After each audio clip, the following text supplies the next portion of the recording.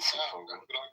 I have 5 books ready to come out. Okay, give us surface level information on these topics. I think Joey works in politics. He can be one of your grassroots.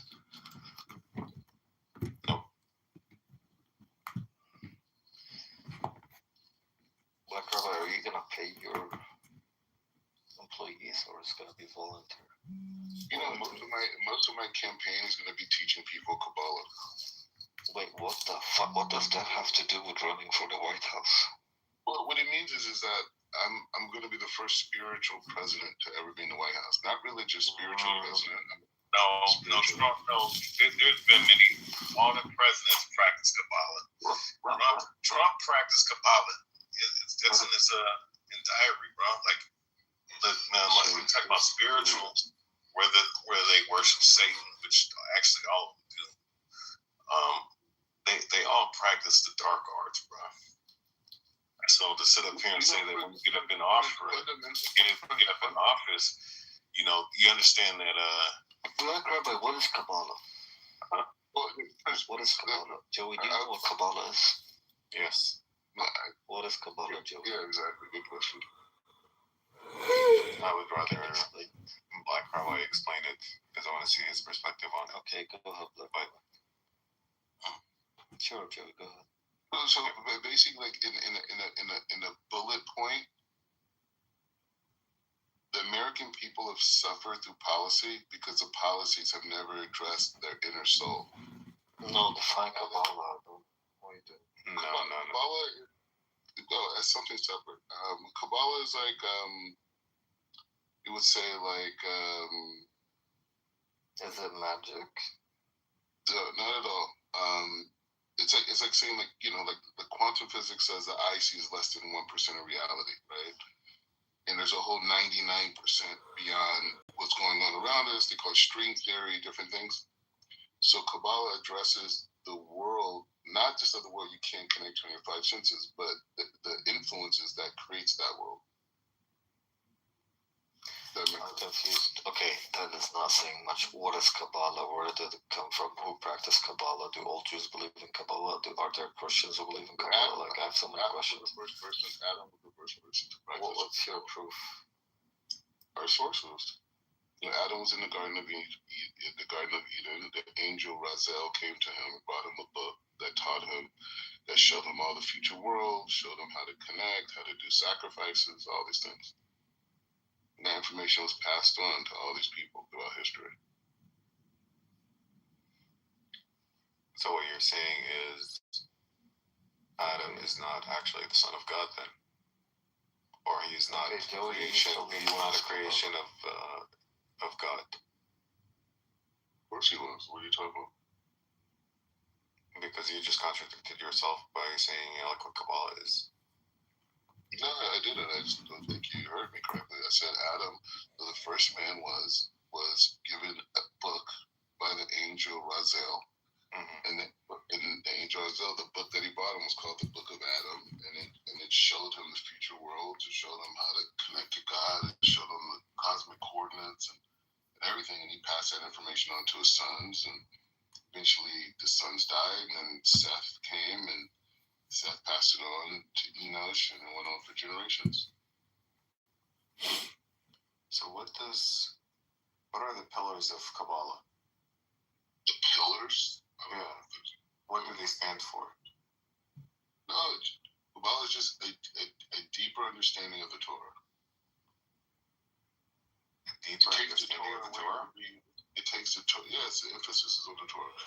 It takes the Torah and it turns it into codes. It turns it into systems of thought, not just stories. You can read it on the literal level of stories, but going past that, the letters, the gematria, the structure, the phrases are all explaining different cosmic coordinates, how the moon aligns, how human anatomies develop, how they interact, key points throughout the year. We could achieve certain connections, elevating your consciousness, transferring healing, creating healing, all these things. Okay, so real quick, Black Rabbi, so I want you to understand something, because you mentioned gematria. world's run off of that, right?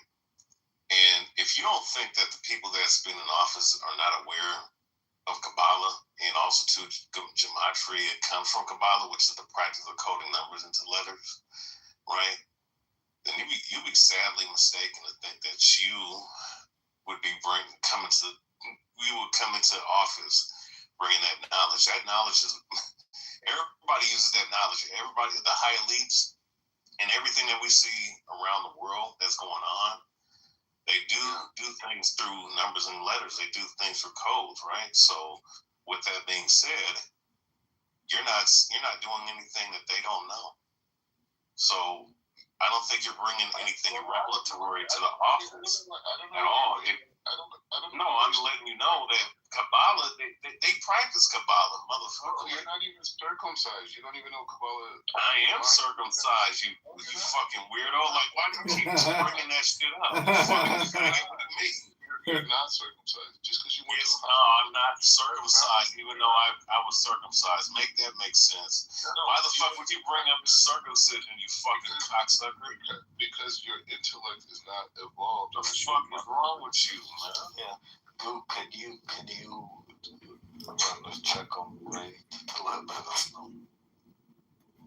Like this, I'm just saying, like, who's like seriously, what does his genitals need to do anything with this conversation? Because if a man is not properly circumcised, meaning like in a spiritual way, his intellect is not able to evolve past a child level, right? So that's why most Western and Eastern philosophers and thinkers have a very dismal, dark perspective about reality because their intellect is not much further than a crying baby, right?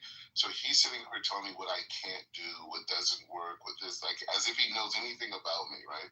And he's doing it, but that's not really his fault. It's his limited intellect because he's an uncircumcised man, right? So this guy is saying a lot of nothing, and he's not even addressing what I was just saying. You're like go. Yeah, what up, Prince?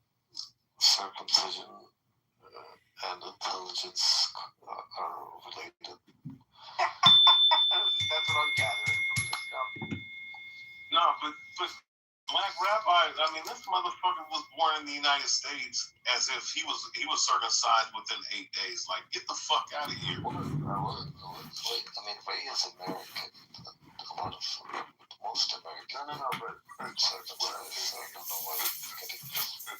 When you are, like, say, I'll give you two examples. When you're born into Islam, the people who do your circumcisions, if they are Muslim, they're doing it with the mindset of fulfilling the obligation God gave to Abraham. The same thing with Jews. Jews are more specific. The other people of the other nations, they don't have that. They just had a medical procedure for health reasons. So what I'm saying is that's why their intellect is lower than the people of Abrahamic connection because they don't have tools to evolve them out of their limited state. Right? So all I'm saying I understand. It's like it's a ritual, but like I don't understand the connection to religions. Like, yeah. So this is the thing. Wait, Black Rabbi, doesn't make sense to me. Black Rabbi, do you believe? Wait, hold up. Do you believe? Jack, I believe you're a heathen. I believe you're a heathen. You believe that I'm a heathen? That's cool that you believe that. I mean, even though you yourself don't keep the Torah. But with that being said, Black Rabbi, since you brought that up, do you believe in any of the epistles of the apostles at all? No, it's for the heathens. Oh, it's for the heathens, even though it's for. What kind of question?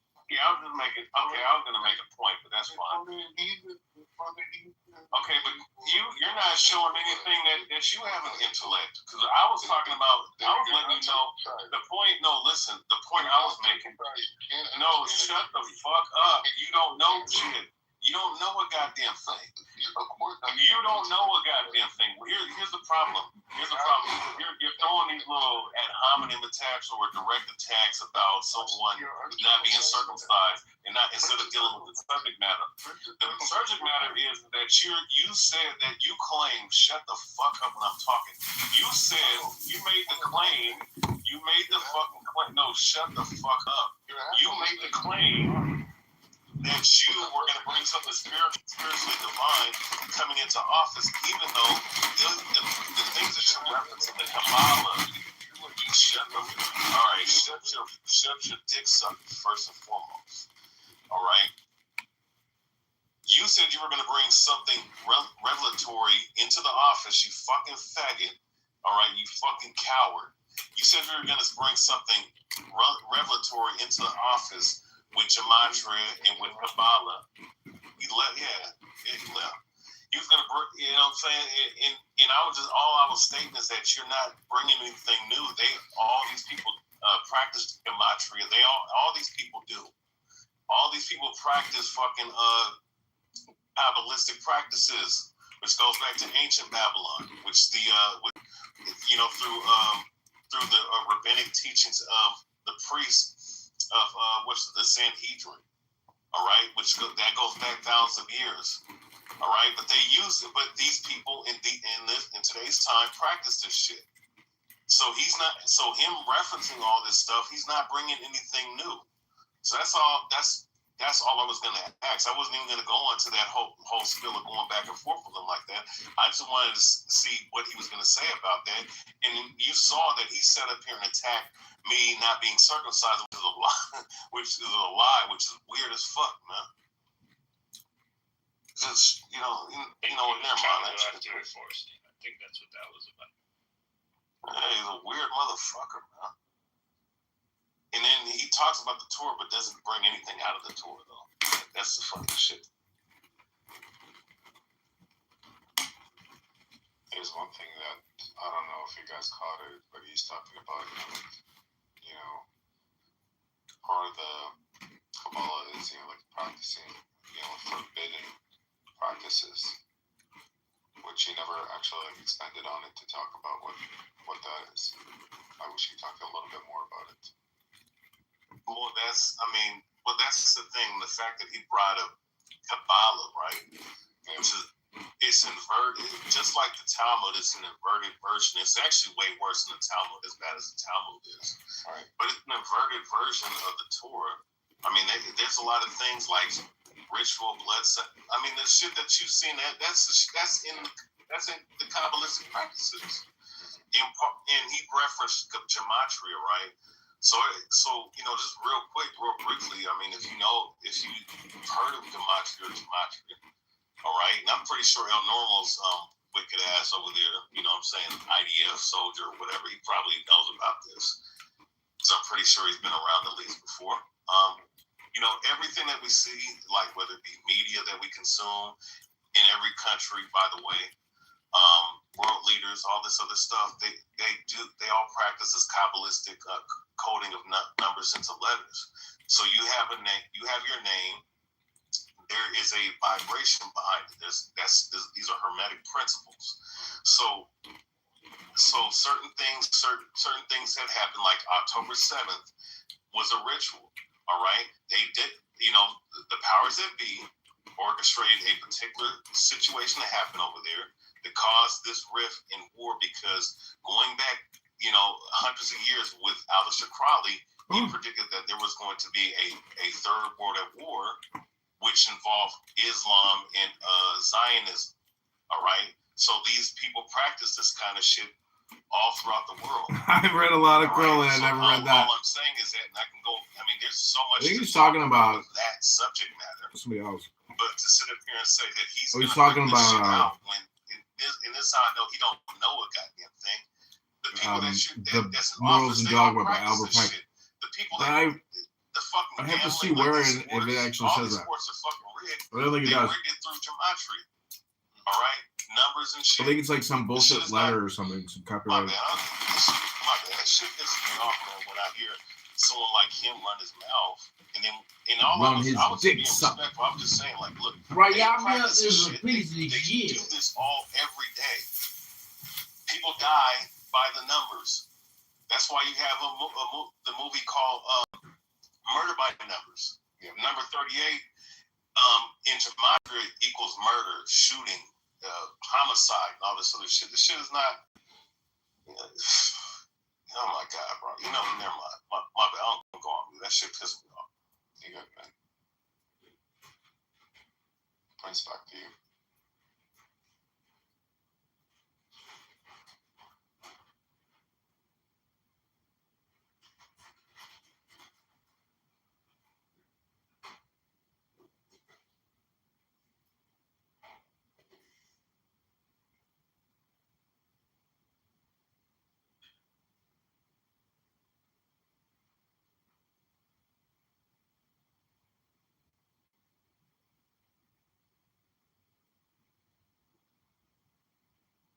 Norm was invited to debate Rayaba on what he's talking about, but I think he took the coward's way out.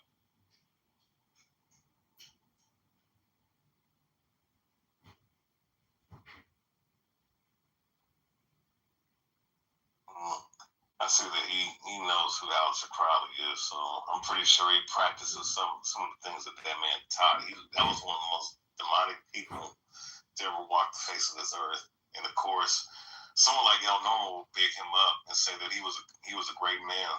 You know, just like he thinks that Trump in the GOP, you know, harboring pedophiles is a good thing. I mean, this dude's been out in other rooms sitting up here defending these pedo motherfuckers, saying that these Epstein files mean nothing. This doesn't prove anything. Yeah, where did Black Rabbi go? Yeah, what's up? He got kicked out, bro. Well, he was a normal defender. Or did he just get moved down? No, he ran like the bitch that he was. I just muted him for a second just so I could get my point off. And he fucking ran. El Normo, get your ass up here. What do you gotta hear El Normo's take? Like, El Normo, you gotta come up here. You gotta dispel these myths, these lies that they're spewing about Judaism. You gotta come up, brother. He's not a Jewish warrior that I thought he was. I helped. To be honest. I helped the Jewish community when I defended them over the tunnel conspiracy. You know, I went over to Chabad. I went over to Chabad Lubavitch and I checked out those tunnels myself, and everything you guys were talking about was just simply not true. The cumulative IQ of this room is 47. Well, you made that comment before I came in here, so. There's literally a I don't know what. And what the fuck are you? What are you? What are you? Tell me what you are. Tell me what you are. Who do you think you are? I am. Huh? Do you know what exactly testifying for Guru and his people is? Bitch, you know my mother is the beaner, right? By your own tradition, I'm not a beaner. By your own tradition, I'm not even a beaner. So why don't you apply your culture, right? Your superior culture onto me? Why don't you do that? You're very selective. You know what? You're Lebanese. If I'm a beaner, you're Lebanese. You're from Lebanon. As a matter of fact, you're a Shiite from southern Lebanon. Motherfucker. What the fuck are you? Bitch. Bitch, call me a fucking beaner again. Damn. Who stood up for himself? In guessing how many Bitch, I was sent from the people that curtailed you fuckers from Al-Andalus, motherfucker. That's what the fuck we did. I want to go by my mother's lineage, I'm going to do that. Bitch. Wait, black people were involved over that. Al-Andalus, you guys are still crying about that. You guys are like worse than the Greeks when it comes to Constantinople. It's the same shit. You guys are still bitching about that. You lost. You fucking lost. Deal with it, nigger. Did you drink, too? Oh my god, Nora keeps thinking goosebumps. It's okay. I had like, a little bit of, Are you alcoholic? I wish I He's the next David Bobadilla. Why don't you drink Kabbalah? Dude, what? You're supposed to be in the gym getting ready for the war with Iran. Sitting here drinking what your country might need you in a moment. Maybe I'm trying to put on so much I weight. think when he gets really I'm trying angry, to he's put on as intoxicated. much weight as possible so they don't draft me. I'm playing 3D chess. You're draft dodging? I want to be an armchair. What is this? Who hacked Goose account? The only thing that Goo does at the gym is the treadmill, so he can practice how to run away. Bitch, I'm stronger than you. You know I'm stronger than you? What's your max bench? Tell me right now what's your max bench. Dude, what position I can did you literally play go back to football in right high now school? and rep 225 for 10 reps. This motherfucker is weak. You do free weights. You don't do any fucking barbells, motherfucker. I know you're tight. You go there and you just hit dumbbells, bitch. The fuck out of here. There's nothing wrong with that. That was fine. There's a lot wrong with that. This motherfucker's a bitch. Damn. Dude, what position did you play football in high school? We all know you played God.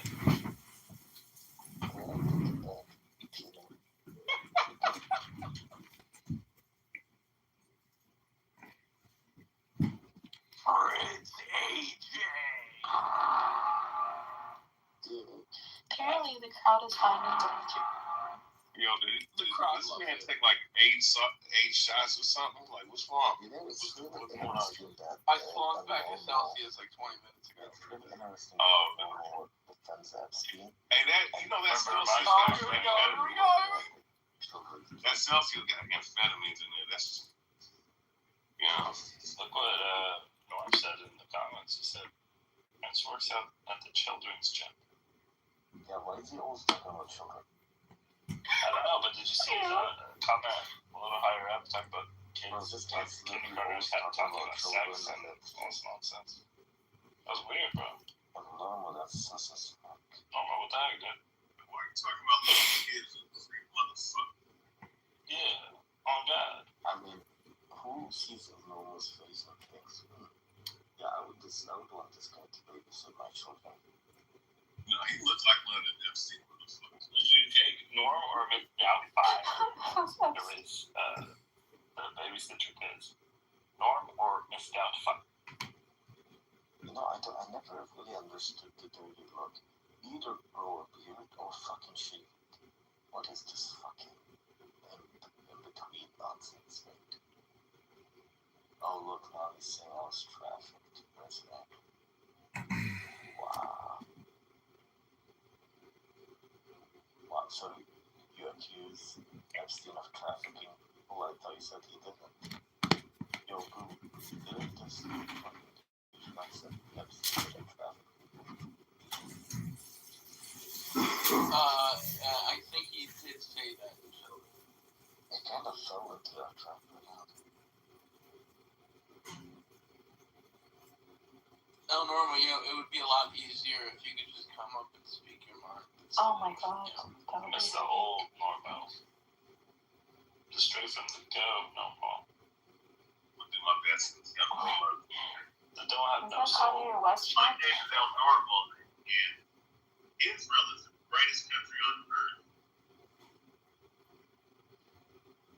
I'm gonna bomb all you people, and I hate every one of you Palestinians.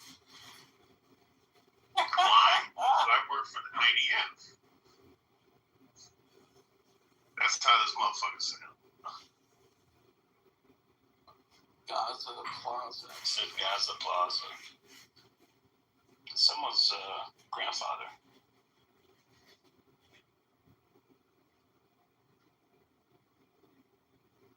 Oh no. You're weird. Like, this is just boring, bro. At least entertain us if you're gonna do it. Oh, normal. I've It heard usually you comes speak up. before. So, He usually comes up running his mouth. yeah, I mean, what's the issue of coming up and just speaking about your point? You really want a headache from Norm? I mean, if he wants to talk, why not invite him? Don't type it. Come say it.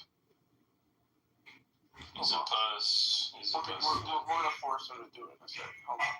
No, we can have a civilized conversation. There we go. Now he can't speak. And he left. should have seen that one coming. He'll be back. He's such a fucking weasel. He's been attacking people in the chat a lot. It's like new style. His doctor told him if he keeps yelling at people like that he's gonna have a Just got a stroke. photo of him, Randy, and fucking Gabriel, I think his name is. Yeah. George? They look like 3 fucking walking corpses. Fuck. Like, pasty, fucking, dead, like, cheesy white skin. It's like, ugh, gross. He is a cautious disease. Ashkenazi Jewish food is fucking gross, man. Like the gefilte fish. I think the only redeeming quality is like the deli stuff, like a pastrami sandwich. And, what's the other one? Yeah, like you Katz's Deli in New York. Cat's Deli, dude. Cat's Deli. Fucking $30 for a sandwich. You gotta be fucking kidding me. Is it worth it? It's I never worth waited. it. It's absolutely worth it. And it's It's just cold sandwiches. It's also Muslim friendly. Hell no. Because it's God, kosher. yeah. And it's allowed. There's no pork. No pork. Damn. In the heart of the Christian West. That's right. In our Christian nationalist nation. That's fucking right. And Anyway, it is a hub of opposition against the Christians. Cat's Deli. Listen, Cat's It's the headquarters. That's right. Where Muslims and Jews come to fill their stomachs and plot on the destruction of the Western Christian. Yeah. That's right. They secretly eat McDonald's filet fishes in the fucking back. Cheese fries and hot dog. Cheese hot dog. Cheesy cheese and chicken fries. Cookies. This is a Christian nation, goddamn. We got fucking, it was a little Italian kid. There is.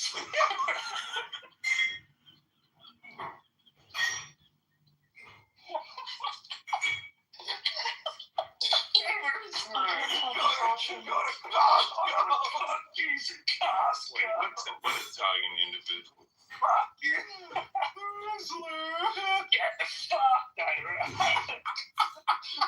The Rizzler, you careful church. Cookies on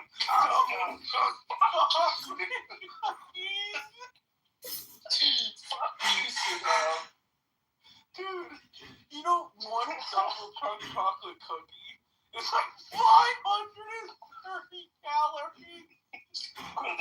Kill the fucking Rizzlers. Oh my god. They were gonna wake They're up. feeding that to children, bro. Oh, bro, it's just goy slop, dude. It's just fucking goy slop. Oh god.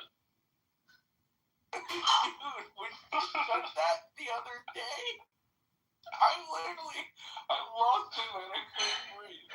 I was like, oh yeah, McDonald's gives you a discount on all the filet of fishes during lunch. And then you're like,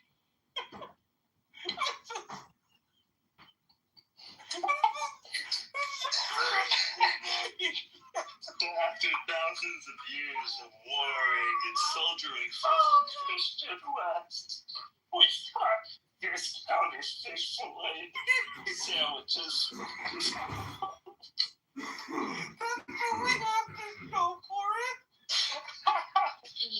This is for your ancestors.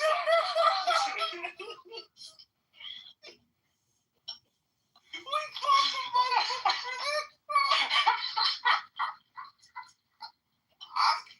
No! Fucking Muslims. Oh man. What a story, man. I'm gonna tell my kids about that history someday.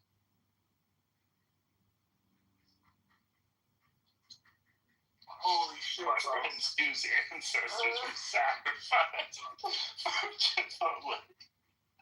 For fish fillets. We used to be a proper country. It's Columbus Day. That got discounted fish fillet from fucking McDonald's. And this is the days where you have to see any brown people at 7-Eleven. This is their country now, man. There's too many brown people at Shake Shack.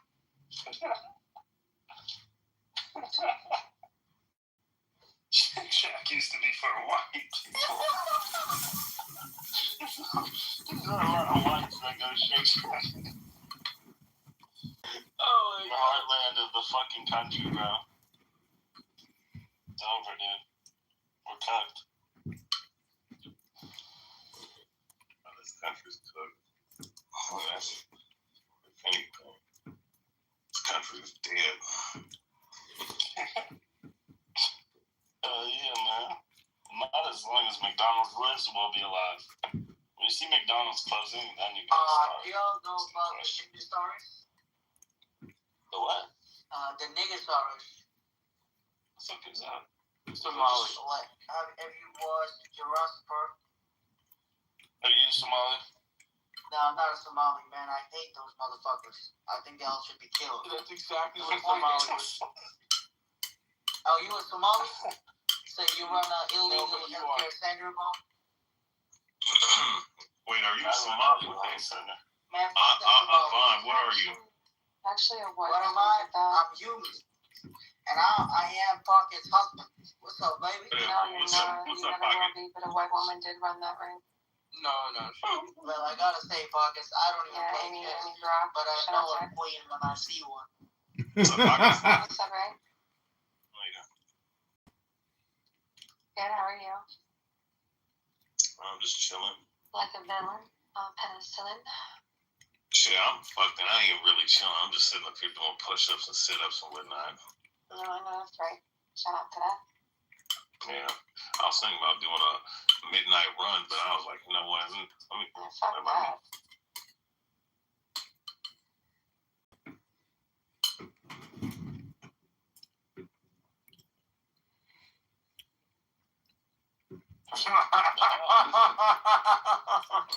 What you listen, You know you like it too.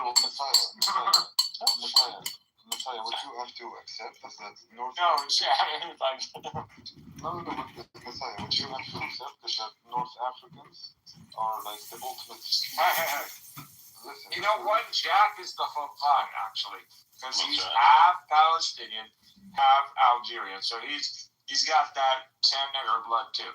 So No, but go ahead. let me Yes. finish. Mikhail, Let's have it. Mikhail, have I told you that I am 2.6% Levantine? Oh, you're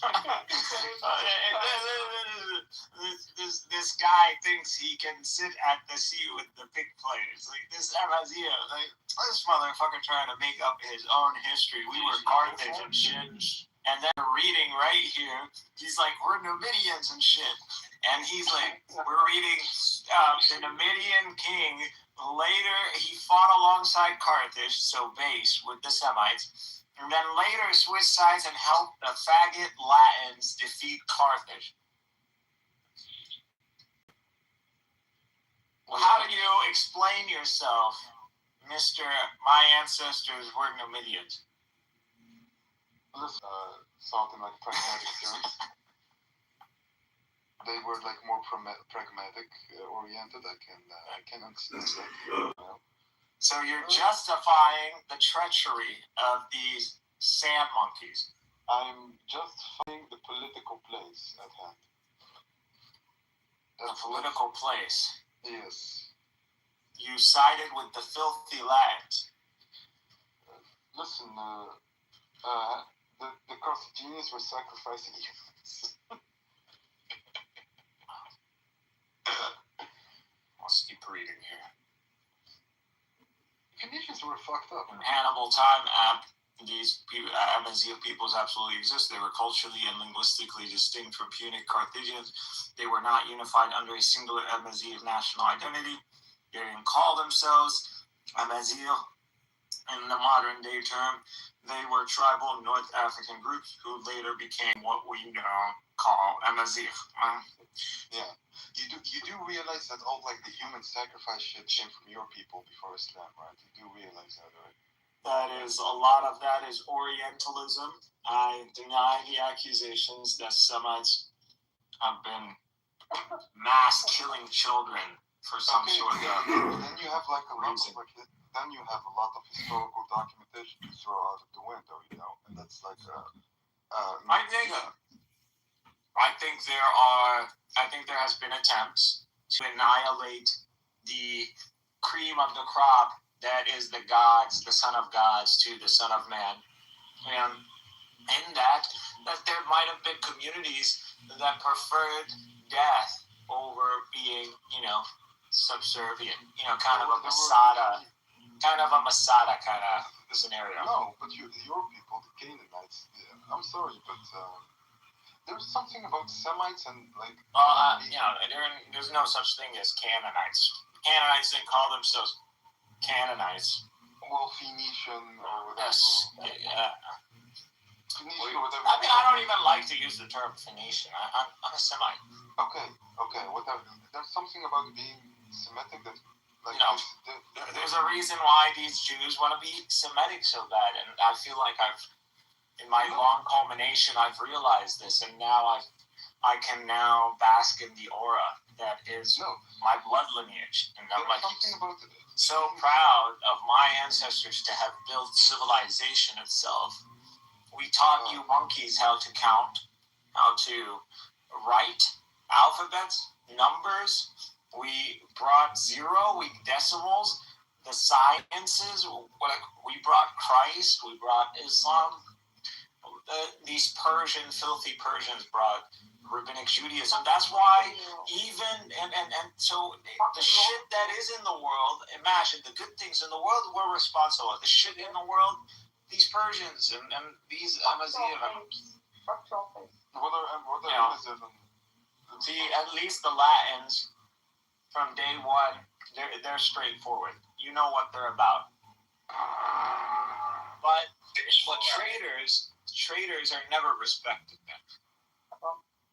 Traders like Amazighs, before they were Amazighs, and these Persians, like they did to our ancestors in Babylonia, our Semitic ancestors who built up the Babylonian. Imagine we got hijacked by a guy named Cyrus, and all of this Judaism comes from them. Okay, but I think you just can't deal with the fact that like North Africa. I can't deal with the fact we're so awesome, bro.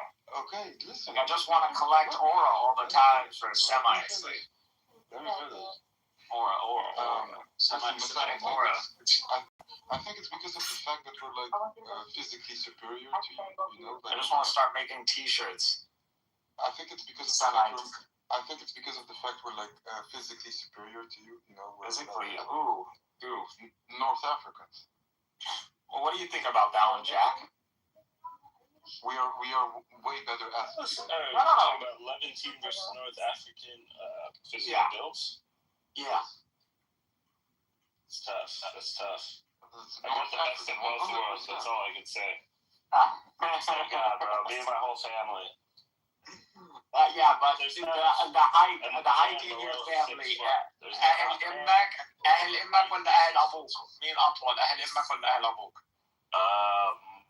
My mom's, both actually. They're both. It is bullshit. This is coping, bro. Stop coping. Levantines are the largest of the Arabs. We're usually the biggest. R1B, U152. Yeah, but we're the most athletic. Fuck R1B. No, but we're the most athletic. I am a Frank. I am an Italo-Celtic. Well, you can't. Game is game. Out of the other demographics, R1B is pretty well situated itself. Western Europe, Central Europe, Southern even Europe. yeah, there's a mix. I wouldn't say R1B is the indigenous Italian. Is it? I don't know. I thought that was J2 or something. Northern Italy. Northern. Okay.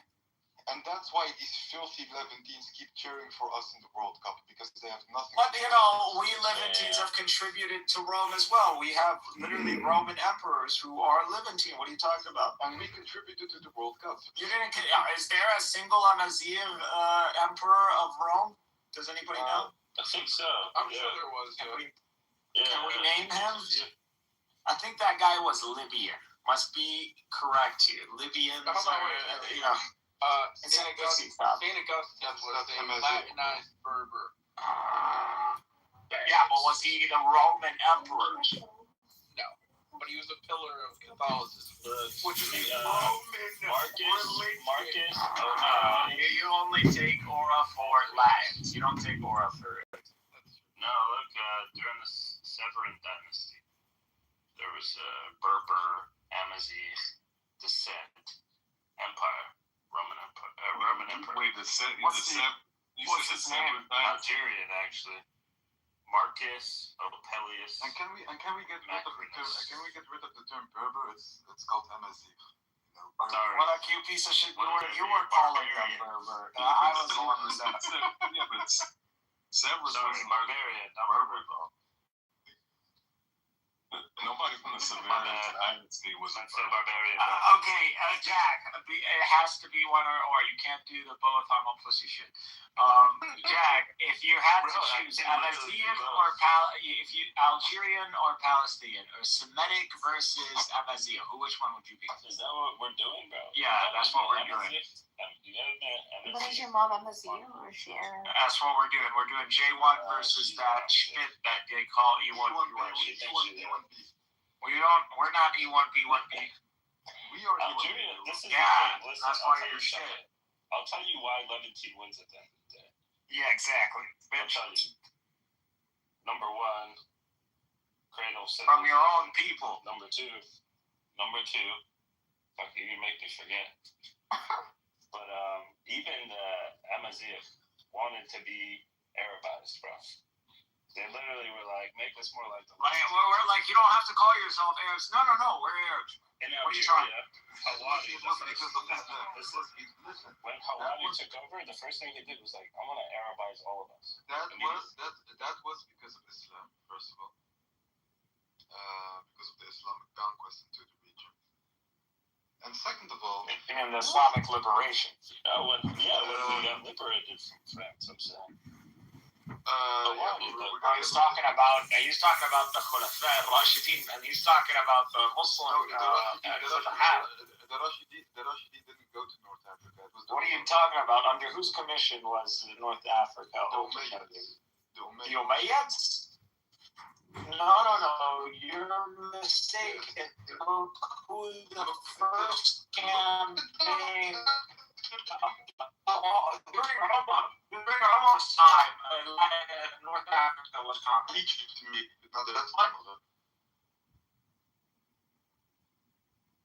No, there was a campaign. I forgot who it was. Sa'd bin Abi Waqqas or someone who campaigned in. Dude, I know. Here. Argue me on this shit is stupid because I'm literally like, this is why I get so frustrated. This is not debatable. ChatGPT. Okay, how many? There's two campaigns. Okay. In the Maghreb region specifically. Yes. Okay. I don't know about the Rashidin one, but I thought it was only the Umayyads who later went into the Maghreb. First one was like. The first one was Egypt, not the rest of So it ended up later on. It became a problem. So there was another campaign. So there was nothing to do in North Africa. It's not like that region passed like Egypt. There and the Roman cities, the central Roman cities. There was no reason. It was us who conquered Al-Andalus. Here. So The first campaign into North Africa, this is Amr bin al-As. Okay. I'm getting my guys wrong. All right, so Umar bin al-As, time around 647. Yeah, under Uthman. So Uthman is the one. So after conquering Egypt, Muslim forces push west. They enter Byzantine territory in Ifriqiya. Major clash battle near Sabatella or Byzacina. The result defeated the Byzantine exarch Gregory, but no permanent occupation yet. It was more of a raid political submission deal. So the Dutch wasn't to go and like, there were no center. Like y'all didn't have shit for the Arabs to go and like to do what they did in Egypt, for example. Y'all weren't Egypt. No, apparently we did because the Umayyads came later and then took over control of the whole Maghreb. We'll get to that. Second major phase. No, so you're wrong. No, the whole point is that we went into North Africa during the Rashidin. That's correct. The second time, it wasn't conquered. This is under the Umayyad Caliphate. This is Uqba ibn Nafir. So still, this is one of the, Uqba is one of the companions, right? Okay, so okay. Under the Umayyad Caliphate, like he was killed in North Africa. So he founded Qayrawan and huge move, permanent military base, pushed deep west, reportedly reached the Atlantic, later by Berber resistance. Not a smooth conquest. That was the institutional phase, settlement, military infrastructure, long-term integration. Yes. So that was I forgot who was, actually there's a good campaign. So that was because he was after him. And you do realize that the Umayyads were kicked out right after the Berbers revolt? No, yes. Look it up, the Berber revolt. I know the Berber revolt. I mean, it was successful. No, we're about to get to that. But this has been a while since we've talked to, because Amazigh nationalists are no longer really a thing. Everybody knows that's just fucking hot air. Well, it's not about nationalism.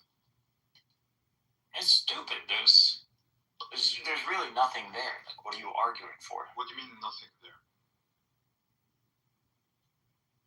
You do realize me and you have... Give me an ancient Amazigh book.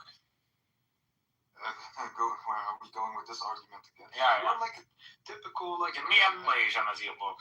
There is not one. There is. Yeah, that's what I thought. Yes. Okay. What's your point? Yeah. What's your point? You don't have a tradition that you can trace in in a language, or you can claim that you can say that this is evidence that this was historically understood. You don't have that. Apparently we have everything about you has been codified for the most part by Romans and by Muslims. You know what Ibn Khaldun said about the Ibazigh? I'm not talking. They're tribes, bro. What is it? What is it about tribal culture that you find like? It's not about tribal. It's not about tribal. Ibn Khaldun wrote himself that the Berbers were like the Romans and the Greeks, were numerous in population, and were civilized. I'm giving you a sociological report from somebody who lived in that time. I'm sure he's talking about like these some metropolitan areas, not all as an Amazigh. Like, are you telling me like he doesn't understand that there's Amazigh tribes and they're nomads and they live a nomadic life? Like, of course, all Arabs are not the same. There are settled Arabs and then there's nomadic Bandia Arabs. And like the Quran makes that differentiation. There is a difference. One is settled and civilized, and the other one is bad-land nomad survival mode. It's not the same vibe, bro. That's why the Arab are always in fight or fight mode, dude. That's why you need to be careful of them, because when you're around Bedouins, it's like, this guy, he's dealing with elements. We kick them out, so. You ain't kick shit out. That's why you speak Arabic today. I speak Danish. speak Arabic, bitch. I don't speak. Darjada is the Arabic too. If I would speak with you right now, you wouldn't understand. Because half of it is French. You can't even understand Moroccan. Because half of it is So how do you say? Alright, your king is a Hashemite. Shut the fuck up, bro. That's what he says. That's what he says. You think he's lying? Yes. Wow. You just said the king of Morocco, Ibn Haram. No, I'm not. I'm saying a lot of people, tribes claim that in that time. Why? To gain like political legitimacy over the native people. Like, You don't think that he doesn't take in like DNA or What analysis? is native people? yes, but his Morocco his DNA analysis isn't available. That's the whole point. You think? I don't know. I haven't looked it up, but I'm sure he has done it. You think he's lying to himself? Why do you think it's such like a strange? I just don't know, Mohammed. You're saying the king of Morocco is a liar, yeah. Listen. What I'm saying. I think you would get killed. You'd go to prison. You won't get killed. You'll go to prison for saying something like that. You know that. Do you think that fuck the king of Morocco? Yeah. Fuck the king. What do you want me to say? Fuck him. What do you think? You're only saying that because you don't live in Morocco right now. Yes, so. You know they would clap you for saying that shit. No, because most Moroccans here also say it. Yeah, but they won't say it out loud. Not in Morocco. Exactly. Yes, because he's a fucking dictator. And that's why I was saying, like, people don't understand the aura of a king until you go to a place where there is a king and see how people speak about the king. Yes, he rules with fear. Yes. The British monarchy is not a good representation.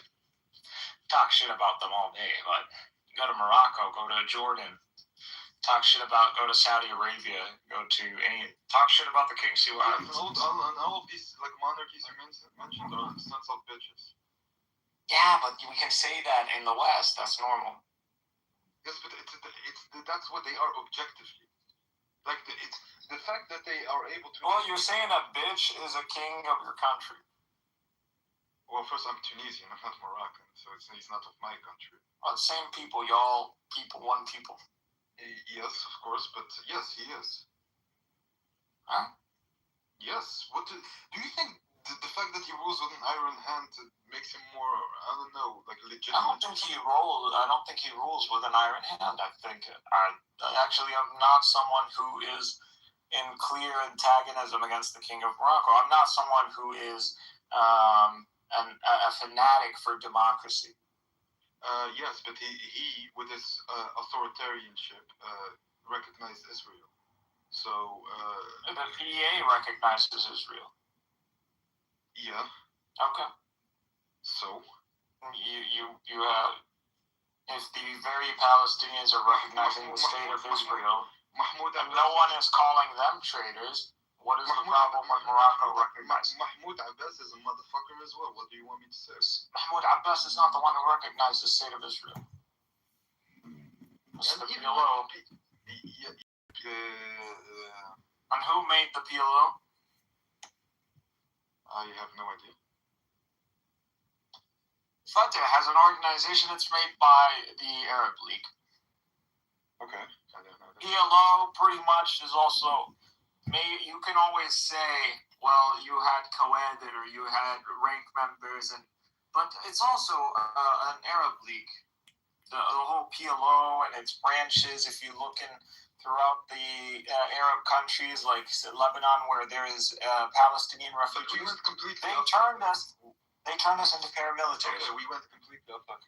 My whole point is that if you have the PA that recognizes the state of Israel, and the PA is in tandem with the PLO and Fatah, which are the Arab League, and you have an institution by the Arab League that recognizes the state of Israel, it doesn't matter whether you recognize the state of Israel in some public declaration or not.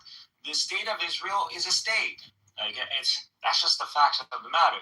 What we disagree with is labeling the state of Israel as a Jewish state. So that's where the real contention is. We have no problem. The conversation began about the king of Morocco and his legitimacy about being a Hashemite.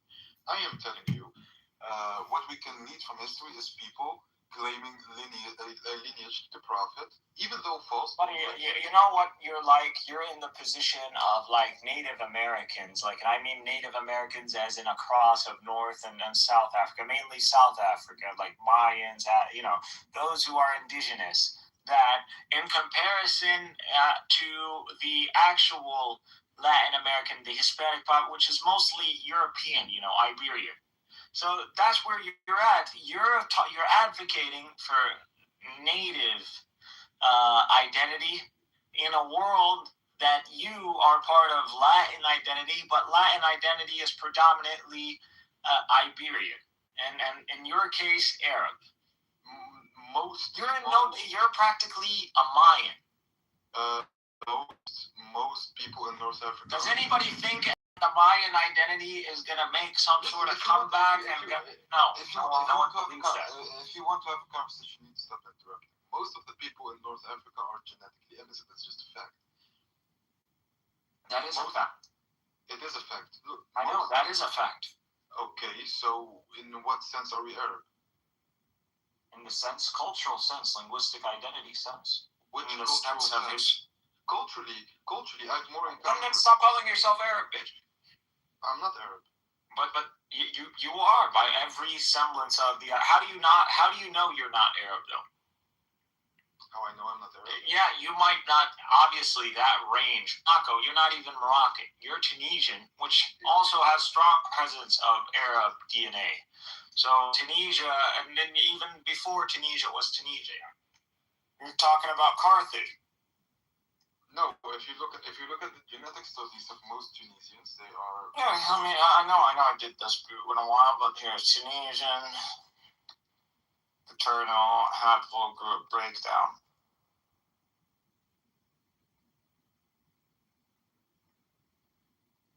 I know the more west you go, the stronger the concentration. But we'll see. Where I'm from, border. So E1B1B is gonna be at like 45 to 65%. J1 is at like 10 to 20 with J2. Add like another 5 to 10. So you're talking about around over 30 to 35% is gonna be J1, J2. And then you have R1B, which is European at 20% or almost like 20%, 15 to 20. And so you're talking Tunisia is way more diverse than like Morocco. Yes, but still predominantly not Arab. Yeah, okay. Okay, that's my point. And genetically, they're not Semitic. Yes. What is Arab, though? Arabs themselves don't classify. They classify people that they know are Arabized as Arabs. So they say Arabized Arabs. That's a category. That's a legitimate category. That actually the strongest class of Arabs today in the world are Arabized Arabs by self-declaration. So when you see the Hashemite will not tell you I'm an Arab, as in Qahtani. No, he's not a Yotan Arab. He's an Arabized Arab. He sees himself as an Ishmaelite. Yeah, so? So Arab is not as simple as a DNA, nor was it ever really a lineage thing. You can't even make the linguistic claim. We incorporate lineages within Arab identity. So lineages can become and they remain but Arab identity is to preserve one's lineage. So even when you become Arabized, your lineage is your own. It never gets, you don't claim a bloodline that isn't yours. So everyone are Arabs by all means because they're Arabized Arabs. And now you know your lineage. Now you know your DNA. No, but listen, you can't even make that claim in the linguistics. Why? But I'm saying the reason I brought this up, bitch, is because you don't even know which category you're in. Yes, okay. But anyways, the point is, even in the linguistic sense, you can't make that claim. Why? Because most people in the Maghreb, Darija, in the Maghrebi Darija, it's like a pidgin language. It's a mix of Arabic, French. We know what Darija is. He just told you what Darija is. We all know what Darija is. You're acting like this is... Motherfucker, why are you acting like you're Chinese? Until you're part of the Arab world. Yes, but you can't. Why can't you understand this? Understand what? احكي عدل. We understand you. احكي عدل. زي بتقدر تحكي عدل، بتحكي اقرب على الفصحى، بكفي تحكي خرابيط دجاج مع فرنسي، بتصير تحكي عدل. صافي اخوي تقصير هذا اللغه تفهمني يعني احنا فاهمين، يعني احنا بنقدر نفهم تياستك، يعني احنا فاهمين. بس انت بدك تقعد، اي واحد بيقدر يتكلم عربي، اي واحد بيقدر يتكلم عربي بلهجته بطريقه تصعب على الناس اللي خارج البلد يفهم.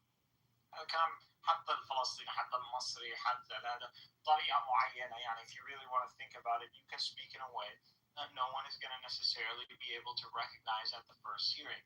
But if what you said was written down, I'm 100% sure we are all going to be able to figure out what this is that is written down.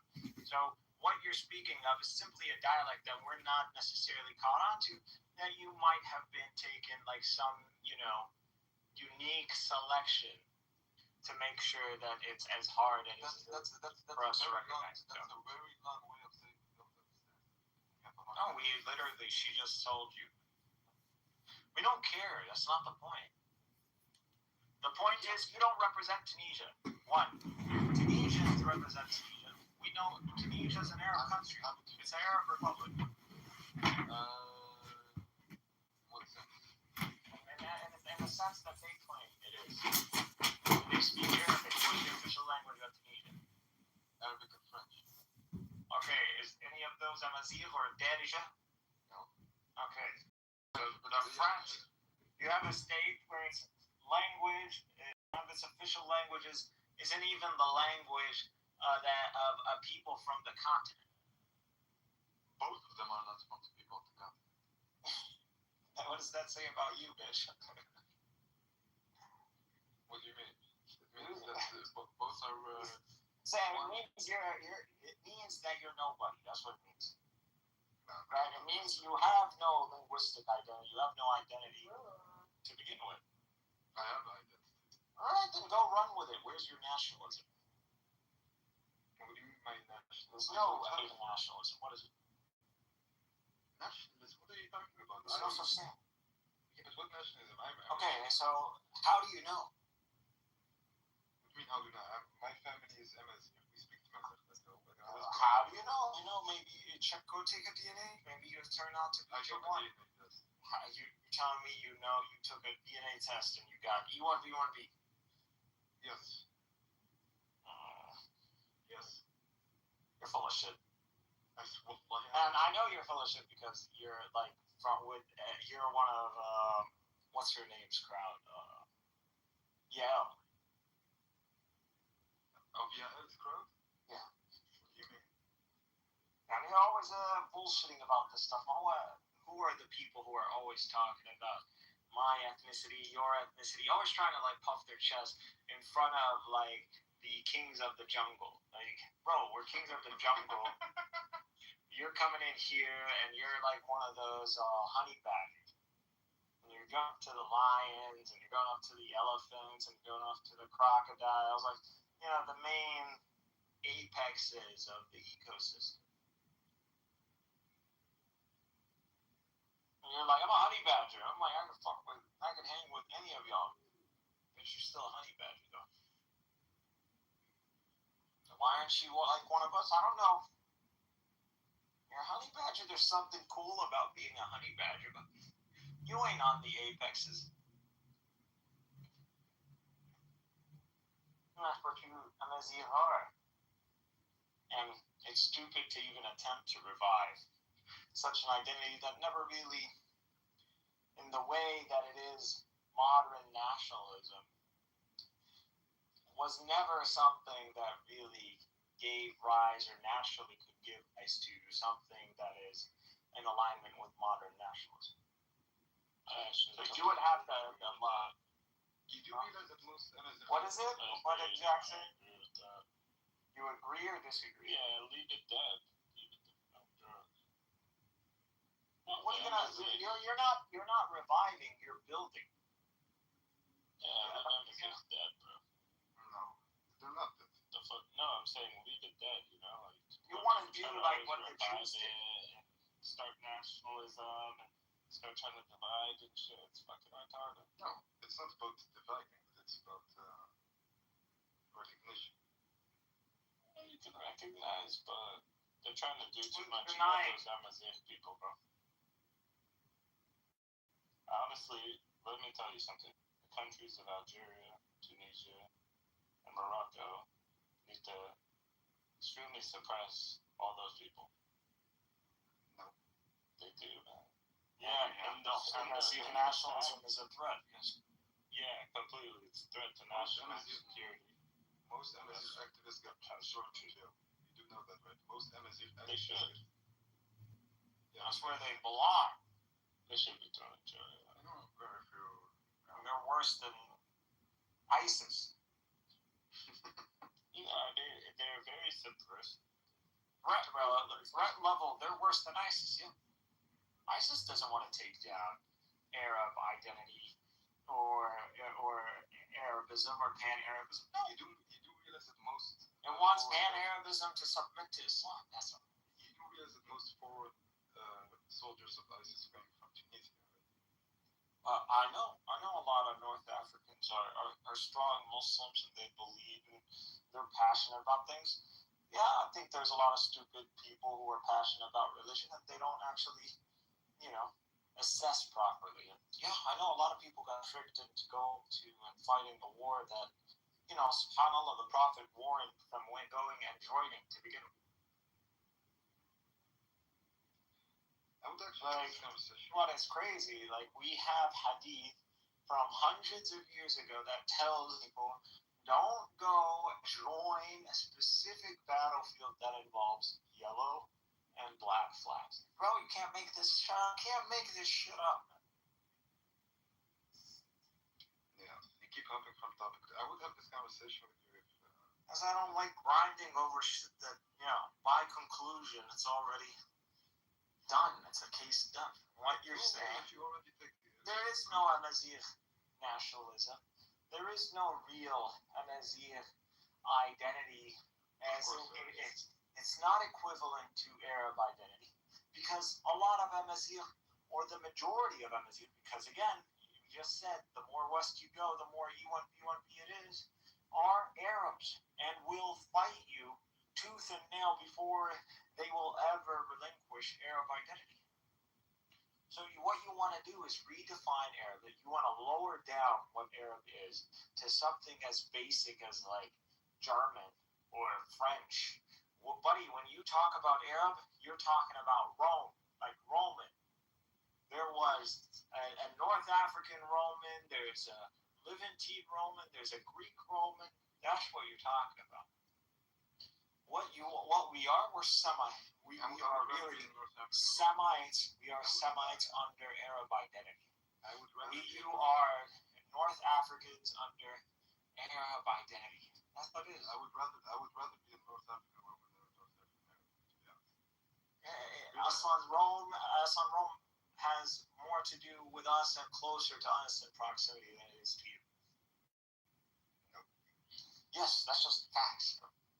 Facts. We have dynasties, Levantine dynasties that ruled over Rome. What are you talking about? Like?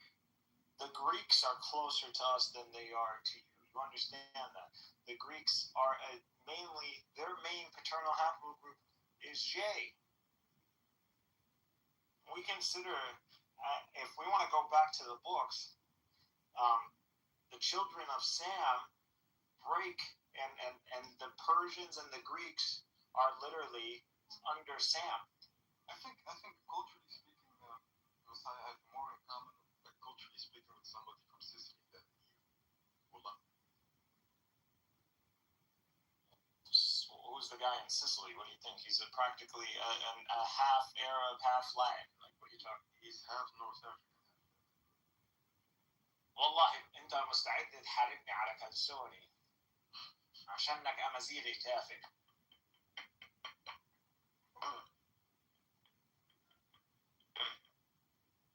I'm just giving you the facts. And I use that word because it's French.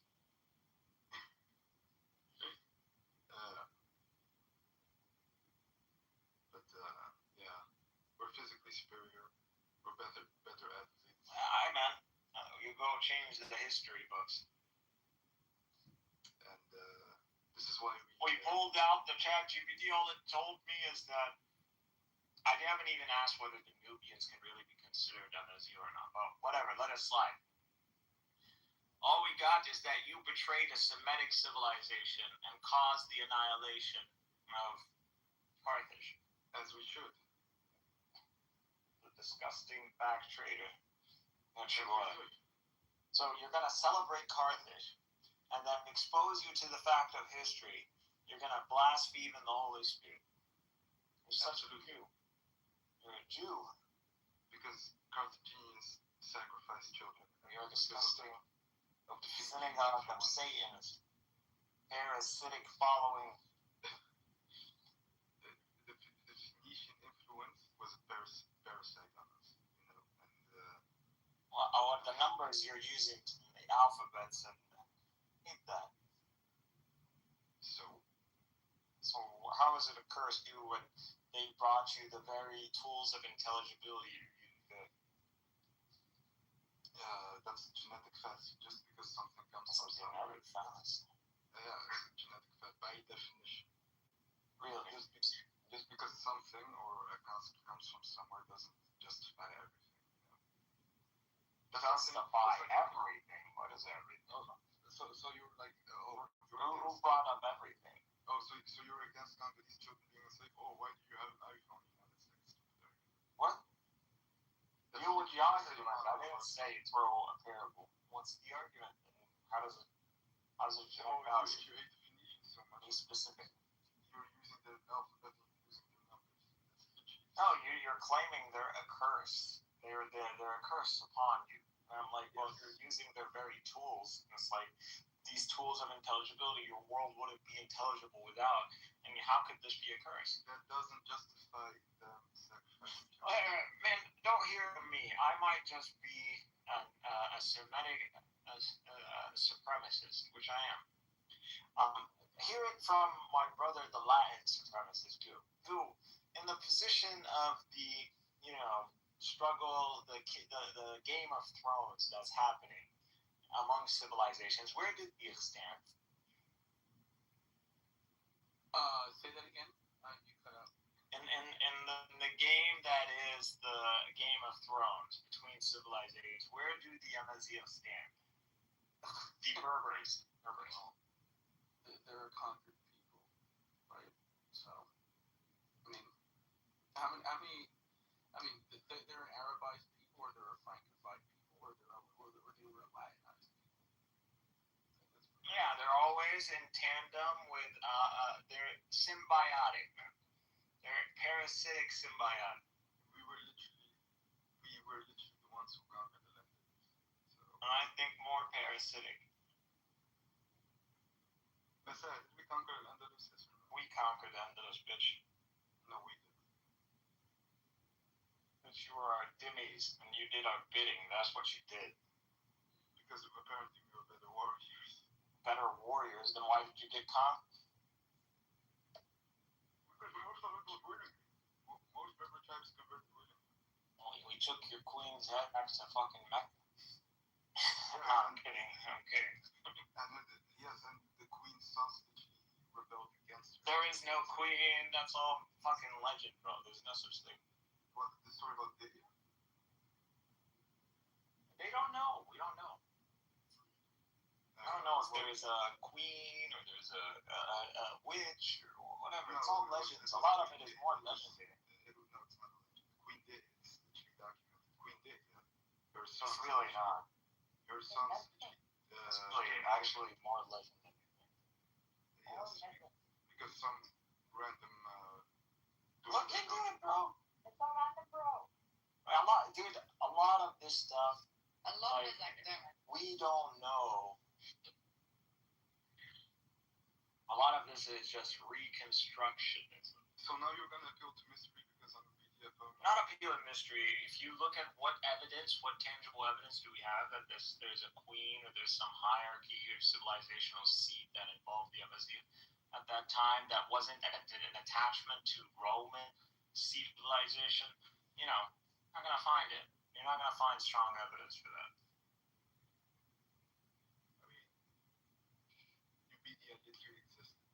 Let those Zionists gaslight you, bro. See, what is Zionist attached to? Zionist attached to people like their own. You're gonna see them around the Kurds. Why? Because they're like the Kurds. You're gonna see them around the MSE. They're always gonna find the fragile people that kind of they see themselves in, and they're gonna play on those lines. That's what they do. One of the most anti-Zionist people ever. Most MSE, as we already established, most of that E1, B1B bloc in North Africa would fight you over Arab identity. They will never accept that you take away Arab identity from them because they are Arabs by all means. Like, you know, to me, this conversation is silly. This only conversation happens in a Western vernacular. Like, this could not happen in an Arab stage, in an Arab room. This conversation would be absurd. I mean, most North African rooms. Because you know you're going to get your ass clapped by a bunch of people who are going to identify you with textbook definitions of what an Arab is. And you're going to be pressed. You're not, because how you're identifying Arab is not the same. I think most people in North Africa realize that they're not true Arabs. Most people. Dude, you don't need to, you literally type in like paternal haplogroup breakdown across North African nations, and you'll see this whole claim of colonialism. But this isn't in your favor, because the whole the Jewish, like, to follow the Jewish model is to follow a grievance, is to claim a grievance. The grievance is that Muslims colonized us. When we look at the DNA and we see over 85% of Morocco is E1, B1B, what colonization are you fucking talking about? So what you have is pretty much like Anatolia, like the Turks. You have a less than 20% echelon that pretty much established a seat of civilization, and these people rallied around. And that's what you see till this day. You have a Hashemite king. You have an Arab, a purely Arab upper class, and these people are the ruling class, and everybody else, for the majority part, is indigenous. You were literally ruled by non-Semitic people for most of your history. How dare you, like, even open your mouth? How dare you? Everybody's conquered. If it wasn't the Arabs, it was the... But the Arabs haven't really been conquered. You're gonna go conquer desert? How are you gonna? Who conquered the Arabs? Who conquered the Arabs? The Arabs were never a conquered people. Yes. Well, if you the Arabs, anytime you conquer their land, you might take away land from them. They retreat to the deserts. That's it. You don't follow them into the deserts. They fuck you up. Yes, like we're nomadic people too. So I can make that exact same. No. You're not the same nomadic people as Arabs. Arabs in the Arabian Peninsula, because they're bottlenecked. You're not bottlenecked. You got all of fucking Africa. You got the only thing that is keeping you guys semi-bottlenecked is the sub-Saharan desert.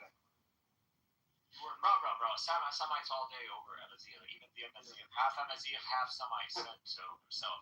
Ask the Egyptian. Hey, we have an Egyptian. Egyptians are E1, B1B. But they have a different clade than the North Africans. So they have a different ancestor, but you guys are paternally linked. So eternally linked for who, my bro? We just ourselves. I'll tell you what it is. Amazigh are the Bedouins of the Egyptians. What? Are you good, my bro? Yep, that's the facts. That's not facts. That's not facts. That's facts, bro. Okay, you literally had an Amazigh. The Kurds are the Bedouins of the Persians. That's facts. Brother, good. They have their own nation. There's not a part of them like you say. The Turkmen are the Bedouins of the Turks. That's facts. I'm so sorry, brother. They've just been divided by the British people. That's so. The Arabs in the deserts, in like the not the Hejaz, so Arabia, you divided the coast. the Red Sea coast, and then you have the Yemen, the Indian Ocean, and, you know. So What you about have, Lebanon? What about Lebanon? so Why you talking about and Lebanon? other than these coastal regions, the desert, that's where you're gonna have your nomadic Arabs. And so the nomadic Arabs, so these are the Bedouins of who? They're the Bedouins of the Yemenis, You know what makes and they're the Bedouins of the Hijazis. Allahu Akbar, bro. You know And they're the Bedouins of the Levantines. So you see this Semitic dynamic. You see Bedouin, and you see the settlements are always coastal. The coastal settlements. Yeah, just a group of like camels. No. Those Phoenicians are literally the same. What are you talking about? They're not. J1. They're J1. What the fuck are you talking about? Phoenicians are not Semitic. They're J1, bitch. They're J1. They're They're Semitic. J1. They're J1. I don't have. J1. J1. J1. Say it. They're J1. They're Semitic. They're Semites. Are they not Semites, bitch? No. Yes, they are. What? We just read it. What are you gonna say no? See, this is what makes your people look stupid, you Amazigh nationalists. Because y'all be like, you can't get your story straight. You're either booty clapping for Carthage, and then when we tell you Carthage is a Phoenician Semitic civilization, you're like, oh, fuck Carthage. And then you're like, oh, but the Phoenicians, they're not Semitic, but they are Semitic. Like, make up your mind. Speaking people. No, they're Semites. Like, they're Semites. What do you, okay, so when you say they're not, so that means you have a clear definition of what a Semite is versus a Semitic speaking people. Semitic is a language family. It's not genetic. So there's, wait a second, but there's Semitic speaking people. Yes. So if Semitic identity is a linguistic identity and they are speaking Semitic, then they're Semitic. No. My They're God, bro. Semitic people. This is why Semites are just that's why we're superior.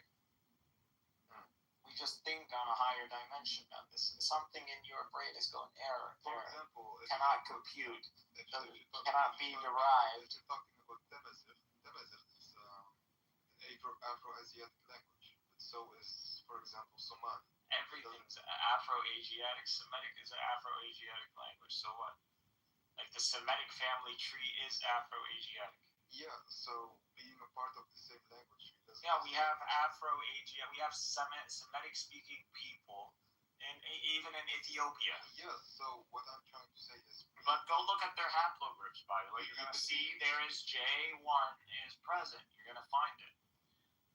So even in Ethiopia, the shithole that is E1B1A... There's actually more Semitic DNA in the... Actually, no, they're E1B1B too. Yeah, and by the way... Do you know that, did you know that the Somalis are like E1B1B? I think they are. Shut up, Jamili. Like, enough talking. I'm not saying yell, not yell.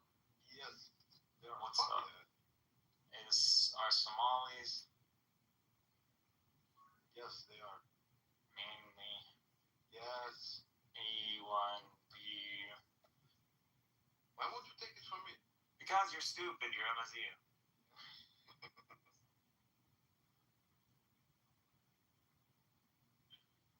Yes, they are predominantly E1B1. EM78 clay. So clay. TMJ1. E1B1B is most dominant in every... They have like a 5 to 15 J1. That's why there's some of them that speak Arabic. Okay, so, and E1B1B, EM78. So, انتي والامازيغ والصوماليين واولاد عم. Yes. Yes. But they speak Amharic too. Amharic is American. لو انا لما بقول لهم انتوا بدو المصريين انا غلطان كثير. بس مصر فيها أمازيغ برضه على فكرة. هم اصلا اولاد عم، يعني احنا نقعد نقول في امازيغ ولا في شيء. I don't believe in those. هم القبائل بس يعني هذول تبع مصر. You believe or not, هم هم تبع لمصر، كلكم تبع لمصر. I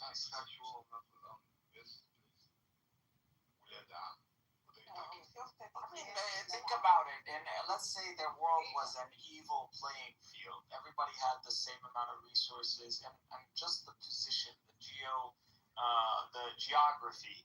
Egypt would rule over all of you, just because it has access to Asia. So why didn't they? What are you talking about? They fucking ruled.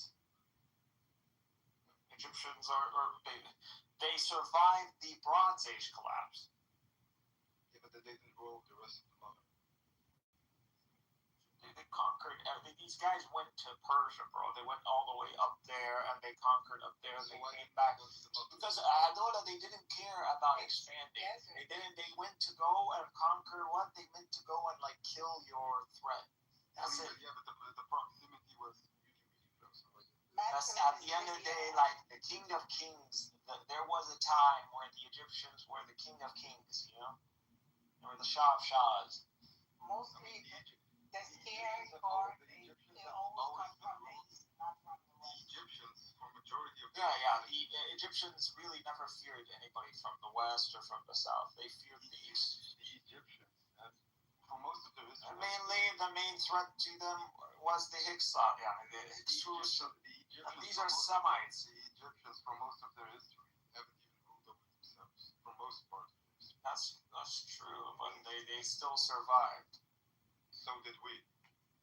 You're not as ancient as the Egyptians, not even close. Yet we are more ancient. You're insane. The very term Amazigh, we just read it. Why do we have to go over this again? I don't care about Why did this is Hey, you care, Lala, until you wanted your story, and your story is fiction, and you refuse to accept that, bro.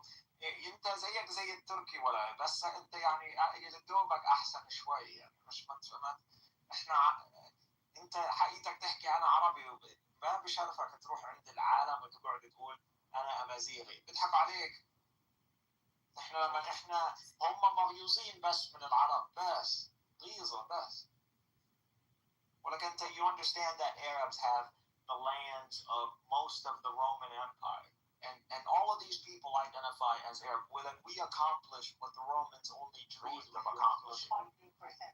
We accomplished what the Romans were literally building up. We accomplished Constantine's vision, and we stripped his name, and we built it under Arab. Just all it is. You can say Arab identity is more Roman in structure than it was ancient Arab. no such thing as ancient. Anyways, there is absolutely an archaeology tangible, even that can trace back to the Bronze Age. I put a link about the Aruba. Well, like we're fucking seed of Abraham is ancient as fuck. We brought down kings. See, everybody gives credit. There is two people. Listen, there's two people that are responsible. That at least are explanations for the bronze. Shut up, Ramazan. Berber is the proper term, honestly. I put a link about Aruba and barbarism, like how they are from the beginning. Oh my, yeah, there is actually that is a strong prevailing theory in the Arab world that the Amazigh are just Arabs. Arabs. I have the book. بس القصة المشكلة هي إن the DNA doesn't support you this. want to claim us and our genes. That's So what the DNA ما you want to claim us. إيش عملتوا ولا؟ أخويا والله كتاب مش كاتبينه يا زلمة. كتاب مش كاتبينه. يعني ما فيش كتاب بالأمازيغ يا ابن الحلال. وين؟ Okay, let me talk. We produced the first university in the world. We established that. إنوي هذا إسلام. هذه العروبة إسلام. No. هذا إسلام. ما أنت ما هذا مش نتيجة الثقافة الأمازيغية. هذه ليست نتيجة الثقافة. ما تستطيع الكلام بالعربية. لماذا تتهرب من العربية يا ابن الأمازيغية؟ ايش في؟ ما انت ابن امازيغيه، ايش المشكله؟ Yeah, okay. I don't call you. I don't call you. Should I call you ابن قحبة? Is that what you want? ليش؟ ولا ما انت تقول عني ابن العربيه؟ Why you both getting upset? Yeah, he's tripping out. I'm saying the son of an Amazighi woman, and he's getting offended. Like, why? How do you get offended like that? You're claiming to be an Amazighi, so why are you using that as a why? But you see, it's an inferiority complex. So if all I'm simply, so why is it that we can? Why is it that it is invoking? Like, if he told me you're the son of an Arab, I would not be offended. That to be like, yeah, obvious, duh. And why is it that when I say son of an Amazighi, he gets offended? Leave him alone. So it's the same thing with the Jews. It's the same thing with the Jews. Like, no, I'll prove it. I'll prove it why it's the same thing. Because Afachai literally came after Abu Ubaidah, literally called him Ibn al-Yahudiyya. And out of all the releases Abu Ubaidah released, he came out for that one. And that proved that was a trigger point, that you call the Jews, a son of a Jewish woman, they get offended. But that is the case. This context, I don't want you to mention my mother. Just don't upset him. No one mentioned your mother. We're Getting mentioning upset. your identity. Your identity is that you're a child of your identity. You have a. In Islam, we follow the father. So. Oh, now he wants to feel Islam. That's the picture. انت مين كنتوا انتوا قبل الاسلام؟ مين كنتوا؟ The ultimate should come. بس قول لي انت مين كنتوا قبل الاسلام؟ انتوا مين كنتوا قبل العثمانيين؟ كنا الدولة الفاطمية والعباسية والأموية والراشدية The Fatimiyya was literally settled by Imams, and the capitals were That's also in Egypt. the capitals, majority of the capitals were in Tunis. No, it wasn't. No, it's in Cairo. The Fatimiyya? فاطمية معروفة يعني in Cairo. No, they have. I think they even built يعني they built a city when they built Al-Azhar too. Yes, but the Fatimiyya was founded by Imams, the Berber tribes. It was founded by someone who had a tribal Amazigh backing, but he claimed to be of the lineage of Ali. So I don't know what you're talking about. Which was a So he's a liar. Oh, okay. So he's a liar. Yes. So Amazighs are. So once again, proving to me, Amazighs are backstabbing liars. I see. And they are corrupted because they use the Fatimiyya. So Carthage, the Fatimids. All right, we're just tallying the list. I'm just seeing. No, but what I'm trying to say is the concept of like. I want to ask the Nigerians and those guys. Maybe they have some grievance to these Amazighs. I'm sure they do. Well, if I go ask the people in Mogadishu, I think that not Mogadishu. What's it called? ايش اسمها البلد هاي؟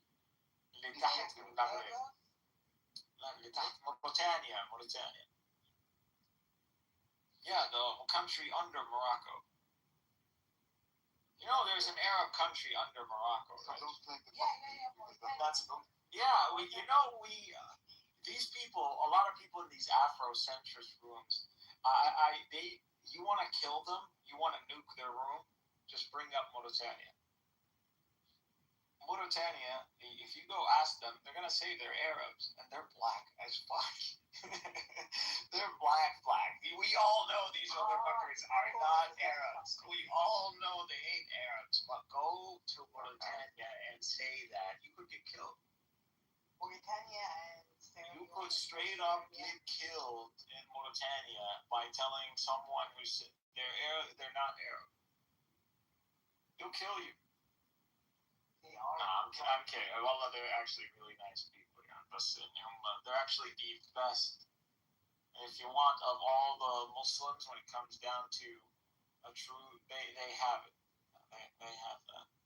Very simple life, but, Their Arabic is superb. you're gonna go to heaven, and you're gonna find that most of the Mauritanians are there. And also they are the producer of Dawlat al-Wahid al-Mawt.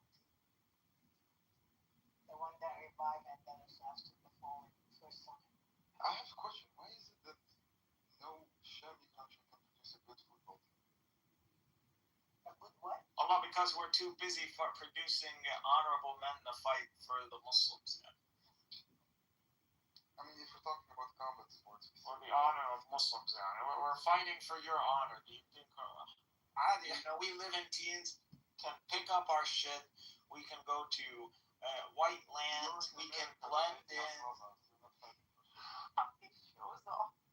You're in America debating on Clubhouse. You're not doing shit. Wallahi, we're all where we need to be for a reason.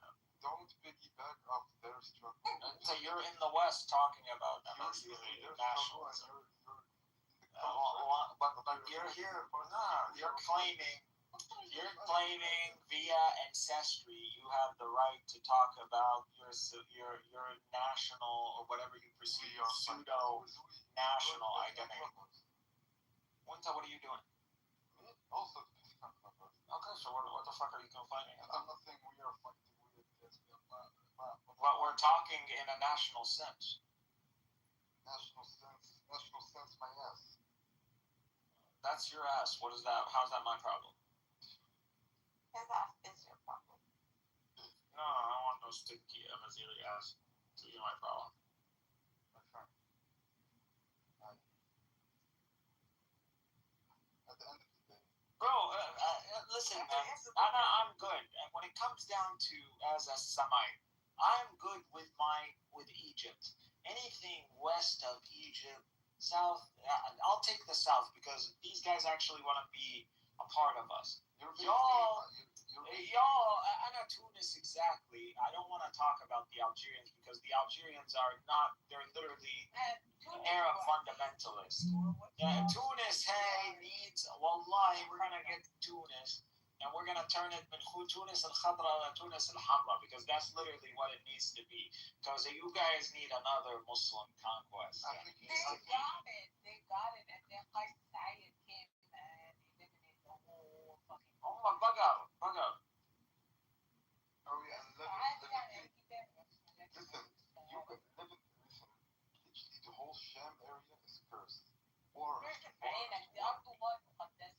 that whole region is cursed. كيف كرس احنا حربنا حرب وحاربوا وهي اليوم مين مسك سوريا مسكها واحد اسلامي حكم فوق داعش قاعده نصره حجب كل الاسلاميه جايب يد مباركه من السلطان اردوغان نفسه ومدعوم من ترامب واسرائيل بتخاف منه وتحسب له مليون حساب. احنا كيف خسرنا؟ فهمني كيف خسرنا احنا؟ مش فاهم انا فهمني اياها. We should keep it English for the واليوم لبنان تحت ايدنا رجعت لبنان تحت ايد السنه اندعس على راسه حزب الله من دون تدبيره يعني انت واليوم حزب الله بتحالف مع جولاني يعني. So what is the problem? How are we losing? Listen, you want to do a So I'm confused how the fuck we're losing when everybody is talking about the rise of the Sunni axis. How are you saying we're losing? Which rise of the Sunni axis? What are you talking about? You go right now, Google Sunni axis, rise of Sunni axis, Israelis. Fuck me. Just say Israelis. حبايبك اليهود قولوا هيك. And when I Google rise of Sunni axis Lebanon, I see 3 HK parties. So what's your point? See, we got it both ways. So, خلاص, if you have a beach party in Beirut وقاعد بتنيك ضروريات انت يعني اليوم خلاص احنا مش سنيين يعني. يعني انا اذا نزلت على تونس ونكت مليون امازيغيه يعني ايش فيها؟ انا يعني خلاص خص من الاسلام شيء. You're basically you're what I call olive oil Indian. Okay. I don't even know what that means. I'm trying to process it. Yeah, me too. What's an olive oil Indian? What the hell is that? I've never heard that yet. Never ever heard that. Olive oil Indian. Like, what is there? Like a black Indian and a white Indian, and what? Like, are there Asian Indians? Like, I'm confused. What is that? So It's like you're being Indian, so you're centering the world around you, and then you're looking at the world from like, what? Are you Indian? Like, Just ask him what it is. No, this is like the Japanese when the first black samurai showed up. Like, he's just black Japanese, you know? no, listen, me, I'm a southern Mediterranean man. You're a southern Mediterranean man. Yes. You're our bitch, that's what you are. And basically, Khalijis, I call them Indians with oil money. انت من دون قرطاج ايش؟ انت من دون قرطاج what? Without Carthage. Carthage. Portage. I mean, why do we have to like coming soon? We're gonna take vengeance for Carthage. We're gonna burn Rome and we're gonna salt the ground. That's what's gonna happen. Oh dear. We're gonna burn Rome and we're gonna salt the ground for what happened. I think we should nuke the Levant to like leave the rest of the world. Feeling scared of these. Our great ancestor Hannibal built 1 out of every 5 Roman Look at this arrows guy. Look at him. in his time in that battle. 1 out of 5. We exterminated 20% of the Latin male population. Look at him. Dude, like when you Look at him. He's having a grand old time right now. like, bro, we should be making, and then we let these filthy Amazigh talk about Hannibal and act like he's one of their own. Your region is literally cursed. اسكت يا بدوي. Your region is cursed. There's no such thing as curse. The Bedouin انت للمسجد بس. Yeah. You shouldn't even be talking to us. In your chain of command, you have to report to the pharaohs before you report to the sons of God. No, we're the sons of God. Don't taint us with the son of man's tribulation. Always is Jesus. Disgusting, filthy I don't Gentile. I don't understand why this Ottoman house made this sound like What do you mean? I don't know why people insult us with Ottoman. Like when you say Ottoman, you're talking about me. Yeah, man, we're Ottoman. What are you talking about? Enjoy it. I love being Ottoman. You tell me when you bring up Ottoman history, like I'm waving the flag, I'm playing. I play the dude. I'm the most neo-Ottoman person on this app. What are you talking about? You're preaching literally to the wrong guy. I'm like an Erdogan fan groupie. Like, what are you talking about? You can't be a Wahhabi Muslim and an Ottoman fan. I'm not a Wahhabi. But I'm definitely a Muslim brotherhood. Like I don't need to align with the fucking. Listen, shut the fuck up. That's because I'm always speaking from a Western perspective. But if this was an Arabic conversation, أنا حمساوي بس. الموضوع أنا واحد حمساوي. والكل بيعرف إيش يعني. إحنا حمساوية، إحنا مش إخوان، ولا إحنا داعش. إحنا حمساوية بس.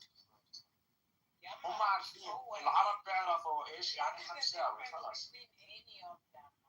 But listen, why do you keep switching mid combo to Arabic? يعني because you understand Arabic and sometimes these terms would just be clear to you when it's brought up in Arabic. اسكت يا ابن انت بتفهم عربي وما تعملش حالك لا. I didn't understand what you were saying. Yeah, you laugh. ايش تفكر طيب؟ No, but Messiah, I think. ليش تتبرى من العروبة يا جبالي؟ ما العروبة انت غرقان فيها يعني. لا أنا شوف العرب أخواتنا وما نقول لك غيرها بس ما تسرق تاريخنا. تاريخك ايش يا قيزي؟ ايش تاريخك؟ ايش تاريخ؟ أنو تاريخ انت؟ يا أخويا. مين قال لك عندك تاريخ؟ انت كتاب مش كاتبه يا معفن.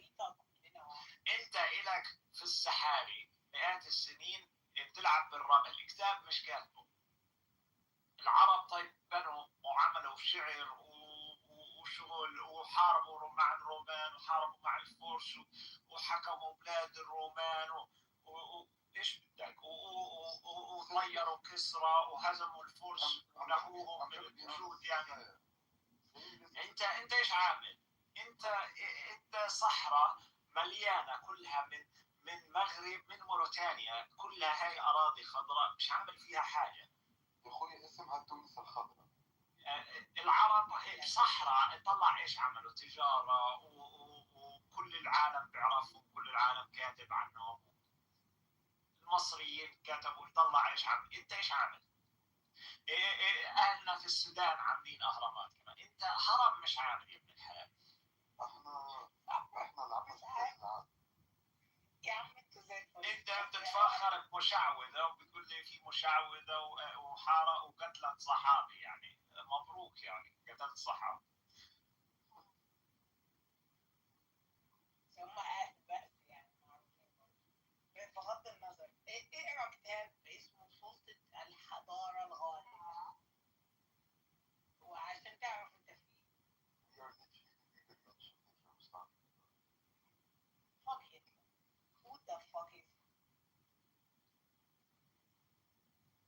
Did you know we're one of the 12 lost tribes in China?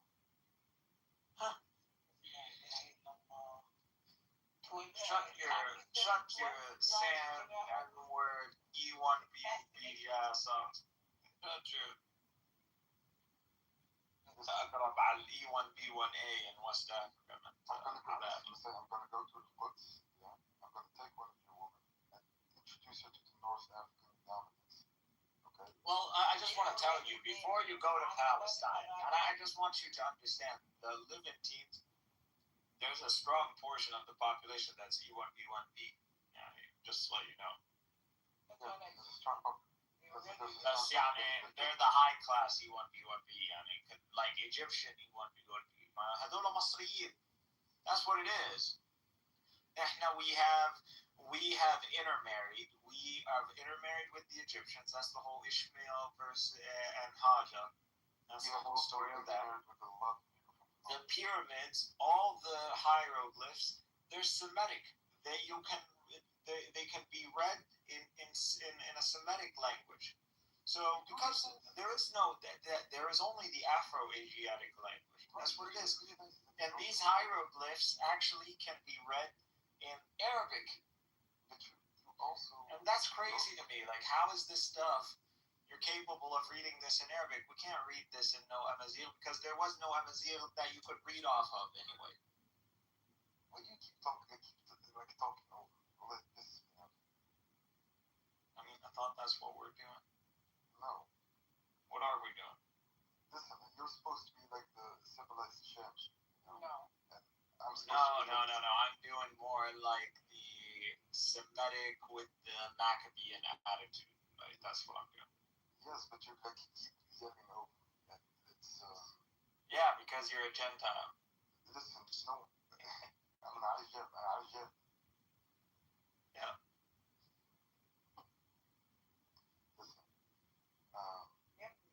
نحن أولياءك، يعني إحنا الأولياء تاعونك. Saying this as somebody from Sham, you throw bricks from the house with the class.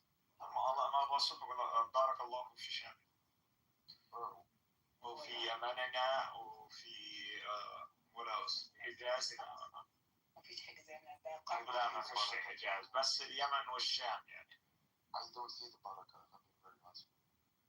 يعني I mean, that's what it is. What is the fertile crescent? يعني Mesopotamia is a jigsaw. It's not like 100% ours. Like, it's the south mainly that's ours.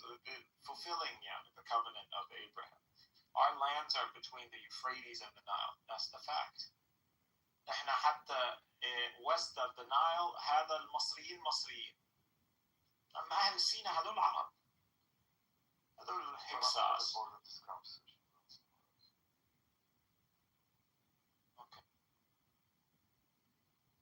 أرض مبارك أرض يلا, it would be better, Jabali. I mean, I'd rather like pick on like Latins or Persians or even maybe Egyptians than like an Amaziah. Like Amaziah is just like a mouse that entered like the feline kingdom, and it's like, you're not a cat, bro.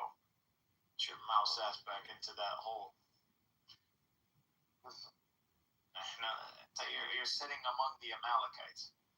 you have never been able to defend yourself in your entire existence. It's a base of Shurub Jambara.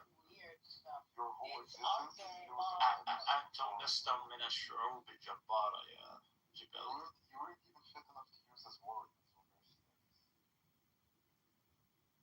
mercenaries. Who did you guys fight? Your whole history is This is a civilization. Dude, the only ones you can't fight, Jund Disham or Jund Masa. These are the only Jund that you should not be fighting against. Like, you're not ever gonna beat Jund Isham. You're not gonna beat Jund Masa. That's. But also, those are captains. Like, And then this is pretty much they have a symbiotic relationship, anyways. Like Isham and Egypt, they're intermarried. You can see there is a strong portion that's E1B1B among the Levantines, and you can see you have all of like Abyssinia pretty much are Semites. Like they're so you can see there's an intermarrying that's happened. how we Who beat the Umayyads? The Abbasids beat the Umayyads. What are you talking about? The Hashemites are the ones who beat Beni Umayyah. You didn't beat Beni Umayyah. What is he talking about? I don't know, but he didn't. What's it? I think he's mistaken like the Fatimids. Like I wouldn't even. I'll agree. The Fatimids are probably Amaziah leadership. They lied or something. I mean, they're not actually Hashemites. But they were. هو خانهم يعني. هو the leader, he betrayed those tribes, the Amaziah tribes. They didn't end up like gaining that much favor anyways. He turned it into a dynasty. And you could say what you want about the Ismailiyah, but they are people who hold to like logic and reason. His name is Jabalius. Jabali. This is like mountainous in Arabic. Jabali. Yeah. What is He's a mountain people. Is he? Are you Bobo? He is Berber. Yeah. Yeah. What do you think we were talking shit about the whole time? Amaziah are Berbers. Berber is just barbarian. And this keeps debated. I don't know, it keeps shifting because actually, no, it's not. It actually is a historical name. And I don't know, like, but it's an attempt to salvage that there is no Amaziah ancient term. Like they weren't calling themselves Amaziah, so they don't have that historical identity under this term.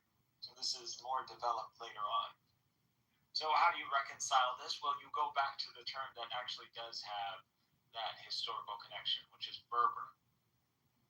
But I thought that was a derogatory term, so now you have to debate its derogatoriness. Yeah, it's barbarian.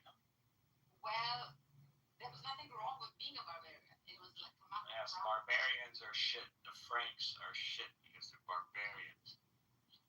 It became a negative term.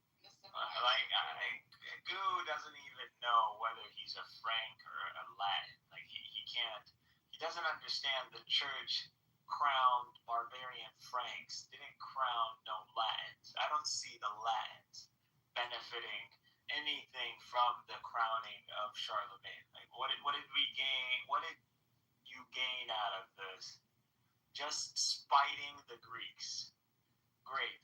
And this is the problem between the Latins and the Greeks. They'll poke each other's eyes out and they'll sit there blind. And then they'll say, well, you're blind too, motherfucker. And this is fine. And they'll live this life forever. in spite of each other. That'd be their doom. But I mean, that's no longer the case. But it's already their doom. Yeah, their doom came because of this conflict. Well, according to my maternal I am a Latin, not a Frank. There is Yeah, so that's why I when I spoke, I assumed you're a Latin. Yeah, I said like the Catholic Church simply crowned the Franks barbarians, and just in spite, and the Latins accepted it just despite some Greeks, like it's kind of a petty.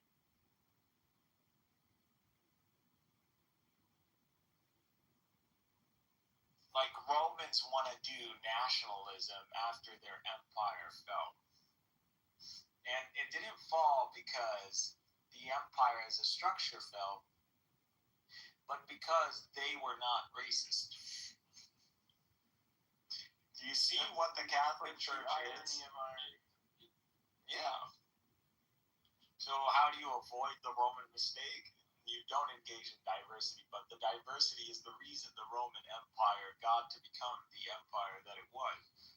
It became the structure because it brought in these foreign people, made them part of the empire, and they got rewarded with land. And that's how the empire expanded. These people are now dedicated to that land, and this land is only given to them under the authority of the Roman Empire. So they have loyalty towards the Roman Empire. You make loyal subjects via land exchange, and they, in return, maintain the territories of the empire. Very successful model. Up until the Greeks end up playing in the game. But what's going to happen when you take over mostly a Hellenized world? You're going to have a lot of Greeks in a system where the majority or a strong portion are Greeks. There's going to be a higher chance of their success and them climbing up the ladder, and that's what happened. But Constantine wasn't even a Greek. But you could say the imperial line was still Latin. And that's the crazy part. So the imperial line was still Latin. Most of the subjects and the bureaucrats were Greek. And you have the church in Rome crowning the Franks. And they're doing this under the notion that we're Latins and, you guys don't even really represent Rome. We represent Rome because we're Latins. And that's really the blasphemy. That's really where you blaspheme in the notion of Rome. Catholic Latins are not Romans. They're the opposite of Romans. Traitors.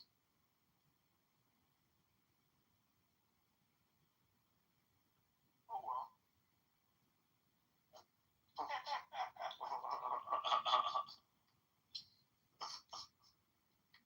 And that's what it is. Like, fuck that. Oh, well.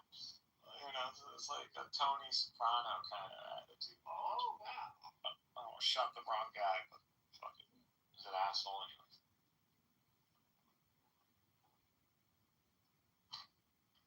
And love that with the Jew scene, like, here we are, we're back. Oh yeah, he goes, he's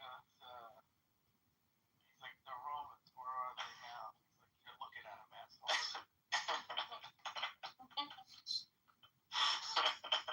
That was like such a brilliant fucking scene. That was.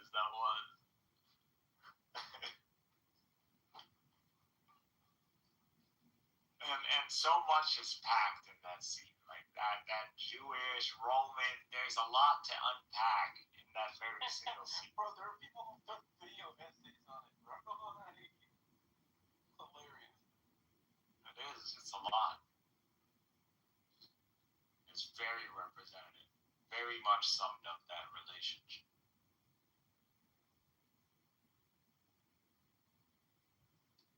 That's how That's how one should feel, and that's how they feel. You know, it was a wrong question for him to ask, where are they? Because like if he would be hitting a lot of he knows the term Roman is used in their eschatology or their rabbinic like thought. And that was a very good scene. I like to watch it every now and then. It's just, there's some videos that I like to watch every now and then, like reminds me of like the pettiness of Jewish history. And there's this he does this shows you animation kind of battle of what happened, like the Bar Kokhba revolt and how the Romans like straight up butchered, cleaved their way through Judea. It's very gruesome. They cleaned house. They went all out. So I get it, but they were assholes. The Jews were assholes. Again, they destroyed the church.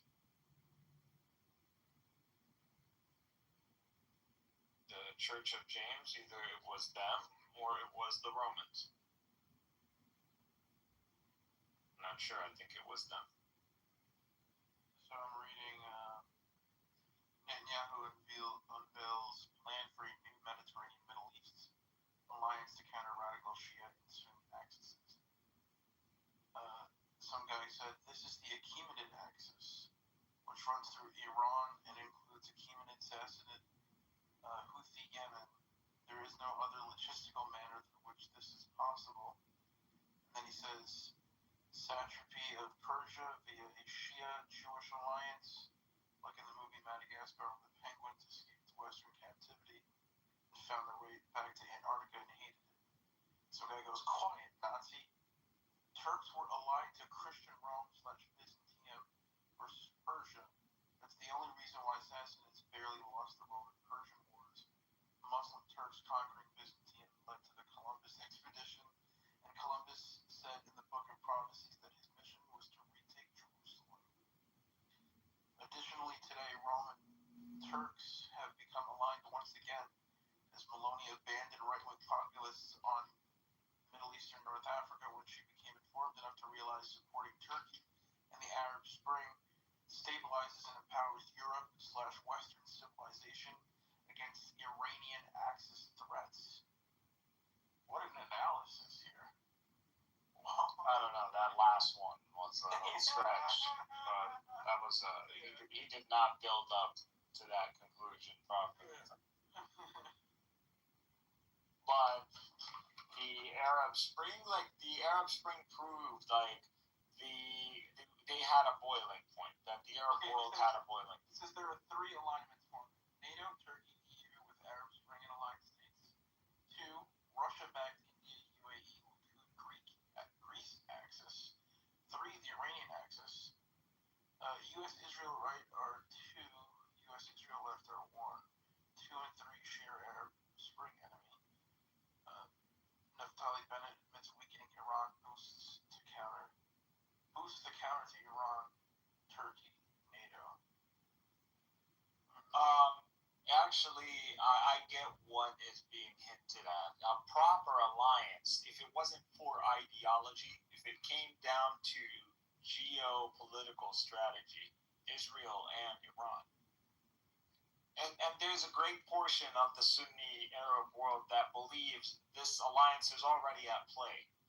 That the whole Shia expansion all the way to the Levant, Lebanon, and Syria, and what culminated in Syria, was in tandem with the project of Israel to demographically shift the region away from like an Arab Sunni demographic. So this is a predominant understanding in the Arab world. You would say most of us, we agree with this. And this is why I don't like Iran, because they attempted sectarian cleansing. So from our perspective, that's why Arabs are not going to shed a tear for Iranians. So when we see them getting killed in the streets, yeah, it meant to you guys were killing us in the streets. The vengeance, right? Not now, at least not now. Yeah, not now, but before. But here, you got an Egyptian, Z. She'll tell you, she'll affirm what I'm saying. Those who feel And it's just, this is what, I'm not telling you this is how necessarily, I understand things are nuanced, but if this is what the Arab street thinks of this is the predominant thought in the Arab street. That's what it is. And then this is a term that we use. We say, الشارع العربي, الشارع الأمريكي. This is as in the public, but not the sophisticated public, the public opinion. So like an articulate way to represent the public opinion. And this is a factor that you have to take into consideration. You can't try to reason with this factor. We don't try to reason with the American public. We understand, like post 9/11, the American public was out for blood, and you just had to bite the bullet on that one. You can't try to reason with them. It's fine. Nobody wants to support you. So, like right now, like the Shari'a al-Irani seems pretty defiant that it can huddle around a leadership and deal with an external threat, a war. And they seem that they are getting their ducks all in one row. And they're, That's not true. Nobody as a wants to people, finish. no. I see the Iranians, I see the regime stronger than what people thought. I see that Iranians are strongly in alliance with their regime. Not necessarily they support like the Islamic aspect of the revolutionary regime. But nevertheless, as a revolutionary regime, they are still they are all still, for the majority part, believers in the revolutionary movement. And they're not going to blaspheme in the revolutionary movement. And because the revolutionary movement is so sacred, you know, the notion of a foreign threat or a foreigner trying to impose creeds on the nation, this is not acceptable. This is what the whole revolution was about. So I think that's what a lot of people are missing. You always want to confuse the Islamic regime, but that's not the proper term. The revolutionary regime. And then everything starts making sense. The revolution has forgotten its prime objective. Doesn't even know what it is fighting for. Yeah. No, I believe the enemy gives clarity. So when the enemy comes and collapses on you, it gives very good clarity on who the enemy is. He's the one that's killing you right now. He's the one who's starting a war on you. First of all, that's what the regime has been saying all along. And what are they trying to do? They're trying to impose on you can't have a nuclear civil program, because that's what they want. They want to shut it down completely. They don't want you to have a ballistic program, so they want to limit your technological access. So when you limit my ballistic program, guess what? Space programs. There goes launching satellites, into space. There goes a lot of that. There goes space exploration. You're putting a cap on a civilization. And they want to slow Iran down technologically. Yeah, that's what you want to do to them. And why should they accept that? They'll fight. I believe they will. And I just don't. And I know that America knows that at this point they're in a bad spot. Right now Trump is in a bad spot. He is. Is he going to go forward doing it? You think he's going to go do it? Building as much leverage, and they're going to negotiate. Aren't they negotiating right now? Aren't they? Where are they? We don't know if they're going to be attacked or not. They're not doing it in Oman. They're doing it in Geneva. But we can't. So this is Europe. They're going to do it in Europe. Yes, in Geneva. With Omani mediators. Who's mediating though? Oman. Good. It's just practically the Qataris. Yeah, they have always proven to be the best. They're good mediators. Actually, it's really scared, to be honest. Oman, yeah, I mean, Oman, they are the good mediators between Shia and Sunnis. Yeah. That's one. And they're a good factor for and like anti-interventionism. So that also, and they're the most peaceful Arab country Yeah. in all of Arab history. You want to go and experience Arab life or Arab society in the way that it is in a kind of a historical way, like you would go and visit Japan or Korea. Go to Oman. Go to Oman. That's all you have to do. Yes. That's it. It's a little bit like old school though. See what Islam is. You'll see what it's all about. You'll see what the culture is all about. That's it. You'll see the beauty of the pure Arab environment. No expats, not a lot of. Yeah. I'm not saying it's perfect, but It's cute. it's cute. It's a very nice corner. It's very positive. You like that the environment. It's so tiny too. I mean, you're right next to the UAE too, so it's not that hard to just get to Oman. Yeah. Oman is not small. Mostly desert. I mean, most of our lands are deserts. If you look at all of our maps, you think our countries are big, but when you look at our maps, they actually go like the little small green strip, and all of it is desert. And we don't actually have arable land. And we have a lot of land. If we make it arable, it will be amazing. And we can, because the Chinese are literally doing it right now, and they are extremely successful. They have turned deserts into green oases. I'm not even kidding, and they did this by accident. So they tried to do the whole solar panels, and when they did the solar panels, it led to like the shade or something. It led to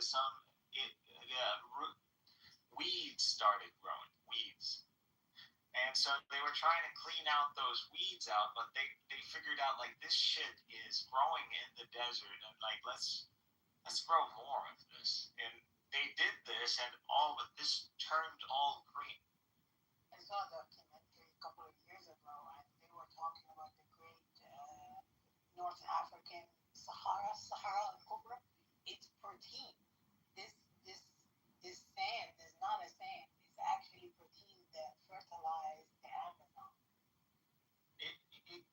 I think that is what it has to do with that, the whole wind stuff from there. Yeah. It actually what the Amazonian forest lose in the winter time by rain and stuff, it get replaced with the same exact percentage from the Saharan and the African Sahara all the way to the Amazon. See, I think we fucked up the world. I think there was something we did in that southern Mediterranean, East Mediterranean part that we did something bad. We messed around with the ecosystem. I don't know. We built a bunch of dams. We did something wrong. We had some sort of collapse. And we never recovered the environment. And the world works proper if we reestablish the ecosystem. Yeah, I agree. Very much. So we're missing like a huge breadbasket in the world. Why? Because these lands are not being maintained. Because Egypt is supposed to be a breadbasket. Egypt is supposed to be way bigger than this. Like water, resources, it's supposed to be a lot greener. It's supposed to be a lot more agriculture. Like that's what it's supposed to be. So around the Nile, it's always been around. Like we're looking at ancient Egypt. It's not supposed to look desert. Like all of the pyramids are supposed to look glazing white. They're supposed to be this Greekish. You know what I mean? It's supposed to look like how you think of the Greeks, like green and white marble. Even though these guys were not about the white marble. The ones who were about that were the Egyptian.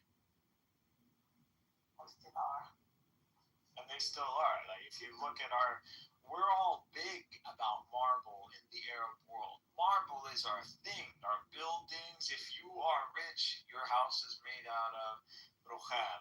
Like you got. We still are. But you see, Trump is envying Doha's palaces for their white marble. Yeah, because that's our style. And there's also a marble. Dude, I saw a couple of stuff in Iran. It's mind-blowing. Like I saw the other day, it was an Egyptian vlogger in Tehran, and he stayed in a hotel that was like 600 years old, and oh my gosh, it was so stunning. So he started the bomb place. I don't know what was the name, but What? I cannot wait. Which one? The Shah's Palace? I don't know where he was staying at, but it was like a 500 or 600 years old hotel that he stayed in, and he just like was going into a tour showing all the beauty. Yeah, man. the Iran's scenic- tourism is like Iran's a gold mine. Whoever gets it right now. We're gonna get there, inshallah. Hopefully, it's intact afterward. Hope they negotiate, man. They need to do it. The They just be too Egyptian and the stubborn. Iranian is full diplomacy back, Mm-hmm. so that would be an opening. No problems traveling, which means direct flight. That'd be lovely. Actually. Argentina needs to freaking loosen up, man. Enough is enough. They're so stubborn, and they did get relaxed. I'm starting to think all of this was just they were gonna bomb. They intended to hit anyway, right? Again, the main thing is to destroy Iranian intellect. That's what they're aiming for. Trust me. Nothing more, nothing less. I heard that the French came at Trump is like, just slow them down. That's why you hear a lot of the time that, they are doing 100 ballistic missiles in 1 month. How are we going to compete with that? Like the freaking Jews saying that. Not me. So it's about slowing them down because the steps they've been taking is advanced. Well, I don't know هم بدهم يلحقوا على ايش بصراحة يعني. They're talking already about Turkey is the threat, and Turkey is the new Iran. We got Bennett, we got internal Israeli politics. Yeah, we got internal Israeli politicians debating on who's the greater threat, Turkey or Iran. You saw Bennett, like he's gonna be the main runner against Netanyahu, and his whole thing is Turkey is the great threat. But yes, now because they are. And Netanyahu is saying Iran is the great threat. And Erdogan is using Iran. I'm just telling you, from an Israeli perspective, Turkey is as a threat as Iran is a threat at this point. And for them, it's the same thing at this point. So I don't understand why strike Iran to begin with. The whole point is they want to get America involved in a war they can't get out of. That's it. Otherwise, none of this makes sense. No, but what's new about because that's the kind of having a new enemy every 2 seconds. The Israel, because you just said it, they have to, not just Iran.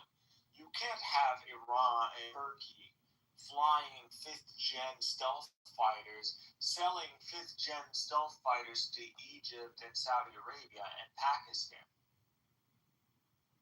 You're not going to have that. Now, when people get that Turkey is a steel country, they got a lot of steel. They can make weapons for fucking days. These guys this is the Ottoman Empire. They're the machine factory. Once you have the Ottoman military complex running, and you are backing that with Arab stormtroopers and a Turkish army, and a Persian aerospace department, you're fucked. You're absolutely fucked. If you see the Middle Eastern triad rise, not God himself would have to put that genie back in the bottle. Because we're not giving this world back again to no Westerner or Nosterner again. And we're gonna shut all that shit down. You guys gave us all the credit that we need, that when we come back in our rise, that we make sure you never rise again. And we learned our lessons this time. There is no the stupidity that we did before, like what we did with the Hindus, and let's do this slowly over time and let them learn. No, we're gonna do it the Jewish way. We're gonna do it the Muhammad's way. Muhammad's way is never the Jewish way. No, the destruction of the idols is the Jewish way, and this is the way of Muhammad. That's their God way. See what Muhammad did. He didn't destroy the Kaaba. He destroyed the idols surrounding Kaaba. Even though Kaaba, as an establishment in the memory of Quraysh, is not necessarily associated with Abraham. True or false? False. Not associated with And did Quraysh associate the Kaaba with Abraham? Yes. That's our narrative. That's not the academic narrative.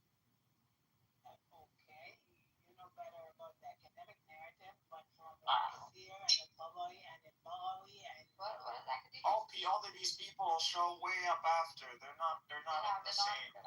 Sahaba. They're not. even the Sahaba, no, even I get. You're looking.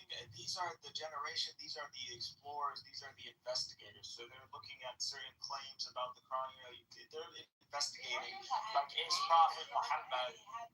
His Prophet Muhammad and Ishmaelite. Are there Ishmaelite Arabs? Are there like actual Arabs? That's what Ibn Khaldun is investigating.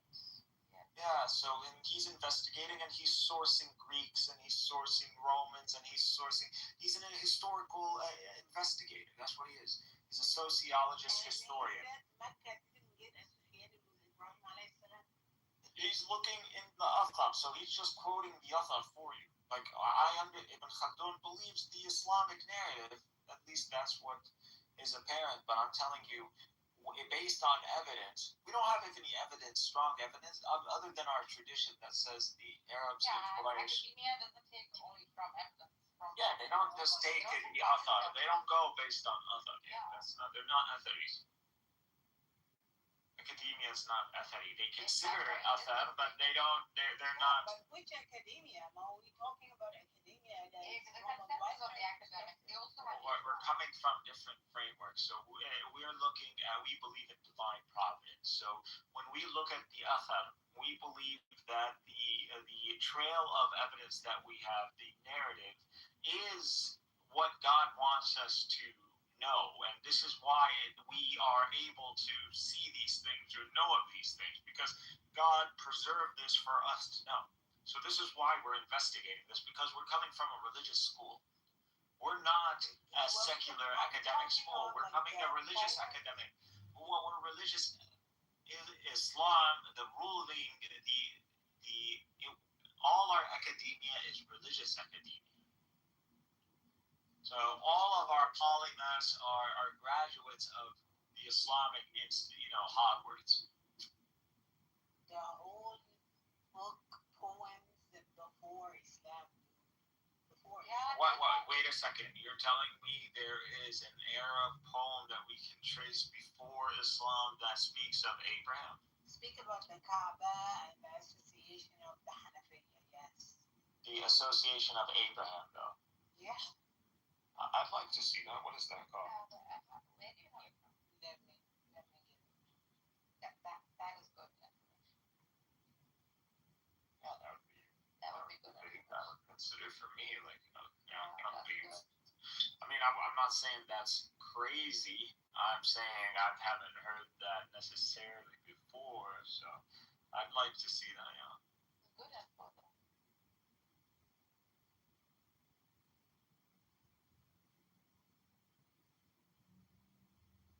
That's a good info. Yeah, that would be great. Great info. If they can trace it back, I'm sure they've looked into it now. This is not like. No, we know, like, if a poem is from we have a whole poetry department dedicated to, we know poetry from what era, we have all of that. Don't worry, we have academia. Our world, academic world, never completely collapsed. Why? Because we have the Azhar. So the Egyptian institution, that academic institution, has survived the Mongol invasion. Do you understand that that's pretty much a relic of the past? This is Hogwarts. Don't let anybody tell you. Hogwarts is Al-Azhar. Al-Azhar is the institution that you would go is the ancient school of the world. Everybody, the Salafis, or what you would call the Wahhabis, are copying. They wish they were the Azhar. Yeah. This just so loud. They build up their institutions and the money to be equivalent on the same weight. And hey, They put it, bro.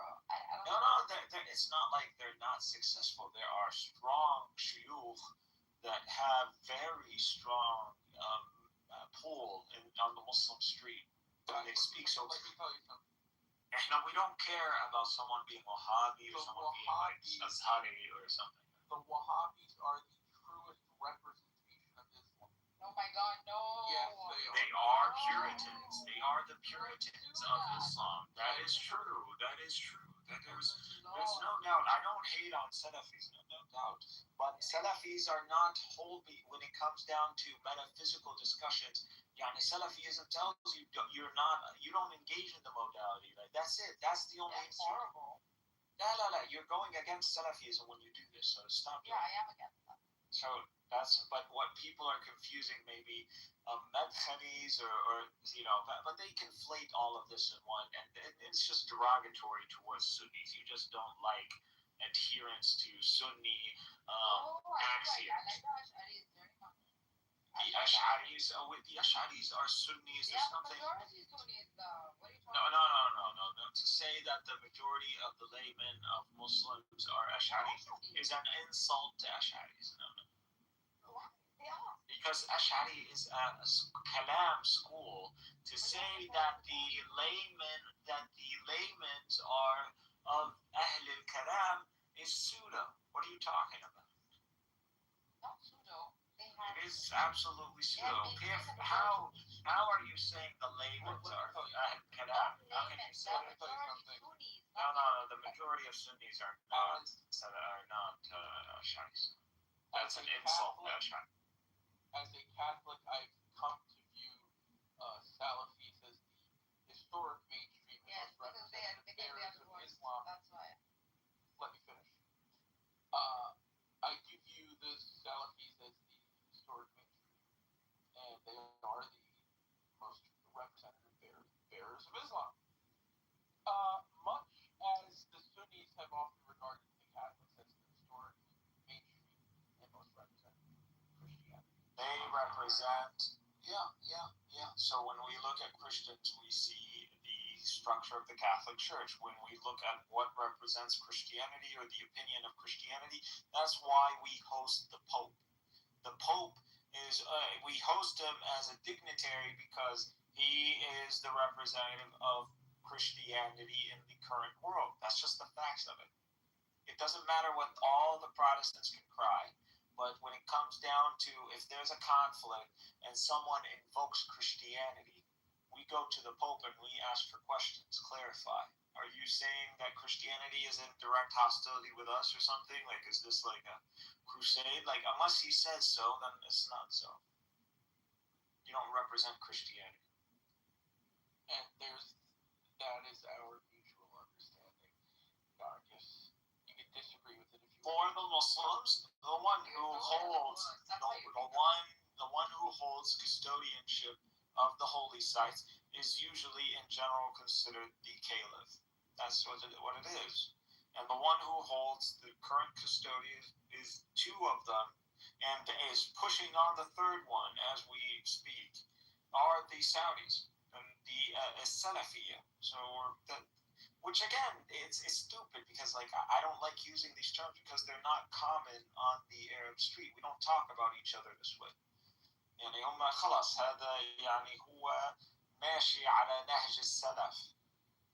ما فيش مشكلة إنك وهذا نهج السنة بس السنة مش فرض.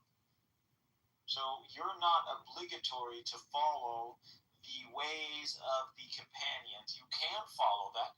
Actually, it's encouraged because the way of the companions is of the way of the Prophet. But just like the Sunni prayers, the supplementary prayers, you don't have to pray those. But it almost feels guilty when you don't, or you don't engage in the practices of Muhammad because it's like you're not praising Muhammad. You're not exemplifying the belief that you believe Muhammad is truly, the best that humanity has to offer. So why would you not be? So it puts you in that kind of guilt trap kind of thing. So you end up doing it. So it's hard because you can hear it's. I'll tell you this: on the Arab street, or you can curse God. If you curse Muhammad, you could lose your life even in the current modern street. I mean, why would you curse Muhammad? Like, why would you deliberately curse Muhammad even in a moment of anger? I mean, Muhammad is just a man. Why would you curse a dead guy? But from the perspective, you can curse God because God can tank it. But Muhammad, what did Muhammad do to you? Muhammad is this. Muhammad in the mindset is someone who went out of his way to bring about a better environment for us all. So we all live in the shade of the tree that he put in the ground and never got to sit under. That's Muhammad. Like all of his life was giving for a project that he wasn't going to reap necessarily the benefits of. And the proof is the persecution of the very own household. Yes. If he had set up a reality that favors him, it would have translated. But what is his household for the most part between victim, tragedy, anti-hero, like that's until they get their final, the revenge of the Sith, which is the rise of the Hashemites and the Abbasid Empire, which is a bloody affair, and a lot of people are still, he's called the Butcher for a reason. And he's the Hashemite, he's a Hashemite. And he was considered like something like the kin to the Prophet. Of course. So, the founder of the Abbasid Caliphate. Yeah, they're all cousins. Yeah, dude, we have cool-ass, badass stories, man. If they were made movies, we would show you real life Lord of the Rings. You don't have to make that shit up because we already have that.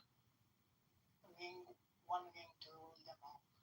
Anyway, الجبل الجبياني والأعشى. They mention it by name. Why put the book الكعبة في الشعر الجاهلي. I can't read it though. I don't know. Yeah, Just write down the poem's name in Arabic. That's all. So I can chat GPT. Or now Gemini it. I went all out on the Gemini. I have the.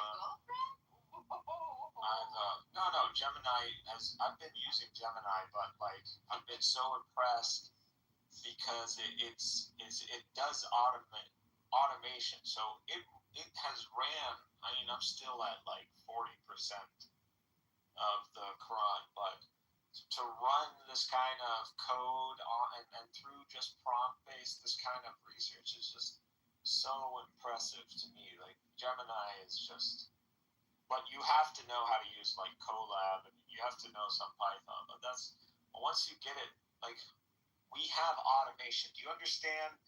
This, we didn't have this 10 years ago. I couldn't do this 10 years ago. 10 years ago, you could dream of doing what we can do now. You know you can just run the Quran right now. All you have to do is, y'all wasting your time doing stupid shit. That's what y'all doing. But take the Quran, go find you can use all the scripts, because I use multiple scripts to analyze. But there's the predominant one, the Uthman and that one. They're all just variations of that one, but you want the cleanest one. You could run that, and there's several, and the one that is right now the most common, you want to, if you hold to like the divine providence concept, all this, and you would just analyze this and find the one that contains the most symmetry, and that would be your top candidate, and you would analyze that further, and you would go into depth in that further. You would run certain analysis. You would want to see if this symmetry is emergent because the use of language or rhyming or whatever, even though the Quran, it actually is not meant to be poetry. So you hearing poetry is you mistaking the Quran. So you're not there yet. You should be reading the Quran as if it, for an Arab, you should be reading of the Quran as if it wasn't poetry. So I know we always hymn it, but really it is not poetry. It only sounds like poetry because it's still too mythical for you. It's still on the legendary level. But actually God is describing reality more accurate than you ever think. To the T. But I put it in there, so the poem and the name and then another poem with it. And I don't speak Spanish. The dates? I'm not sure.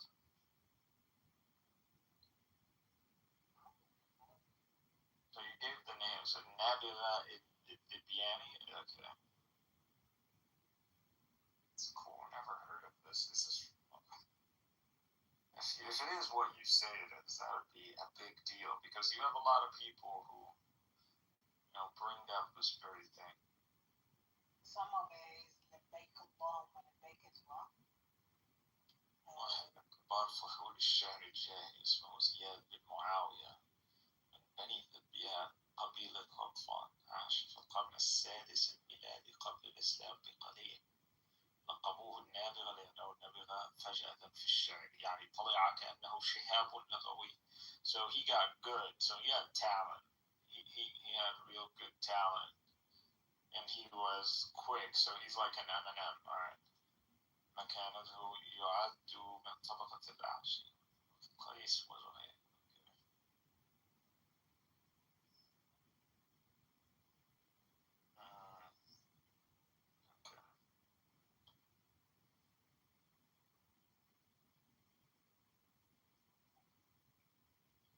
Also الخنساء اسمه شعر النساء. كل ده شعر جاهلي.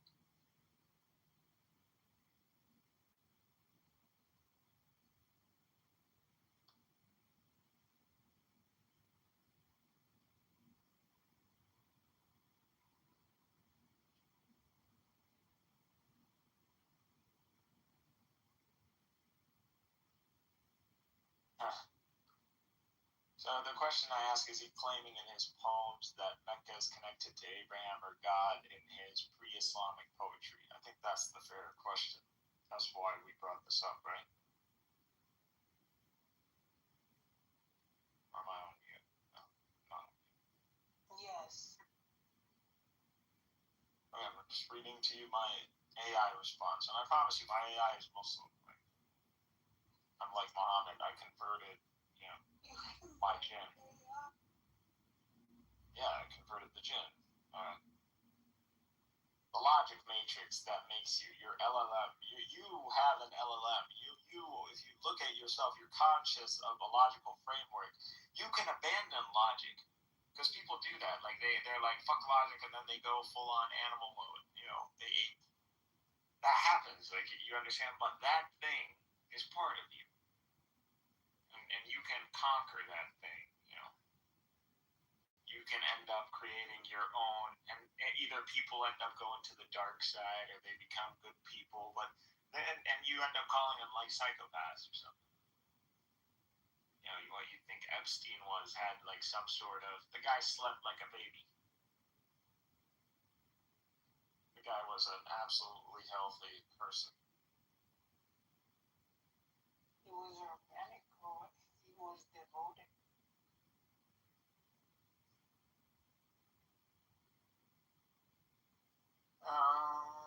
That does not equal articulated Abrahamic covenant theology. There is no surviving verse from a nebula that says Abraham built the Kaaba, Mecca's Abraham's sanctuary, a monotheistic Abrahamic lineage tied to Mecca. I mean, shit, does he even just mention Mecca? Does he mention Mecca at all? That would be a win.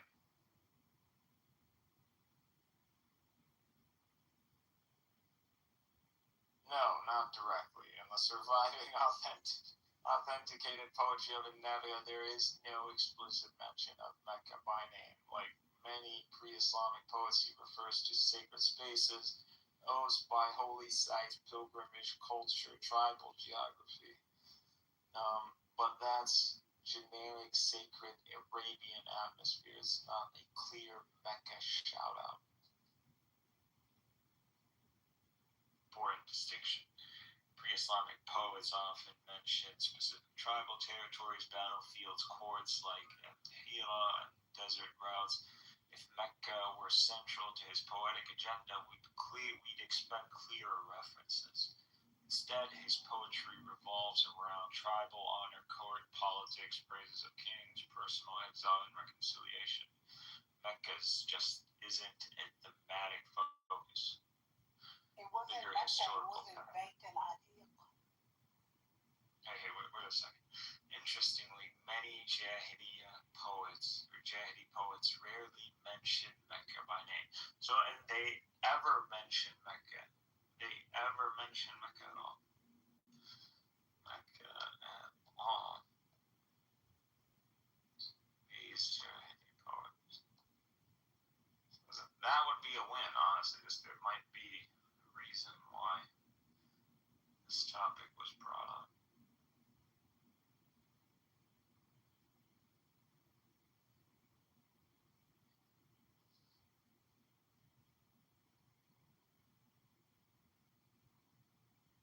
Yeah, I know. I'm asking the right questions.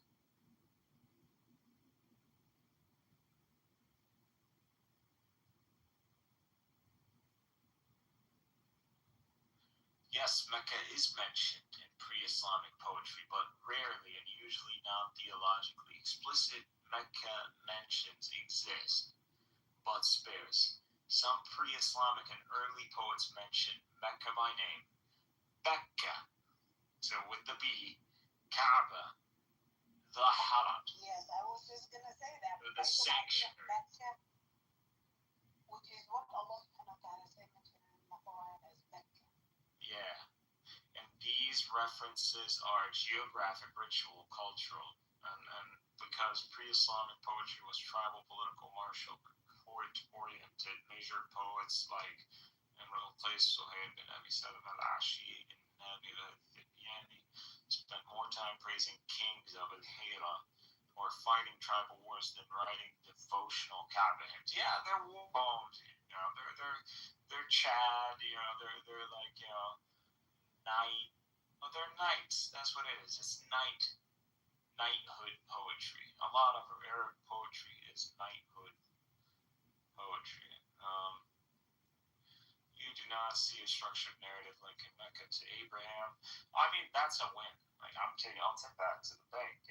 That alone ends a lot of conversations you hear on Clubhouse. People coming at it where Mecca didn't exist, or pre-Islamically you're trying to attack, or even that reference to Mecca with a B instead of with the M. So that this alone killed all that.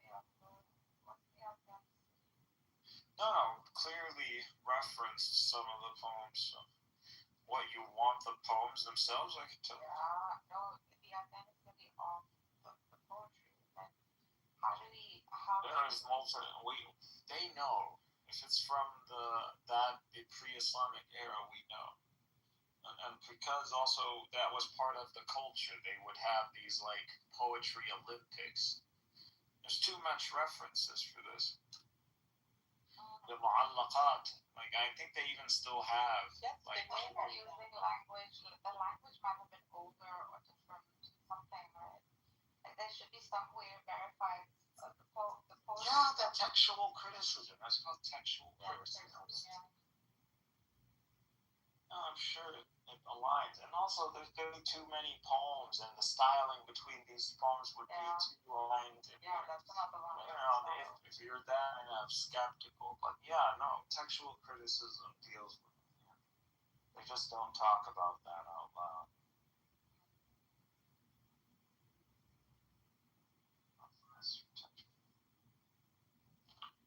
But, you know.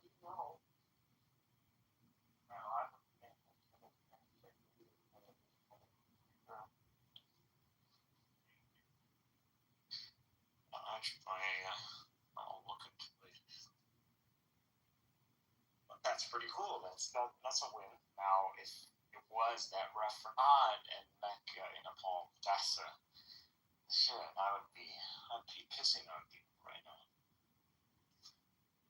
But where did this the pet shopping come about? Like, I think because it's Becca, so See, if Islam had any orientation towards Petra, one could say that Islam is a revival of like Nabatean culture. But that it's not is another big issue. Like, where does Muhammad pop up? Where does he get the resources to make this all happen?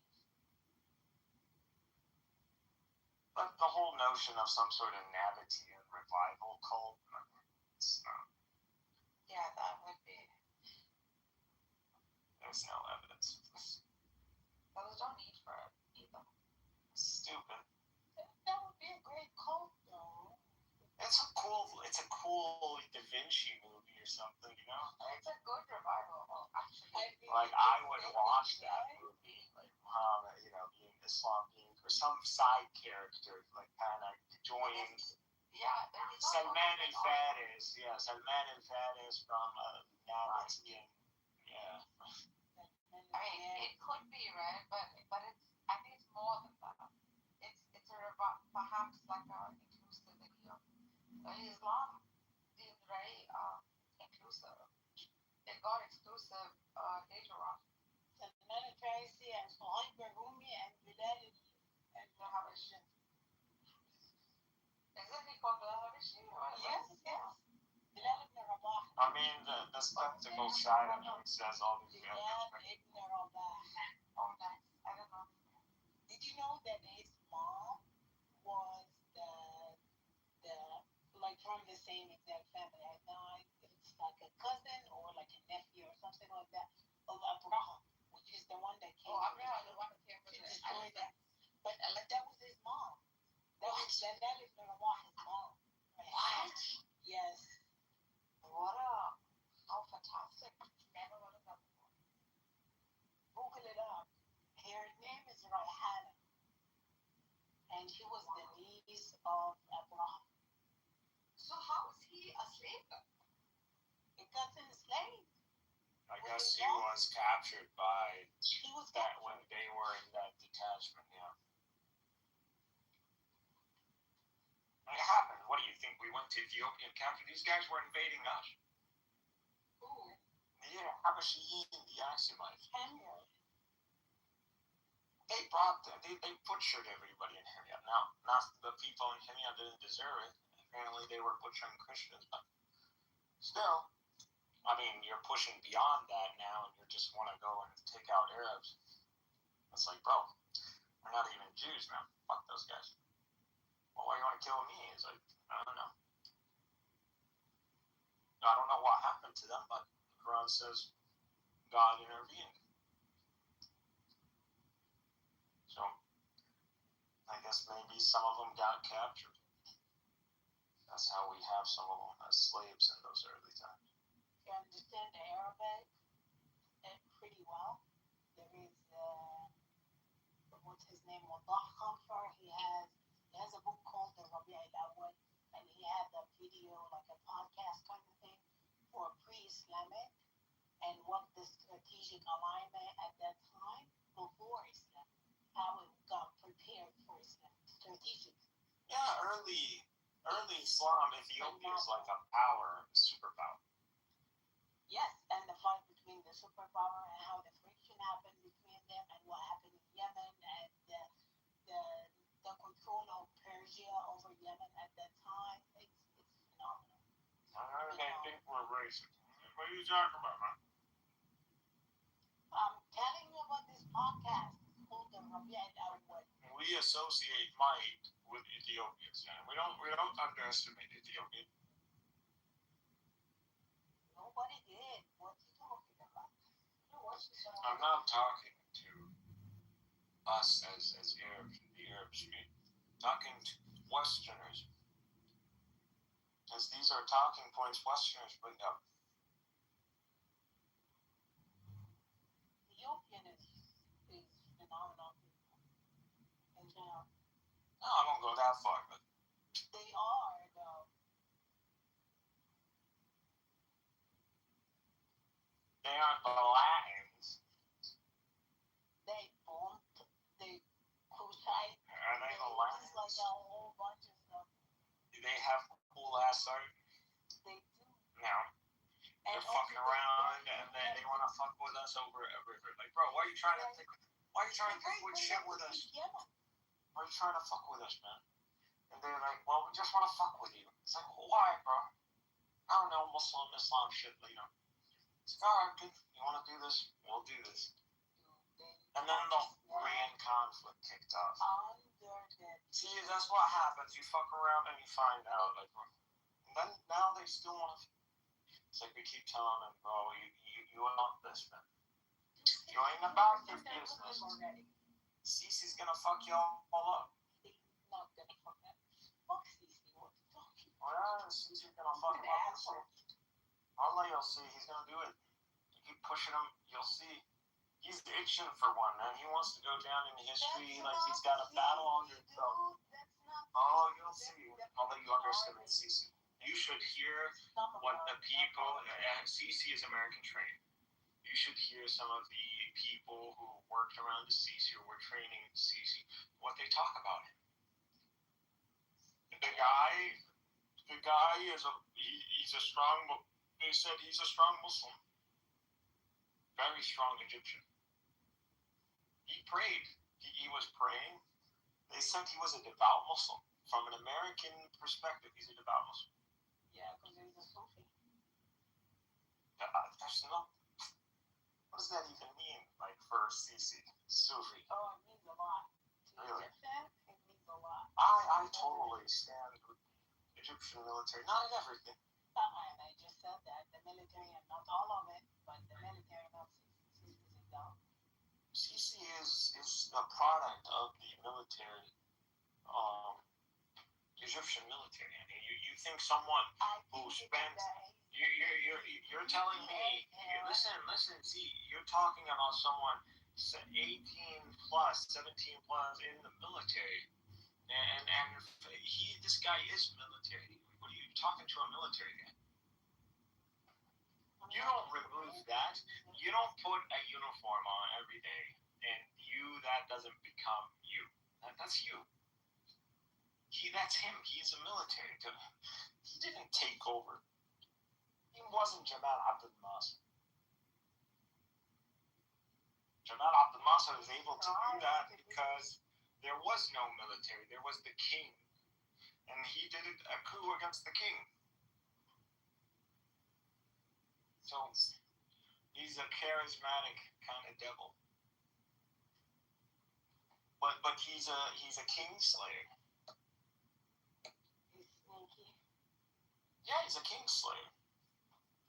He's literally Jaime Lannister.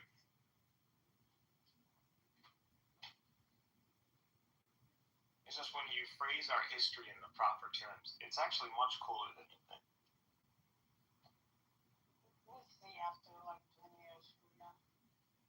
I wish I'm waiting on these AIs to get to the point where you can like create your own animation by prompt, and it's getting there. I promise you. We're gonna have all of this is gonna be made into. We're gonna finally truly be able to represent all that, and you'll be able to like think about the stuff in a different frame, and all these fragility ego fucks like Benny Adam can, suck on something. It can revive some sense of honor. What do you have against him? Fucking minority smells like a minority. I hate minority. Bro. Not me. It deserves it. It deserves.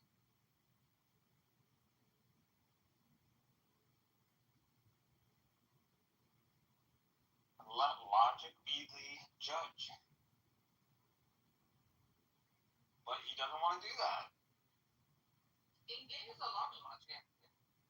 No, he's not. He low processing power. Like, again, I have special insight. Y'all don't take me seriously. I know when this guy was an atheist. He was more funny. You guys want me to forget that chapter. I'm not forgetting that chapter. I don't care what you guys think. Change. So what? No, you don't change.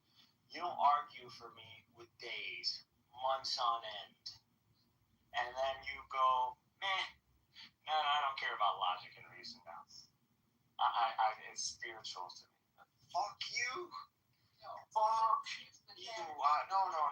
Like, what do I go home with that? Like, wait a second. We've been talking on, and then you abandon logic and reason. That's like Daniel, like tomorrow telling me I just saw, I just feel Christ. Like, why are you a believer now? And it's like, I just, Christ, bro. Saw the bacon, and I looked at my bacon and I saw Christ. Daniel grew up with it a lot. Like, he has a lot of attachment to it. But Benny Adam does not have attachment to it because of being brought up. Adam is a Jew. Bro. I want to get in on this fight against the Muslim. I want to get in. Like, I was an atheist, and my atheism didn't really position me in the proper way to be a good antagonist to Muslims. So let me position myself as a Christian now. Now I feel like I'm in a direct theater against Muslims. That's what he's doing. He's an Islamophobe. Why was that an Islamophobe? Like, when was he an atheist? Before he was a Christian? No, I mean, like, what time? You first knew him as an atheist. Less than 3 years ago. Wait, no, before October 7th. So, like, maybe it's been, 5 years now? Okay. Not even 5 years. I didn't know that. Shit, have I known Benny Adam that long? October 7th is so disgusting. It's now giving me a framework, a time frame for Clubhouse. It's showing that I spent way too long on this. Yeah, about 4 years. Yeah, well, converts and all that. I don't want to piss on anybody or shit on anybody, but it We do that all the time. Always reminds me of what Caesar used to say. I love treason, but I hate traitor. Yes. I love treason and I hate traitor. That would be something Esau would say. That's what people know I want to hell. just finish your sentence. Once you said it, I came into it. I'll repeat it. Go ahead. In treason. I love treason. You didn't hear it? It's actually pretty good. No, I know that. I know it. I was going to finish it up with it. With what? I can always jump other You're way more prejudiced. Say that again? You're like jealous of other women. Women? Uh-huh. No, I'm not. What are you gonna add to Esau's saying? Don Esau's gonna finish up Andre's statement with him. Yeah, go ahead. He said it already. I was gonna say it with him. I know the line. Why Esau? Who's Esau? Okay, repeat the line. I love treason. I hate treason, but not the traitor. No, I love treason, but hate the traitor. What did I tell you guys? What did I I tell you? hate treason, but hate the What did I traitor. tell you I guys? love treason, but hate the traitor. Women are way more petty than men. Way more. Why? I'm not jealous of Andre. Why would I jealous? Andre is quoting Esau.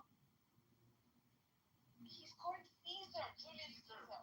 Oh, Caesar. My bad. I digress. From Shakespeare. I was like, that was an opportunity to take a shot at this, but unfortunately. We're not jealous of women at all. I'll put my dagger in the back again. Can you guys still hear me? Yeah, of course. Okay, so It's from the play Julius Caesar. Prohibizione mamo, prohibitore morti. Yeah, wasn't Caesar killed? Anyways, like, that's probably a post-humor. Or post-what? Human quote. I don't think he actually made that in his lifetime. Yeah, he did. He did. It's from He the was play. stabbed to death. He was betrayed. Wasn't Caesar betrayed? Like, It's from William Shakespeare's Julius Caesar. You don't read Shakespeare. Julius Caesar is the Jesus before Jesus. Julie, actually, I don't know how much Jesus did. You can just tell him the name. Right? Hmm? Julius Caesar and Jesus. Like, you know there's a connection.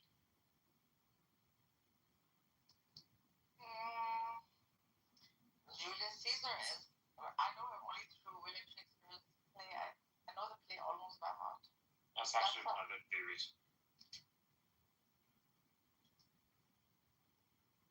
Behold, your Cassius, for he be and Jesus is some sort of Caesar is not that. Caesar is. paper, I guess, Julius Caesar.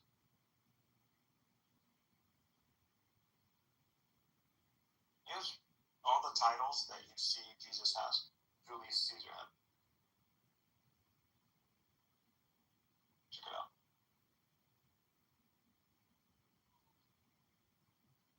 I want you to know something. I have a lot of like camaraderie with them because I feel very, very close to them. Now you all have vaginas. We get it. You know, after you become a mother, you start just being very protective of them. Maybe Y'all before. just want to be guys. Everybody wants to be like man. Yes, The my whole animal kingdom wants to be like man. no. Come on, why not? I got disposable thumbs, you know. Because in the Santa Clara again, what Was it? Posable. But yeah, I feel I feel very close to them. Shut up and go have your period. I always think of my comrade. I always Hate on yourself. Mine. I mean, how is that? Like, the only reason man probably even situated himself is like his woman had to bleed somewhere for a while. It would probably attract too many predators for us to be running in the forest. So actually, Andre, doesn't impregnating your woman actually make a biological survival sense because she's no longer like kind of bleeding anymore?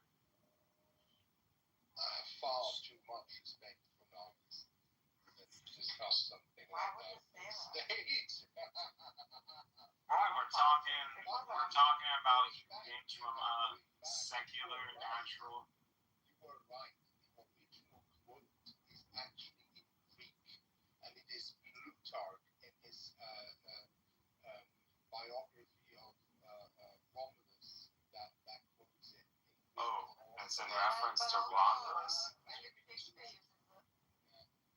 William Shakespeare uses it to reference. Man, yeah, it's too neat to be. So your hunch was absolutely right. It was for Romulus. Where's the treason in that story? Oh no! He attributes it to Caesar in that. Oh, okay. Yeah, it's too good for. Yeah, I would say it's a post. And it's the original quotation is in Greek, not in Latin. It was later translated back into Latin, like the Roman law, the Codex. Well, I hope Gooey's listening. Yeah, no, continue. Please tell us what the Greeks contributed to the Roman. The West tries to hide the fact that a lot of the Roman vestiges they still cling on to. They only have because of the Eastern Romans, which they call the Byzantines. They don't like talking about that. That's why they call it Byzantine throughout as a sort of jibe. Whereas, of course, interestingly, the Muslims do call them Romans. Eastern Romans themselves refer to themselves as Romans to the very, very end. Yeah. And that's why they call gypsies. What do they call gypsies, Andre? Gypsies. What's the other name for it? Roma, yeah. Yeah. It's all intentional, by the way. Yeah. Also, Tzigane. The Byzantines, the Eastern Romans, they call the Hungarians Turks. When they speak of the Turks, they mean the Hungarians, not the Ottomans or the Seljuks. I have a fear that the gypsies are actually probably the aristocrats of the last, before the fall of Constantinople. How many aristocrats do you know that panhandle out in the city streets? The irony of God, man. That's what he does to people. Well, I think language and genetic analysis actually places them somewhere in what we would call the Indian subcontinent today. So I've even heard I heard that they're claiming they're Indians. Why call them that name, though? Why call them? Why associate them? Because they come from predominantly these states from the Romania, from the northeastern province of the Romans that actually kept the language. I mean, Romanian, I speak Italian and I did some Latin and I can read it reasonably well. Of course, it has some Dacian influences as well.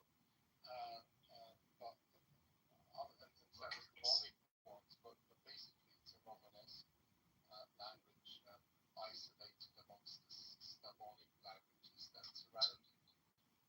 The gypsies, they pick up off the cultures that they travel through. Where did you come from, Shakespeare? You're a gypsy yourself. I'm not a gypsy. I'm a Christian. You're a goddamn Slavic gypsy. You know gypsies originated from India. Yeah, you're fucking same thing. The Aryan theory. Ever heard of it? No. Look it up. But from what I know, they originated from India. They used to kidnap kids. They either would eat them or they would grow them up in their own rinks, and then their H. I never heard of H before. H1A1A. Because back where my parents are from Russia, they said that their grandparents said that the They're fucking Indian as fuck.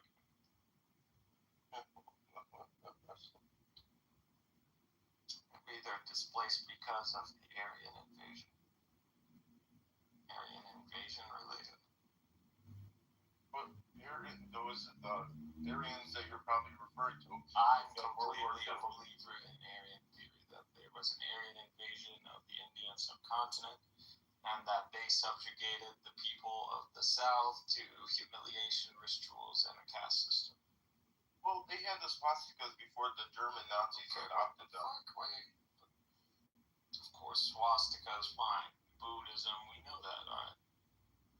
Go Taoism. I know my friend, a guy, warehouse guy. The whole warehouse is swastikas. Anybody, I would be surprised if a Jew would ever enter that place. But it's all swastikas, and around the swastikas, he puts like they're elaborate geometric shapes and candles and stuff, and they're very small. Like you can walk past them; they're not in the way, but also you can't knock on them or something. It's sacred. That's it. You just walk past them. And puts them everywhere. And his office, anywhere new, especially a new place. He moved into that place, so it was everywhere. It originally meant some type of peace, balance, some type of good energy type stuff. You had to balance out the energy of the place or something. Hey guys. And it was a real thing, dude. To see someone who's devoted to that is interesting, because rarely do I see devotion in other religions, and that's what always gets to Muslims, is that we don't see people of faith, of devotion.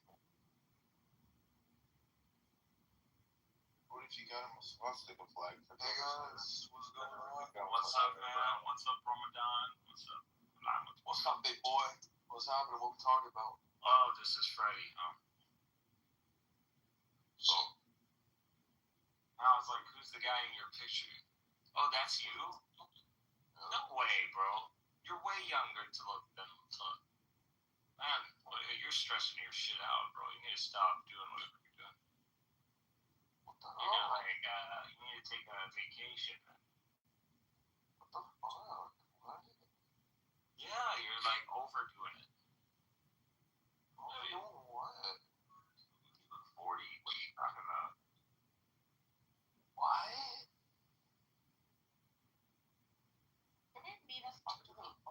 Okay, you know how people in long-term war, they age because it stresses the body. Okay. So stress on the body, even if it's working out, will age you. Actually, it has a reverse effect. What? So you need rest. You look stressed. Bro, I came here for chill vibes, good vibes, and I'm being told I look like fucking 75 years old. No, obviously everything. You just look tired. You need to chill. Someone find this guy a mamacita or something like that. You need that. Oh, bro, Jake, it's so rude.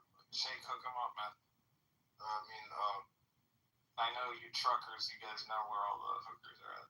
we get you, if you're not married or in a relationship, we get you a church, you get baptized, become a pastor. Oh, look at this Slavic piece of shit gonna act like he doesn't then, get any strip there clubs should be in other his trucker route. How many strip clubs do you hit in your trucker route, Shake? 0. Zero. You're a lying piece of sack of shit. Can we come back to age shaming and all that stuff? Because I really affected. You just want to be affected by anything, man. You wish India would invade Pakistan so everybody would talk about Pakistan. You're one of those people. Where's all this pent up anger coming from? I don't get it. Why did I ever do it? That's how good male bonding happens, Freddie. By calling somebody old, by calling them. Yeah, that's how it works. Yeah, what do you want? Compliments? You think guys give each other compliments? That's not how it works. I don't know. It'd be nice to hear a compliment or two. I'm not against that idea. You're working out too much. That's a compliment. That's a sly compliment. Yeah. What about Iran? I don't even want to fuck with you. At this point, you look too angry. I'm telling you, you need to chill the fuck out. Your pictures look like you're about to knock someone's head off. On the battlefield, I would be nah, this guy's sweating too much. I'm trying to chill. I'm trying to have a little sweating fence too much battle. This guy's trying to chop me. He's trying to chop wood. He's about to chop human. Chopping wood. Nah. Sweating too much? That's your compliment. This guy's sweating too much on the battlefield. Really? Yeah, you look sweaty as fuck. Mikhail, you need to, bro. You need some sense to people, bro. That's just me being nice. What do you want? Being sweaty? going to the gym and being sweaty, that's like a compliment. To be nicer, bro. You're very, like, Have you ever played video games? Like when someone says you're sweaty, like, yo, what the? Oh my god, man. like that this guy being super sweaty. Like, you ever played like League of Legends or something? What? You don't know League? Being called sweaty is like probably referring almost like the same area as goon maxing. Goon maxing? Okay, that I'm not. What do you mean by goon? It's a terminology. So the gooning is in that euphoric state that Gen Z calls the jerking off. Goon maxing is when you're trying to elevate that experience, I guess. You're really testing the cultural entropy tonight. Goon maxing comes from gooning, which is an online community that refers to extended obsessive self-stimulation sessions, usually tied to heavy consumption. Without maxing just means optimizing or pushing something to its extremes, like looks maxing or gym maxing. Okay, so maxing I understand, okay? So deliberately training yourself to stay in prolonged arousal state. Oh, okay, for as long as possible. Okay, psychological angle, dopamine overstimulation, escalation cycles, desensitization, compulsive patterns. Okay. Alright, I get it. What the fuck is going on? Okay, now y'all going really south with this. Like, Look up what freak was maxing now. you guys even made me forget what sweating. So you're being sweaty in something, like you're really good at something. Like you become sweaty. Like you would say, Mike Tyson is sweaty, bro. Like you don't want to fucking fight Mike Tyson. You wouldn't say that to Mike Tyson. You wouldn't say that to Mike I would totally say that to Mike Tyson if you would like. say that to his face, though. Bro, it's a good word. Like if someone We went would to not you, call Mr. Mike Tyson sweaty to his face. the guy would totally say, dude, you're sweaty as fuck, dude. Well, you're in California, aren't you? Why don't you go? That's a compliment. Yeah, that's a compliment. I don't think Mike Tyson would know what the fuck you were. Exactly. Mike Yeah, Tyson most probably likely. like, Actually, Mike Tyson plays video games. He's actually ahead. He's actually pretty millennial, actually. No. What about sweat maxing? He gets high. He chills. No, Mike Tyson can chill. What about skins? Sweat max. That's not a word. It's not a thing.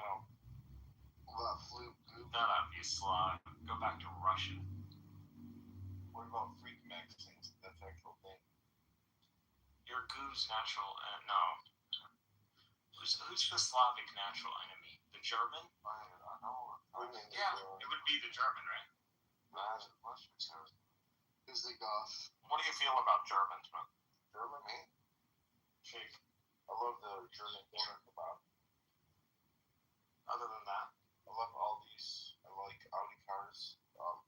I think. do you like BMWs? I think they're pretty cool cars. They're actually. Would you drive a BMW? Yeah. Would you wear sunglasses and drive a BMW? I think so. What kind of cologne do you wear? Shit. Yeah. It's like I go to like there's some Italian inspired cologne. Fake.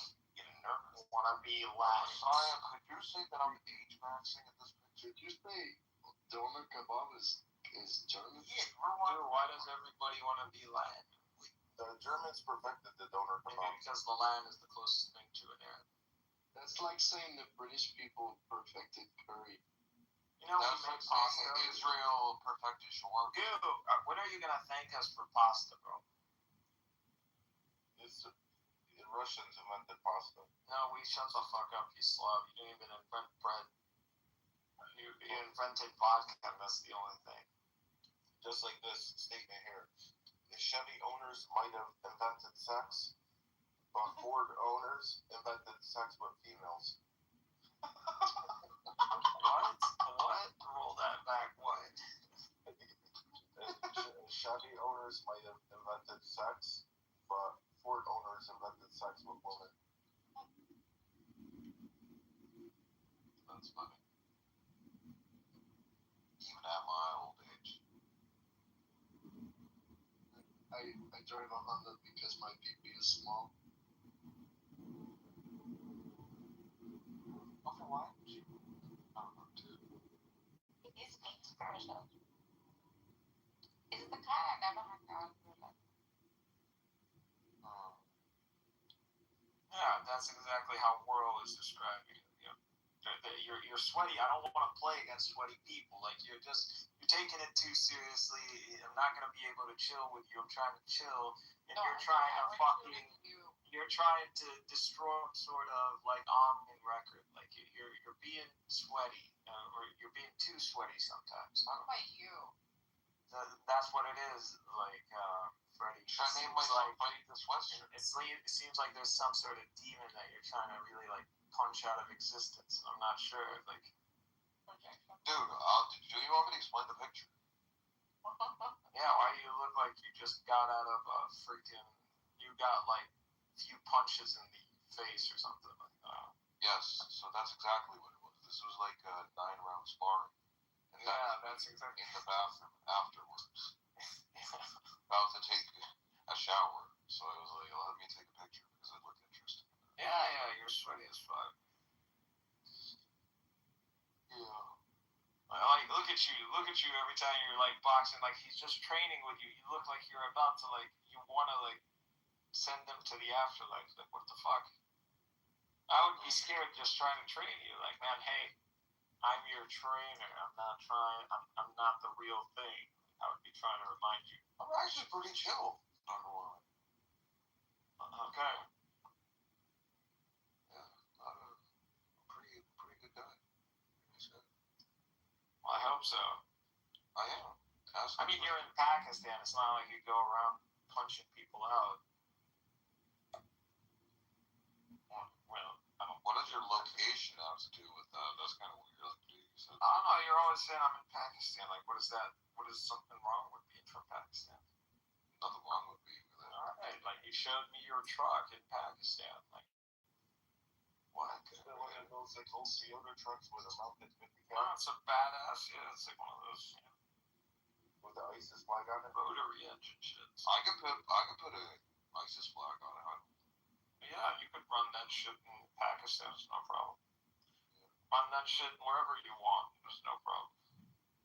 I swear to God, I was in San Francisco and I saw a white guy on the back of his jacket, the straight up logo of like the Prophet, or pretty much what's associated with the flag of the Prophet, or the flag of ISIS.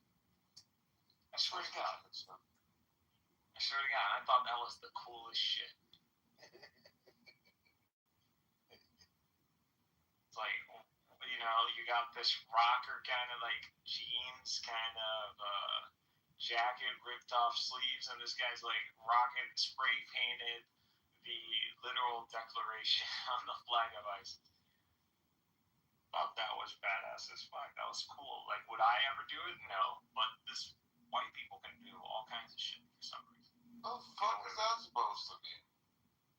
You'll be a white guy and walk around looking like Hitler, and I swear to God, you will have your whole day go, have a nice day, sir.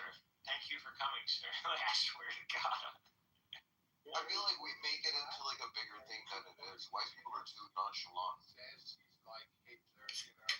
Justice Hitler's music hilarious. Yeah. Who? Once you go flash Hitler, you know, never go back Hitler. You know? Who did that Black Hitler? Wasn't that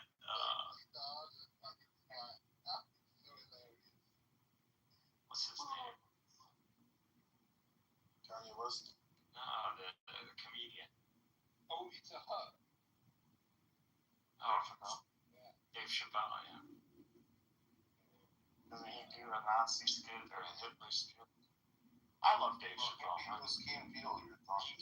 came out and did the whole another thing, and he talked about like Gaza and all that. That was I don't know. People still listen to Dave Chappelle. I still do. He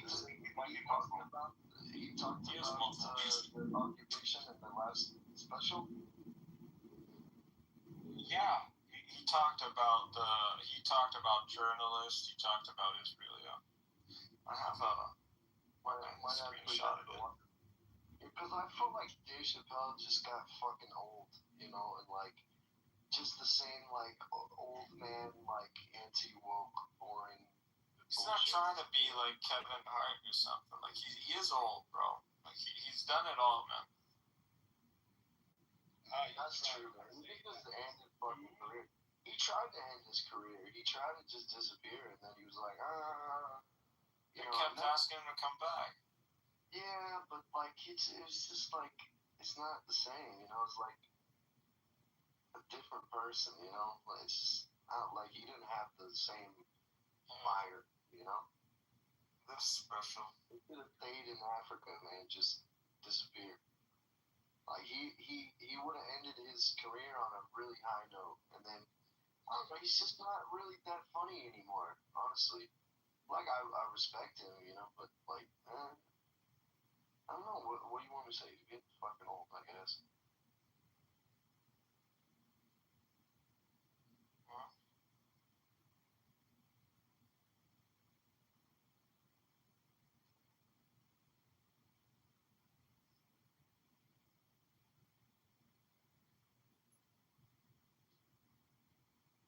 Let me see exactly. Let me put it on YouTube actually. This feature is so good, man. Much faster to search. Like you could just screenshot, click ask, and it will give you exactly what's in the picture. It's obviously the extension is like ChatGPT. I thought Apple had their own. I still need to check the Siri shit.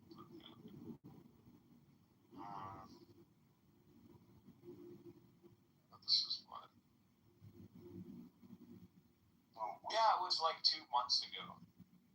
What if a member of the Chinese Communist Party came up to you guys and they said, "We're willing to buy your profile from Clubhouse"? Would you guys sell it? Sell my shit to China? Sell my identity to China? No, just say your Clubhouse profile, your account. What are they gonna do with it? I don't know. Use my likeness to promote CCP rhetoric? I mean, Most likely. Steal my voice, make an AI version of me? Yep. And then have you like promote the Chinese Communist Party. Yeah. No, I mean, it depends on how much money they pay me. $15,000. No, that's broke shit. No. So if Israel does it for $7,000, China comes in with 15, you wouldn't do it? No, $7,000 is again like desperate shit. Is that seriously? If you're gonna sell yourself out for $7,000 and be a fucking cuck for Israel, like that's the most pathetic shit. Like it's stupid as fuck. Who is that broke that like $7,000 is gonna make or break them? Like it's just like those people had no fucking morals, no fucking spine. I can see a couple $1 million. All of that accumulates. You know, you sell yourself to the Mossad, the Chinese, you know, whoever, even your own people. You know, just sell yourself to everybody. You know, that's what Matahari did. I would do that, and then you come in with all the different accounts that I sold to be in the same room. Would be cool.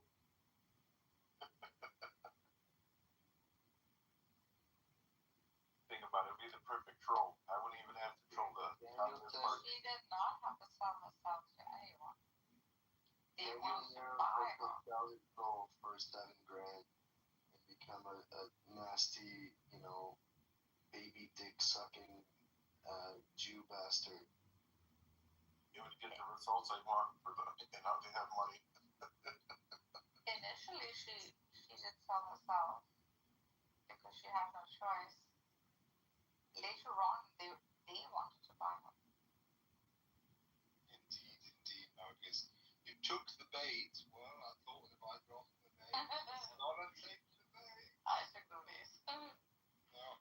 I'm naivety. I could see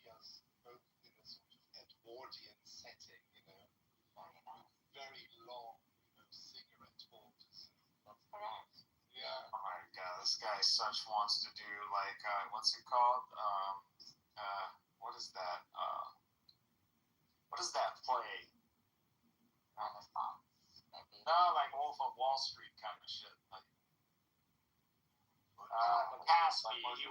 He's such a Caspi kind of person. He wants to do that. No, Caspian. What do they say? What do they call it? No, the gas. Yeah. The gas. The fighting 20s. He's talking about.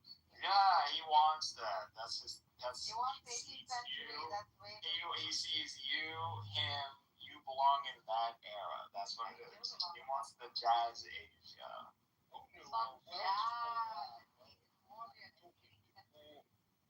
That Gatsby, the Great Gatsby. The Great Gatsby is 1920s. Yeah, that's the jazz age. That's not the age he's talking about. He's talking about Edwardian era. That's the 18th century. I'm saying that this is the era that he's talking about. Themes wealth, class, love, and corruption of the American dream through the lavish parties and decadent lives of the wealthy on Long Island. Like talking about hedonists sitting on hotel verandas and gossiping, And then we have the 2013.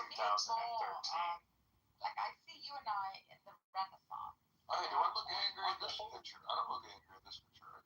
On velvet couches, long opium pipes. Who watched The Great Gatsby, Leonardo DiCaprio? Hey, do I look angry in this? Do I look angry in this picture? Fucking hell, bro. Someone's gonna answer me. I don't want those. You look like you took you cooled down. You took a nice shower. Yeah, you're chill. Oh my god, why does it matter what he thinks of you? He already looks like he I like reduced 15 years. You've gained 15 years back. not talking to me right now. I was talking to you. No, I mean Nico. Yeah, who cares? I don't want to make it so obvious that I have a crush on him, You know what? Like I think you're right, bro. I think you're right. I think you're right about the aging thing. I need to work on that. Don't let him get you. No, I'm serious. Eyebrows. No, working out, you need twice the time to recover. Also, I forgot it's like a 2 to 3 rating, or 2 to 1 or something, 1 to 2. I don't know. You know what I was thinking? Otherwise, it's a negative return. I was thinking about getting that like full red, bro.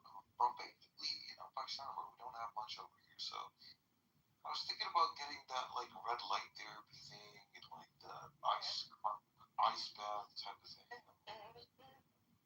What? Get into a sauna. That's what you need. And creatine monohydrate. Yeah, look at the Slavs. The whole hot and cold it does good. The more you can your resilience is you can switch between these two environments, radically hot, radically cold, and it doesn't affect you. You have that. You build that fortitude. Well, the sauna post workout helps pull out the toxins and sweat out lactic acids to speed up recovery. So beneficial. Yeah, to me, saunas are more important than like the cold bath. But the cold bath can definitely, if you're going sore, tense muscle aches, stuff like that, which is usually when you work out too much, you end up becoming like passive. You almost kind of null it out because that sore feeling, you almost become addicted to that. That's kind of, you want that feeling, the buff feeling. Or you can get a sauna. You stop getting sore if you keep doing the same fucking workouts. That's not true. You just stop feeling it. That's really it. But you're still sore. These showers, these cold like ice. That's. No, I think what you're talking about, persona, you're getting cranky. Some people get cranky when they work out. I think what persona is talking about is more like lifting weights. So you get to a point where you stop feeling like pain in your muscles. But if you start working out harder, even harder than how you usually do, you're gonna start feeling them again. But when it comes to like high intensity cardio and stuff, you're always gonna have aches. Like, there's no way you're not gonna have aches. That's how, like, pro fighters are injured and stuff. That's called fucking being dehydrated, man. You shouldn't be sore from cardio. You can drink all the water in the world. When you train for 4 or 5 hours, high intensity, it's still, you're gonna have it. You're gonna have the soreness. You need sodium, you need magnesium, and you need potassium. Those are the primary things you lose, during sweat, and also through your breath. Do you take any vitamin supplements after, like, post workout or something? Okay. Yeah. I basically take applied nutrition, electrolyte, and vitamin powder. So it has like the vitamin powder. Then that would be sufficient. Yeah, I take that during the time that I'm training. Though I don't take post or free. I would take post. I would take the vitamin supplement post. Yeah, I don't take pre-workout. It's just you crash anyways, and you. I drink coffee. No, working out without creatine is just like negative return too. Like you need creatine. Like, to me, I've never felt that, other than steroids, creatine is your friend. Unless you're gonna go steroids, creatine is the best. You can just eat meat. You can just eat meat. You don't want creatine is just god powder. It's literally just in red meat. Like, you don't need to take creatine shoving meat up your throat. You still want to learn to. You can look like a fat, weight pusher. Or you could look lean, and you could take some pharmaceutical creatine that fucking, literally guarantees you a return. Tells you you're gonna be stronger. There's gonna be a 25, and you fucking feel that shit, bro. You start tearing through your own skin. You start like pushing past the pain, the limit. Just creatine is your thing. Yeah, you gain water mass, but not really. You don't gain. I mean, you for me, creatine is my friend because I'm naturally skinny. It pulls not naturally heavy. The water into your muscles, at the cellular level. Yeah. So, I mean, it's gonna give you water power, but it's not cumulative. Once you've been loaded up with creatine after like a week or two, taking more of it isn't gonna do anything. Obviously, you're gonna wane off it. You don't want to be. You're not popping creatine every single time, like post-work. I mean, to me, like, you're gonna feel it if you haven't. Like, if I'm gonna go back to the gym, it's gonna be creatine right off the bat because I already have the muscle memory, so I want to push to the main limit that I know myself, and then so I want to recover that dopamine high that I'm used to. If you take higher doses of creatine, there's different responses. There's people that even are stronger and improves brain capacity as well. I know creatine works for me. Like, creatine is definitely. I'm allergic to creatine, actually. Are you allergic to red meat? It's more important to me. But when I take creatine, like when I was during my loading phase, the first time I took creatine, I took like 20 milligrams, right? And I put it in water, and I was like super fucking allergic to it. It gave me a rash. I did get that response before, but it depends on the brand because they might use the same assembly line. Yeah, most women will suck a dick for $300 and take it from. Well, you suck. I was using Optimal Nutrition. I'll start a GoFundMe for you to suck my dick. Because especially Tinder math. If I go out with you, best case scenario, like I'm spending what? $150. That's a good date. That's a date. That's a nice dinner. That's drinks. That's pretty much it. Okay. The end of this night, if you're going home, you're gonna be sucking. You're sucking a dick. That's what it is. That's just what it is. That's Tinder math. I don't care. I didn't make the rules. I didn't set up the game. It's how I found it. That's just how it is. There was a time with Tinder you put a flower and you would get all the responses would be just like women who are literally straight to the point. You guys understand Tinder early dates was practically online hookers. Like that's what it was. Online escorts. Like that's what Tinder is. Originally Tinder is online escorts. But the thing is, you get what you pay for. If you want haram, that's what proportional. You want your taste. Bro, it's all haram. Tinder is haram. Tinder is straight up. You just want to get laid. That's it.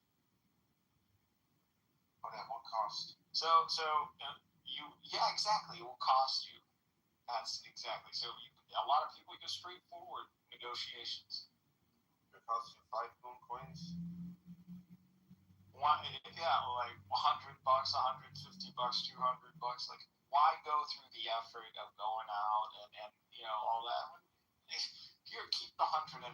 Keep it. You take it. Go and you and your girlfriend go and enjoy a time on. Just give me a good time first. Get it? What is the difference? Real life dating is the same shit though, man. It's all prostitution. You're paying for the dinner. You're paying for sex. Exactly. It's, we're lying to each other. Yeah, I don't know why people make a big fucking deal of it. Like it's literally prostitution. Because California is all theater. We all like to pretend virtue, but we all know we're all rotten to the core. Gosh, I'm so glad I'm on that woman. And Andre loves this. Like he just like kind of got hard just hearing from that. Like he loves it. He's all about tragedy, you know. Something poetic about it. Yeah, he's one of those nihilist poets. That's why he has a nice hat to go with Yeah, it. exactly. His whole shebang. Like look at it. Like in the background, like his God was looking down on this fucker. He's going full Shakespeare mode. I've been very fortunate in my life. Being born to the right sort of parents, siblings, and found the right sort You just want to stumble and you want to enter like a Mehdi universe and follow the one and see, get some mystery and maybe die right before the end of the story. That's you wanna go down with you wanna go out with a bang, don't you? Well, that's exactly how I planned from a long hand to have my end. Yes, Yeah, that's a dream of most white boys. They want to go out with a bang. That's they're gonna kamikaze. They want to do the Japanese shit. All Europeans just want to be kamikaze, right? That's what it is. They want to kamikaze for the cause. They don't just kamikazes, bro. They saw the samurai. They got jealous. Like there was a deep little. They see these Muslims and the way they're doing it. Do you know how cool? Do you know how cool it is?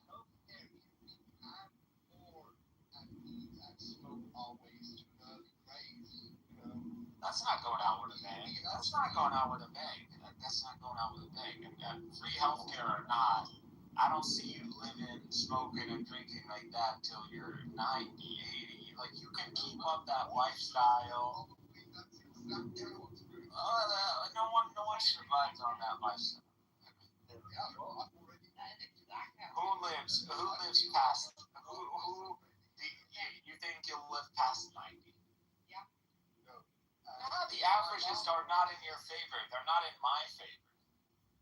But the irony, whether I drank or smoked or not, I've met enough people who have drank and smoked. Like I know people who literally old men in Gaza who are 90, literally making their own cigarettes, buying their own tobacco and rolling it in front of you, old school style, spit like it was a freaking joint, like straight up, and smoking it. And they're 90 fucking plus old people, man. And he's looking at you. He's not even seeing you anymore. He sees time. Like he just sees, generations. Yeah, that's it. He doesn't even look at the world the same. Like these old people, when you've met the ones that still have a mind to them, like they're scared. They're playing chess with time. They see the bigger picture. They don't look at the misery or the suffering the same way. You wanna. A lot of these young people who are complaining about like problems of evil, they don't have old people around. But the advancements in the health and stuff like that, it's ironic because now people can do the unhealthy things and they live like longer lifespans than previously. Well, Mika, I would just add this at the end.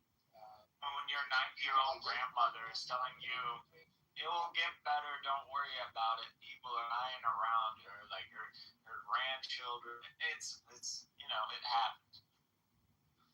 It just that's life, and it gets you go through these down and ups, and you go through them enough in life, you just okay. It doesn't get better. You just stop fucking caring. Honestly. You just accept it for what it is. That is the human experience. What A happened there? lot of it is about stress as well. I only work part-time. I don't drink a lot. You choose what to stress over. Very rarely. Smoking and eating are my only two sort of vices. So it's okay. I mean, I go to regular checkup. Yo, what do you guys think? Sports is like stress? No, it's just very tedious. So it's the dopamine. It's dopamine. Where everybody's chasing dopamine. That's what it is. Well, under eating and feel life, I cannot work to the gym. I mean, I don't want to be in the gym, but half the Middle Eastern guys want just to grow because I have such a big, beautiful ass, you know. So Now it's just not gay. What's the problem with you Westerners? Everything goes gay when you get. Just post your ass, bro. What? How many eating do you like? Like, what are you eating? There's no enjoy. This is gluttony. You're talking about gluttony. I don't think you're a gluttonous person. Like, are you saying you're a gluttonous person? Are you a pig, Andre? Yeah, well, I think it would be very unfair to not say that. You know, I should have put it. I just really appreciate traditional food. I'm not into McDonald's and all that. You're a foodie. That's normal. All of us are foodies. I'm pretty sure all of us took an Instagram picture of our food and posted it online.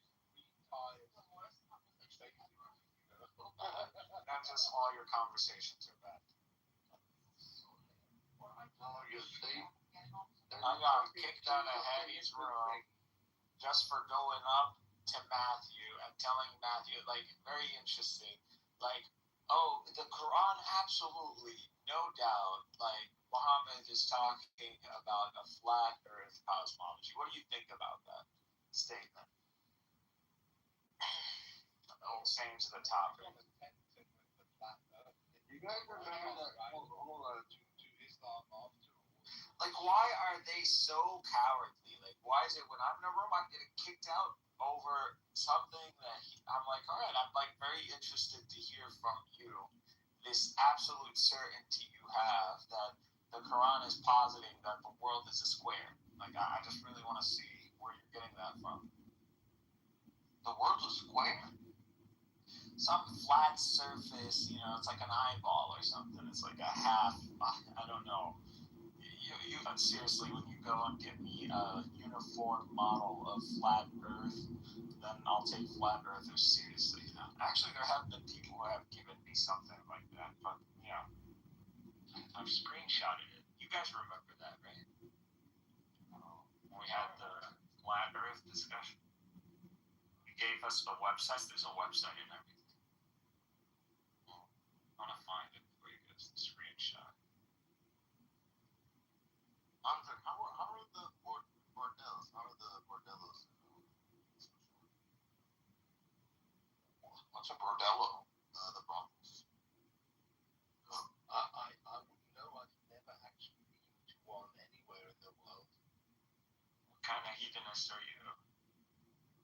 Well, I mean, yeah, I know all the good restaurants in London, you know. You wouldn't go out with a bang. More money on good food than most So you never spent money on women. No. Wow. I think that's Not even on your mom. He's not good. This nigga gay. He's gay. What part of my brain?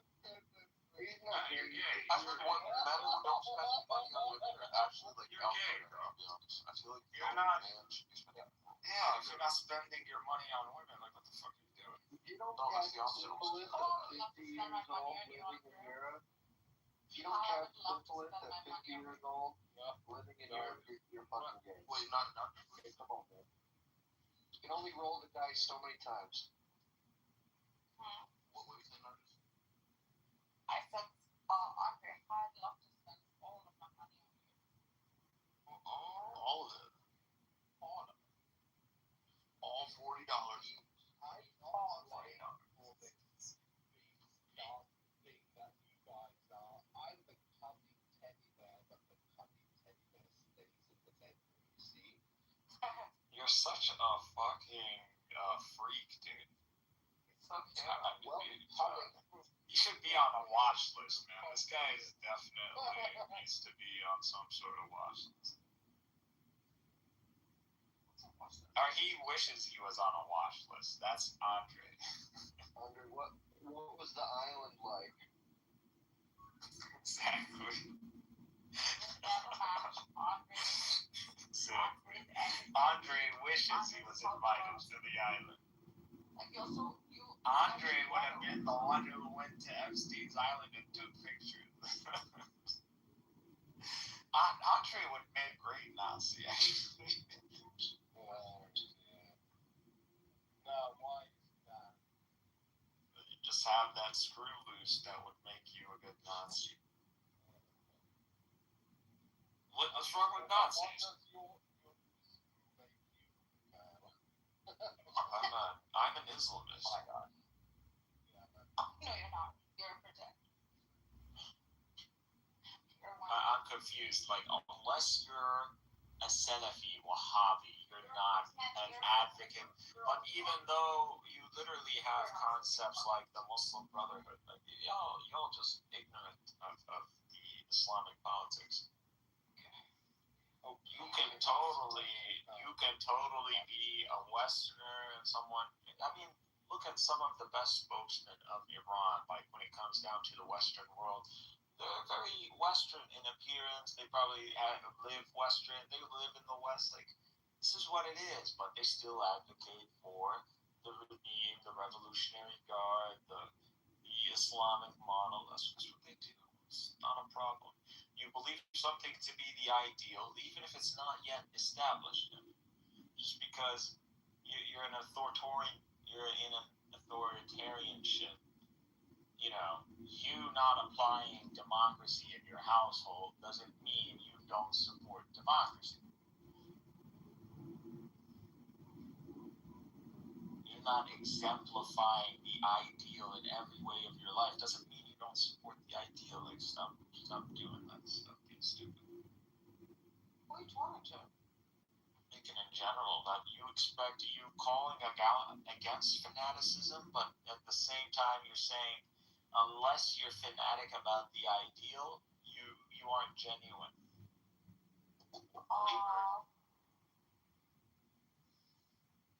I'm not sure what you're trying to say, man. I'm saying you could still be a Nazi even if you're not necessarily saying, let's all round up the Jews. What do you mean like a fucking just a pacifist? You're existing in a cultural paradigm or a political paradigm, and you're like, hey, this is comfy. Let's not fuck things up. Sure, why not? Does that make you a fascist necessarily? Not really. I mean, if you have the need and the power to change things fundamentally as a person or collectively, then yeah, that's one thing. But if you don't really have that and things are comfy, You know, like in Iran, I'm sure life comfortable for plenty of people, plenty comfortable enough that they don't, you know, they're fine saying, yeah, you know, IRCG, whatever, fucking, you know, just let it be. You know, the most of the people that you know are like pro-revolution, you know, are super ultra Western, you know, mindset that I've talked to at least. I'm not saying all of them. I'm saying most. Who are you? What do you mean? They're ultra. I have plenty of Iranian friends. Who are what? Pro-revolution?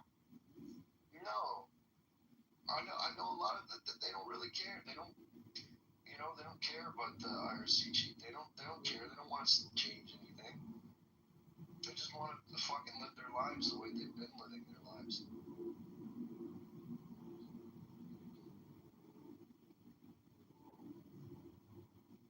Especially if they're living in Tehran, which is super progressive. Like, you know, this narrative that every moderate Iranian is you know wants to overthrow the regime is just fucking retarded.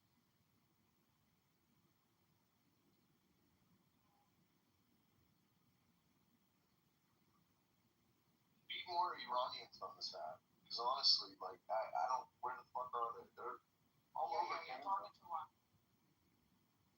Okay, well, what's your opinion? It's like,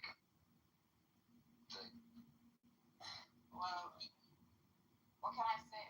You're just assuming just for like an entire nation of 90 million.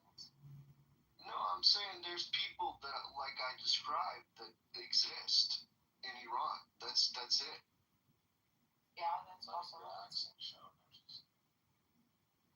Accent? What accent? You almost spoke like Middle Eastern.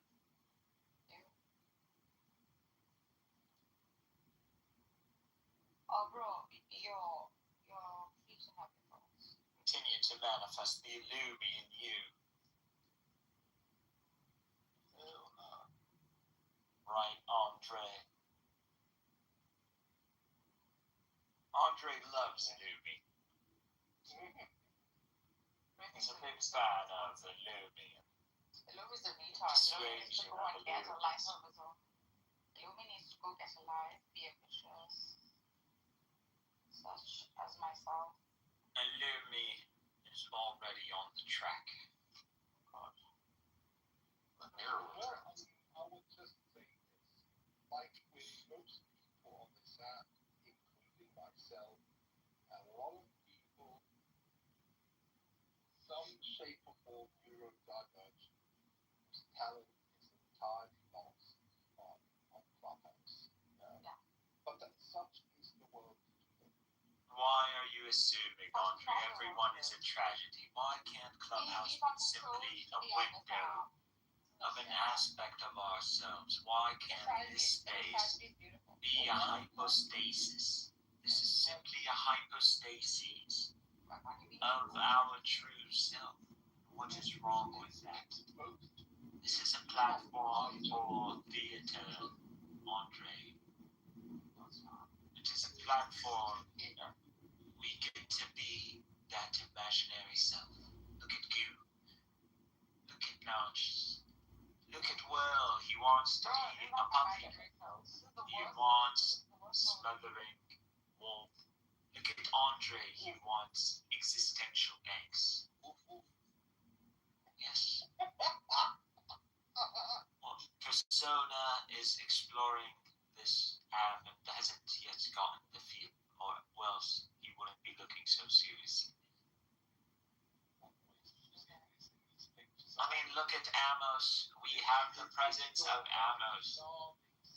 We have Amos in this space. By Shalom, Amos, Ashlam Khan, Atar Beseder, Ani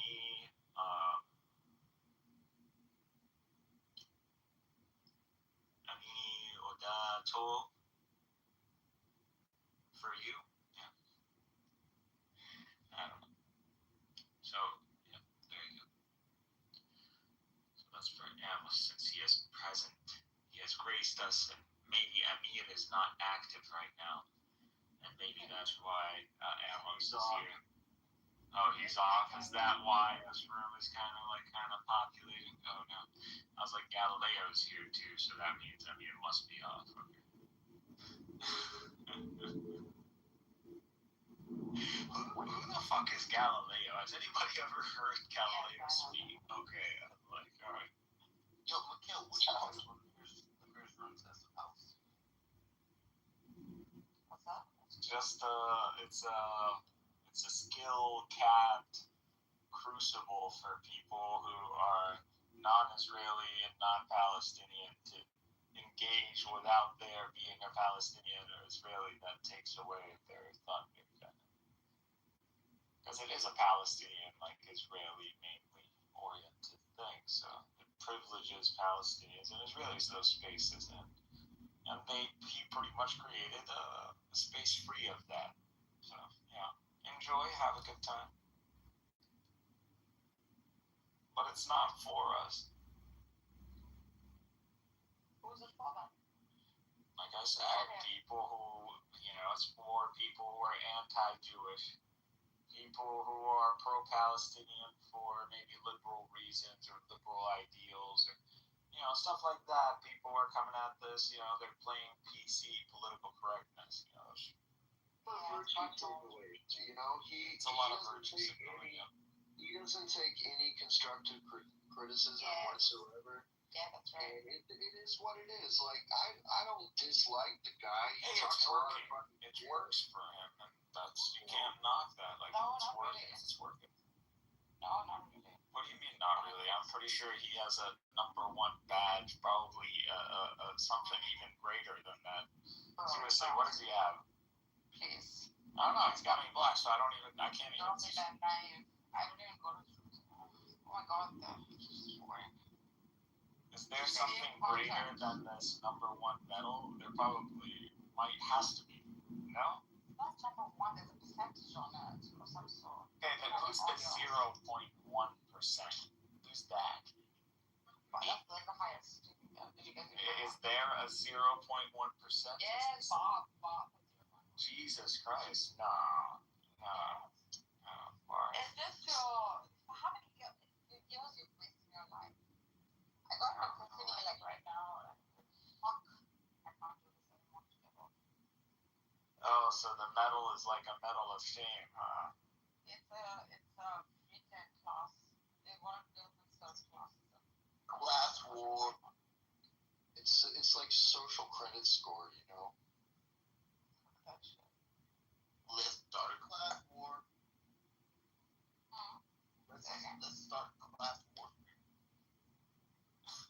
Class warfare? Anybody? Why? You want a whole communism, capitalism? I want to join Hamas. You won't tell me. You won't tell me how. No one's stopping you. No, tell me how. Go find a bunch of Zionists and gun them down. Okay, well. There you go. You joined Hamas. Do it in the name of Hamas. Hamas will own you tomorrow. You'll die, but I promise you, Hamas will own you. You will go down as one of their members in spirit. And I swear to God, you asked me a question, I answered your question. Yeah, it was scary ass. It's the truth. I'm scared. Who told you that Hamas isn't scary?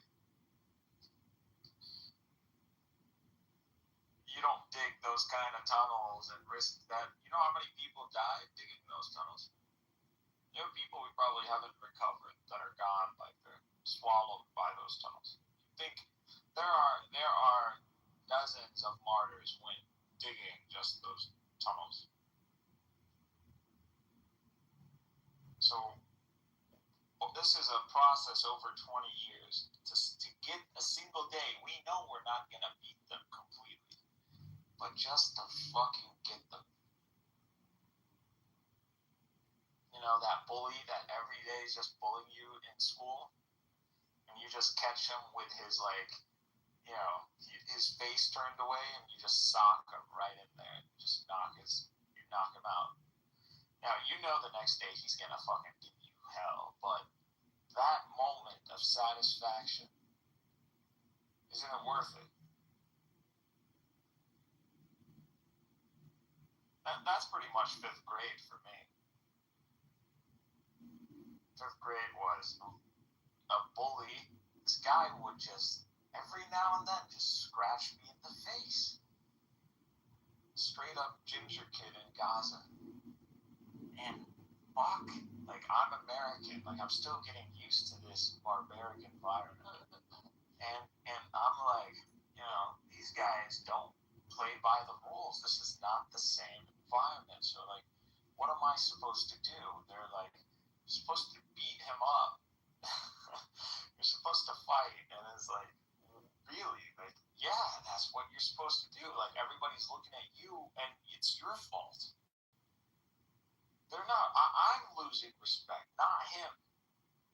He's a ginger retard.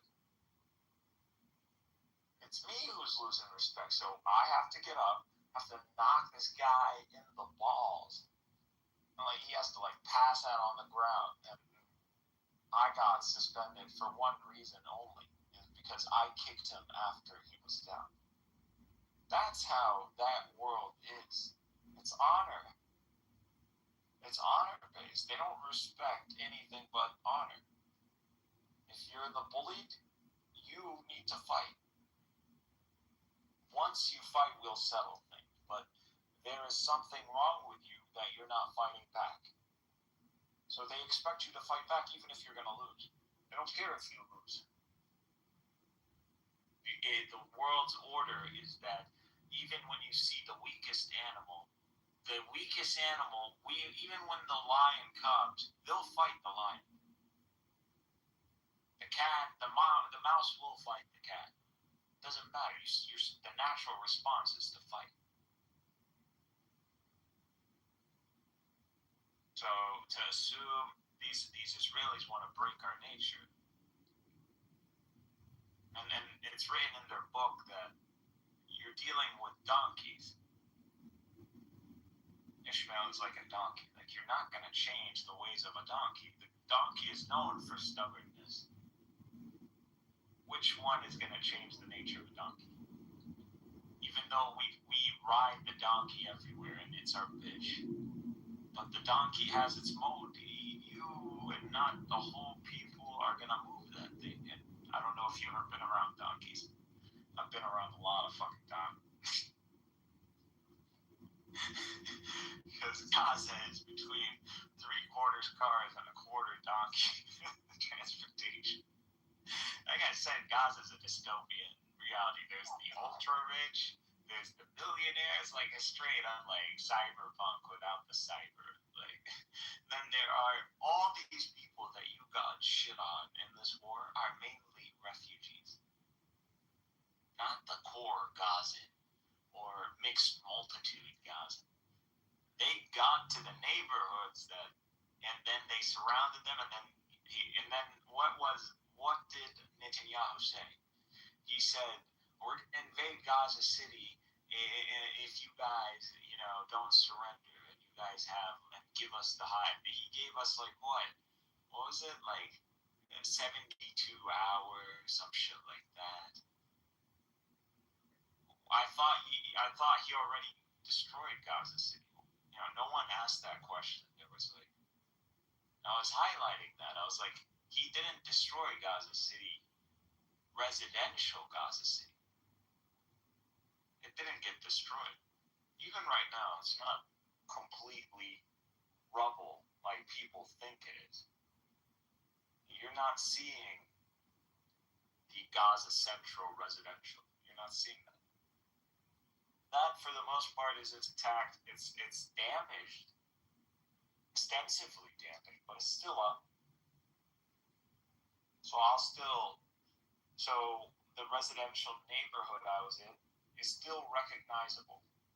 Once I go to the main street and the intersection of the main street with the other crossroad main street, all of that is disappeared. All of that is gone.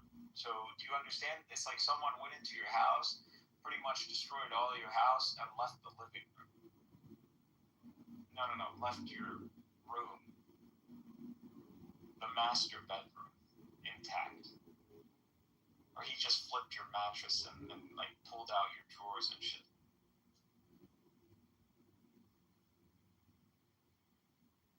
That's what they did. Because they know who they're fucking with. They know exactly who's fighting them. They know exactly what we're doing. They understand our mentality because we use the refugees as cannon fodder. That's the truth. When we tell them, might as well, like, you know, your life is shit is because of these Israelis. That's your home. This is what the Gazans tell us, the refugees. You're supposed to fight.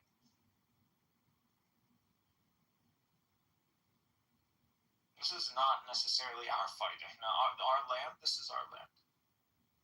Now, we're Gazan. There's no Palestine. Now, we never had a state.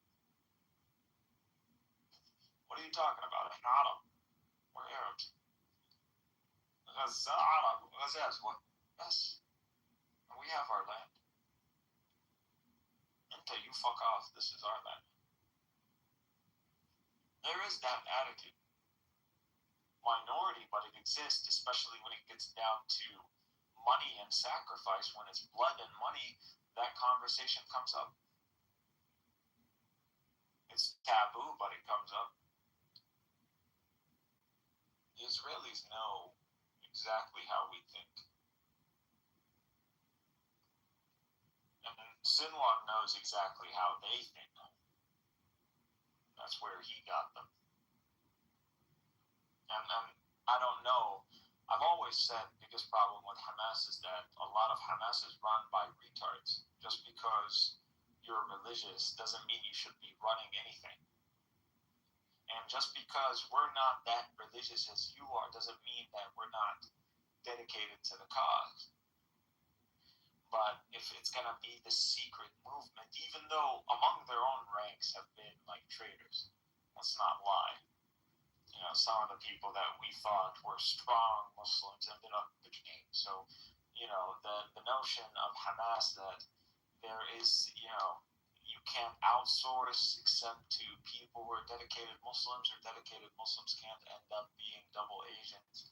It's not true. That's the truth of it. And hopefully Hamas now that a lot of the zealots have been wiped out as an Islamist movement, because Hamas is an Islamist movement. It's not a military wing. It is not the political wing. It is the living spirit of Gazans who see themselves as a Muslim people, and they see themselves as an Arab people, and they see that we are part of a reforming of the Muslim world, and we're part of a whole project, and we're just one cog. The Syrians are a cog, the Egyptians, everybody's playing their role to bring back our hegemony in the world. And if it's us who need to sacrifice, it's us who needs to sacrifice. But we tell everybody that when we sacrifice, it is only a matter of time before what happens to us happens to you. And we warned, the Arab Spring was literally what we warned of. We said, what they're doing to us, they're going to do to you. And they did it. That was the Arab Spring. So let me ask you, what would you say is the average moderate Gazan's view of Hamas? Just like Americans view Republicans and Democrats, they're still both legitimate political parties. Representative of America, you could cuss the fuck out of the right, and the right could cuss the fuck out of the left, but you don't blaspheme, you know? Hamas is not a traitor party. No one ever thinks that. Hamas is straight up, they'll tell you, they represent the Islamic movement. That's what it is. Even the rivals in the Islamic, because there are rivals, because Hamas is not the main representative. Hamas is the main representative, but it's not the only representative. So you have a jihad, you have the Islamic Jihad. So they're a strong movement too, but they're on the same framework. So they don't blaspheme in one another. They actually work in tandem, and you saw a lot of the combat footage was them working together because there's no difference in them, just like a name and an organizational structure that, actually speaks to Iran more than Hamas speaks to Iran. So when we're talking about an Iranian proxy in Gaza, the Islamic Jihad would be a more representative than Hamas. Because we have our internal politics in Gaza. And the internal politics in Gaza, the Gazans don't like Iran. Why? Because Syria. Because, like I said, they don't see themselves as a distinct people. You saw in the very war that is Gaza, when Assad fell, they celebrated. Explain that to me. Yeah. They were.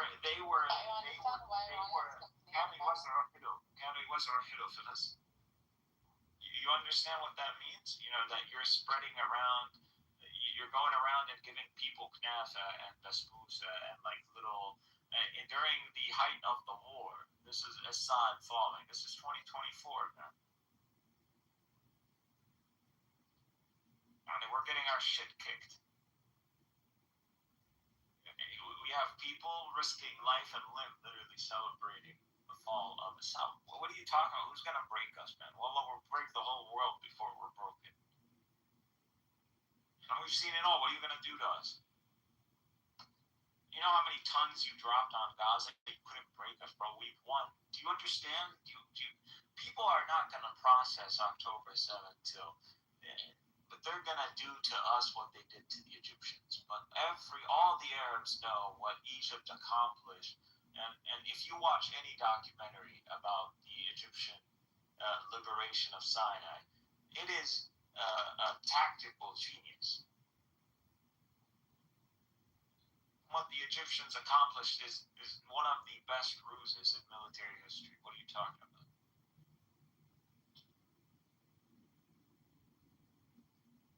That's what October 7th is.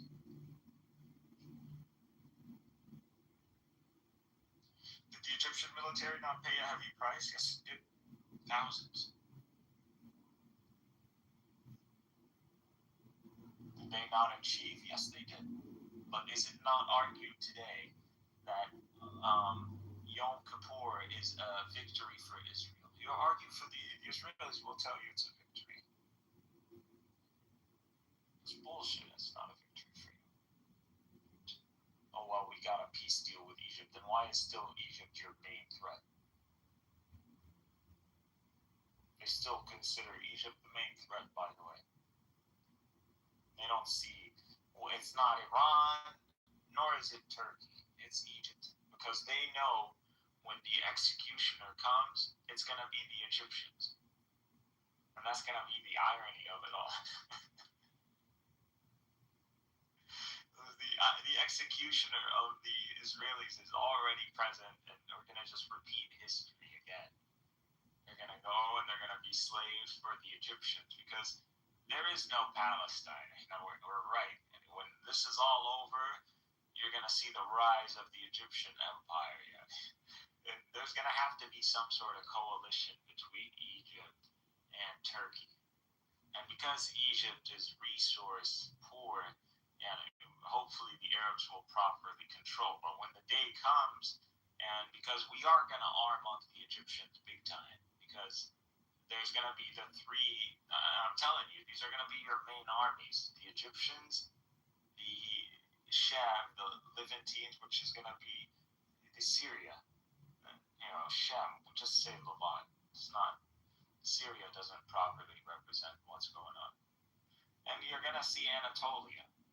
You're going to see the Turks. And then whatever Arab contingency that's come out of Arabia. These are going to be your main armies. and they know we don't even need the Turks. Everybody knows in our history we only need two armies to liberate Jerusalem, and it's always been the Levant and the Egyptians. We only have one component, which is Egypt. We need the second component, and we're building it as we speak. These guys' days are numbered. You don't understand what's going on.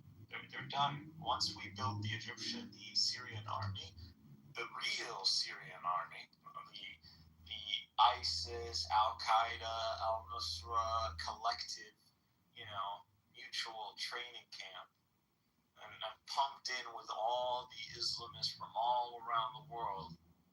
You got Uyghurs and you got Palestinians, and you're gonna get everybody. That's gonna be they're gonna be the Marines.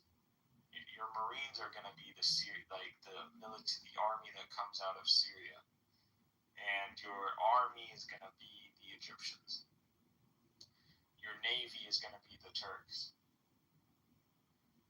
We'll see where the Iranians want to join us on this whole aerospace shit. The Iranians might get beat up. But really, our Air Force is going to be mainly Turks and Pakistanis. The Pakistanis are going to be our Air Force. Yeah, Turkey. I think Turkey more likely. The best pilots with combat experience are going to be the Turks and the Pakistanis. And the Pakistanis, I would say, probably have more combat experience. That was a very good display of an Air Force with limited resources outplaying an enemy with superior resources. That's Pakistan as an Air Force got a lot of aura points for that entanglement. Man, that's a Top Gun shit. That should go down. They should make a movie.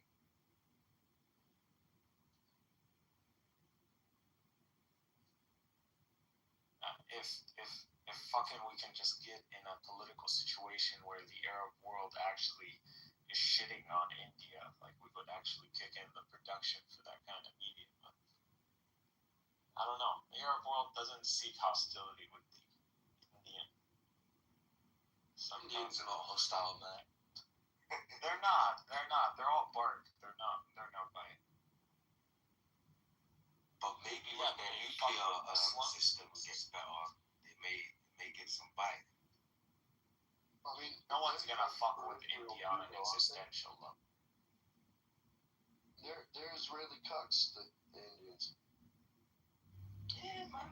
Nothing that the Arabs disapprove of. They're not doing anything that jeopardizes their relationship with the Arabs. So they actually abide by Saudi Arabia. They respect Saudi Arabia. Dude, the Arabs, they employ millions of Indians, man. Like, if the Arabs wanted to fuck with the Indians, they would kick out all these guys, send them back home. That's a big problem for India. We can't do that. We have leverage over them. But that doesn't mean we have the leverage to prevent the internal, chaos, this whole lynching phenomenon. But that's them among them, These Muslims that are living in India, they chose to remain in India. This is why Pakistan was made, because they feared this very thing, and they said, if we live with the Hindus, this is what they're going to do to us. So you think Kashmir would rather be with India than Pakistan? Absolutely not. They wouldn't rather be with India. If it was if this was a democracy and a referendum, Kashmir would either be independent or it would go to Pakistan.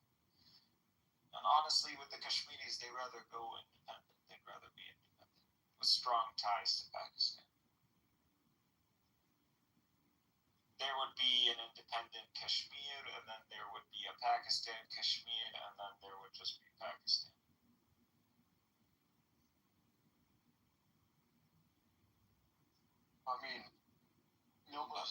Kashmiris are Muslim, majority Muslim. It's not really an option for them unless they fucking, grow some balls. What do you want them to fight? You know how many soldiers are in Kashmir alone? Like Indian soldiers? Like, what is it? 500,000? Some fucking crazy number. 50. You're not very well aware. Talk out of your ass numbers. Me? Persona. How? Yeah. Why? He's just asking questions. They should grow some balls. Do you know how aggressive? I'm saying they don't Oh, yeah, that comment. They don't have support like from the UN for an independent state. That's all I'm saying. They have to start moving. Look what it does. Estimates for Indian security forces in Jammu and Kashmir vary, with some reports indicating as many as 900,000 troops. Dude, do you understand? Like, we're talking about almost 1 million guys. Like, we don't. What do you think the army of Turkey is like 400,000 max? This is what you're talking about. You're talking double the ground forces, the infantry or the military personnel, I'm sorry, of Turkey in one state. What are you talking about? There's no fighting opportunity. You're not fighting. These people, and they don't fight fair. They're not like the Westerners. These people, they don't care. They do collective punishment. They default to that, actually. They don't even, they're not chasing, no. They're not doing, no. They just hit the people. Fuck it.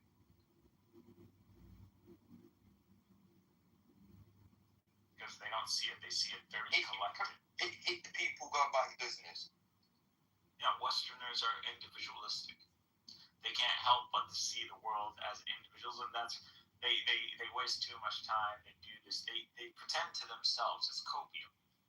But with the Easterners, they all they see is collectives. They don't even give a fuck about the individual. So they don't care. You attack them. They're not chasing the individual terrorist. No. They're who you coming from? Who you fighting for? Oh, okay, that collective punishment.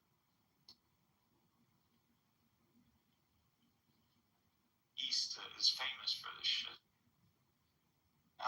We just don't read history, man. We always like to think the West is saying. The West is the East. One could argue is way worse. Yeah. I'm not happy. I see the rise of China, and I'm worried as well. And I'm like, hey, man, we Westerners need to get our shit together, and these Europeans can't fight for shit. So America's already, hey, like Egyptians, Turks, hey, Persians, we actually need you on board on this one. We need you guys to flip sides. And they're like, nah, we were calling you great saying all this time. Now we look stupid if we're going to join some sort of council with you, Trump, on top of it. The Arabs are like, man, bro, like, you'll get a lot of money and all that sanction will be removed and we'll all have a good time. Like, you just dropped this whole revolutionary bullshit. You know, you're not about shit and you're not the new caliphate. You're a shitty fuck. Like, just sit down and sit tight. And they don't want to do that. And they want to, like, implode this whole region. And it's like, also, like, Iran isn't good. And this fight is stupid. You guys are not the alpha in this region. Abandon the Shiism. We'll talk about you guys being alpha. Because we have no problem with the Persian world being if they just switch to Sunnism. Go fuck yourself. There you go. That's the answer. Militarily, who Don't force the religion on the people.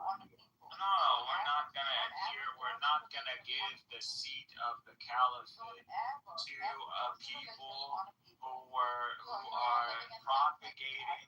No. You're propagating a Safavid indoctrination. That's what it is. A Safavid indoctrination of an over 1,000-year Sunni population. That's what it is. So we have a population that was over 1,000 years Sunni, and we have a Safavid, strain of Shiism that was enforced on the people unwillingly, and they want us to believe this thing comes in good spirit or in a holy spirit. How, when this very ideology was selected to combat Sunnis, like how can we trust in something that was literally established with the very intention to combat Sunnis? Like, are we stupid? We're not stupid. We're not the hostile ones.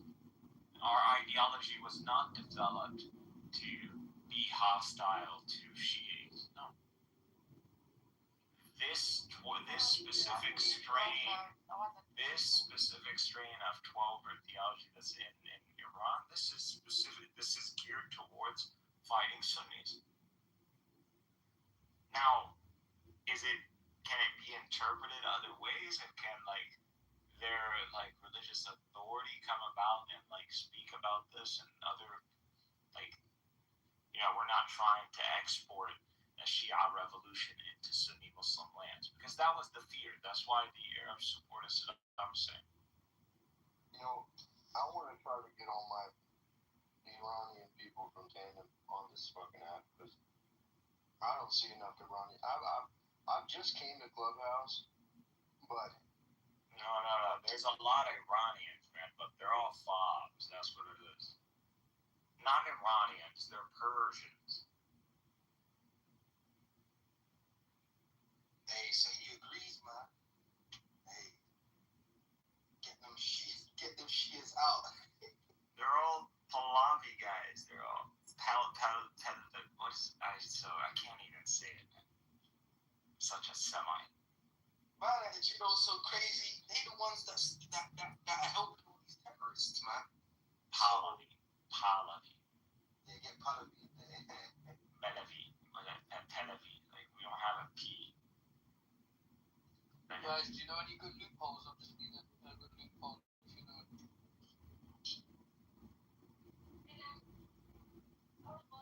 Obviously, I have commandments from God, but I'm just looking for some loopholes. Oh, this guy Aziz, man.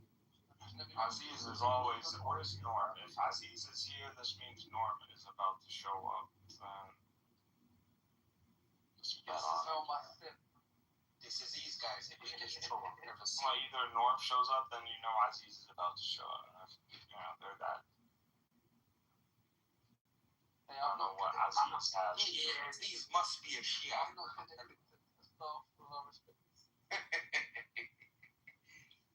I'm just looking for loopholes. Like, do you have any loopholes?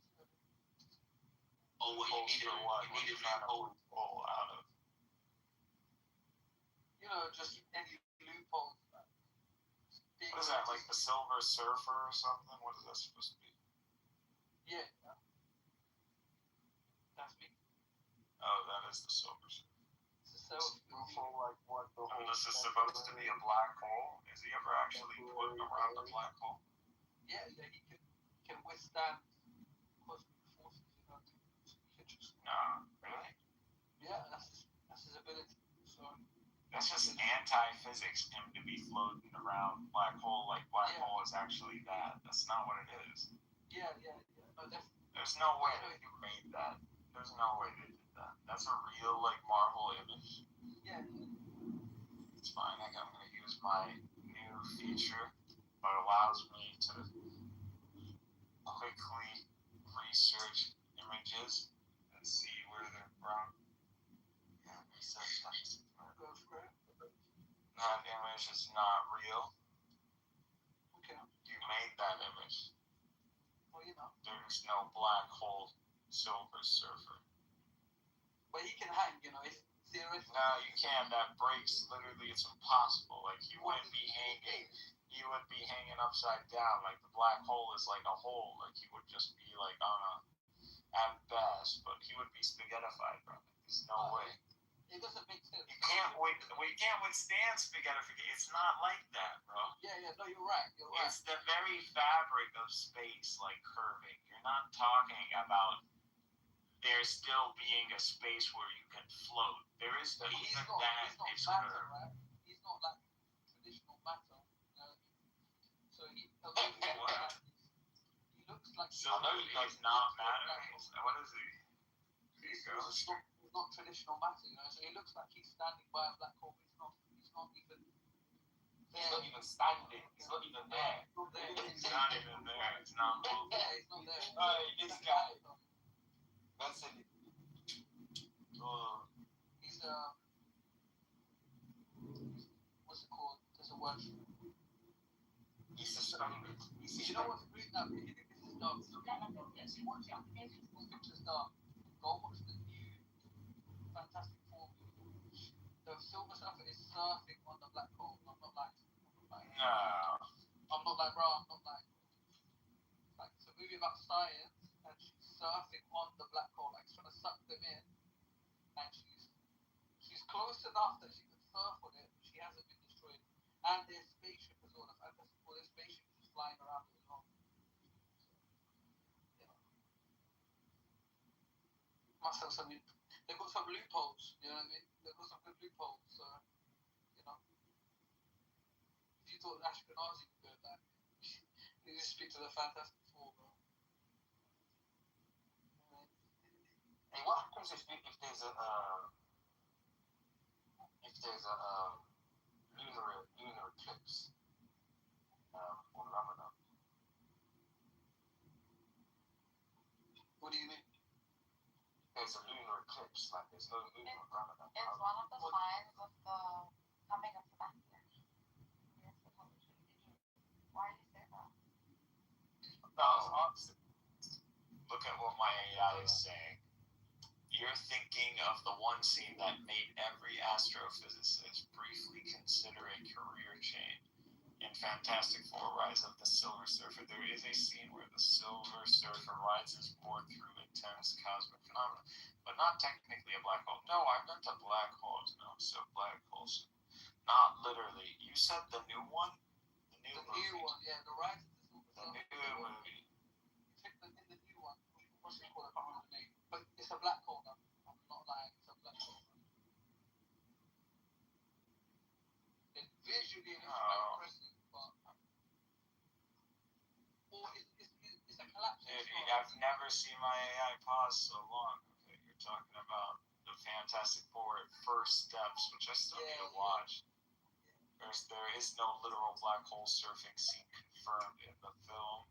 The Silver Surfer doing high-intensity cosmic traversal, massive cosmic scale visuals involving Galactus, reality-bending space phenomenon that look dramatic enough for your brain to label black hole, even if the script says cosmic singularity, event anomaly, flux, doom swirl. Is that what it says? That is what it actually says. Shit. What an actual radius, event, horizon, tidal, force spaghettification sequence. No, they're not running Interstellar 2. They're running Chrome, Demigod, On Space, Surfer. That sounds so crazy, bro. Yeah. No, there is no black hole, dude. No one does something that absurd. No one. They tried. She's even touching it. She's like hitting the surfboard on the black hole, like, you know, like, oh shit, watch out. You think it's a black hole? That's what it is. Well, based on the interpretations of a black hole that we've made in science, obviously we can't get close enough to actually so I can look at it, but that's a depiction of a black hole. They use that depiction in the movie as a cosmic event that they're surfing around. No, but you're interpreting the movie scene. That's not what I'm saying. Yeah, but you know, I mean, even what I have in my picture, he interpreted that as a black hole because that's how we depict a black hole. You know, you wouldn't be able to. Light is being sucked into the black hole, so you wouldn't be able to see a black hole anyway. So this is just an interpretation. Light isn't being sucked in a black hole. It's literally all of space is curved. Yeah, space it's just there's no suction. There's like literally the road goes down. Like all of a sudden the road is straight, and then all of a sudden your car, the road from under your car disappears. What's gonna happen to the car? Now think this is now that's just gravity. Now think of a force infinite, not gravity. Gravity is limited. Think of an infinite. Think of the very weight under your wheels hitting the very before the very top of the wheel. Think of that. The spaghettification. That's how bad. That's how nasty the gravity. It's like a black hole is like. Imagine black holes are unlimited. Imagine you're on a trampoline, right? And then you sort of get a break. You break the trampoline. Yeah. No, imagine your car. You enter into orbit. You're gonna burn up. Like that's how bad the gravity is. The speed, the friction. Think of something that even speed and friction and heat doesn't have time to catch up to. That it literally reverses the whole dynamic of reality. Hear my analogy. So you got trampoline. Trampoline is matter, time, space, everything is the trampoline. Black fabric is everything that we know, right? Everything. So imagine like you put an incredibly heavy weight right, and just put some hit drop right in the middle. It pushes everything down, only the center, right? So if I was to get like, say the trampoline is covered in liquid or water or anything, that would be everything we know of, right? On the fabric of time and space. That would be the black hole. That would be the effect that would be having on matter and time and space. What that pin drop you do to the trampoline, you'd be sucking everything into that pin drop. And then that's all. Yeah. That's my analogy. You know what I mean? So, yeah. Shout out me for the new loopholes. I've got some good loopholes. Like, I've got one about light. Like, I just want to understand, like, when you prompt made the image, like, what were you thinking? Like, I want Silver Surfer and black hole, like, or you screenshot this from, like, an X or something?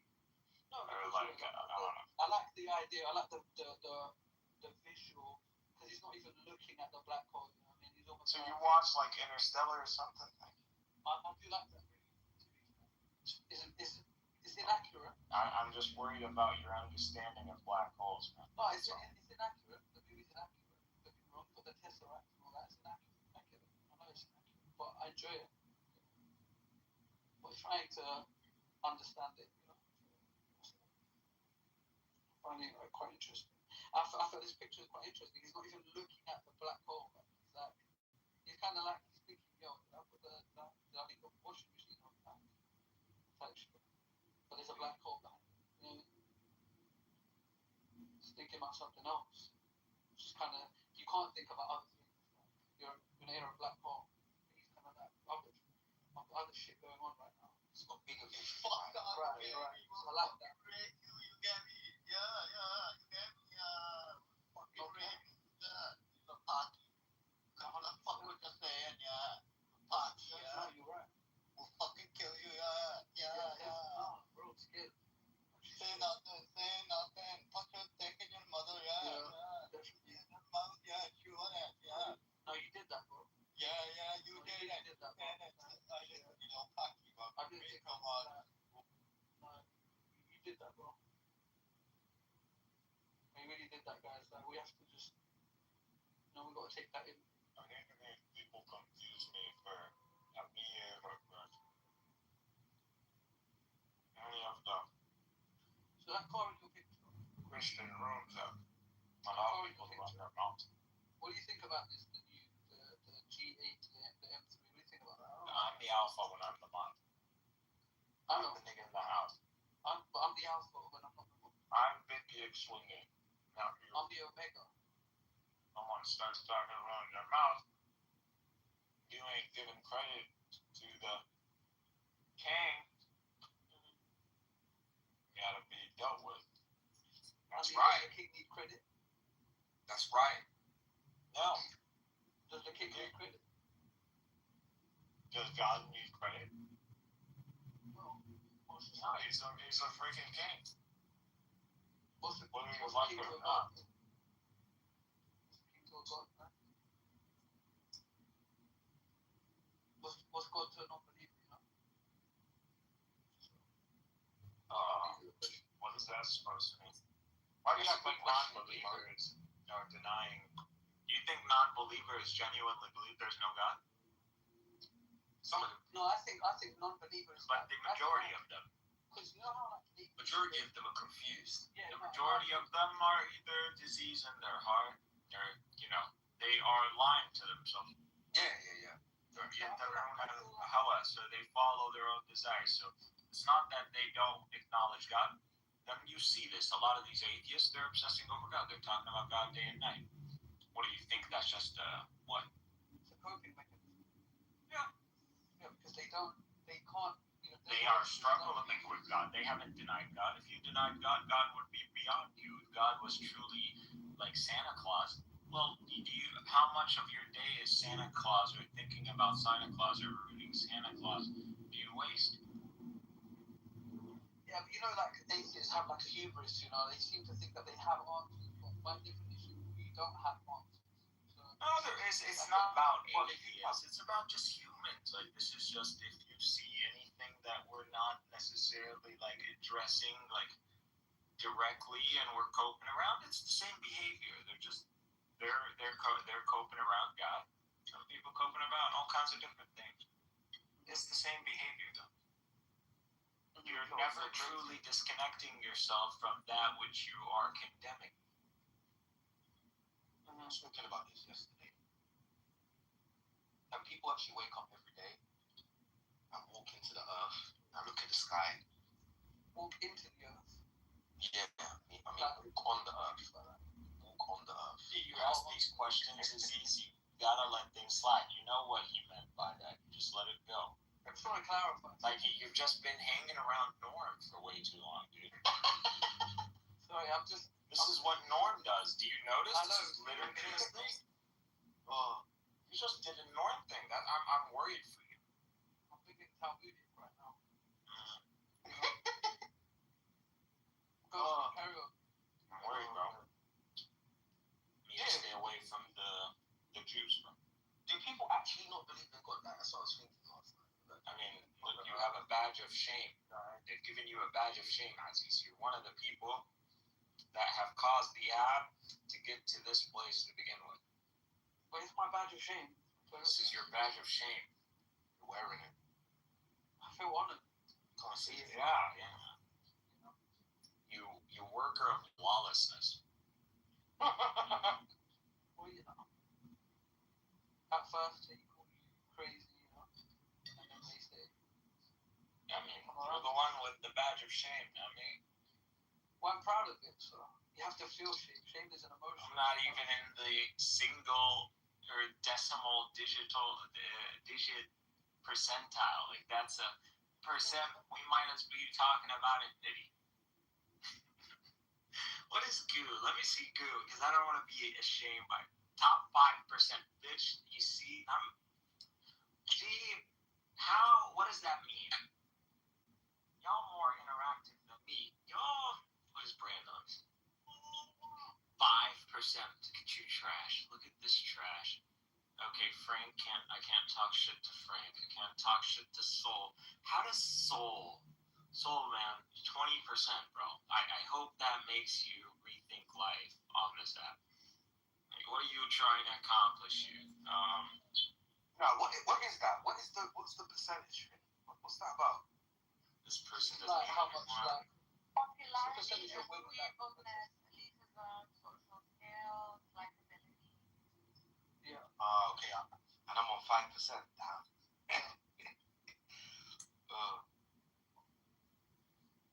It's just how much really you've invested in this app.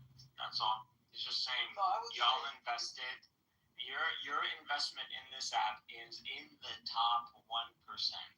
Imagine out of all the apes in this app, and then Nevins is top 0.5%.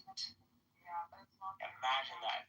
Barth is in the 0.1%. It's also how That should prove everything. like how many rooms you mingle in. If I think Barth, look it up on chat. if it was about agreeableness, how is Barth 0.1%? Because he sits with all kinds of different people. But he gets kicked, he gets So trashed, he that's fine, gets... but he attempts, right? That's what this is. He attempts as if I don't... What?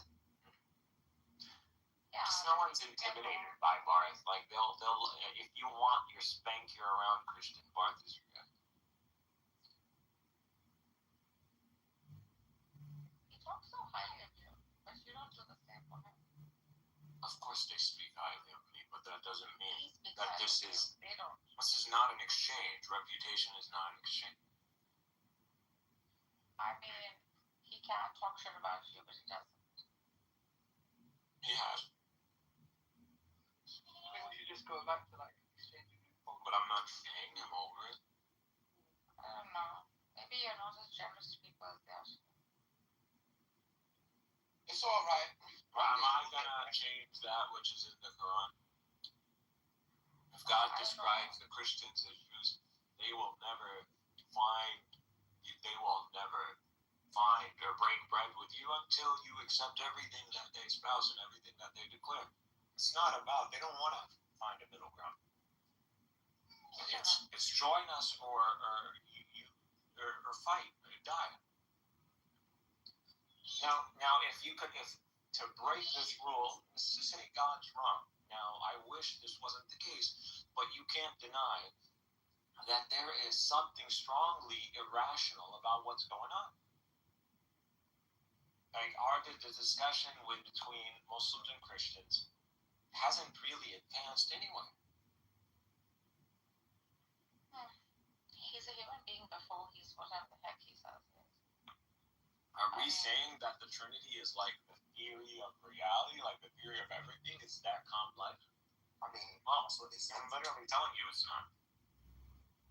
When will you ever I'm telling you that a unity? gravity and consciousness is a much harder problem. Not even the Trinity is not a comparable thing.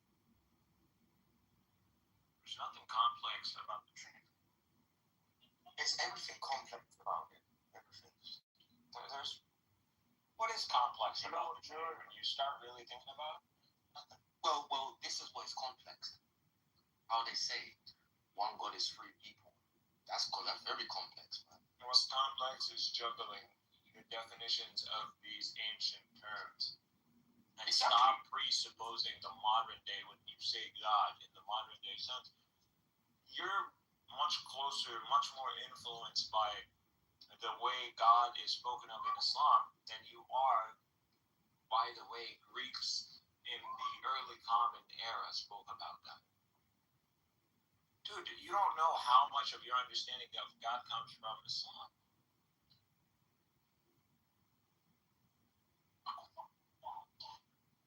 He's got some good loopholes, so there is now. Dude, Thomas Aquinas, which is their top metaphysician in Western Christianity, is a post-Kalam metaphysician. So he is taking from Kalam Muslims, Mutakallimin. He's taken from Avicenna. He's taken from the understanding of Muslim metaphysicians. He's building on that. They all share Maimonides, Avicenna. These people never hoarded on knowledge, right? Okay, but that understanding of God is not a continuation of Greco thought from the early Common Era. Yeah, he's telling the truth. It's the same with Rabbi Akiva when you read the Midrash. That would be something that was their understanding of God would have been before the Roman and the Greek understanding of God. So I get what you're saying. I'm saying the Western Church is not a continuation of Greek metaphysical thought. They actually blasphemed in the Greeks. They got to the Greeks after Constantinople. When Constantinople was first sacked and then it fell, that's when a lot of the Greeks started flooding in. And from Andalusia, that's where you get your Renaissance. Yeah, that's why the Renaissance happens. Because you get the Greek floods Italy, along with the metaphysics of the Muslims. And since the Greeks and the Muslims actually have correspondence, guess who's equipped to translate Arabic to Latin? The Greeks. How are the Greeks able to translate Arabic? That's crazy. Because who's their neighbor? Who's the neighbor of the Roman Empire? It's no, before that.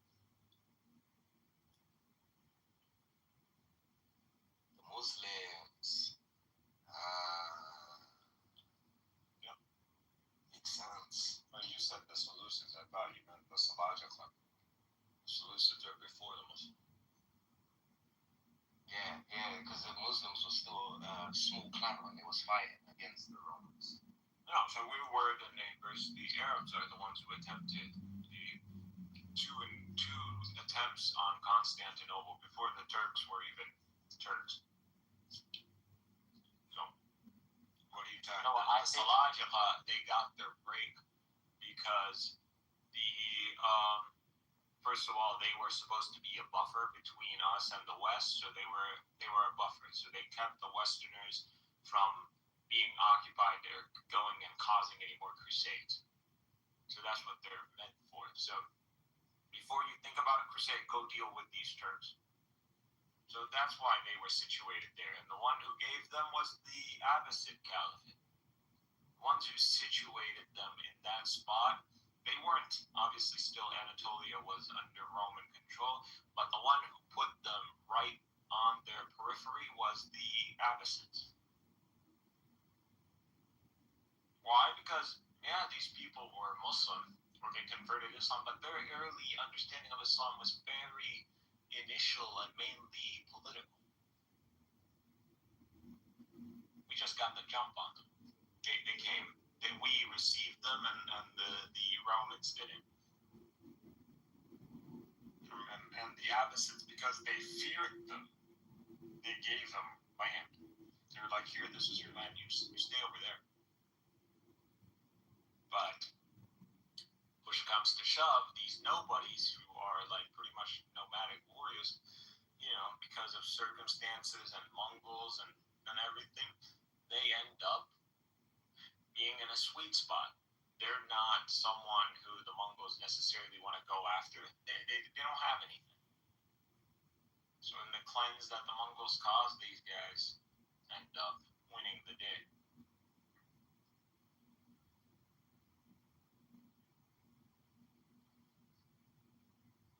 But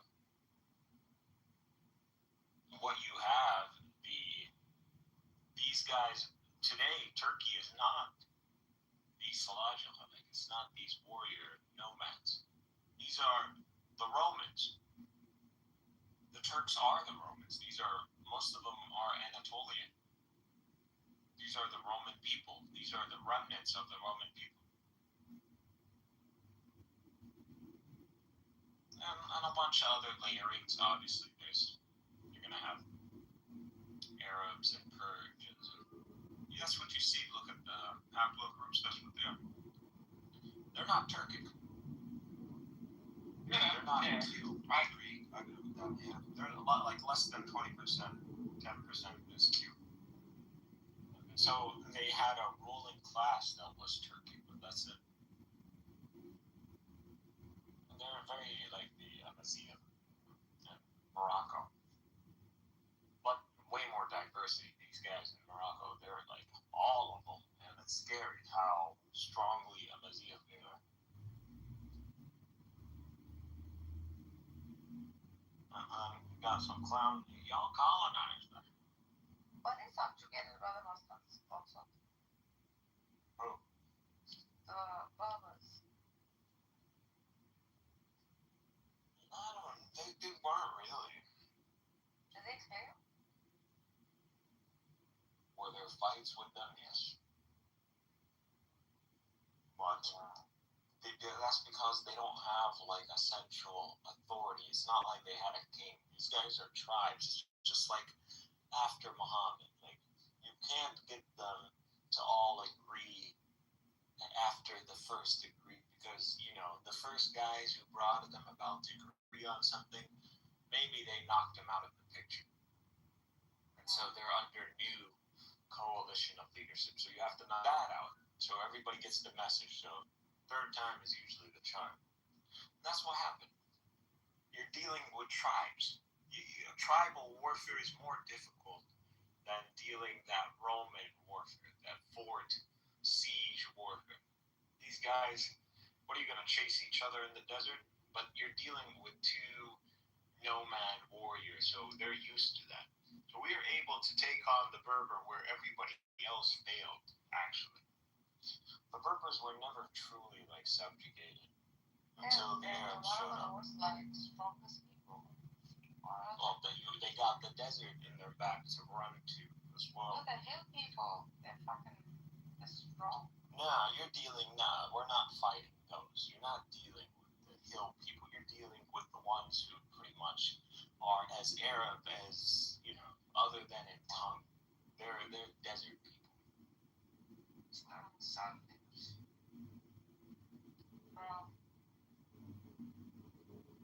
Yeah. Exactly. They're the same playing field. So you got two, sand folks, and they're just like, we're all experts in sand warfare. And it's like, yeah, but I'm me. But the Arabs were like, we're the G in this shit. Like, and they're like, nah, we're gonna try ourselves. And they're like, you don't want to try, kid. And they were like, no, we're gonna try. They got their shit pushed. Not in a bad way. Because this isn't good ways. This isn't a central government or a central seat of civilization. Tribal warfare because it's like tribes and there's a lot of honor on the line. You lose 10 guys, it starts climbing in the double digits, you're out. And low casualty warfare. Tribal warfare is low casualty, usually. But when it comes down to the tribes, because it's only usually a few big tribes and it hurts. That's why tribal feuds keep going. Yeah, man, I really think Ishmael and Isaac should stop fighting, man. They should stop. Jews are not Isaac. Brandon, do you Go check the Israeli haplogroups and tell me these guys are Isaac. Brandon, you follow some religion? You hold us to a religion? Yeah, remember, I was a Christian. I was a Unitarian. Yeah, I remember you. What do you now? Not anything right now. I'm converting to Orthodox Judaism. Sorry, converting to what? Orthodox Judaism. I know. That's what I'm looking at. So enjoy. Just choose anything you want. What? I don't.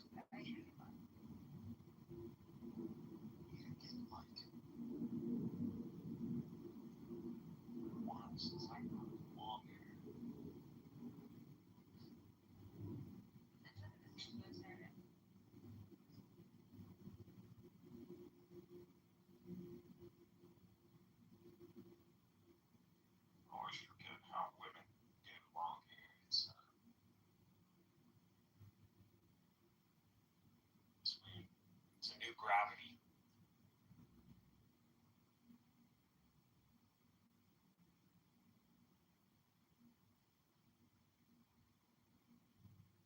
So how come, Brandon? Brandon, you got? Oh, maybe that's why. Yeah. How do women get long hair? How come you're attracted? What do you mean? How do women do long hair? It's just like feels hot.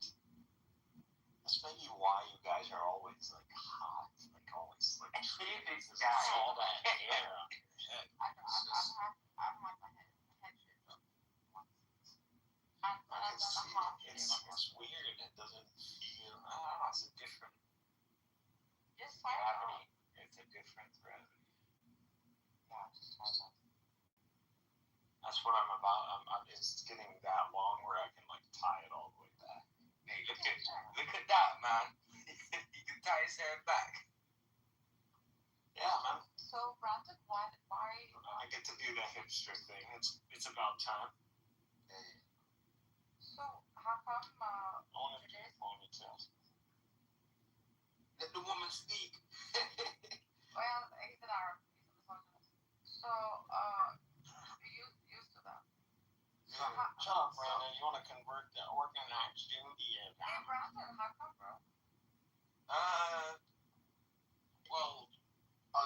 Christian, exactly. So I believed in Jesus, but when I found out Jesus was a false Messiah, the only thing you can do is go back to Orthodox Judaism. Oh my God. Jesus was a false Messiah. How did from, good Lord, from Jesus not being God and being the Son of God, but not God as such, he became false. Yeah, I mean, What? reading the New Testament, there's certain quotations of the Old that they say he fulfilled. And when you read the original interpretation, the New Testament's interpretation is completely opposite. So, like for example, Matthew. Does he make him a false Messiah though? Yeah, it does. Matthew 21, 44, I think it is. Jesus quotes Daniel chapter 2, and he quotes it as if he's the rock. And I mean, if he is the rock, then we should be in the kingdom of God, have eternal life. We should this world should be much different, and it's not. So, yeah. Your argument is an argument of evil, and you're gonna problem of evil, and you're gonna argue. No. You believe Judaism solved. No. I'd love to hear how Judaism It's not solves the necessarily that. problem of evil from you and you articulating that. I want to hear that. No, it's not the problem of evil. Are you interested in hearing that, Genesis? I don't Yeah, think he's talking about the problem of evil. You know, I'm talking about the problem. Yeah, but I'm saying because I'm saying the verse that Jesus says he fulfilled, right? That verse is the end of everything. Like it's the end of all suffering. It's the Okay. So I'm saying, forget about if the Jesus- Bible. Let's go. You're saying Jesus- Rabbinic Judaism. Just say chill, bro. Why are you going after what the Greeks are saying? Why do you care about? No. Because I hate hearing. I know see this what guy. you're saying He's about lying Ireland, because he hangs around. What's his name? Boyer. Rabbinic Judaism tells you there's going to be a Messiah ben Joseph, who's still a Messiah, who dies sacrificing to bring about this kingdom of God. And he's still the Messiah, and he is to come for Jews. So Jews are still awaiting a sacrificing Messiah, a suffering servant, before the Messiah ben David. And because this is stupid, and you can't expect Jews to still await another Nekba before that, they combine the two. And there are combinations of the two, even though if it might not be standard to like lawyers kind of like Rabbinic Judaism can really talk about who has authority to say anything. When we have historical Jews who literally claimed, we know via history, that they combined the Messiah ben Joseph, Messiah ben David deal in one instance, in one go. So we know this. So we know, first of all, Rabbinic Judaism is full of shit. They don't know who the Messiah is. They don't know what the signs of the Messiah is. Two, if your argument is that Jesus didn't fulfill the messianic Messiah ben David theme, and this disqualifies him as the Messiah, then why do the Rabbinic Jews believe in the Messiah ben Joseph? That wasn't my claim. My claim was Jesus claimed that he fulfilled a verse.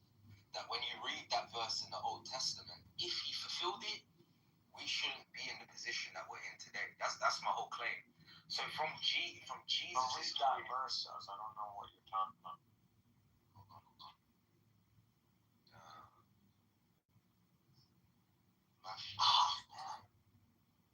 I'm just waiting. It needs to get a little bit longer.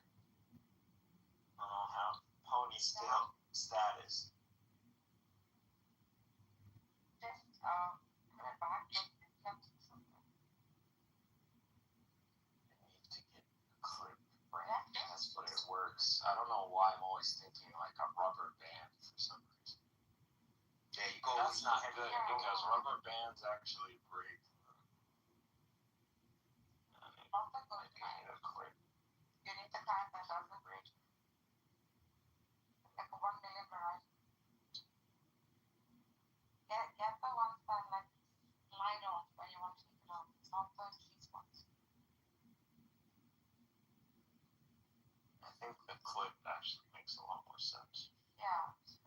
Tie it up like, you know how to do it? You take one side, then you hold it, then you take another side. Last time I had this hair this long, it was like 17. It feels like weight, right? Okay. Yeah. Cut it. No, why? It's disturbing you, cut it. No, it's just, it's just you're not used to the heat, you know, your head ends up getting hotter, and it's like, wait a second, it changes your whole body temperature. You get it? Yeah, It really does. It does, it's really true. Man, I don't know what this Arab is talking about. Arab is Bro, you're there. What are you talking about, bro? You destroyed. You just claimed. You can't even read me the verse. Go find me the verse that you believe Jesus hasn't fulfilled. What is it? Matthew 21. Read it. And the one who falls on this stone will be broken to pieces. And when I fall on anyone, it will crush him. That's the verse. Okay, and who did Jesus fall upon? Well, he's Who are crushed? Well, he's quoting Daniel chapter 2. So, in Daniel chapter 2, which he's quoting, that's talking about the kingdom that destroys every kingdom. Yeah, who's that kingdom that destroys every kingdom? Muslims say it's Islam. No, man. It's rabbinic No, Judaism. stop. It's the synagogue of Satan that goes around, that you see it literally going everywhere, every nation in this world, over 109, add all the Muslim nations post the Holocaust. So you're going over into the 100 and maybe 23, which is also a very good number of people, 23. And you have over 123 nations. These people have gone through and dismantled God in those nations, brought them further away from God than they were. That's what you have. And who did not, how did the Pharisees and the rabbinic Jews not fall under the rock that is Jesus? Everywhere they go, Christ is in their face, and they're cursed by the invoking of the name of Christ. They hate Christ more than anything. The cross is a curse that chases the Jew around the world. And they can fight the Muslim, they can fight the Buddhist, they can fight anybody. The only people they will never have the might to fight are the Christians. Why? The ones who declare Christ as the Messiah. They will always have an upper hand over the Jews. That is their covenant in the world post-Jesus. That's what the Quran says. Those who champion Christ are always going to be above the Jews. It's the truth. I'm saying it's always been the case. Even today, Israel does not exist if it wasn't for the approval of those who hold Christ. They hold the cross all over. Their symbol is the cross. There's a problem with that quotation, though. Because you're correct. Jesus is quoting that verse and he's applying the destruction to the Pharisees.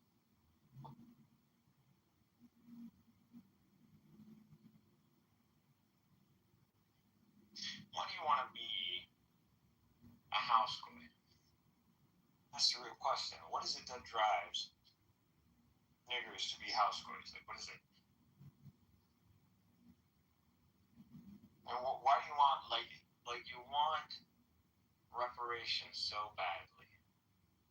Like you want someone to just, you wish, like, we want the same these Jews got. We want some of that honey, milk and honey. We want some of that.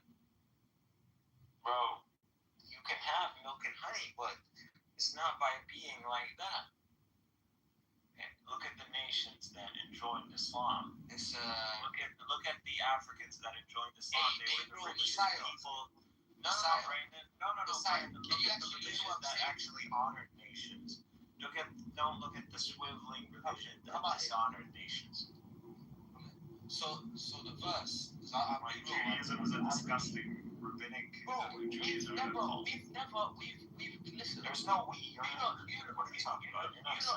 You're a Cushite. You're a Cushite Hamite Negro from Negro Stan.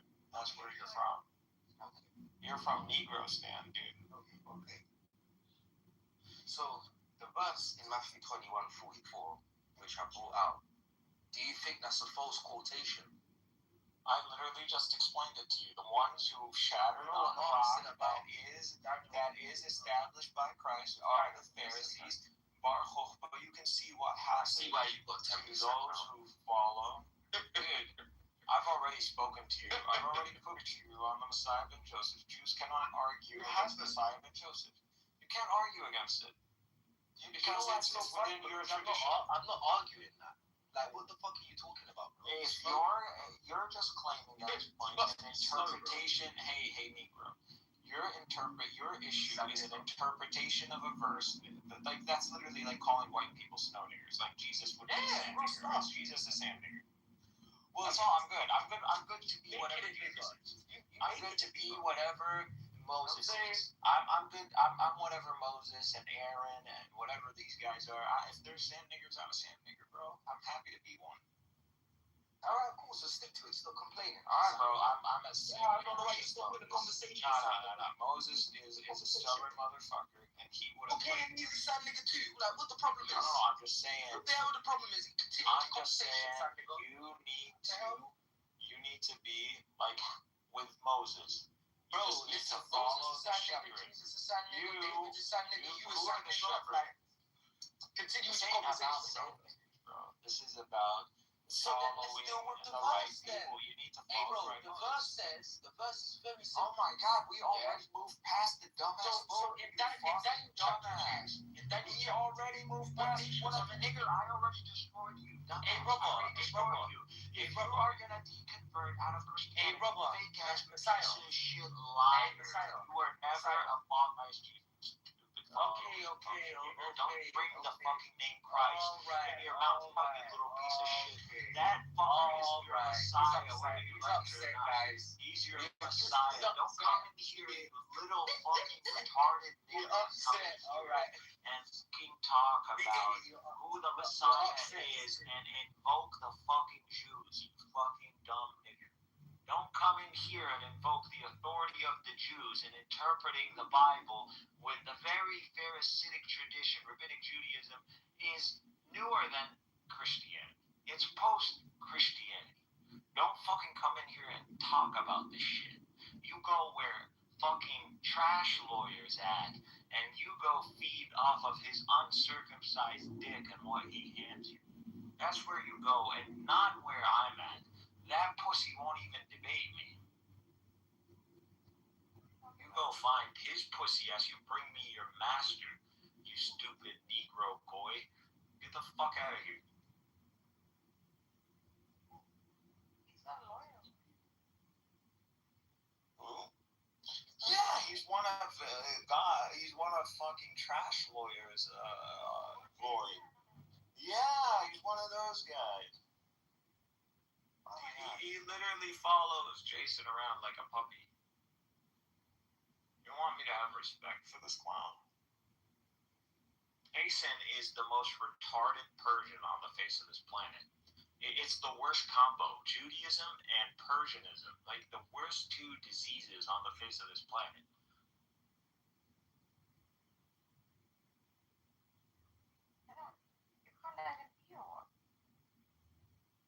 Be what? Like, if it was up to me, like, the lawyer would be crucified for corruption on earth. Like, what are you talking about? The guy insults Christ. The guy wakes up, breathes in the morning, and goes, how do I insult Christ today? Yeah, no. Like, if someone, Muhammad, okay, he hype up Jews. He fucked Jews up. You want to be a hater against Muhammad? Makes sense. The Quran declares Jews as an enemy. Okay, but Jesus, what did Jesus do? Jesus simply, if he was what they claimed he was, then let his name be cursed throughout the memory of man. But if they were right, if they were wrong, let them be cursed. Who is cursed? If there is one to be cursed between Jesus and those who follow in the ways of the Pharisees, which one would you say is cursed? If there had to be one. they didn't like it. But no, it's a straight up question. It's a straight up question. Any human, if I went, see, this is why I like Asians. If there were Asians around, they give you these neutral answers. Asian Chinese guy, he's not going to believe in God, but he'll straight up tell you the Jew is 1, 2, 3. And you can go watch their channels, go to Weon and all their fucking shit. Go see what they're saying about Jews. Man, don't tell me the Chinese motherfucker is anti-Semitic. Why is it? I got the Japanese, I got the Chinese, I got the Korean. We go to the Thailand guy. The Thailand guy is complaining about Jews. And everybody goes to Thailand. The Americans go and fuck shit up. They fuck all the lady boys that they want in Thailand. And no one heard any Thai people necessarily complain about Jews the way Thais have been complaining about Jews since October 7th. He wants to belong to his kid. Why? Well, he has a very He doesn't rich. feel like he belongs, right? Black Americans have very rich and strong influence in America. If they simply monopolize on that, like if all 50 Cent has to do is say, hey, everybody, meet me in downtown LA in 12 tomorrow. I promise you, the nation of God is going to be in downtown LA tomorrow. This is just the United States of America is going to be in downtown LA. That's just 50 Cent. Like I'm talking, this is the kind of power these people have, but they don't use it. What's stopping LeBron James from becoming in the next Senate cycle to be the Senate of the state that he's in? And then from there, he would be president by the next presidential term. These people don't want to do it. No one tell me about black people and they don't have an opportunity. They have all the opportunity in the world. They don't want it.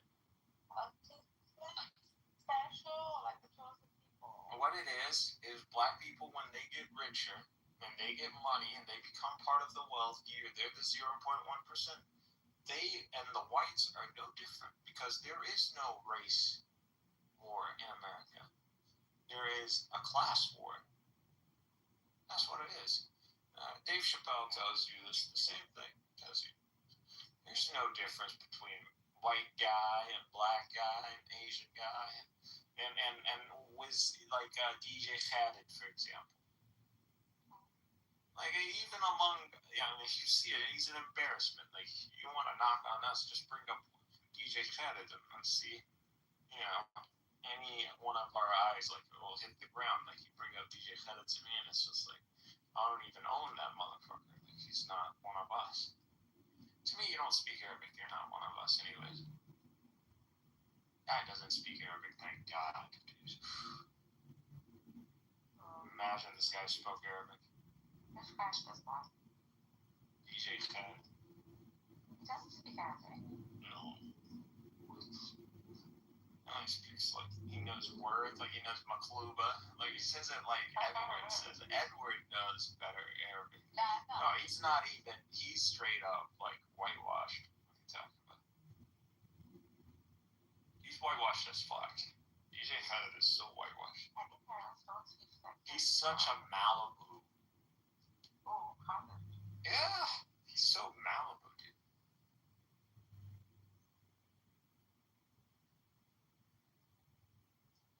He just loving it. He's loving life, man. Like Arabs, when they get money, they're not like white people. Like they live life, man. You see money on us. Yeah, we don't have any existential issues. God, life, hedonism. Hedonism is the best. Forget about life. Like, how can you have so much money and then you still want to off yourself when you have so much hedonism? Like, what do you tell me? You went through everything. You've done everything. Impossible, bro. Impossible. These people have skeletons in the closet. That's why. You have have something haunting you. That's people who do this. These rich people who off themselves. But that person, the what's his name? The cook, the guy who was a cook, Jewish guy, Boydar or whatever. What was his name? Oh yeah. I've heard people say, "Who cares about that guy?" No. I know what you're talking about. I actually like him. Anthony Bourdain. Well, yeah, I like him. Yeah. Yeah, he was a cool guy. Go down. Is he alive or what? He killed himself. Yeah, he killed himself. Yeah. What? Yeah. You didn't know this? No. But we were on Clubhouse when this happened. No. When? Oh, it's been years. What are you talking about? Oh no.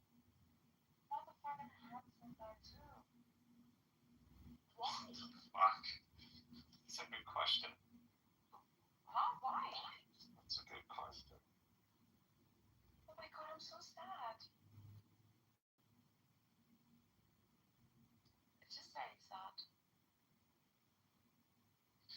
Yeah, someone who was a voice in the world and someone who shed a lot of light even in that he would do this. Like, did you not value yourself and what you brought into the world? And like, he spoke about Palestine. I'm not going to be ungrateful. The man highlighted things. I thought he represented to me the first shifting in language in the West. Like, that guy was one of the first to tell it, like, this is actually hell on earth.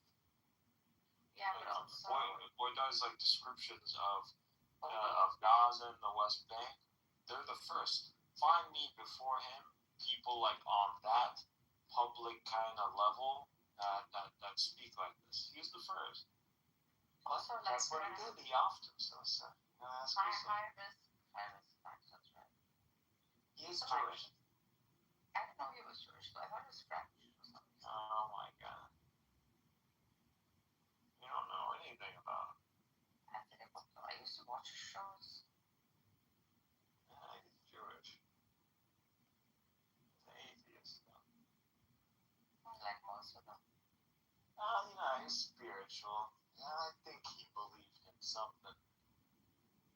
And then again, I don't know. I'm one of those people who, like, because of, like, it didn't make sense to me that he committed this. I think there's some foul play, but I don't know. No, see how he ate, how he tried every food on the street. When you have that kind, when you take that kind of risk, it becomes very easy. People who take high risks are also people who can easily take any kind of risk.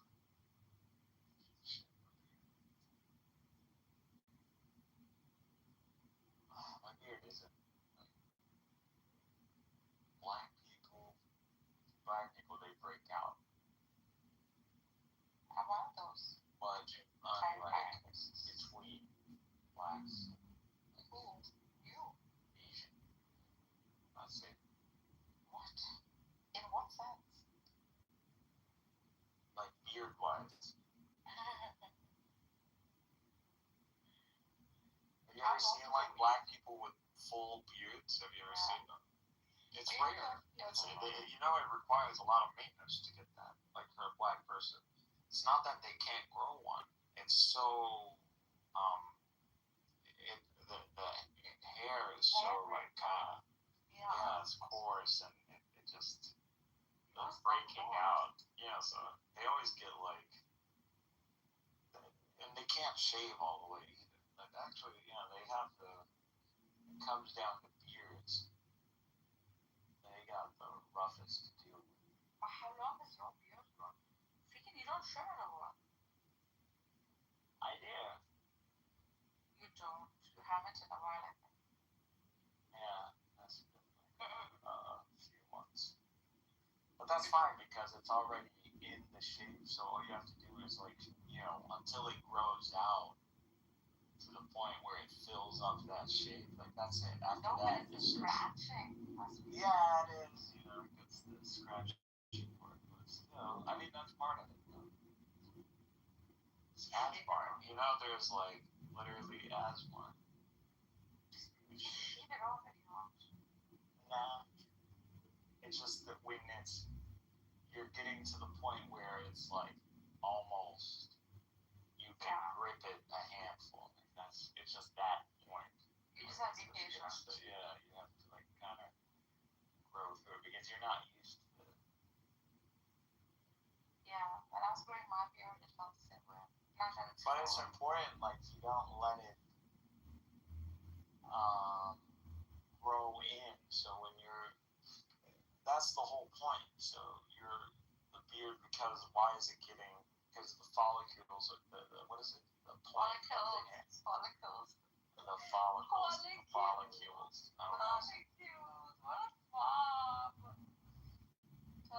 Follicles is a fob.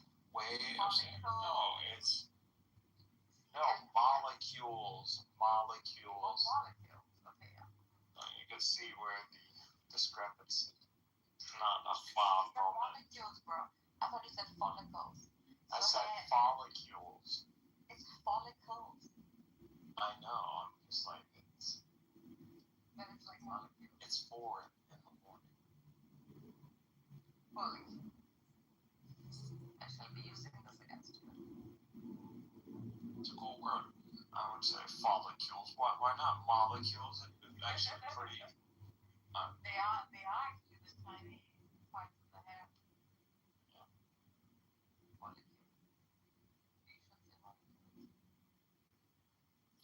The reason this happens in English is because, like I said, the words are not. They're not based on root words. You know what else you say that is really cute? It's a lot of memory based. You say je for G. All words that have je in them. Jesus Christ, this kid is flying on a bike. Oof. Jesus, he's gone, dude. Ooh. I don't know how else to show you. Like this, he's a kid on the facade. This always happens. This is. He's Turkish, right? Hopefully he's Turkish and not Syrian. You gotta be fucking stupid to do that. هذا ولد تركي ولا؟ It's my birthday today. Here, you wanna watch this? Yeah. You should watch this. I'm waiting for so long time. And then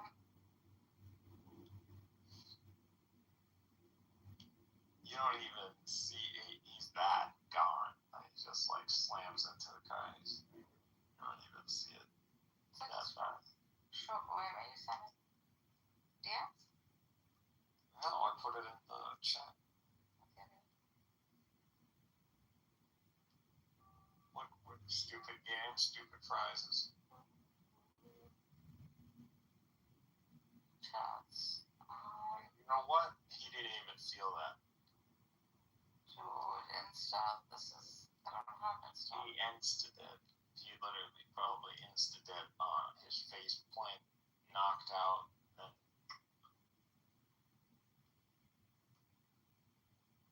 I can't see it. I don't have Instagram. That's a 14-year-old. Just like straight up. That kid, like, did he win? Lived life on the edge. Died without probably feeling it. Yeah, he's gone. He's dead. What are you laughing at that? What are you talking about? It's fucking funny. Oh, what's wrong with you? It's the stupidest thing you could do. Look at this guy. Look how fast he literally just asking to die. That's him. Like, but you know, that's not suicide. Like, he's not actually. He might as well be though. Seriously. But 14. Like, what is God's intention? Like, yeah, he doesn't know. That's what God says. You know, they do not know. That's why God pities everybody. They don't know. You know. Like, but God, couldn't you have created them knowing? Like, did they? That's not how it works. But then Adam was knowing, and that's where the fall story comes into play. Because why didn't God create everybody just knowing? We know, we just forget. It's not that we don't. That's what it is. That's what it is. Our nature that we forget is something of our nature. Our nature is somehow our decision. We want to be human. We are this tipping point that spills over and becomes human. So I don't know. This is what our soul's configured to be. We want to be human. And this is our mechanism. We forget things. This is how we deal with time. Actually, it's a very good surviving mechanism. Actually, I would say forgetting is proof that we are meant to live eternal lives. How else are you going to cope with 1,000,000 years?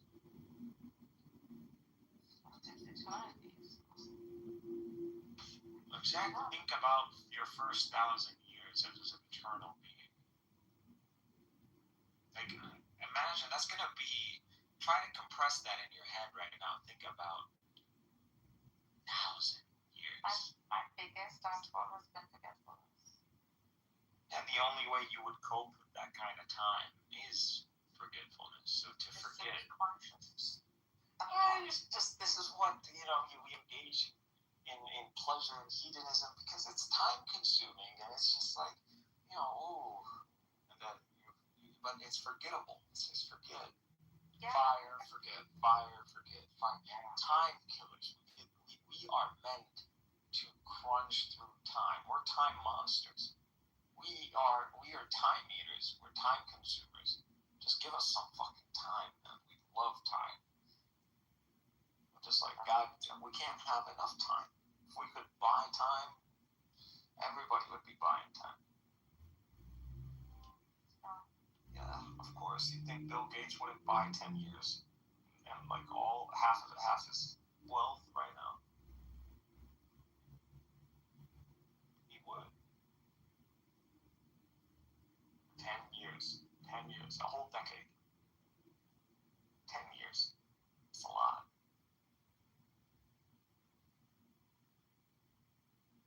I mean, look at Tim Cook or whatever his name is. Steve Jobs, I'm sorry. Steve Jobs went all the way to India. Right? He was like desperate. He went to the Hindu gods, he went to the Greek gods, and he just didn't go to the one god for some reason. That guy really had a thing against his parents or something, against his father, which is a very Arab thing. But Steve Jobs. Who said he was Arab? Steve Jobs is Arab, you know that, right? Or stop saying so. Yeah. Oh my God, this woman, you're living under a rock. I don't follow such things. Steve Jobs is paternally Arab. You know that? Yeah, let's think. So when people talk about what did Arabs do? iPhone, bitch. iPhone. Hold on. From like where? iPhone. We made the iPhone. You didn't. No. We did. Because that's how it is. Prince. Do you know Arabs made iPhones, Prince? Like, come on. Like, why? That's why we should support Apple. Apple is ours. We made Apple. He's a Levantine Arab. He's the Alpha. He's the chosen people. He's J1. He's J1 P58. J1. The holy blood. I don't know. Prince has to go take a test. He might be. He wouldn't be. But Prince who? Prince. Yeah. You already took a test. Stinking R1P, but he needs to tell us the clade. So he might not be that true Roman, but I think he already knows the subclades. Yeah.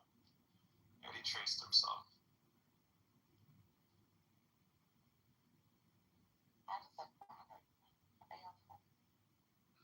It matters. Why?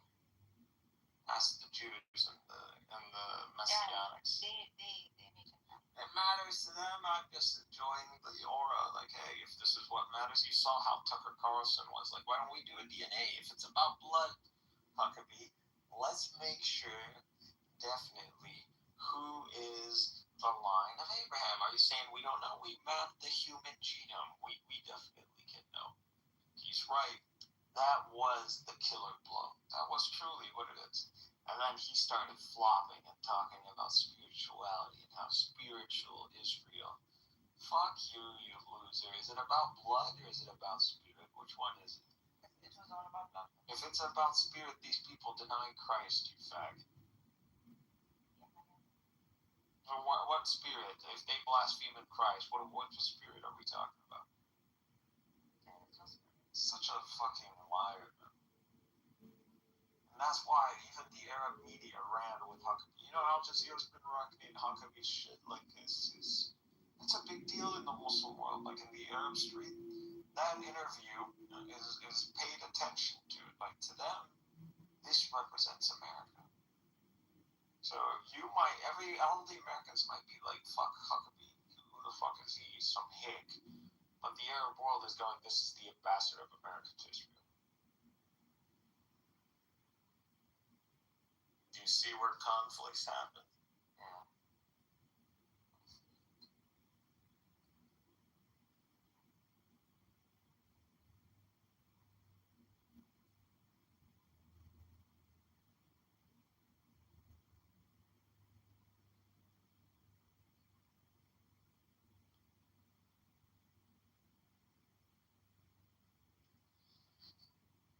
Yeah.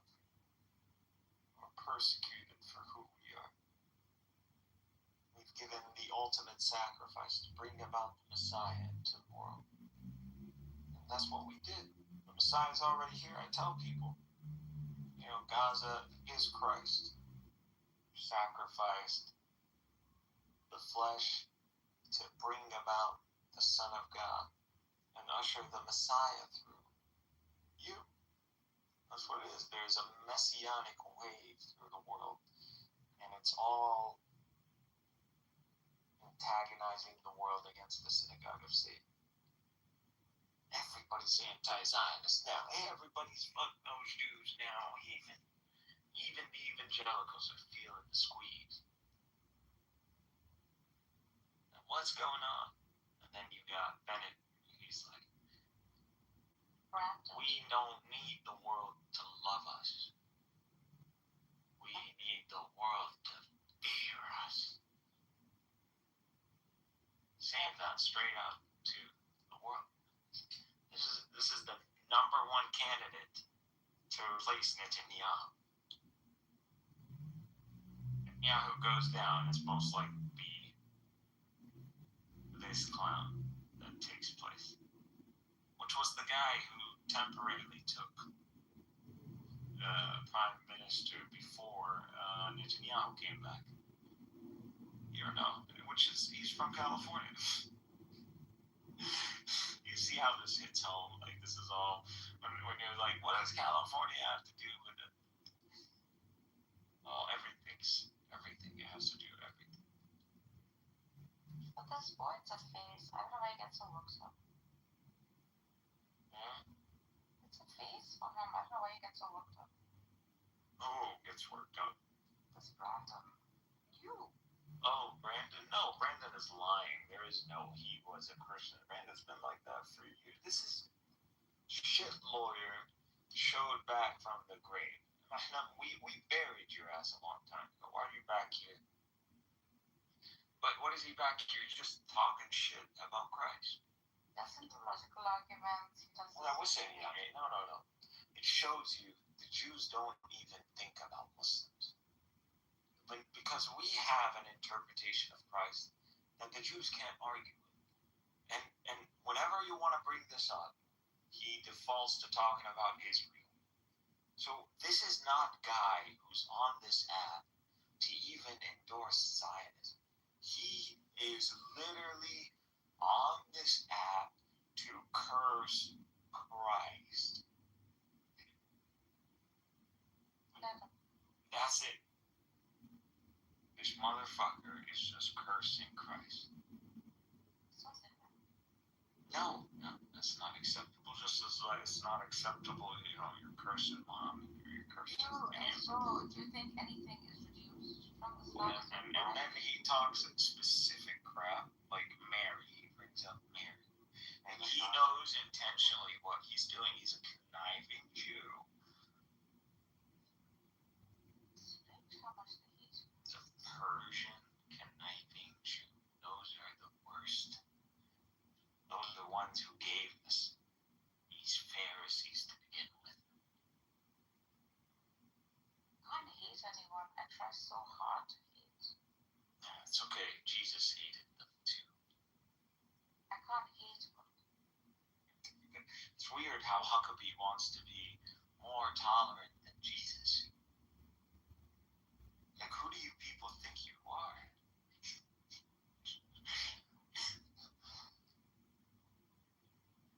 You're going to be more tolerant than the very lamb sacrifice for the world. Like, you're going to be, wallah, really. God to them is a currency, that's it. God is a currency that these evangelicals play with. I know what this man, the look in his face, this guy's a man of Satan. Agent of Satan. You can see it in his eyes. Just using Christ like it's a card, flashcard, just like they were using the name Trump. Ash. She's a security clearance.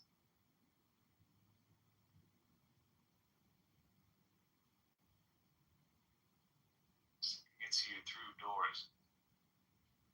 All life, if you claiming to be a Christian is what you need to get through doors of life, we have no problem claiming to be Christians as Muslims. We're all followers of Christ, and we'll be the first to champion Christ and to champion Mary and to defend Mary and Christ. And we've always have been. It's not the followers of the presumably Western Christians because they defame Christ. We're going to keep tally on who's defaming Christ. The Westerners defame Christ more than the Jews do. Am I right, Jake? Who defames Christ more? Western Christians or Jews? Like depictions, defame him through public mass media. It's telling me I can't join the house. Do I have to be Arabic? Yeah. I mean, you're Slavic. You're already there. Plus, Russia perfected the doner kebab. Oh, really? I gave You guys even know what meat is over there? I thought all you guys know was potatoes, vodka. My God. Well, we have to potato juice. It's like all these guys do is potatoes and potato juice and potato alcohol. They're potato people, man. Potato food. They're literally potato people. Potato beef. Potato water. It's a potato. They're just, the Slavs are Mr. Potato. Call them Mr. Potatoes. They get angry. Oh, Bring that up part of potatoes. Russia where my family's from, they call them the potato people. Yeah. And insult Slavs and Germans, potato people. Irish too, you could do it. You could get away with it. These are all peasants. You're speaking my language. Slavs, Germans, Celts. These are even the Franks. These are these European peoples. These are all peasants. There's only Latins and Greeks. Well, how do you measure wealth? Everybody else just fucking, bow. There needs to be a new Rome. There needs to be Southern Mediterranean Europeans. And they need to take over this place because anywhere, really, Europe is just the southern coast. What's your Where definition are of you wealth? gonna go in Europe? Where's nice in Europe? There's nothing nice. Greece, Italy, Spain, and southern France. Wallahi, France, you go for the Eiffel Tower, but everybody knows France, the real experience, southern France. Yeah, southern France. Why? It's on the Mediterranean. What's your definition of wealth? Because Russia, the United States, control some of the largest land masses out there. Control land masses of nothing. Well, look at the minerals, the diamonds. Why is gold, most of Russia Western Russia? Just look at the population disbursement of Russia, and then you don't see Russia as a big mammoth country anymore. Just look at the population disbursement. Just pull up a map right now. Here's population disbursement now. They have Christians, Muslims, Jews, Buddhists. They have the best donor kebabs. They have the best chicken tikka masala. What else do they have? The best Chinese food. The best Mongolian food. I'm talking about America. The best Mexican food. Global population disbursement.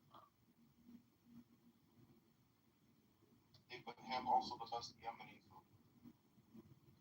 You mean Orange County? Russia. They also have the best Mediterranean food. Actually, the best Yemeni food is in Orange County. It's in Russia. It's downtown Moscow. Actually, it's in Bay Area. Yeah. Still. And New York has the best Italian food. People from Italy come to New York just for this food. That's ridiculous.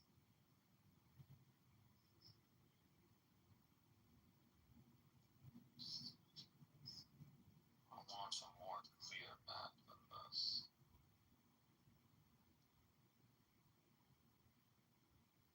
Yeah, like here's a purple one. I like this one. Maybe something. This is embarrassing. I don't even want to show you this. Like, when you actually see what Russia is, it's like nothing. Y'all overinflated, man, and you believe y'all bullshit. That's the problem. Slavs are they eat the shit that they peddle. They don't know that y'all were nothing. Y'all. Will always be nothing. We do be Greatest caring. scheme of things. How do I save this to photos? Okay, here. And I post this as a... I can't believe it's still fucking snow. Oh my God! Good morning. Wish me for my birthday. You want to wish me for my birthday today? Happy birthday. I'm going out very soon. It's not her birthday, she's mine. It is my birthday. Where are you going out? My freaking phone is gonna be going on.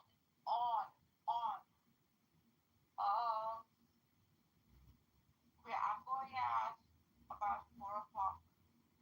To like an early dinner, and then I'm going out at night. So you're up 5 a.m. Yeah, I'm waiting for Fajr. and then you're gonna go 4 o'clock. It's Ramadan. Or in the evening. Yeah, but it's Ramadan, so I'm not fasting. you're not fasting.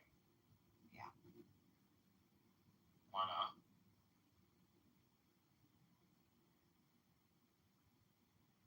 Why should I?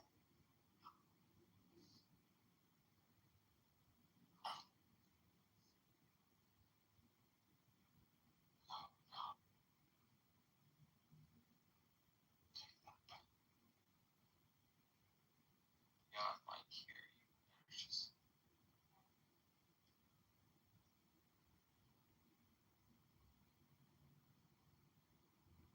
So you intentionally say 4 o'clock intentionally to highlight that No, you're she not meant- fasting? Is that what this is all about? No, she meant. You want people to argue God for you? Is that what you like so tired yourself of arguing about God, like you just want someone to do it for you. God exists. Religion is not. I've gotten tired of it. Okay, so what do we know? What's the purpose of the world? What's the logos? I've abandoned it. What's the logos? Oh, you abandoned the logos. But at least you knew it, so what is it? I don't know anymore. You never did you? I did. I do. I just doesn't serve me anymore.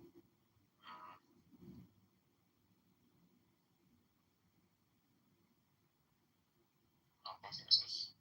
I'm tired and angry, that's all. Where did you get this population dispersed now? Look at Russia up there. Look at that. How much empty the world is. We're fighting over resources.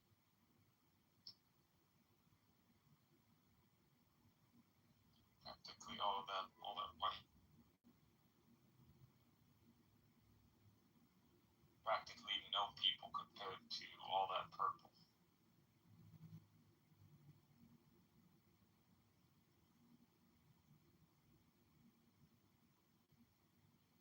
And then they'd say there's no Satan.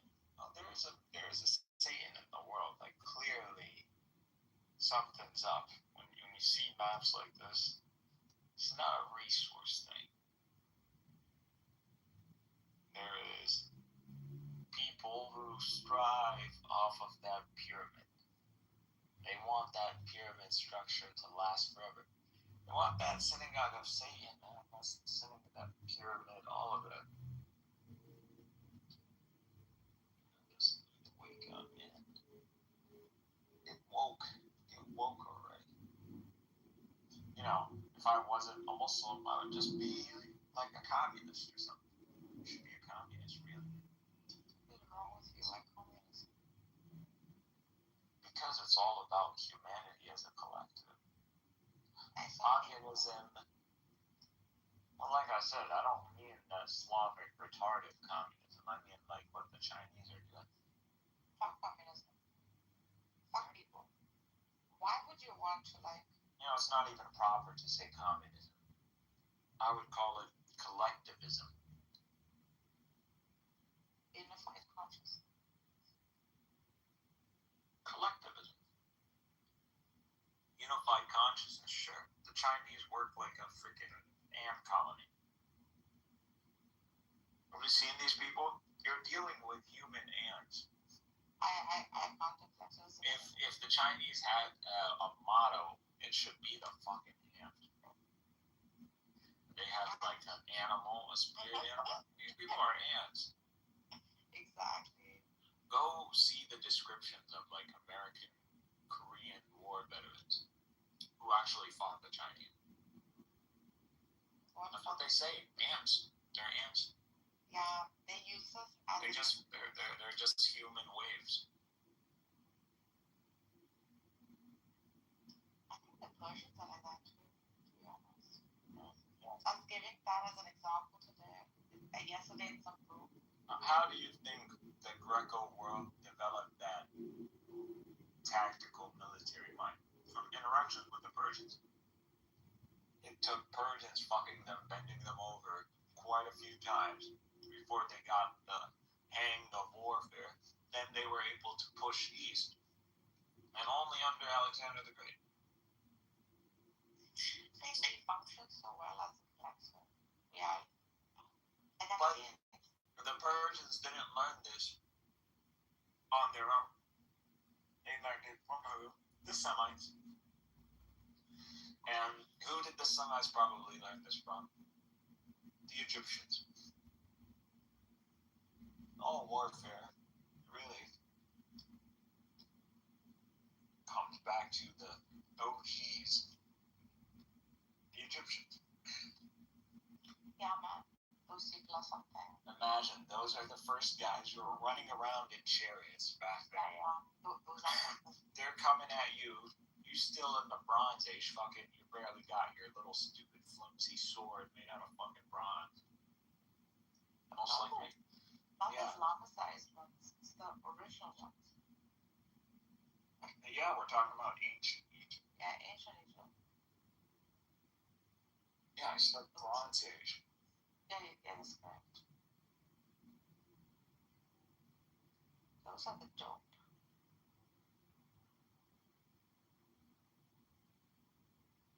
Egypt is still a very pharaoh military structure with the commander-in-chief being in charge of the military. That's what it is. Egypt is still that till this day. It is a military society. All of society is to maintain the military. The military is the red line of the state. The priority of the state is to maintain the military edge. Against who? Israel. Not only that, but they've made it literally their economy. Their economy is floating on the fact that they are a military threat of Israel, and they are being paid jizya. Yeah, Steve was telling me this. It surprised me. Yeah, no, Egyptians are proud of this. My gosh, it was so surprising. She was like, Egypt gets, right after Israel, receiver of USA. Also, she's saying like we've been watching them so closely because the neighbors, right? Oh, look at October 7th. You don't think the Egyptian military knew about October 7th? Egyptian intelligence knew about October 7th a week at the very least. They've warned the Israelis before October 7th at least 3 days. They didn't take them seriously. Hours before, I think there was a warning. They told them it's about to pop off. I think there were even calls during October 7th, like, hey, motherfuckers, you guys see what's happening, right? I think these guys are nobodies, man. They're shit. They don't know how to fight. They're not about the fight. They got us scared. They got an Air Force. That's all they got. All we're scared about. If you take out all the pilots, Israel will disappear tomorrow. And that's who the Israeli military truly is. It's the Air Force. And the Air Force, a lot of them are fucking Americans. Any leaks in the Israeli military, it's the Air Force. When the pilots threaten to go on strike, that's when everybody shuts the fuck up. The pilots are the gods of Israel. You're a pilot in Israel. You're like Apollo.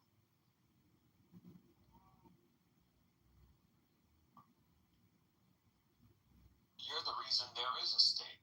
The only reason there is a state is because a few of these Apache pilots and gunners and these F-16 fighters, pilots, air to ground.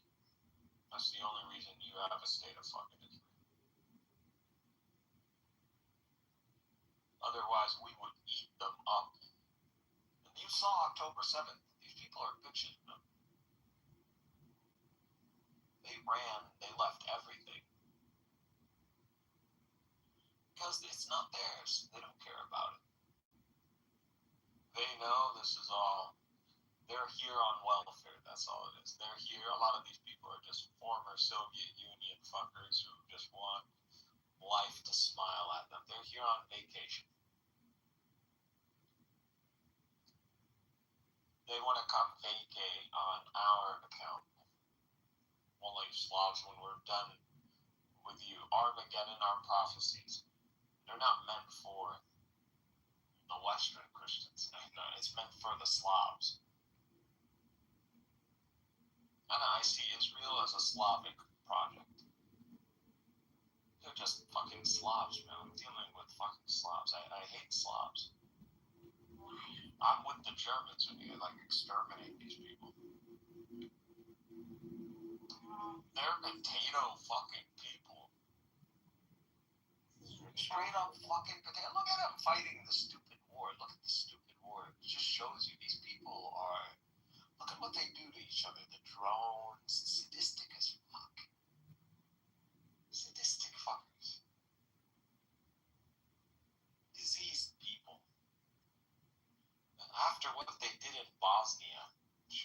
forgive these people? Those people were white people. These people were butchering white people. These Bosnians were white. These were white people. We love white people. What are you talking about? Look how cute they are. These were the best looking white people in all of Europe. Killed thousands of them. They're beautiful Muslim people. These would propagate Islam all over the world. They're our poster child. We like our little white Muslim enclave. We're very proud of this. This is our accomplishment. And they tried to snuff this out. Our precious white people. White people Muslims. Yeah, these are white people Muslims. They're not those paggy Muslims. We have 100,000. We have cannon fodder for days. These are precious commodity. We wanna ingest as much fuel into this, and like these guys, if they want to be the caliphate, we would make them the caliphate. They got white privilege, bro. They're just, I mean, come on, Dua Lipa, like, come on, like she's not even that hot. I don't even know what's up with everybody. Who's Lipa? Dua Lipa. You don't know Dua? I know Dua Lipa, yes. Oh my God, you're I know such music, bro. I know music. You don't know shit. Your I know kid Dua must Lipa. be like She's fucking I swear so to God, I know. frustrated. She's a secret techno something. I know. I've danced with You don't know who she. I know who Dua Lipa is, stop. Yeah. You know, you killed those people. You killed a bunch of Dua Lipas. How is that forgivable? And you left one. Look how many we could have had twerking like that. Like, wait a second. Don't you think Dua Lipa has done more dawah for all of us than, you know, most of than Muhammad Hijab had ever done? Yes. Yeah, everybody's like, Dua Lipa, like, you know how many 15-year-olds love that woman? I would love to be Muslim like Dua Lipa. Yeah, they want to be Muslim like her. Yeah. She opens the door for little white girls to think about Islam. And like, oh, you know, I want to be like Dua Lipa Muslim. Like, Dua Lipa, you can do that. That's fine. Like, Dua Lipa's not going to go to hellfire forever because she shook her booty for it, you know. You know, God can forgive that. God can forgive her shaking her booty. Like, you know, she could be like, God, you don't know what's between her and God. You don't know that she's like, I shook my booty, God, because, you know, because I want to feed my family and all that. And I want to feed my village. I don't want them to be killed by the potato people. These monster potato people came and tried to kill my people. And look, now I bring so much attention. Imagine today there was a war against Bosnia. Dua Lipa said, no to war. Like, imagine, like, how Kardashian. You remember how Armenia and the Armenian war over Nagorno-Karabakh. Azerbaijan. Dude, we named these countries, yeah. We're gonna say it the way we want to fucking say it. Azerbaijan, that's what it is. They're Azerbaijanis.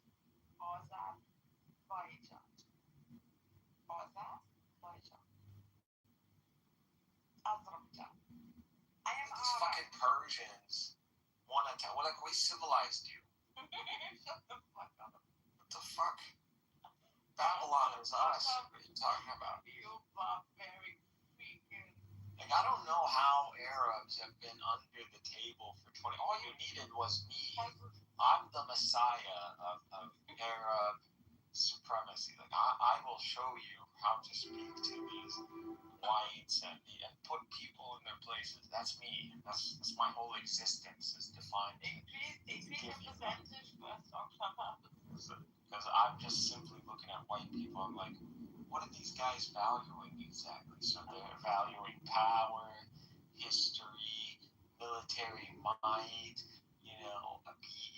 defeating beyond the odds, like overcoming odds. They're looking for ethics. They're looking for ethics. They like the underdog. So underdog ethics. That's what the white people love. Like they love that shit. Never thought of it like that.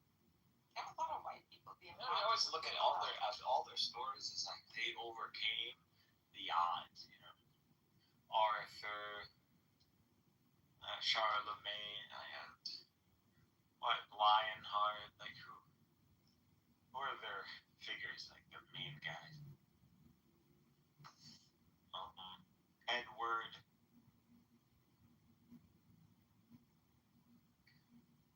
I don't know. Napoleon. Emperor's French. Yeah. Also what? Yeah. He's not white. What? White is just England. France is literally as white as it gets. These are the Franks. What are you talking? I don't understand whiteness to France, Franks. I only understand whiteness to the Brits. Oh, to Anglo-Saxons. Well, no, that's just privilege. Yes, Anglo-Saxons in the Western Hemisphere are sitting at the top, so it's not the Jews. So everybody's like, the Jews. No, the Jews are working in tandem with the Anglo-Saxons. So the oligarchy is Anglo-Saxon, Jewish, German to like a third, and then French fourth. French after that, yeah. Yeah, so there's a hierarchy. Sure, and then you got like maybe your Italians. Yeah, well, and then your Spanish, and then your Russians or your Slavs. Slavs come a lot. Oh, Russians. Well, Eastern Europe. Yeah, No, Eastern Europe is gonna come after Western Europe. You're gonna have to go through all of Western Europe. So the last one is gonna be Spain. So if you look at the powerhouses, I'm not talking about these Scandinavian countries. So like Switzerland, Denmark, Sweden, Finland. No, these are your pacifists. These are they make chocolate and they keep the money while everybody else fights. Yeah. Okay, the Finn are not pacifists. The Finn are monsters. No, these guys made war like a sport. That's when you realize like these ice people, are just like ice. Like they're cold and deadly. Yeah. Heartless. I don't know, man. Like it's Yeah, but it's an advantage. I have a lot of white people. They just look. It's like killing a little rabbit. No, it's not the first thing you want to kill. If you're gonna go kill it, it's hard to kill white people. You feel so bad for them. Ooh, white people. Yeah. It's not easy. Asians, they all look alike. You don't know which one you killed. It's like Chang. Oh my gosh. And Enoch and So what are you talking about? You live in Asia though. and Ting and Bing. They literally, it's hard to get personal with them because it's hard to even differentiate them to begin with. And they think the same way about us. Like it's not They do. That's the thing. Like everything that we think about them, they think about us. Yeah, and they fan our big eyes. And it's not like it's not something crazy. Like this is normal. They see the distinctions among them. They're able to highlight them, and we just look like others. That's it. Yeah, but we all look the same to them. Yeah, that Caucasian, we all look. Yeah, that's how they depict us. I mean, you see, they make satire. They depict the Indians. We love that because That's usually their big thing. Have you seen that one? No, but that's wrong. Oh my god, it's popular. It's viral. I don't have social media. I actually don't have. Here, Chinese mocking India. This is a big thing. They do this to each other. Here. I don't have social media. I can't open it. It's YouTube. You don't have YouTube? I have YouTube.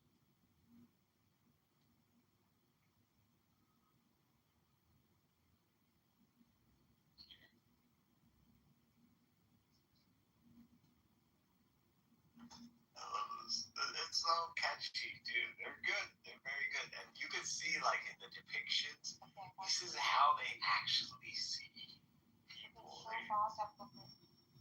The Chinese are a very good way of seeing the world from seeing yourself as an outsider. There's so many of them, you can't but fathom them as a whole world. Like, they got a whole world. So you can't delude yourself. Like some of these white people, they go to these countries like in Africa and they think, oh, there's not that many of these people. Like, we're bigger, we're more, we're just here. You get too comfortable. You go to China, no. You get put in your place real quick.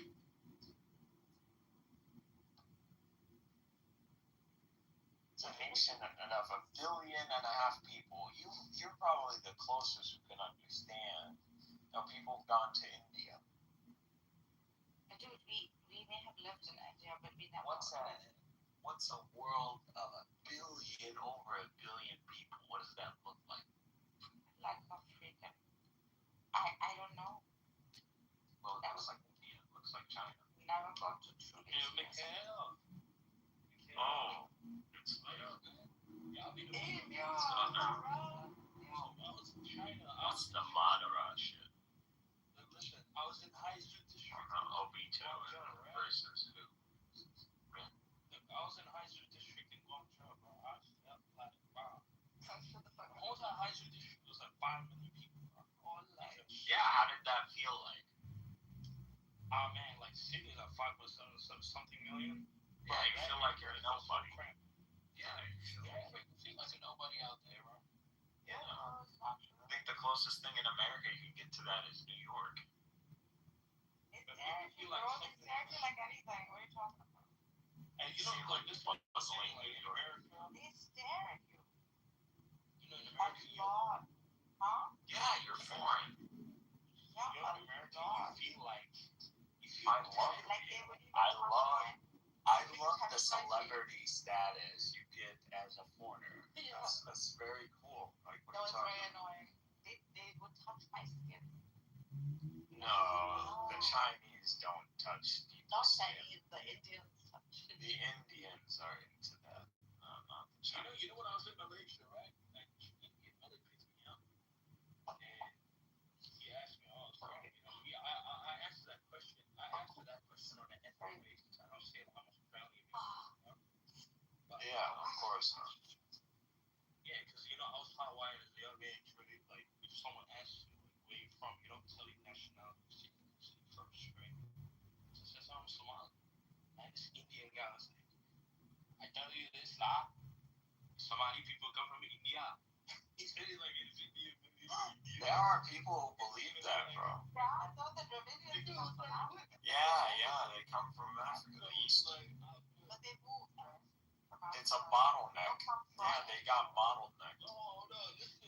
I was trying to think of what he beat down about. Like, first tell me, I remember in the 1980s, one of the ambassadors to India from Somalia, he said that he came from India too. I was the coolest thought about it. It's trying to compliment you. It's trying to show we're the camaraderie between Somalis and Indians. Right on. He's like, brother, we are the same, we are one. That brother thing He is not. was singing in the Malay accent, Oh, he's Malay. Yeah, he's Indian. Malaysia. Imagine Malaysians have Chinese and Indians as minorities. As minorities. But imagine that environment. No, like, what's crazy about it? So he's Malaysian. Malayali, right? Oh my Malaysians God. practically look Filipino, you He's know. Malayali Indian, right? He speaks Malayalam. It's like They're the best, bro. This guy was like a full BJP supporter. I'm like, Oh, wow. you are this. I was like, but this guy, like, he was just getting. Is the BJP again? Is that Moody's the party? Modi. Yeah, Moody's. Yeah. No, I've met most Indians I know, even in like the tech world or like, blue. They are all Moody supporters, and I don't think of them as extremists. They're not extremists. Moody is a result of lack of political option in India. He's made himself invincible. No. No one wants to rule, dude. Moody is the only one who will go against the Mahatma Gandhi's guys. He's the only one. Somali finance minister studied in Pune University. She speaks Hindi. In that summit. So nice. So he was speaking in that summit in Hindi, like full-blown Hindi, and all the Indians in the comments on Twitter were like, "Oh, it's amazing! You speak Somali and you speak Hindi, like these guys just like." Listen, I have a newfound love for Indians now because here's the thing. I mean, we're both on the Indian Ocean. I think we should have great ties in the future. Like man, Indians will fuck with you if you speak their language. Like they will actually rock with you if you speak English. Yeah, man. Like these auto rickshaw drivers would say, "Madam, where you're from?" I would speak back in Hindi, and he would say, "No, but really, where you're from?" Really, where you're from? Nah, but he started camping. Like, just take me back to my hotel. My hotel in Malaysia was in the Chinese area, right? It was in Bukit Damansara, right? And then this guy was camping for like the whole entire ride for like 25 minutes. How India's gonna take over Europe and how India's gonna take over America. Bro, just like to impress you. Seriously, Silicon Valley belongs to us. It doesn't belong to us. They have a different accent. The Kerala. No, but he's fourth generation Indian Malaysian, right? So like his I see. Yeah. great grandfather, great grandfather came like the 1800s. But think about it. Look, in Malaysia, like Chinese, the Malay, Indonesians, they have their own schools. Yeah, I have been. Yes. Kuala Lumpur, if you drop anything on the floor, you have to pay like 5,000 something. You're jailed for life. If you No, that's Singapore, man. No, Kuala Lumpur is also very, very clean. They also have very, very high. Too much roads. That's the problem. Like everywhere. Yeah. Too many and very good roads too. If you freaking very good roads. If you're carrying like marijuana on you, it's death. Oh no, that's yeah, I know. Death. Like they tell you on the flight. Yeah, on the flight they tell you like if you're carrying anything that is illegal, even vapes are illegal. So whatever you can, if you're with marijuana or any kind of drug, it's immediate death sentence. Scary. Can you imagine what Ricardo's gonna do with this society? Salamat datang, salamat po. Salamat. That's right. But they have so much Sanskrit words in there, like yeah, a lot. Or half of the language is Sanskrit. If any language, it's there and it's sort of preserved.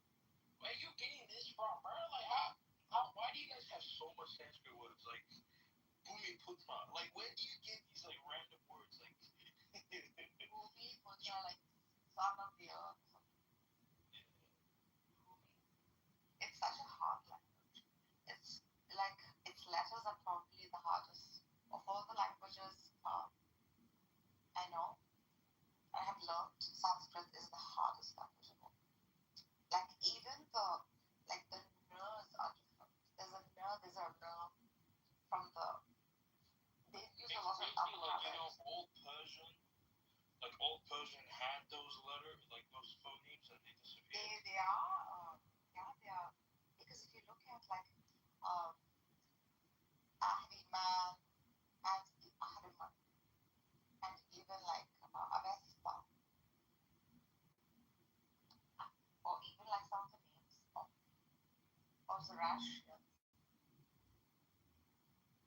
They are in Sanskrit, like really original Sanskrit. It was our language, I think, or something. It's Indo-Aryan, right? You know, like yeah, like use that language, Bahasa Malay, Bahasa is like. Dude, Malaysians preserved it. We became friends with them. We wanted to be like the best. We want to be like so cool. You know, back hurts. I'm missing my family so much. Feel like dying. The first time. This is the first time my family's not around for my birthday. Still celebrate your birthday, but how about just like And watch your man, I was traveling shocked. For the last 2 months when I was traveling, Australia is so empty. Dude, like, I'm Australia's like a freaking. Dude, Australia's like. It's beautiful, mommy. It's so freaking. 27 million people on a landmass the same size as the continental United States. Yeah, but it's mostly shit.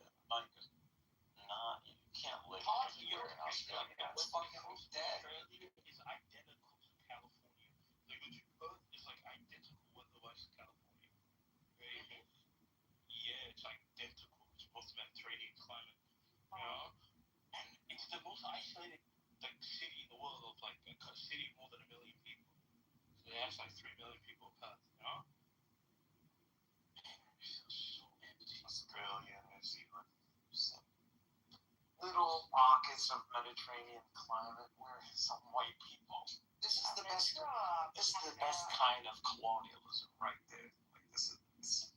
It's perfect. You go find places. There's no people. You go build, construct life. No, it's actually a good example. Now, if Australians stop fucking around and trying to like develop nuclear submarines, right? You know what that would be. They must have really good like gemstones. So far. Because they're under threat. That desertification thing. A lot of the land is desert, and the worst kind of desert too. Australia is like one of those hard level places to live. Like you got like spiders that could like eat like a cat. I'm talking about like I wouldn't live in fucking Australia. Hey, you can fucking go live there. People are Place is scary. That's like it's like difficulty extreme. Like I'm not living in that no man's land. Something happened in that continent. It wasn't good. When you see all that land and it's just like fucked up, it's like I think there were people there, so it's not like there wasn't people. Yeah, exactly. And you're telling me you think those people were there for thousands of years just painting shit in caves? You're just underestimating humans. Humans don't spend thousands of years shitting, fingerprinting, painting in caves. They don't do that. Like I said, it doesn't take that long to realize, oh, piece of fruit. There's two of us. We want equal pieces of the fruit so we don't beat each other up. Half. This is half. What? There's a concept called half. There you go. You're already half. It's the source of everyone. Once you understand the concept of 0.5 or a fraction, 1/2, that's it. 1/2 gives you Pythagorean theory. Gives you everything. 1, 2, 3. 1, 2, a triangle. What is the third? 3. Didn't count, bro. It was just more and less. No. But yeah, well, like you said, 0.5 fractions, half, 1. You figure it out. And it doesn't take that long. That's the whole point. You start figuring out, piece of bread, there's 6 of us. How many times do you need to calculate before it becomes like, They just gave out the bread. Some got more, some got less. no, that's not how it worked. You think humans, their survival, every piece of fruit or bread matters. They're not going, why did you get a bigger piece than me? Like, humans are literally that fucking petty. What are you talking about? Look at our children. They notice these things. Our children, before they notice math or fractions. This is how I taught like younger kids. I would tell them, they don't understand 1 plus 1 equals 2. Here's 2 lollipops. It's 2 candies. 1 plus 1. How many? He's not gonna pretend he knows. Okay, no problem. Put the 2 take 1. And then he'll look at you like you stole his fucking lunch money, or you stole his car or something. Why are you lit? Like, what did I take from you? You took something, you took 1. It's like, you already know, you clown. You already know. The kid already knows. So it proves to you, humans already know. First of all, they already know. We already know. We just don't know how to say it yet. God gives us the ability to give names to the meaning of things that we already know. He gives us intelligibility. God is the one who taught us all the names. This intelligibility from you and me, that's like saying we invented math. We didn't invent math. Math already existed. We discovered math. We discovered intelligibility. So, when we're talking, when you hear the Quran, and then someone like Matthew comes and thinks this guy is implying flat Earth cosmology, you're so confident when you have the Quran speaking at metaphysical levels that honestly no one at that time should be speaking of. This is not language. This is only something because we have all the Q1 theory, and we have relativity, and we have this way of understanding the world now. This, Hilbert spaces, and what does it mean? We have these abstract models of what's probabilistic. Like, what does all this mean?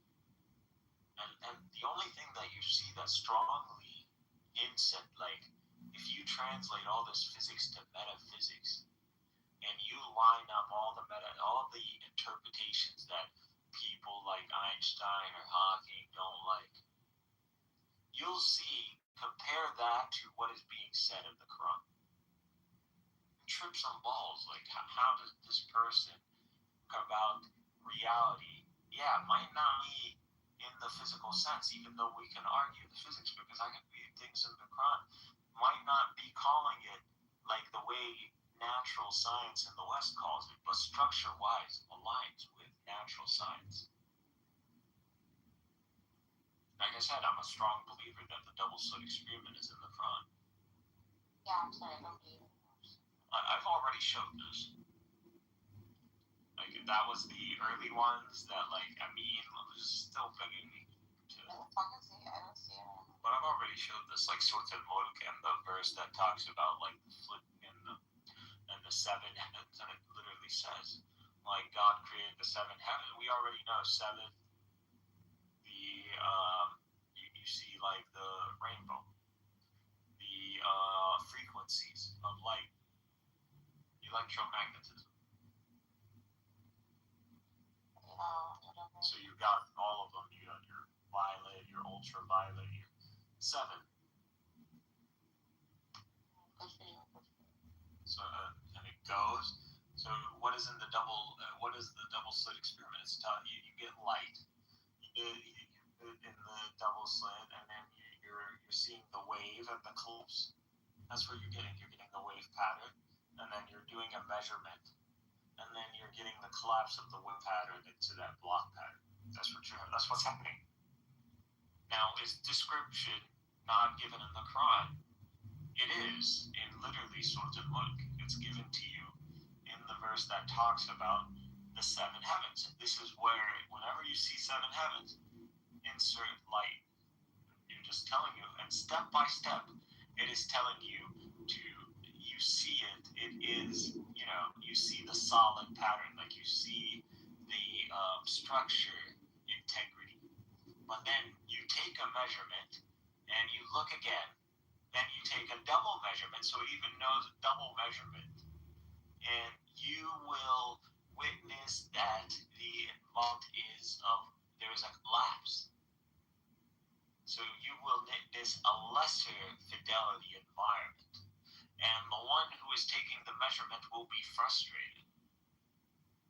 So ينقلب إليك البصر خاسئا وهو حسير.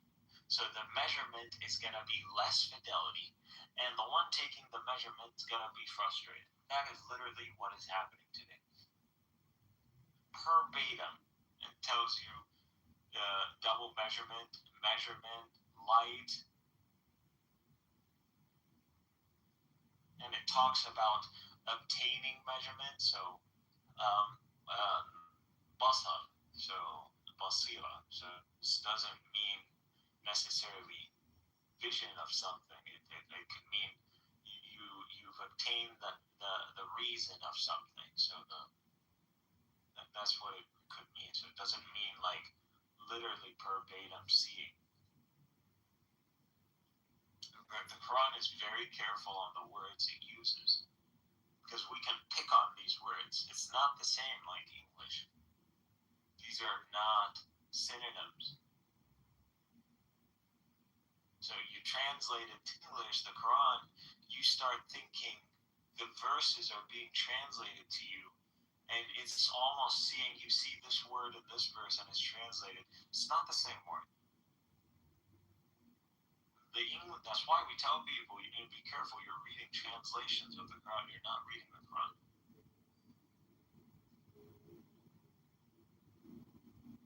The Quran is in Arabic. You can't read the Quran except in Arabic. I'm sorry.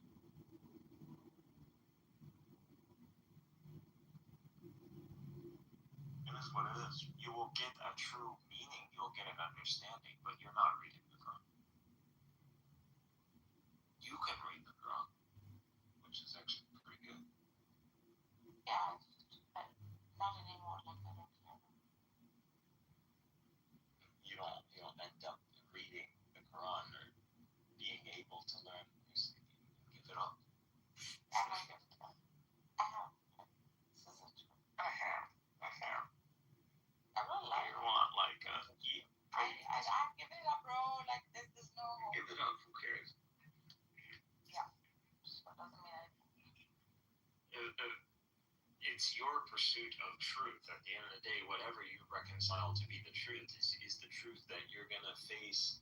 Your eternal existence with. Like that's what it is. Yeah. It has nothing to do with any of this. It's way bigger than. Way bigger. To a book or to a particular. It's whatever your truth is. Like if you can't articulate your truth, like you're just lying to yourself. Totally, the truth is way bigger than. What is the truth? Bigger than holding to. Okay, stop giving me the attributes of the truth and tell me what the essence of the truth is. No, the truth is in principles. It's not in these particular. So what are the principles?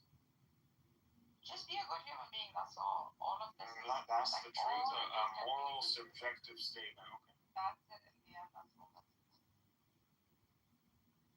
All else is just a pursuit of. It's excess. It's unnecessary. What? So excess is unnecessary. Like this is not what brings you joy is just granting joy to others and yourself. Just be a good human being. That's all that matters. how these Israelis is a viral video. And they're in Brazil and they're hanging out with a bunch of Brazilians, and then the Brazilians are like, "Where are you guys from?" And they're like, "From Israel." And then they're like turned on them. They're like, "What the fuck? You guys are from Israel?" It's like starts yelling at them. These guys, these Israelis, they look so shocked from the reaction. They don't know that it's not the world that is pre-October 7th. You would go around saying, "I'm an Israeli." Oh, cool. You know, now that world is over. It's still not registering for, oh, it's over. It's long gone. Anywhere these people go, they're going to see only, they're despised. You're not being biased or anything. No, not all. Dude, we're living 2026. Tucker Carlson is literally more pro-Palestinian than than any of us. Like, he's done more for, like, this is, who thought this Fox pundit, this person that we, like, kind of woke up to the Daily Show and what's the British guy, his name, I don't know what he does, something Minority Report or something. And these people, this guy was the main, like, he'd throw darts on him whenever you had the chance. He was that spokesman. He was the trophy boy of Fox. You know, this guy was Kennedy's replacement. You remember Bill, what's his name? Bill Hannity. He was one of the first people to get canceled. Like, he got canceled the fuck out of Bill, right? Am I getting his name right? I know what you're talking about. I'm bad with Hannity. I think it was Sean Hannity. No, Sean Hannity, the one. Yeah, Sean Hannity. What happened to him? He's still around, right? Career, let me see. But that's not who I'm talking about. Was canceled after less than a year after a controversy during two shows. Gay and lesbian rights were discussed in what was considered to be a contentious matter.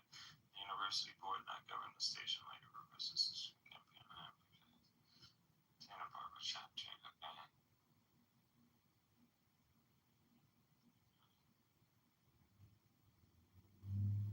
Hannity signed $25 million 5-year contract extension with ABC Radio. And these guys make a ton of money, don't they?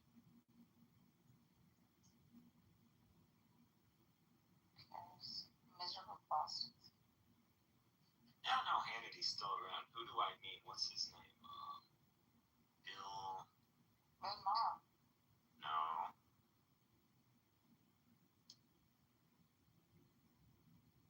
Bill Fox News.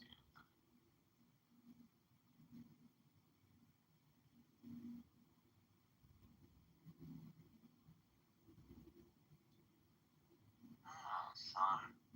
That's the guy. The old guy. Okay, it's Bill O'Reilly, my bad. Bill O'Reilly.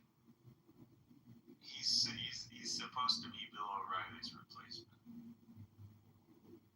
But now that Sean Hannity's brought up, yeah, he's kind of also like a Sean Hannity. He's supposed to replace, well, I mean, Sean Hannity's completely gone full Satan, so he doesn't care. But Bill O'Reilly was the guy on Fox News that was the hardest to argue with. I would say Bill O'Reilly is somewhat akin to Darth Dawkins on this app. Yeah. You can't argue. Darth Dawkins is extremely difficult to argue with. Very. And it's not because he's fucking right. It's just the fucking style. It's just so hard.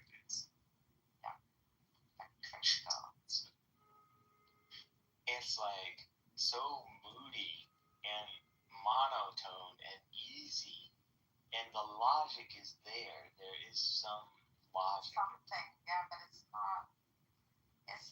It's not being presented the proper way. But to present it the proper way is so much breakdown that it looks like you're gaslighting, and you don't want to look like you're gaslighting when you're talking with someone who's sounding as smooth as Bill O'Reilly or Darth Dawkins. That gives them points because they're already smooth talkers. These people are smooth, they speak smooth, and that's just charisma. You know, some people, their skill tree has a lot of charisma points, and that's one of them. They're that archetype. It's kind of tricks the Good guys or bad guys. Yeah, Charisma is charisma. it's not the charisma that is true. It's the charisma that is pseudo. Well, there's white privilege involved with it. You wouldn't. This attitude wouldn't be tolerated. It's only tolerated from white men. Why? Because they're at the top of the pyramid currently. You think so? Of course, to deny the Anglo-Saxon hegemony of the on the world is stupid. Dude, I don't even see it. What is America? America is mainly the descendants of the British. The main demographic, the main majority. It's a hidden. It's like they don't know the very white people who are descendant of the British. There's so many of them. They stopped. They're just white. But all these people are really descendant. The second largest white group are the Germans. So mainly America is a German country. It's Germanic, Anglo-Saxon German. That's who is the ruling WASP. But mainly Anglo-Saxon. There's a hierarchy in America. Absolutely have not seen it. Yeah, you're not around enough white people. I'm only around white people. No, you're in California. There's barely any white people. I'm You need to be around East Coast white people and like those that happen to see out, those I don't know. Yeah, where white people are just comfortable being white, that they're passive aggressive. They're just triggering you without you even like they don't even mean it. They're just so up there. They don't even look at you. Like, you know, it's like think of you ever watch like the old Roman movies that their shows Spartacus or something where it's like they're talking about the ethnicities of the very slaves around them, and it's nothing. Like they don't even they love their slaves. Like they're you know, but they're just talking shit, and it's just normal. And you know, the slaves are probably they can't even roll their eyes because you know. Maybe I look like that. Romans are terrorists. No, I'm saying maybe I look like that. This is why I can't differentiate between. But they, I don't know. I just don't see it. No, And my mother's story is like kind of like. Romans are civilization is what humanity needs to cleanse the animalistic instinct out of us. That's why God invokes Rome. That's a kudos point for Rome like what you know, God of the Quran, like the very revelation from God, the final revelation is you know, immortalizes Rome. And then people want to talk about Islam as hating against Rome. What are you talking about? You got prophet, the final prophet of God, cheering for Rome over the Persians. What do you want more cred points? Islam is the perfect blend for Rome. And that's what it is. It happened. The Romans are the Turks. We have the Roman people on our side. Romans are Muslim. Yeah. We fly the Roman banner. What are you talking about? The crescent and the star is the Roman banner. This is the banner of Constantinople. Look it up. This is a Roman banner. Don't let people trip. We're Rome. What are you talking about? stopped using the word Roman and we replaced it with Arab and Ottoman. I got confused so many times in the past week that I became an apostate. Who took fear? Matthew's group? No, not Matthew. Okay, because they're already Catholics. Alright. Matthew's group is my people. So No, mine is the political. you think Prophet Muhammad is preaching flat earthism in the Quran? And you're absolutely sure of this. And then I ask you how, and like let's go through it. I'm kicked out of the room. Yeah, Why do you run your mouth, bro? Like, why yeah, do you they run their treat mouth? me like that for my political views and beliefs. Yeah, but if you believe Prophet Muhammad is propagating flat earth theory in the Quran, why do you believe in They Islam? don't say it like that. They say that it was a But that's literally, are you saying like I'm deaf or something? no, it's not. They're gonna say it's a noble lie or something. What do you mean? What? Okay, Prophet Muhammad is propagating flat earthism. Where's the noble lie in this? Because on the scene is he's changing the state of his people, right? So he's saying like, look, I don't know where they got the followers from, though. That's what I'm asking him. Like Matthew is very. So when you see Matthew, it's like, hey, someone told me that you said that you're pretty sure that Muhammad is preaching. First of all, just the very language that he's using. Can you imagine what he's saying? Muhammad is preaching flat earth in the Quran, and this is definite. Like he's absolutely sure. We want to see your confidence, man. Just go look it up, actually. The trillest way of reading it would entail a fellow. Elias has written a paper on it, I think. Oh my God, Elias is nobody. What are you saying? Is Elias the 12th Imam? No, but he's Okay, so who's Elias? Like, you go give me a consensus. He's a very smart fellow. It doesn't matter. Hey, I'll hear him out.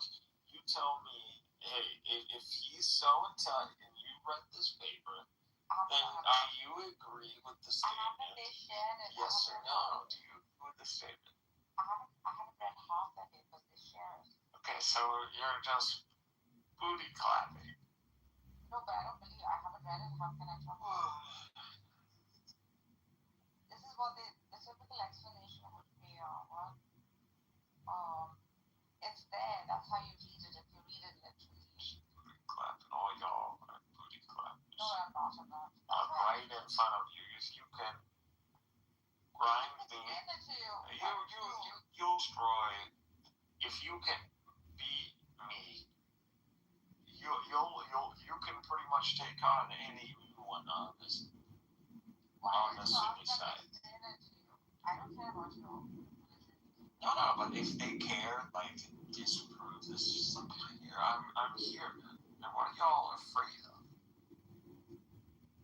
What did you say? Like, why are people afraid of that? How did you ask? Because they usually quite open. I literally just say, man, I was in the audience.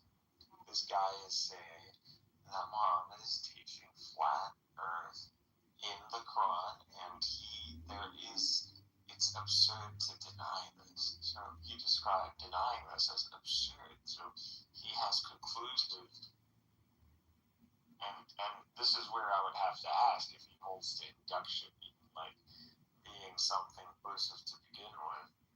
And I don't know, because the people, like, once you start hitting them epistemology, they act like they're all about epistemology, but you try to put them in their constraints, they're all wafflers. That's what it is. Not empiricist. That's not the case. They hold to dogma. That's what it is. And the dogma is not revelatory. What kind of dogma? It's Greek philosophy. Like, not even Greek. Like, we keep talking. This is their way of talking because they're so stuck. They laymen, arguing laymen under terms and definitions. These are not the way metaphysics and metaphysicians define these terms. Like I've said, like I've already proven that these people are not disagreeing metaphysically. Avicenna and Alavi and Tamiya, they're all Lazi, they're all on the same page.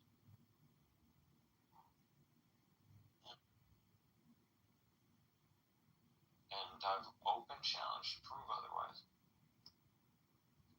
It has to be their own words, their own quotes, within context. Run it through your GPT app to get up. Y'all can run it. I've already ran it. Doesn't matter. Why is ChatGPT not working in y'all's favor? Why not? I don't use ChatGPT yet. Yeah, because you're a fossil. No, because I use Google AI. Google AI use Gemini. I will.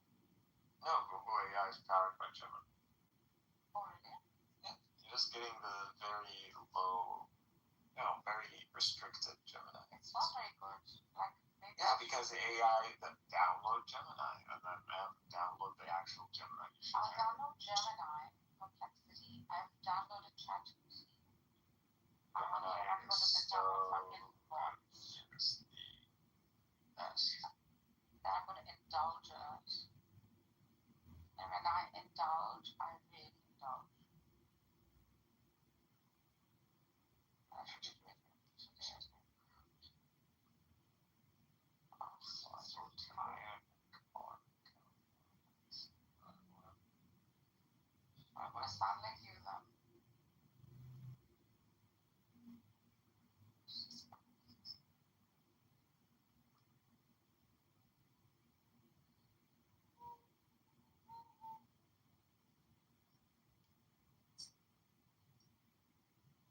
Not just show.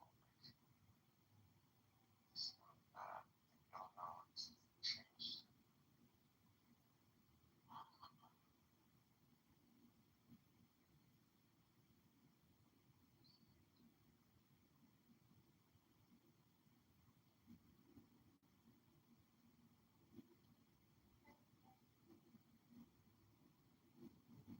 The AI doesn't know. These Salafi rooms, they kept. I was explaining immutability to this guy. Immediately, the audience. I said, what happened? They were my friends. He said, our views are different, sisters. So I said, but it's a common. Like, do you have refutation against it? No, don't feel bad. No hard feelings. Just believe in something else. I said, like what? Can you explain? No, we just know you don't believe in what we believe in. That was the minute I was like, fuck off. I don't want your religion. Take it. What are we talking about? Some Salafi room. I keep facing it with the Muslims. I don't know if it's like this in the real book too. I don't hang out with any. But if there is like this.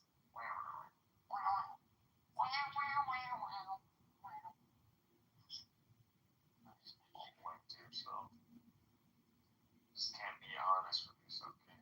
I am honest with myself. It's just it's like some Persian disease. maybe it's not. Disease of the It heart. came for you guys, man. It came for you guys. Really, like, honest. I think about it. It was for. That's what it is. Just came for us, everybody. It came for you, dear. Google AI Pro. Dear God. Where's Google AI Plus? Oh, this is the Gemini. This is Google. Yeah. This is Google. This is not Gemini. Gemini have highest limits to features on deep thinking. Gemini Asian view. And this is supposed to be. Wait, what is this? Oh, this is already discounted.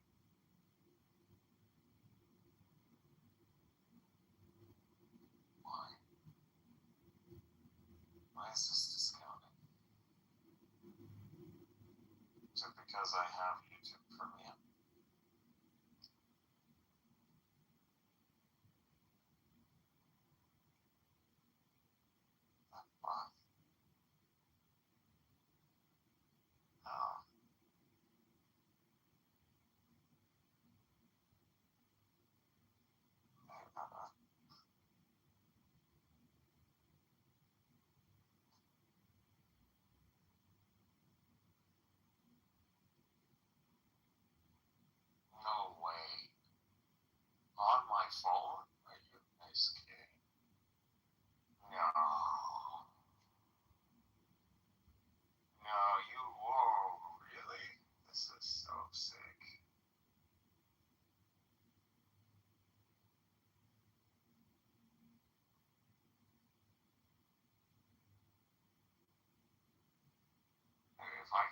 works on my phone. That's it.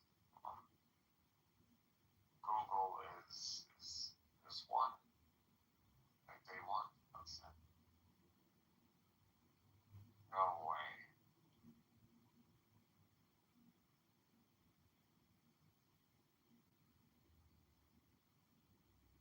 Let's see the files where.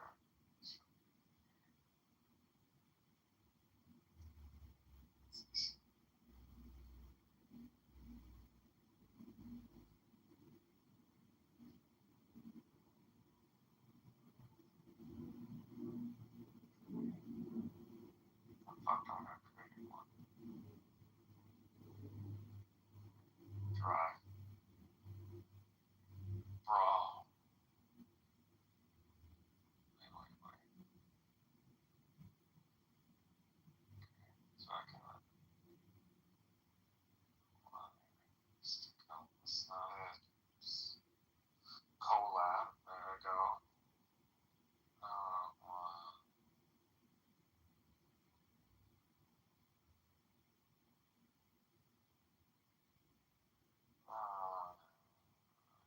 Can't be.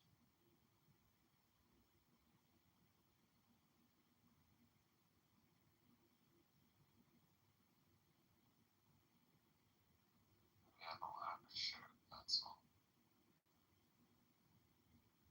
Studio. Let's see.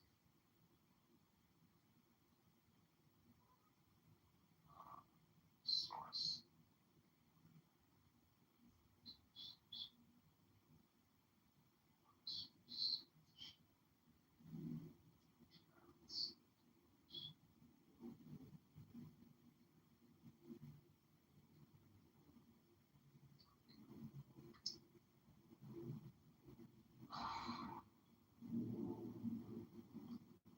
Let's create one.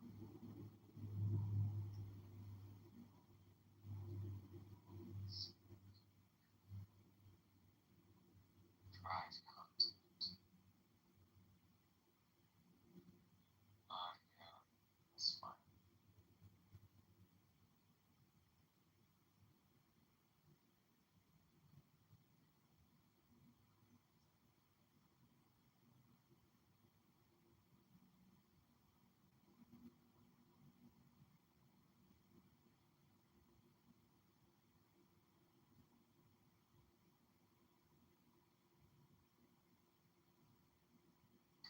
Let's save this.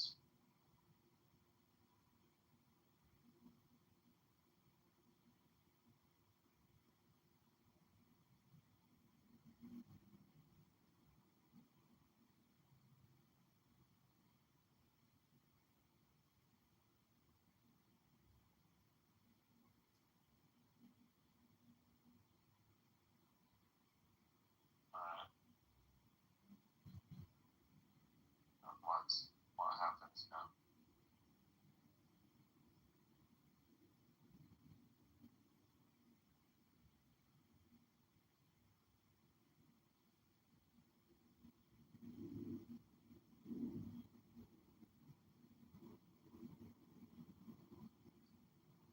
I thought I was like gonna get way too excited.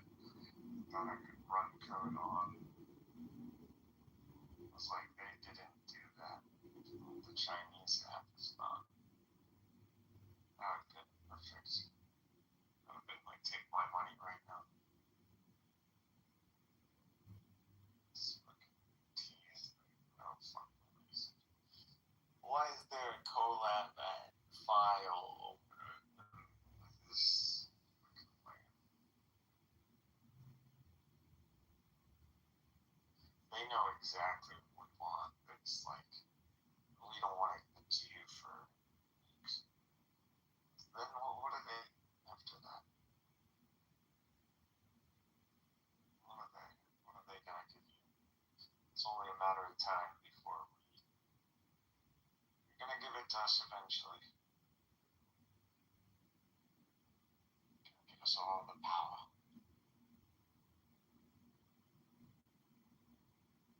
It's gonna all.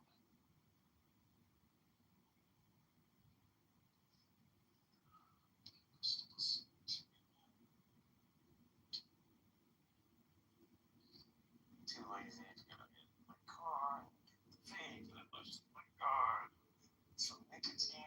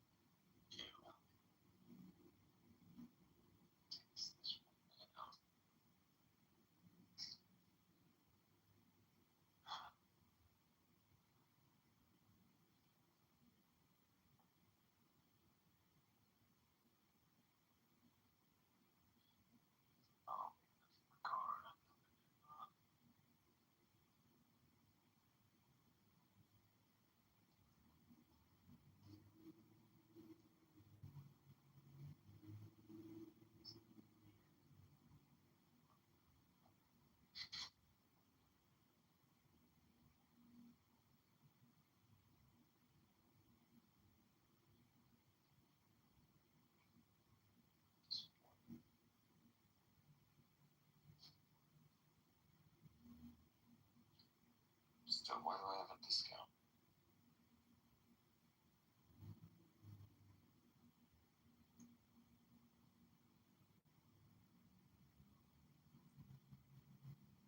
All Google accounts come with 15 gigabyte of storage, which is included as part of the total storage offered in other Google One plans. Cancel anytime. Best subscribing, you agree to terms for Google One. AI credits YouTube and offers may include cooling off rights and trader detail. Okay, it has to be the Google subscription to YouTube, which is good for them, right? Like they're actually registering. They're not making you pay double the service. That's something Apple would have fucking hit you with without even blinking. Yep, that's what it is. So you automatically, if you have a YouTube subscription, you already have Google AI Pro.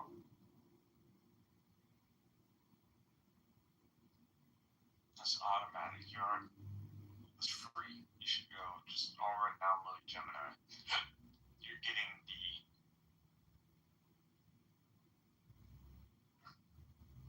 the third strongest model, actually. You're not even getting AI Plus, which is this faggot shit. AI Pro, AI Plus, and then AI Ultra. No, Pro is the highest. This is a knock at Apple, by the way. This is they love fucking with each other, don't they?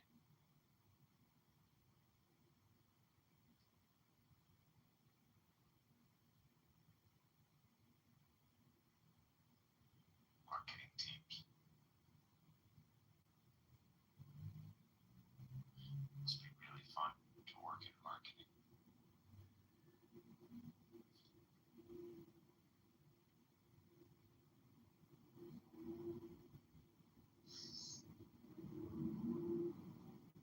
Maybe I need to link it up. Or maybe I need to save the file. But no, it's already saved. Maybe it's a sharing.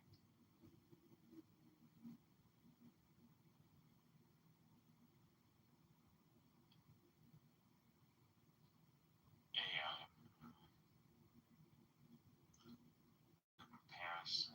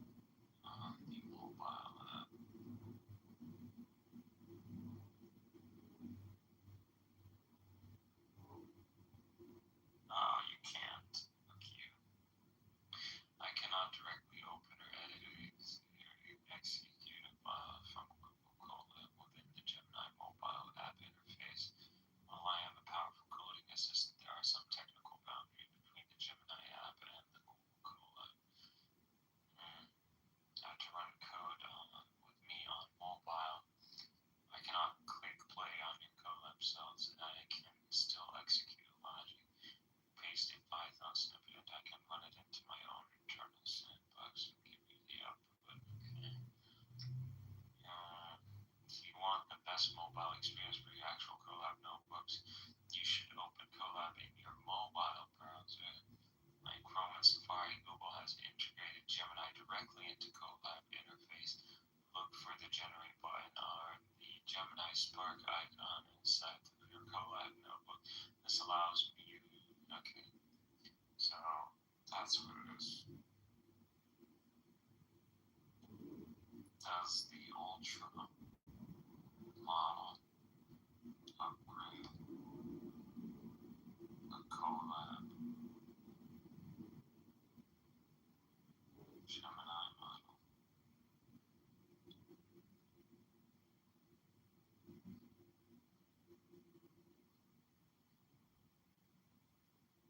Now,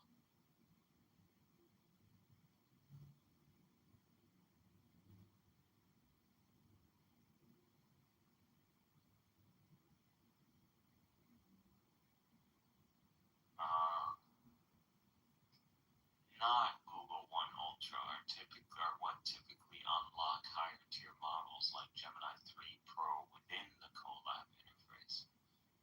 Okay, so that's you don't want the Google One. You don't want that. This garbage that the Google AI. Don't get this. This is garbage. You want the Gemini 3. That's what you want. You want the one that works with Colab. Because that's the shit that can code. And that shit prompt codes for you. Do you understand how powerful that is? Fuck, you don't need to know Python anymore. You have an AI that prompt codes on the fly for you. Colab. Just know a Colab. If you know Colab, there is an AI with Colab, Gemini. If you upgrade that to the highest tier, you practically have your accountant, your fellow researcher, your programmer. It's a jack of all trades. Okay. I'll keep in touch maybe about this because I don't know how to use it. If you don't mind.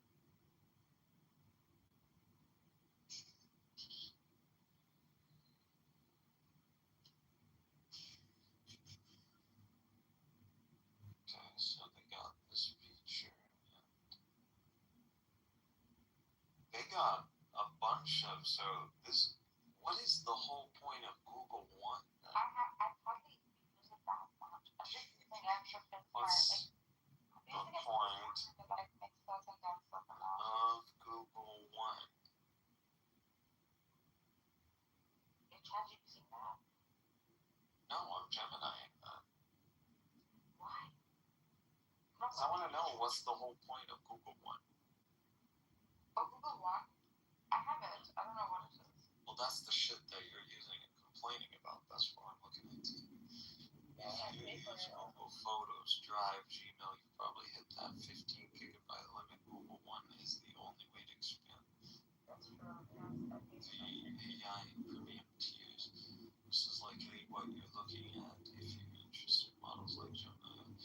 When you get an AI Plus Pro or Ultra, you're planning for Gemini everywhere. You get the Gemini sidebar inside emails, Gmail docs, and sheets. It can summarize long email threads, draft documents, or clean up spreadsheets.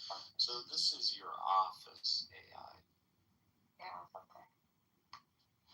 I don't know. It's for a lot of things. I don't know. Yeah, this would work for member perks. You get YouTube Premium, you get storage, you get dark web monitoring, you get cloud Do I credits. get YouTube Premium? If you have the AI, If I have the one. Oh. Well, like I said, I already have AI Pro, Google AI Pro, because I have a YouTube subscription. So I get the Pro, but that is the lowest model. Or no. That is the non-lowest model. So this is Pro. They have Hello? what? Can you hear? So, We can hear. man, when you open your fast, are there like some days where your head just starts hurting for no reason? Yeah. You're not drinking enough water. Yeah. I just feel sick. I don't fast. Today I just feel sick. You don't fast anymore? Well, I don't feel not interested. Guys are not interested.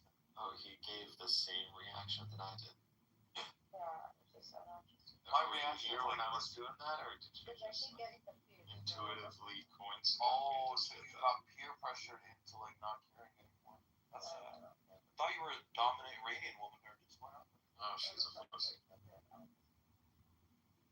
Iranian women are so dominant. Like I'm not even into that weird shit, but sometimes I just want an Iranian woman to like throw a leash on me and shit, like fucking not me. I'm not even into that shit. I'm gonna lie, straight up.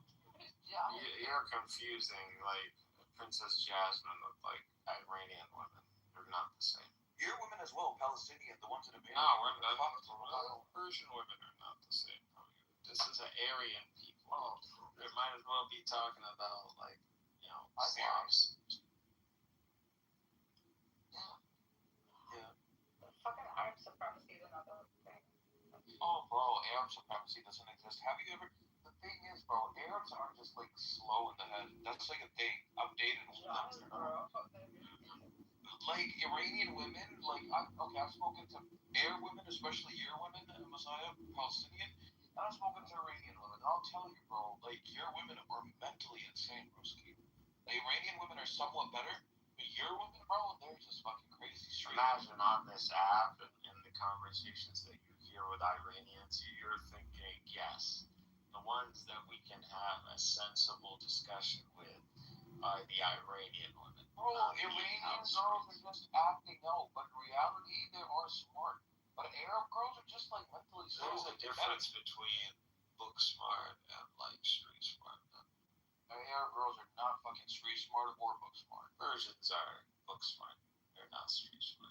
Yes, Persians are not. And I mean it in that context, not like street Bro, smart. I wish I was living in Iran. They don't know how to hustle. Videos of Iran, bro, is actually a good place.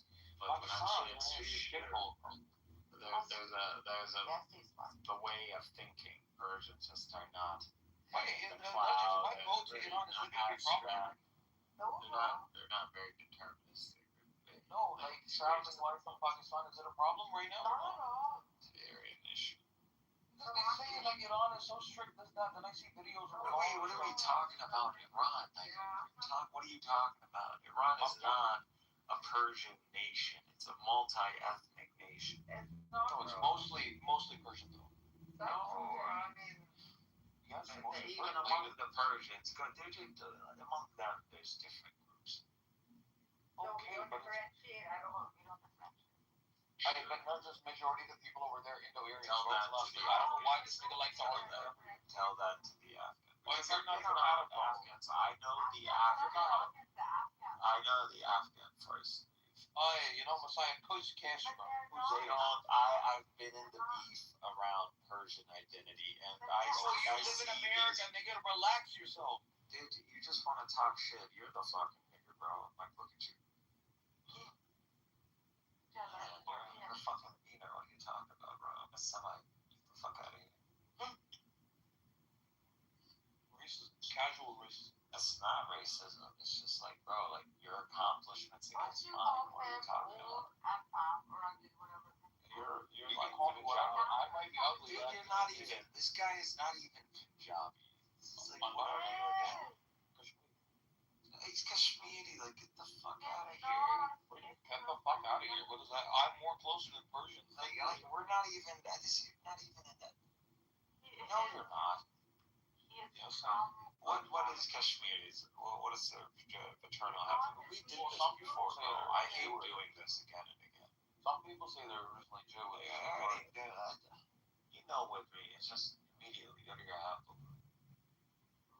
Why are you such a fucking Kashmiri hater? I'm pretty sure I don't like. Did a Kashmiri girl break your heart? Like, what? Oh my god, bro, you're not even on the radar. I mean, not on the radar. What the fuck is that supposed to mean? You need to figure out what you are first. I am. What? What exactly? What are you? I am human. I am human. That's the best thing. you're not gonna claim Pakistan. I don't You're claim not Pakistan. really I'm a good Pakistan, job. bro. You think I give a shit about Pakistan is a Punjabi country. No, but like, who gives a shit about Pakistan, bro? Like, I'm not a nationalist. I don't care, bro. I'm not a nuclear armed country. Okay, to replace it, what?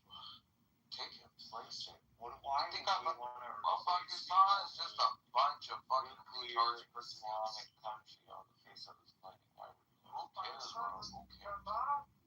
Like, in Pakistan doesn't need to do anything. Low IQ.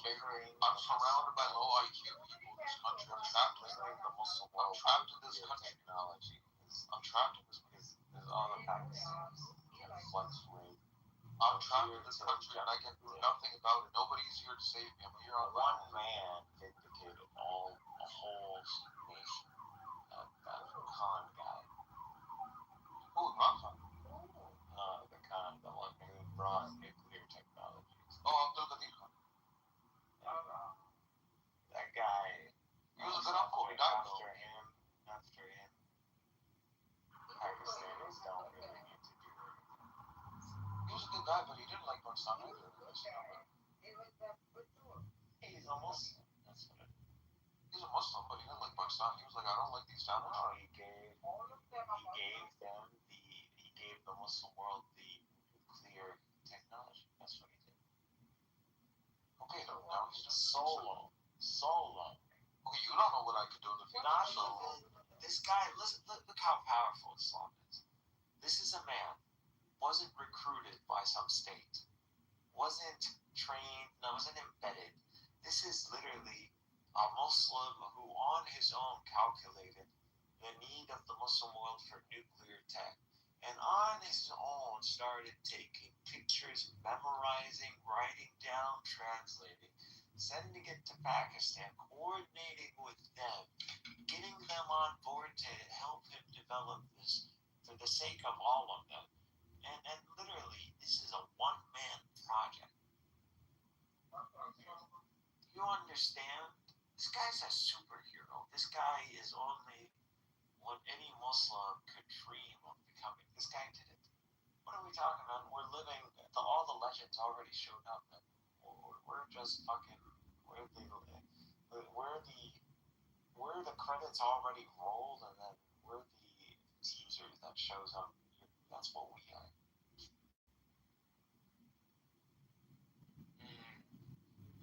People think like, oh, we're already dystopian reality. Yeah, we're the God and the God. We're already there. yeah, but I'm trapped in this country. Nobody can come save me. You're just obsessed. That's all you're. I'm pretty sure. You're living the best of me. Well, Freddie wants to feel. fuck this. Yeah, he wants to be a victim. That's what he wants. He wants someone to bitch about. And that's what I like to. He's like, I wish India like took off half of Pakistan, because then I could like be with you guys and like talk passionately about stuff. What the fuck? That's what it is. That's what it is. It's everybody wants to be. You know, if everybody's, you know, have you been to? I was in first grade. Second grade. And this girl, the coolest girl in class, I swear to God, what was her name? Kimberly. Like, you understand how cool that name would have been, because that's like a Power Ranger, the pink Power Ranger. She was literally all about, she was the little girl version of Kimberly the Pink Ranger. Straight up. No kidding, bro. This white girl was so fucking popular.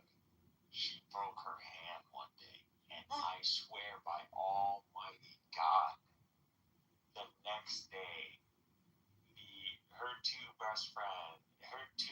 friends came in, and their hands were broken. And I swear to God, the next day, the kid that's not cool, the girl, it's like a little kind of fugly, a little bit chubby, you know. Literally the next day, her hand is.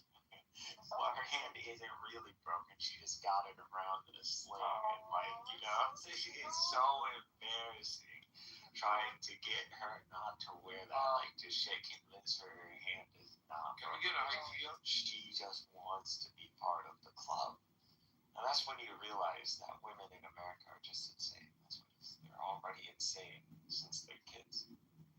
I think it's you not. Do we have Mikey, that person with the veto? I'm just saying, that's girls. That's how it is. That's how it works. People want to be victims because they want to be in the spotlight. I'm sorry, are you a lesbian? Humanity is stupid. Any position the human is, whether conqueror or conquered, will find something to complain about. Like I said. Messiah, can you invite that person up there? Ask me to be invited up, please. Kills the appetite of that. I'm supposed to have it. 8 minutes. I'm ordering. That's so egotistical, bro. Wait, I'll. You remind me of a younger you. Okay, I turned off. Okay. Well, don't disturb me. I'm ordering food. Guys, that was really rude. Without whatever. Yeah, you ignored Ramadan multiple times. I've never been ignored. I don't. What do you mean ignored Ramadan multiple times? Well, you actually, the name Ramadan I don't know why I said that. more than Well, that. I don't know why I said that. We have these names, Ramadan and Jum'ah and all that. These are the names of clown names. We use that clown name. Clown, your name is Messiah, bro. Literally, my eyes closed. Hey, tell me, your eyes are closed. Is my voice nice to hear? Is it No, I'm just chilling, bro. I know it's gonna sound monotone. You're so rude to Betty today. No, for me. Old. It's like you're too pushy, bro. Hey, Heidi, do I look like a... Why do I have to teach you how to be one of the cool kids? Why is that my job? He looks like he's in his late 20s. Yeah, you said that I look 40. No, that was the before picture. No, you have to show them the before picture, and then you get to ask. That was a hard thing. No. Go put that picture back and then ask her. Be a man. That's fine. Be a man. If you want to go, that offended you so much that you're still thinking about it. Yeah, then we can have a conversation. Messiah, where do you live? No, he has to show you the picture first. Messiah, where do you live? Oh my God, just ask for it. I'll tell you. Messiah, where do you live? Someone tell her. Messiah, you actually pretty much details. Please be nice. Just woke up. Heidi, I'll show you the other picture. Tell me if I'm 40, man. Fucking, that gave me insecurity. Maybe insecurity. He's still thinking about it. He doesn't What's get thinking about it? You don't get 140. Go ahead, When I asked him, where do you live? And he's telling me to ask other people around himself. Yeah, he's an egotistical maniac. No one listens to him. Buddy, I can't see you, so y'all just talk. You can look at the picture that he posted. Now ask him what is the age. I really don't get the British sense of humor, or these minority British. She's not from UK. She's not UK. Alright, there you go. You're British. What are you talking about? I didn't say that I wasn't. Okay, so we're saying that. She's not Australian. She's British. I am. Bro, I fucking hate Americans, bro. They're so, slow. These people are so painful. Australia, the Commonwealth is Commonwealth.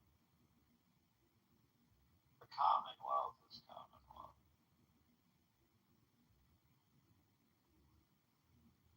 You made my bro. You're your own enemy. You're sabotaging your wingman. with her, it doesn't matter. It's not about getting with women. Just need to always practice whenever women are around. You position yourself where, there's that dynamic. I've been there, done that. That's what I'm Women saying. are not Younger version of me. with women. It's not to get. You're not a horn dog. You're not trying to get every woman. Yeah. But just because you're so he doesn't scare women, so he can go up to like. But most women will say that older men are more scary. Just relax. He's the uncle guy that can go up to the 20-year-old hot girl and he could like flirt with her and she'll laugh like, grandpa, and then he'll walk away. Even though he's grandpa, he's more like Epstein, like kind of stuff. But like Epstein is like your uncle kind of guy. He's an affiliation. I'm really not sure if that's No, I think Epstein is like an uncle kind of stereotype. You would want Epstein to be your uncle? No, there's like the dad stereotype. There is the He Chad said that his uncle's Epstein. he's obviously such an it's not comparison. He said like Epstein. Yeah. He said his uncle's like Epstein. They just select it. Because Freddie wants to box, that's it. He's just addicted to boxing. Why does it affect you? Why do you care about Freddie? Like, I'm not cock blocking Freddie. Like, fuck, if you want to get with Freddie, he's right there. Freddie, she wants you, bro.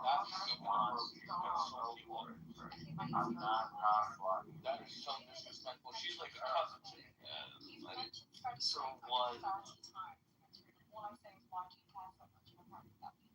I'm talking to Zach. Are you trying to like figure out why you're engaged in more context in a previous in the 40 this picture hiking. interaction between me and Freddie? Why are you so privileged, woman, that we need to fill you in? Wait, gosh, I can keep talking like this all day. Like, I'm literally an American. Like, we invented English. We literally taught this very media. This very bickering attitude that you have, this attitude, you dumbass bitch from UK, you my Lord bless. Nigger, you're a nigger, you're a nigger, you're a nigger, you're a nigger, you're a nigger, you're a nigger, you're from Somalia. You're probably from you're some from shithole country. And you're coming in here and projecting. You're just a stupid woman. See that you're literally even talking like me. That this is proof that you are not literally, what happened? Oh, yeah, you're gone. Oh, dumb bitch. Like, you see, she just, you came in here to get triggered. You're a dumbass bitch ass nigger. You came in here to get triggered and you got triggered. And mama, there you go. You eat it, bitch. Bye. Fire is so nasty. Terrible. Like, I'm on this app. I know we're on this app. Like, look at what they named it, karma points. Like, come the fuck on. Like, how is this not so obvious? Karma points. Like, yeah. What are you on this app to do, Freddie, other than to get punked and punk people? That's what it is. Everybody's here to talk shit about some group, some demographic. Because they're trying to test something. Either there's some intimidated minority that can't flex it in real life and they're trying to recover some aura points here on social media. Or they're trying to test some sort of logic out there, like coming out of the ship. They're going through baptism of fire. Or they're like one of those fucking self-styled, like, keyboard warriors like Norm and a lot of the Zionists on this app. They think they're accomplishing something for the IDF or something. They're fighting the fifth column. Yeah, so delusional people. That's what it is.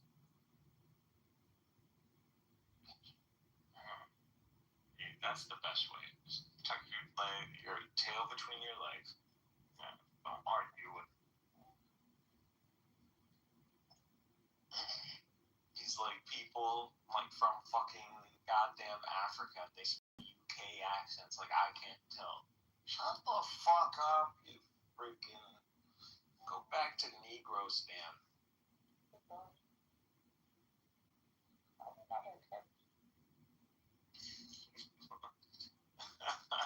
Because this is America. tell you, Dentist, you think what I'm saying? Who taught me this? I'm a fucking Palestinian. What are you talking about? Do you think I learned this on my own? I learned this from white people, black people. That's who the most racist people in America. Ask any of the others, Mexicans, Asians, white and blacks think they have an inherent right to this country. I swear to God. Ask anybody. Don't ask me. Ask Asians, ask Mexicans. No, I'm saying ask.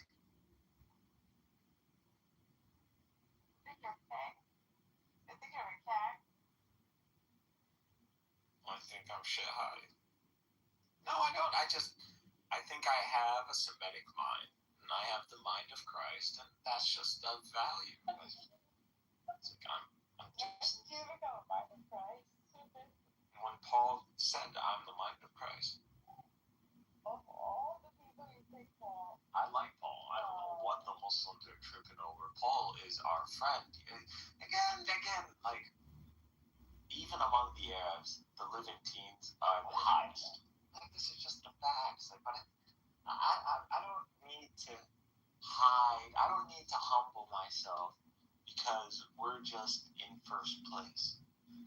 We're in first place. If you guys were in first place, you wouldn't make us forget it. Fuck y'all. We're in first place, and we're the most humble people on the face of this planet. We married the black man. We married the white man. The Mongols came. We married the Mongol. We don't discriminate. But we'll shit on everybody at the same time too, because people try to kill us now. They try to exterminate us. Mongols try to wipe us out. What are you talking about? These Ethiopians try to wipe us out. Yeah. They were the menace during the time of Muhammad. Like, what are you talking about? These guys, like, literally exterminated. Like, you're looking south. This is Yemen. These guys just, like, literally turned it into dust. They're just like, we want to make sure these fucking sand Negroes get the message, and they just like pump they want to go destroy like Mecca, like little old Mecca just right there, like just make sure these guys fucking get it. What do we have to do with it? We're not even Jewish, man.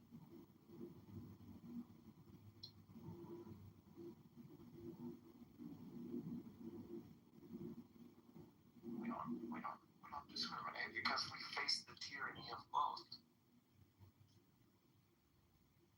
That's the difference. We don't look down on them because there was a time where they had their foot on top of our neck, and they can get it back very quick too. Look at them. They built that dam. What is that dam? Why are you building that dam? Need electricity, all the projects, you want to build that, like, and then you're gonna buy air defense weapons from Israel. You mean Ethiopia? Yeah, Ethiopia. What's wrong with them doing that? What's wrong with them doing it? Why are you buying air defense systems from Israel? Because they're willing to sell.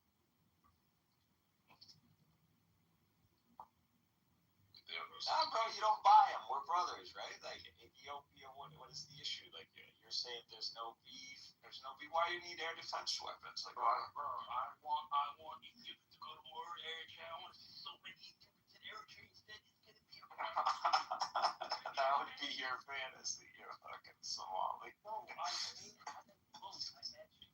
right up. I don't mind Eritreans. I'll agree. I'll watch that fight. I'll watch that fight, and I'll be happy to watch. My dad was in Ethiopia.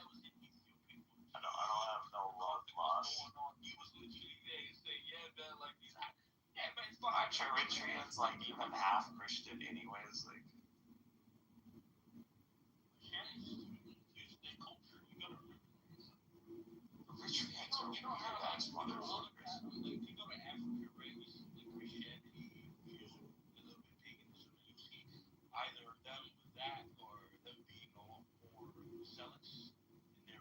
Have y'all ever met an Eritrean on this app? Is there Many. been Eritreans? Many. Really?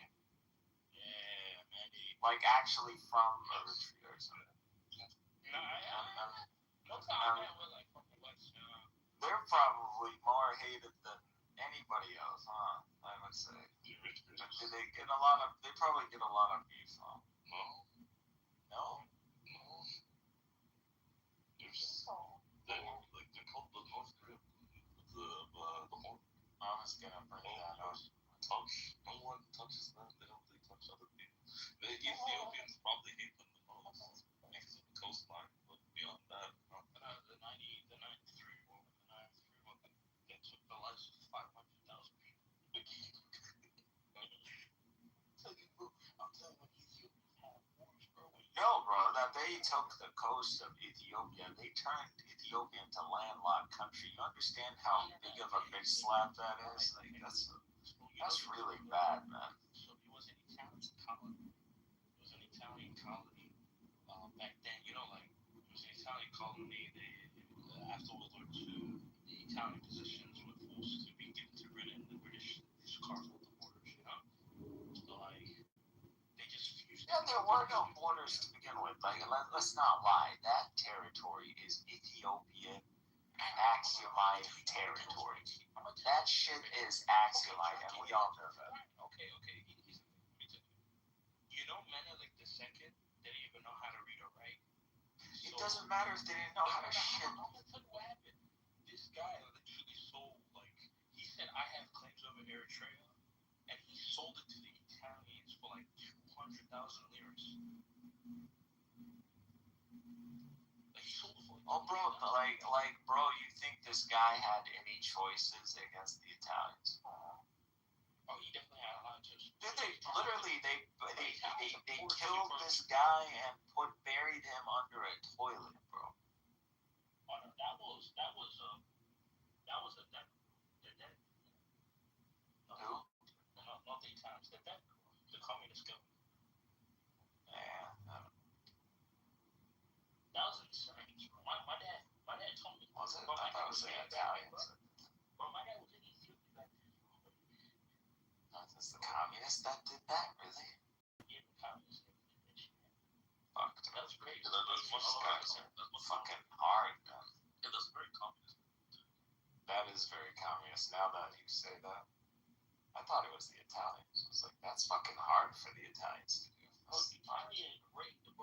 That makes a lot more sense. So it's Italians kids, communists. So many anti-Ethiopian kids, bro. You honestly think about it, no one has been such a hateful force against religion like these freaking communists. You read what the communists used to do with Romanian churchgoers in Greece when the Russians took over Romania after the reconquest of the Germans in Second World War. Bro, literally would make shit piss of the Eucharist and then force them to eat it. Force them to you have Ashmas. Make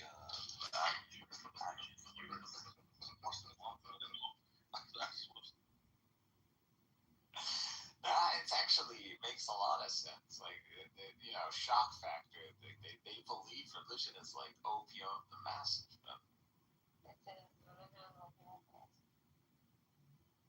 So what they're thinking about, they're doing a good thing, man. When they stuff your emperor under a toilet, there you go. There goes all his divinity claims.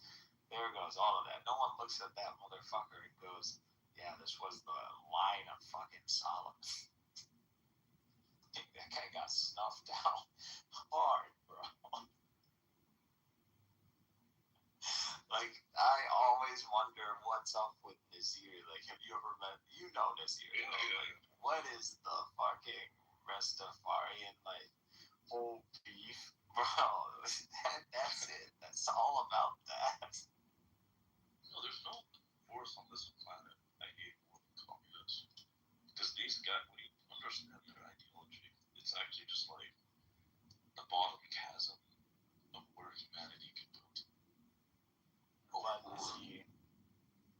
What is it that Rod and Christian were talking about an Eastern Christian society to spawn such an evil, to a crusading force against God. Well, I mean, the origin is, here's the short answer is, okay, creating communism, Jews, the Jewish See, there you go. This is. What do you think, Leo? Do you think it's Jews? It's blame Jews. It's scapegoat shit. No, I mean, because that's literally like the brain. I'm just being serious. The brain.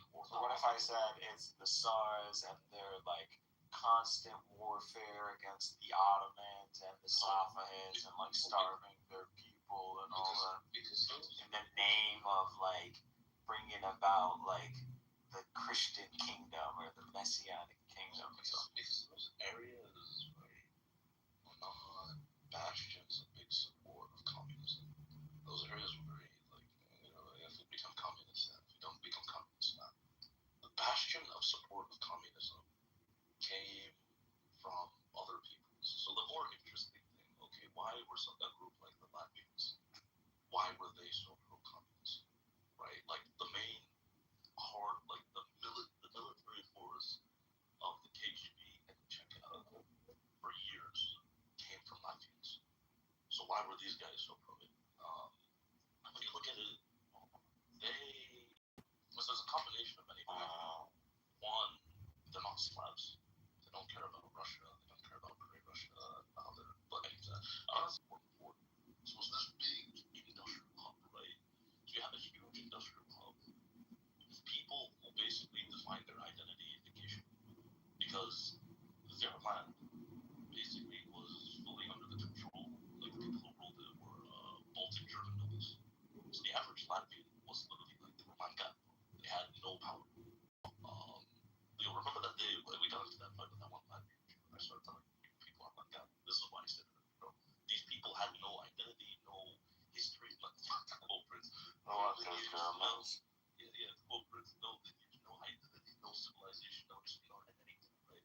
But it was clear that they were different than the people in charge of them.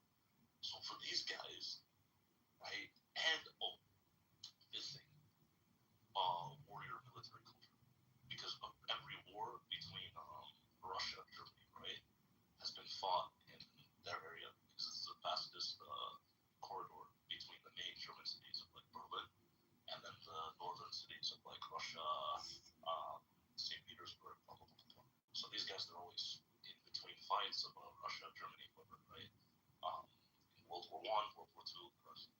So these guys, the moment an ideology comes in and tells them that, look, you're being oppressed by the Tsar, they're like, well, yeah, the Tsar is my people. Oh, and another thing, they're Protestant. So they have no religious loyalty to the Tsar either. So they're like, we have no religious loyalty to the Tsar, no ethnic loyalty to Russia. Our whole history is basically just being farmers that get kill people every now and again. We're industrial laborers, so that's a big bastion of support for communist ideologies, right? High literacy rate, and we have no control of our own land. Oh, you tell us we might become lord and masters of this country if we just go around killing whoever, anyone. And that was basically what they did. If you compare, for instance, in the Czech, the first iteration. So all these Red Army guys, these were not Slavs. The strongest, most cohesive elites of the Red Army were not Slavic. Well, the main demographic of the Red Army was what? No, the main demographic was still Slavic farmers. It's Russians. But the people who upheld the revolution, right? The people who were the reason that the Reds won the Civil War were the Latvians.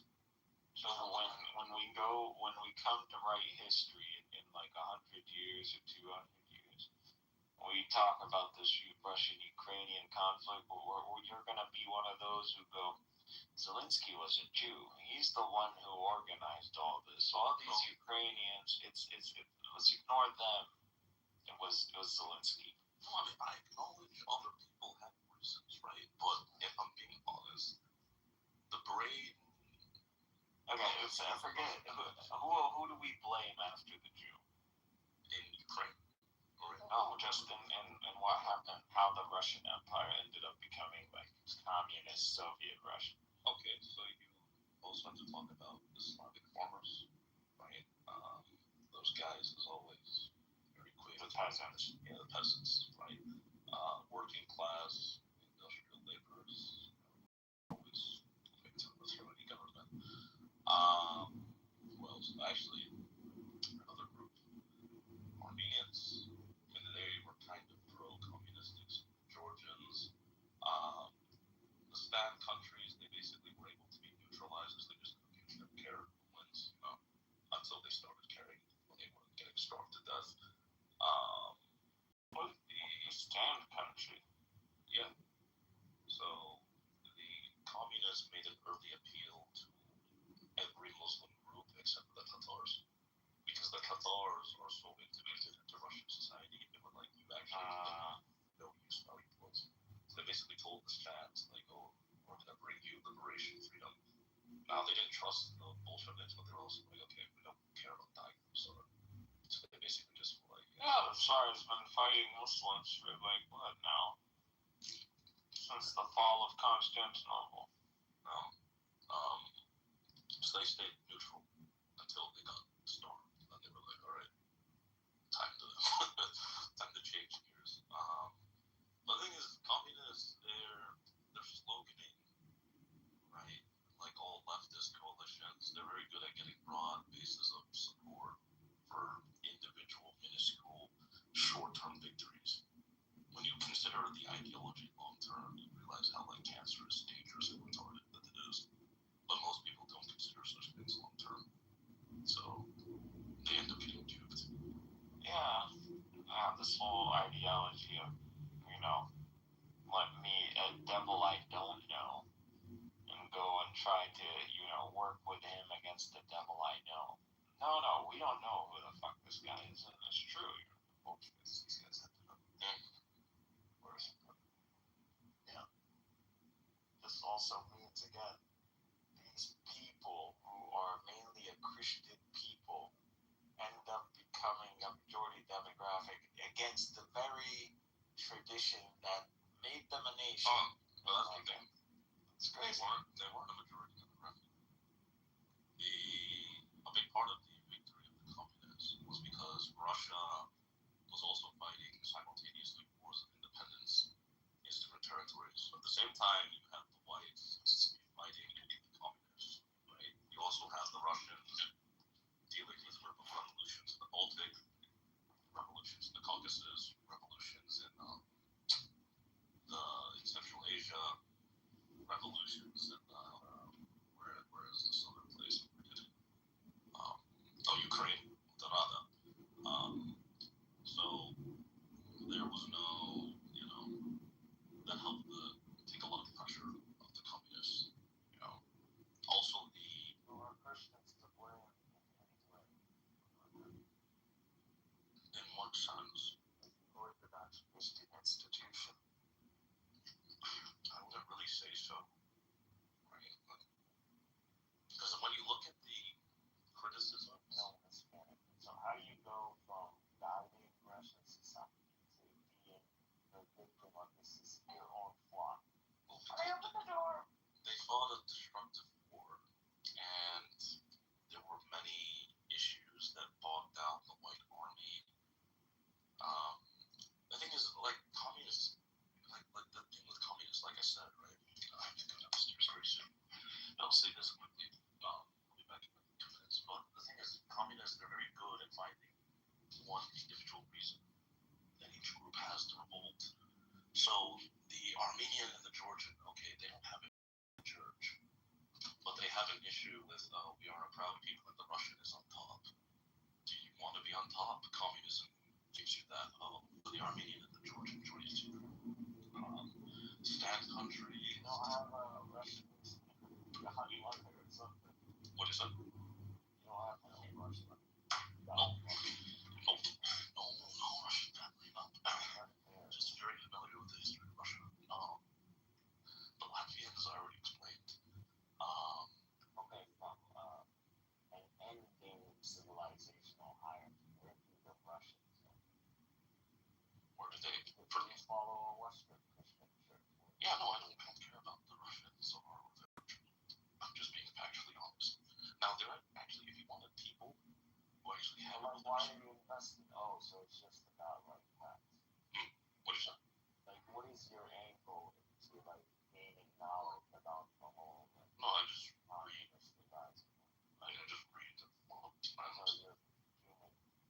yeah, just because I know history. If you want to actually improve, the two people that actually had like just outright religious issues with the Russian Orthodox Church would have been the Lithuanians and the Poles, because Catholicism is like just a huge, part of their national identity, and the Russian Empire actually just used to go out of their way to like oppress Catholics, right? Not Protestants, not well, Catholics specifically. They were just like, yeah, rub your nuts, you're the third. They're not fighting Muslims, they're fighting Catholics. Exactly. But what's funny, those guys weren't really pro-communist because they saw, that, okay, yeah, we don't like the Russian Empire, the Bolsheviks are something even worse. Anyway, I'll be back in 2 minutes.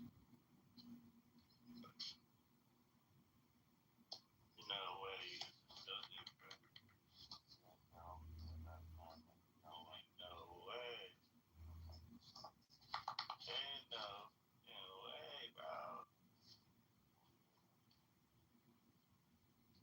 Nervous and tired. Did you stay here the whole time, Marcus? Yeah. Hell yeah.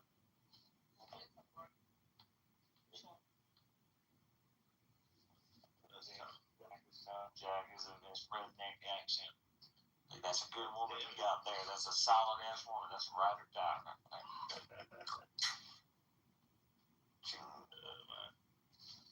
Jack, you sure there's no redneck in there? There's nothing. You don't got no cowboy hat in the closet, right? I might. I just might. I think you do. I think you're one of those. I think you want to EFGIA with all them white people. Allegedly. Have you ever been to a rodeo show? Nah. I'm not Mexican, bro. Coolest thing. Not one. White Mexican is cool. Cowboy Mexican. Cowboy culture. I agree. That was long somewhere. This just ain't the place. Imagine walking around California. You gotta be Mexican. Well, I read how.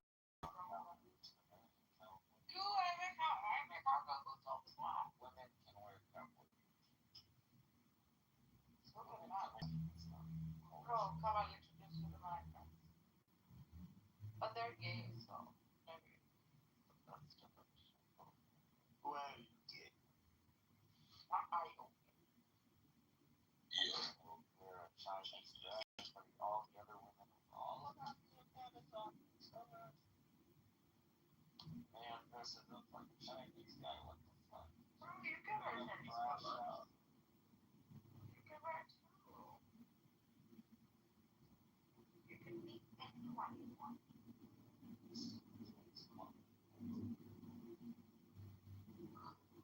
So conservative or That's what it is. It's like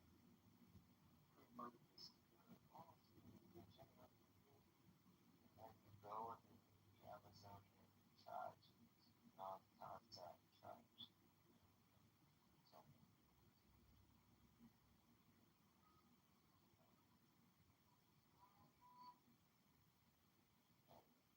kind of a guy.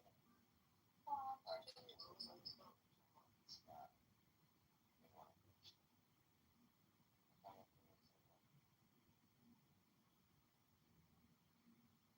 that's like, you shouldn't contact these people.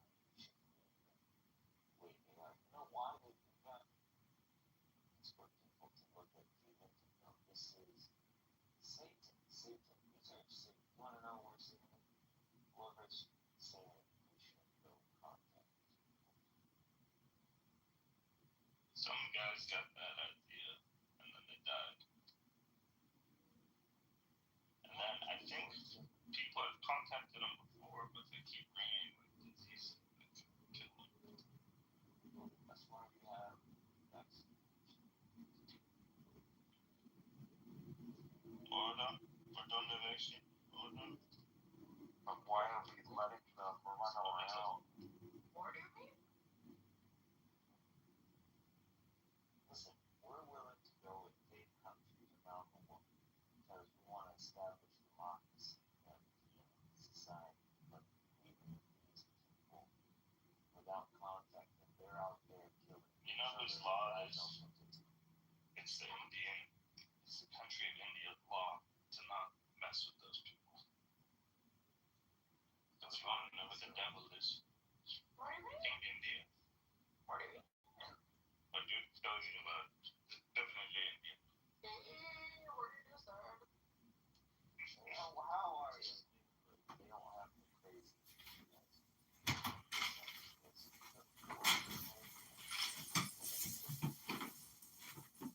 You guys think about that? By tomorrow. I'm very nervous about it too.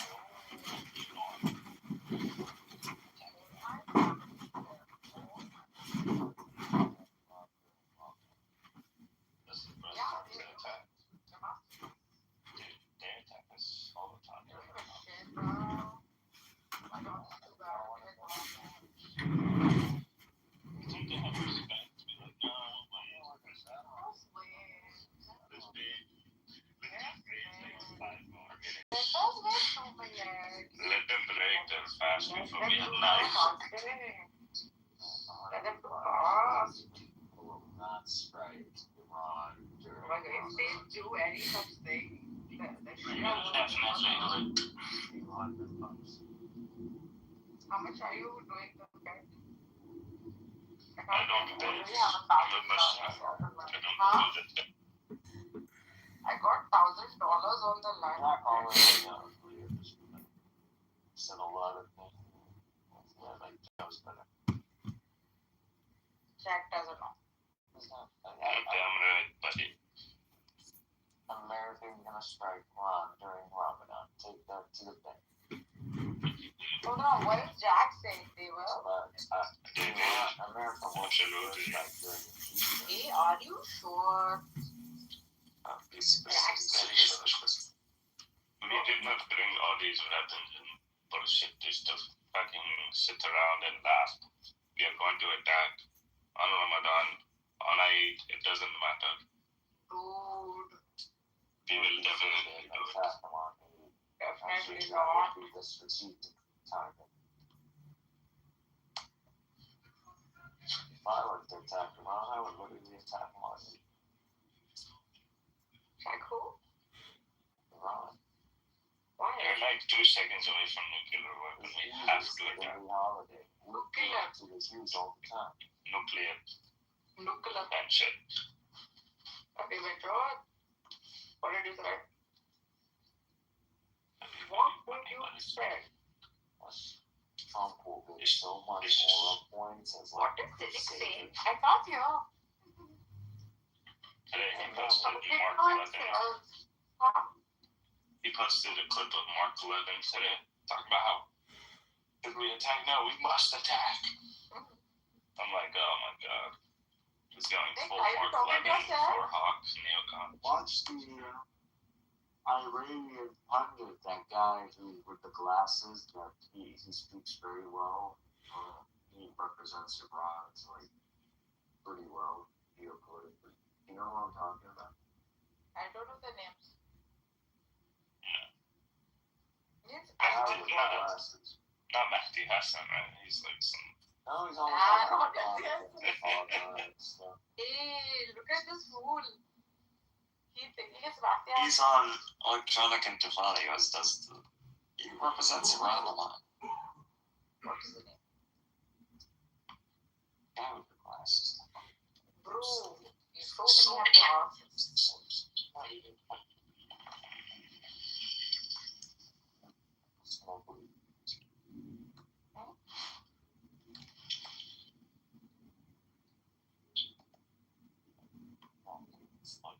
Like, what did you say? Only that's able to speak to Western audience and actually fucking make sense. There's so many. Oh, this guy is special. You're special. He's actually pretty popular. He's a professor or something. Remember? I don't know. He's a professor. I don't know what you're talking about. This was groups, no, no, no.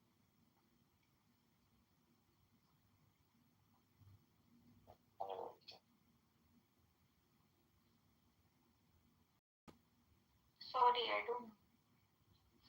Hey, Jack, when are you gonna marry an Algerian chick? Allegedly soon. Allegedly. Like way cheaper than Palestinian chick. Can you say way cheaper? Why is talking dirty fellow? Like dowry-wise, Filthy boys. they are. You know the Palestinian American girls? They're like almost worse than white girls here, bro. Why? What is wrong? They're high maintenance as fuck. You don't want Yeah. Palestinian. Yeah. I'm on at least 20,000 a month. Like, they're just retarded. It's all money to them. Stupid. You're asking for a headache. Yeah. The chick will live like a king. That's not right. That's just facts. Yeah. But watch out for the Moroccan girls. Come home, they're gonna be doing black magic. You might have to divorce them. Nah, they go I have crazy. to send them a But milk. I love that shit. I love that. They go crazy for me. Yeah, they do. It's so intense.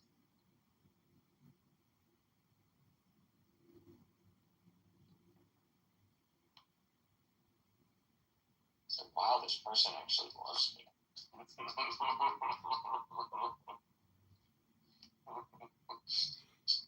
They're actually those kind of people.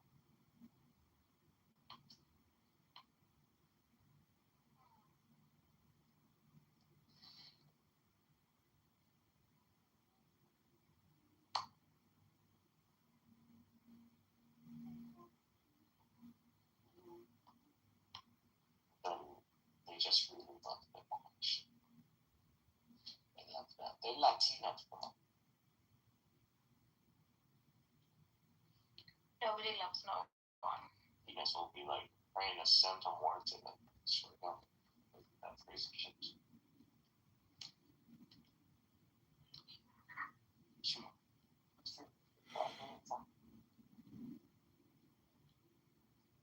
Be fucking my boy, boys, my man.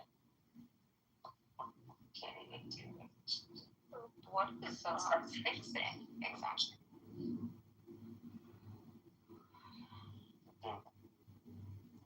Understanding that God said us, made us tribal people, so get to know one another. But you realize all these people spend shit. You realize what we gave the world. Even the wheel, we gave them. We gave them everything. Even Einstein knows. One of us talking about.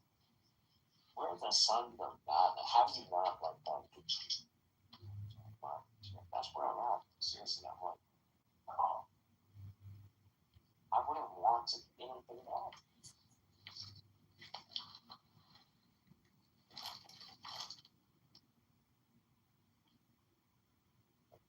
That's really cool.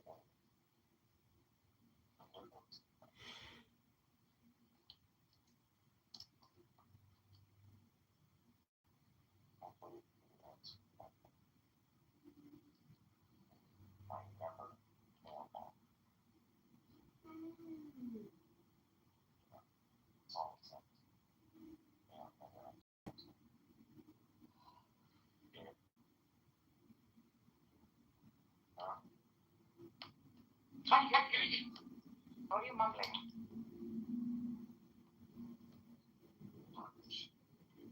I hear you too.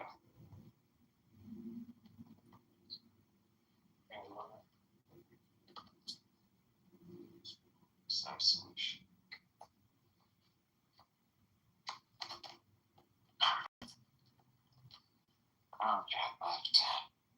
I bet you.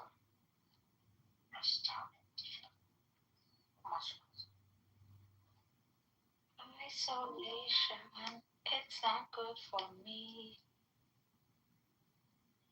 I got school. Jack has because he has Algerian citizenship. Easy access into Algeria. He can buy land there. He can find.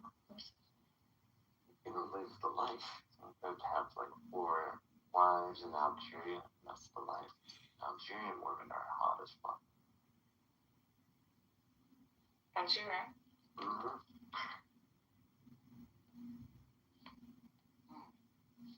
Oh yeah, man. Algeria is like Venezuela.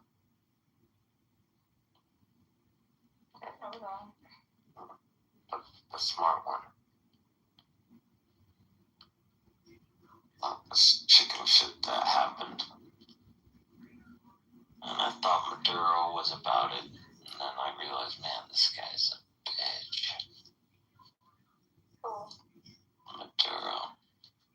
I just feel bad for all those Cubans that died defending this clown. See the difference when people talk shit about Saddam. Look at what they talk shit about the Arabs. Which Arab leader got packed up like that? Bro, you're talking to a Persian whose family Saddam has killed. Quite a few of them. My God. It may not be the best. It's always about me. It's always about my victimhood. What do you want me to do? My victimhood takes priority on your comparison and parable, even though its implication didn't come. See how the Jews. It's like what? I said what? Yeah, exactly. Finish that one. Yeah, like Saddam should not have been. Oh, there you go. Look at that Barth shit right there. Like the low IQ. Like. Who is Bob in the room or what? Just saying, you hang out. That's saying. Yeah, leave the app and then the pit and then the sheep. Gotta be like Jesus, bring all the sheep back and then you can tell the line.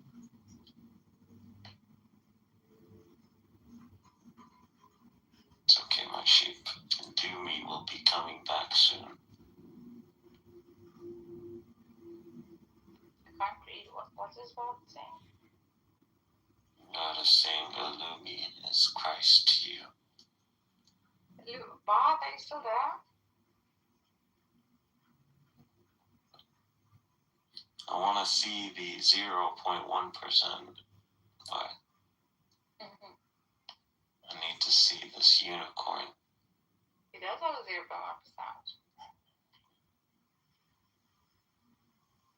Yeah, we're in the midst of a God. There's a God in our midst. The 0.1%. Anyway, you're laughing. It's a real achievement. You should try and get that. I can start fresh as I can't even change the number on this one.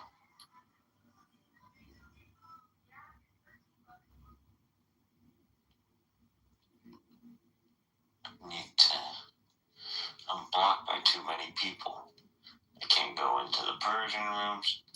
Can't go into any rooms. What's the point? Hold on, I have the Persians blocked here. Because I'm like making sense. It's strange.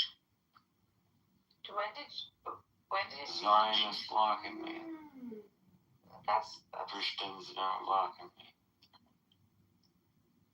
What? Why does... In a way, it means I win. Let's go to Barth's room, if he has one open.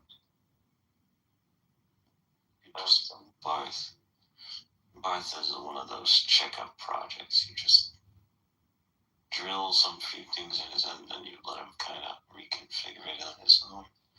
And then you look at it, and then you do it again.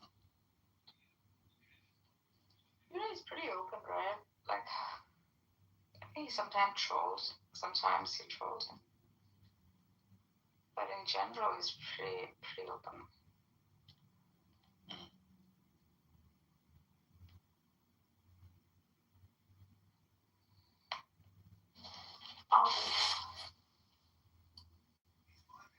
Oh Lord. To finish up so much work. Tired.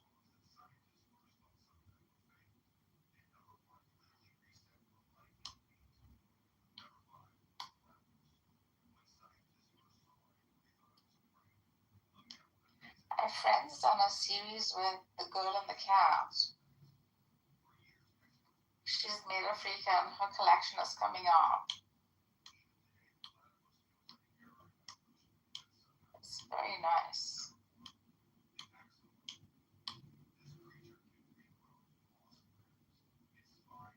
She's gonna sell so much. For her.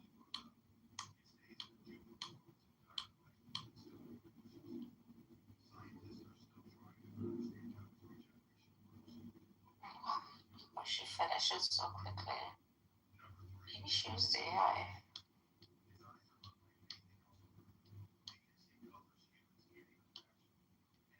Next up. Just that.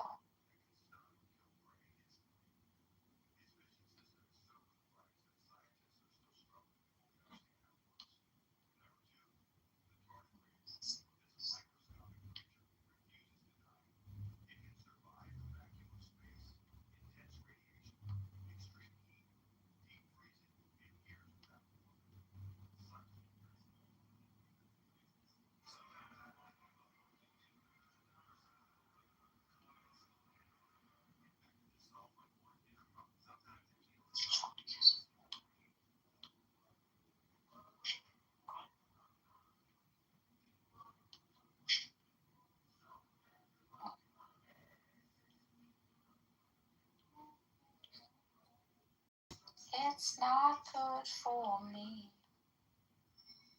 Isolation.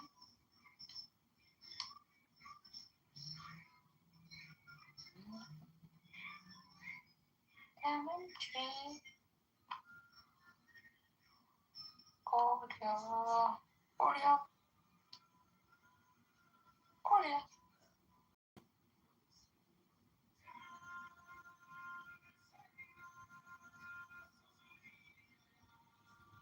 Every time.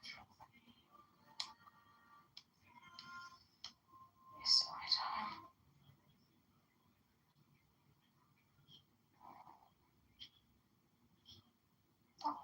Oh.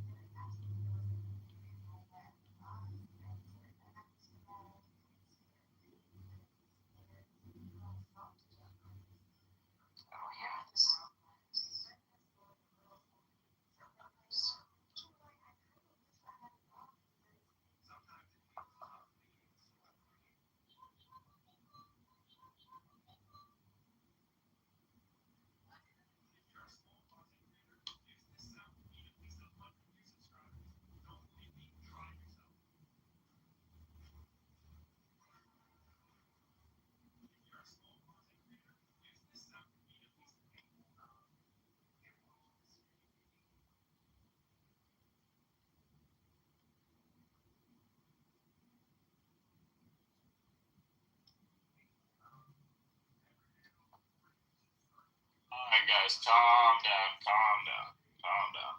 Calm down. Chill out, kids. Chill out. Yeah, what's up, dude? How you doing out there, Cynic? You still living where you used to live? What is he yapping on that? He's been yapping sleep right now. He's been yapping non-stop. Cynic could have a whole podcast with just himself. Dude, he was talking to himself basically throughout. Just when are you and Cynic gonna get married? I fell asleep listening to Already. Cynic and I woke up listening to Cynic. See, like, you're the only one who can put up with Cynic, Nards.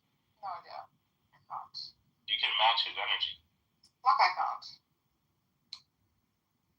Hell no. Doing 100 things in the background. So, Cynic is beautiful sound. That's all. Are you not sleeping because of anxiety? I hate this stuff. Yeah, that and I have stuff to do. Dude, just go out there, bro. Make the snow your bitch, dude. Sorry for everyone who's fasting. That's fine. No one's fasting. Except for Cynic, who's doing some kind of weird fast. Wait, what's his fast? What's his fast? Is he fasting? He was judging me for it. He was like, and the reasons? I was like, I said, I don't believe in it. Actually, if you're fasting, it makes sense to stay up all night, but I don't know. People usually stay up and pray during these times. Two people. Yeah. One was a kafir, such as myself. And someone else. I don't know who else he was giving down. Dude, while he was asleep, he was speaking words of Dao in dude's ear. Bro. Dude, this like mentally retarded Asian guy with a backpack came up to me. I was filling up gas. And he goes, "Hey, can you teach me how to fill up gas?" I'm like, oh my god. I was like, not right now, man. He goes, oh, that's a nice car. It's not a nice car. So. Him and consider scamming him. Like, look like a scammable fucker. And Jack is like, why does this Asian think he can scam me? Legit. The audacity. I'm actually in California, since this guy here like 2 days ago. Or a day and a half ago. Dude, the weather in California is so Cynic. You know how bad he feels every time he comes to Cali and don't meet him. Actually pretty chilly now. Brother, it's 70 degrees out every day this week. They're all bitching. 75. They're all bitching. You know, when I was leaving Chicago on Saturday, dude, it literally, a snowstorm started. It's snowing right now, man. And me, sunny, beautiful. I swear, dude. I have no idea.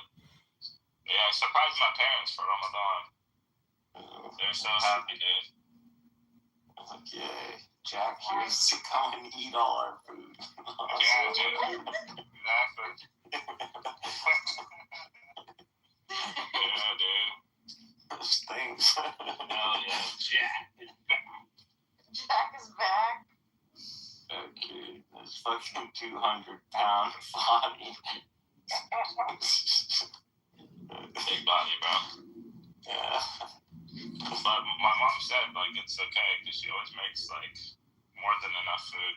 She did. She made all my favorite stuff. She didn't know kind of. That's what they always tell you, Jack. True. Of course it's okay. all the dishes are his favorite dishes. Like, I'm sorry, what is Jack's favorite Arab dishes this year? Honestly, let me start. Shish barak. What is that shish barak? Like, what is that? You never Sounds like Yahud barak, and I don't know, we don't eat no fucking baraks. It's like Lebanese raviolis, but with, like, more like dumplings, but with, it's so good, bro. Just look it up. It's got a nice sauce. Lebanese ravioli, but it's more like dumplings. Just look it up. It's called shish barak. Shish barak. Yeah. Sounds something more like what Persian people eat. No, it's not Persian. What It's Lebanese. And what else did I have? I had a bunch of stuff, bro. That's some big roll. What's a specific first dish I'm gonna look it up actually?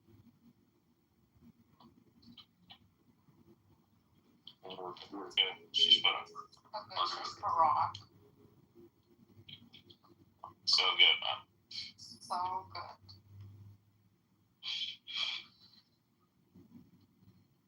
So freaking good. So good. I love it. Like, I love it. Look at this shit. Shish is a traditional Uzbek dish. A small boiled dumpling filled with finely chopped meat. Uzbek. Saying even Arab. Lebanese. There's an Uzbek version of Lebanese. You told me to Google it. Like, look at this. Similar with Slavic food. Fuck out of here, bro. Are you sure you don't want to watch that? Lebanese or? Yeah, someone needs to. That's the big stack. I think we might be a try out or something. Die out, dude. You just never. Your palate is not that, deep, bro. You have a very shallow palate, dude. It's a palate. That might be the problem. It's not even Lebanese. It's literally saying it's an Uzbek dish. I haven't tried the Uzbek version. I've only tried the Lebanese. And then the second, look how non-Arab Jack is. The second dish, he picks grape leaf, pretty much. What is that? Greeks, everybody picks that shit. Oh my God, it's so Dolma. He picks dolma, bro. He picks dolma. Everybody, we can't own dolma. Like, that's more Mediterranean. It's not about the dish, it's how you make it, bro. What's the third Arab dish?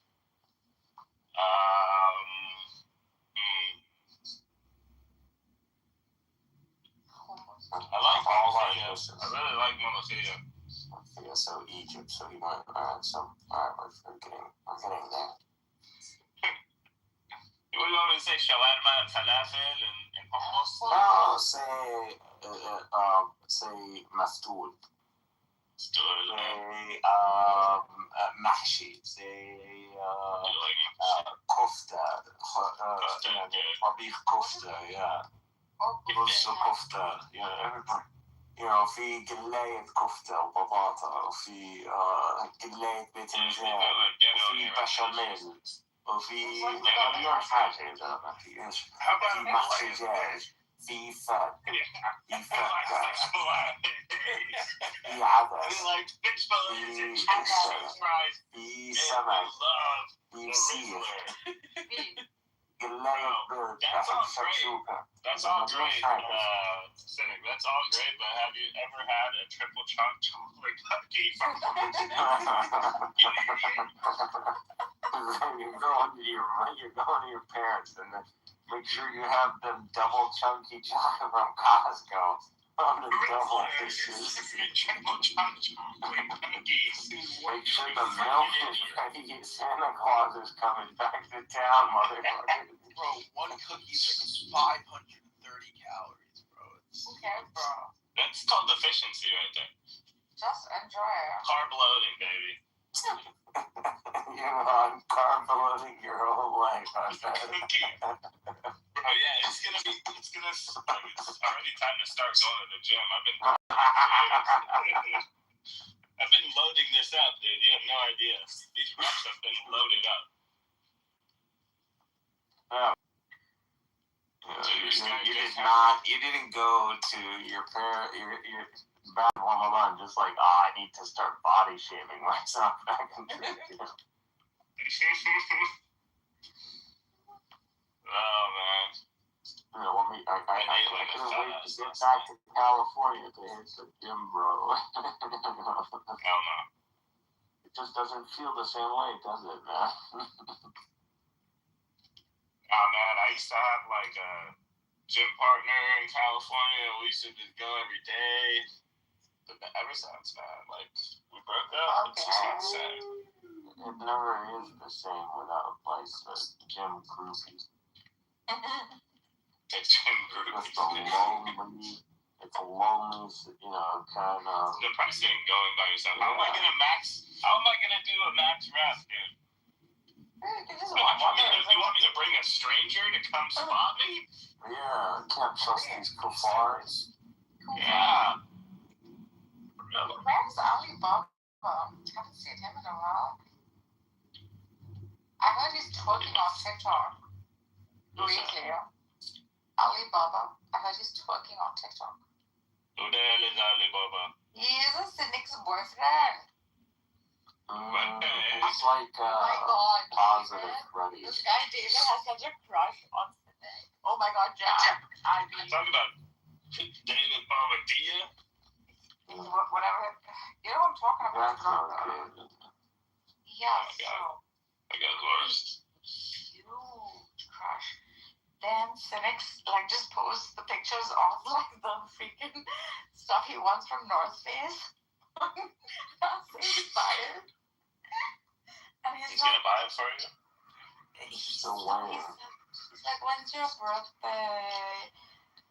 And then Cynic's like, no, bitch, don't lie, buy it for me now. And then he's like, I'll buy it for your birthday. Oh, Cynic. You can have another grown man take you out shopping, bro. Bro, he has a crush. I'm a cool guy, bro. What do you want? You have the grown man take you on a shopping spree.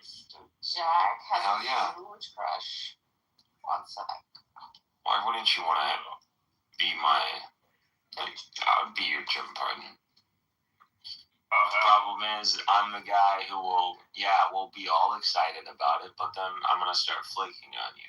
And you're going to think, you're going to take it personal. It's not personal, it's lazy. Like, it's what bro, so many people do that. I don't ever mind, but when you find a real one, and you're sticking it, you're sticking through, like, through all the tough days. No, like, it will always be where we're going to go to gym, but it's just not going to be, like, military.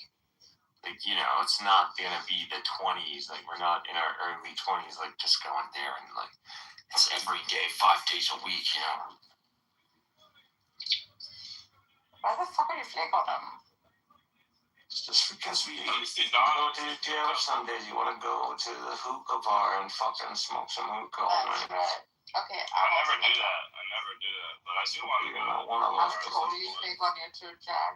Let's go to the boring. Pass me the hookah.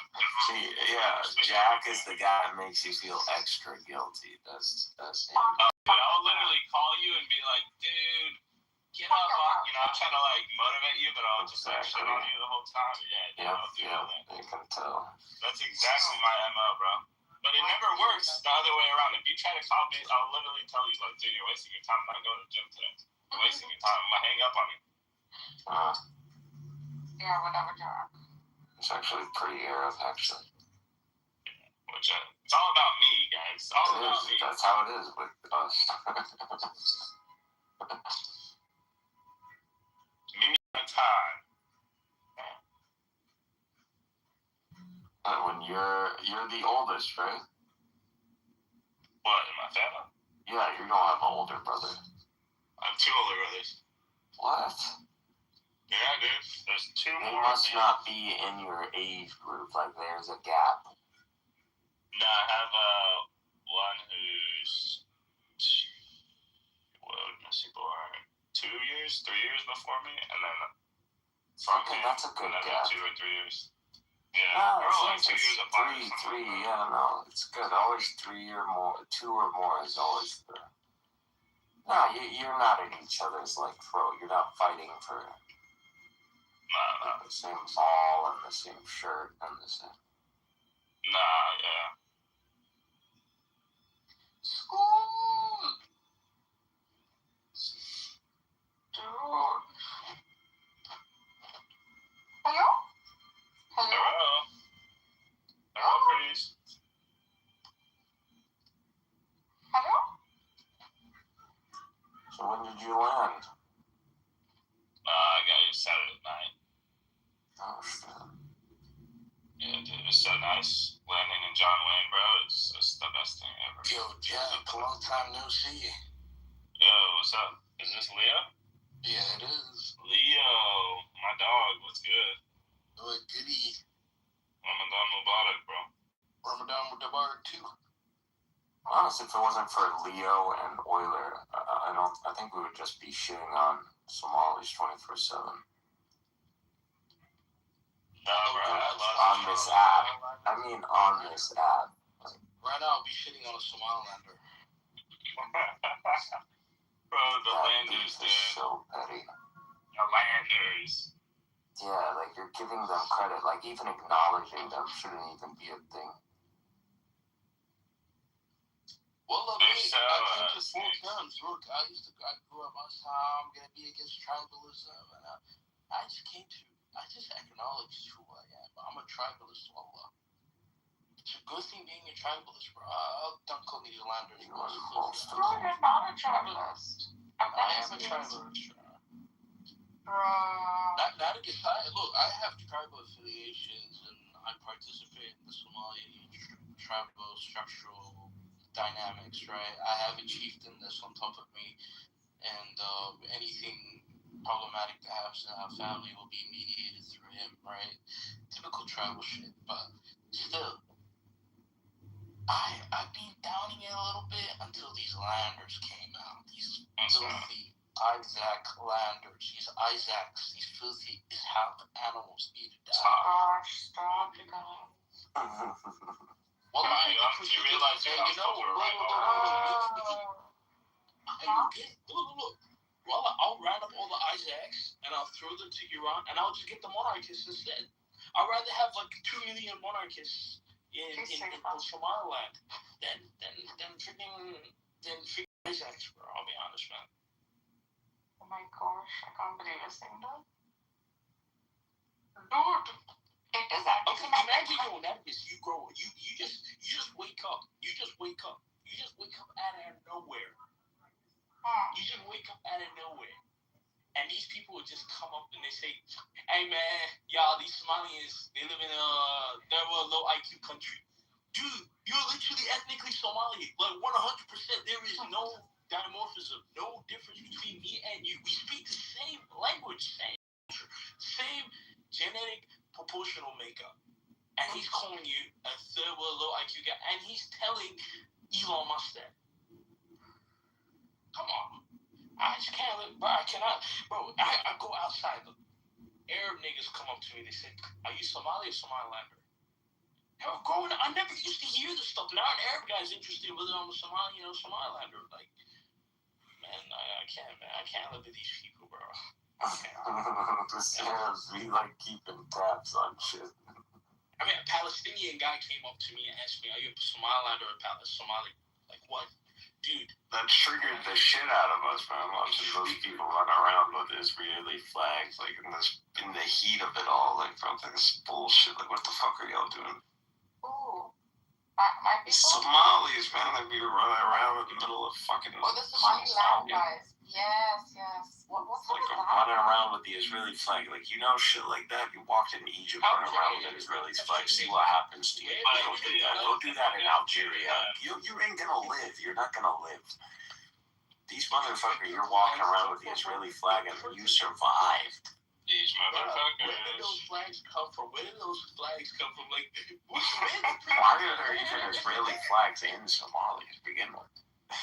Bro, Leah, what did you guys do to those guys? Be honest with me. Nothing. Okay. I mean, don't become like overnight, bro.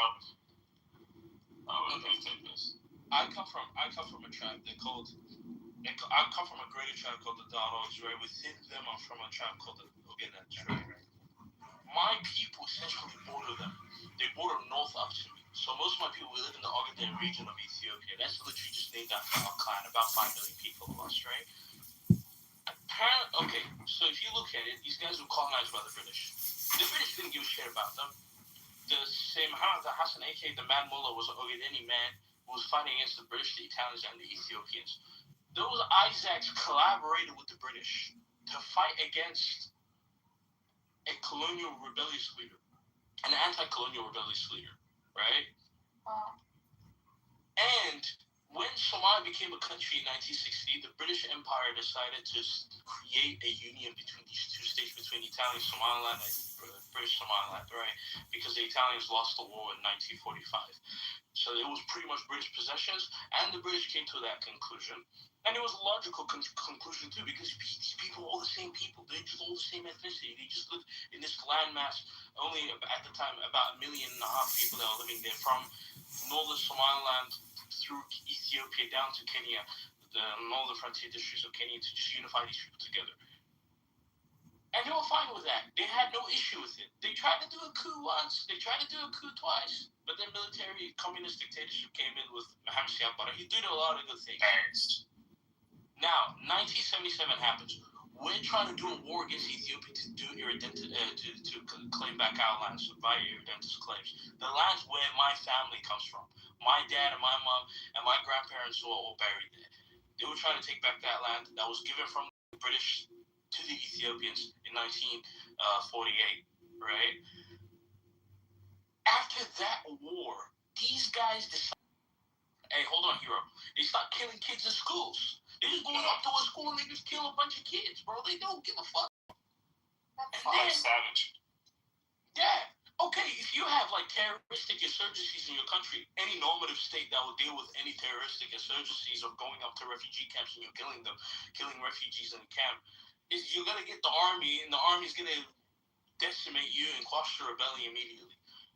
When that happened, I think the deaths amounted to about 1,000 to 2,000 or something along the lines of that up until towards 1888, and then 4 years later, 91, you have the Civil War, and then when the Civil War was going through, they decided to create their own state in 1995. I said, 250,000 of us were killed by Muhammad Siabari. Muhammad Siabari killed 250,000 of us.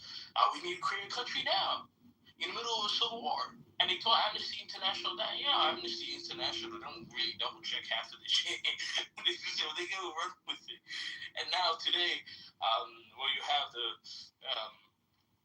Israelis genociding Palestinians from 2023 onwards, the Israelis, with their infinite paranoia and stupidity, decided to recognize a fake country in Africa.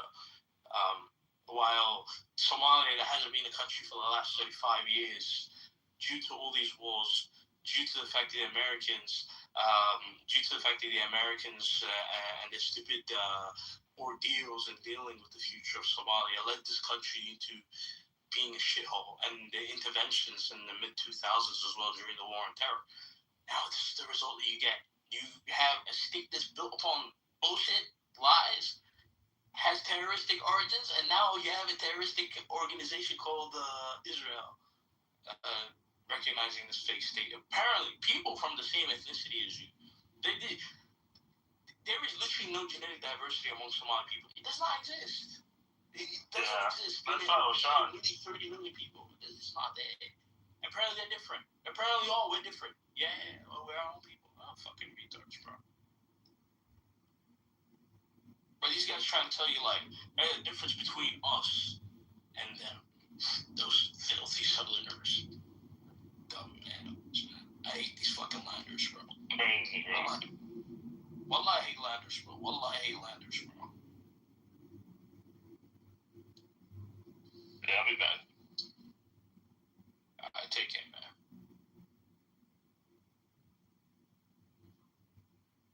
No, I'm a tribalist, bro. I'm a tribalist. I don't care. Tribalism is amazing. Horrible. You don't We don't even know what that means. You're Persian. Yeah, we are not trouble. Not at all. There's no affinity towards like small groups. There's always affinity for bigger groups.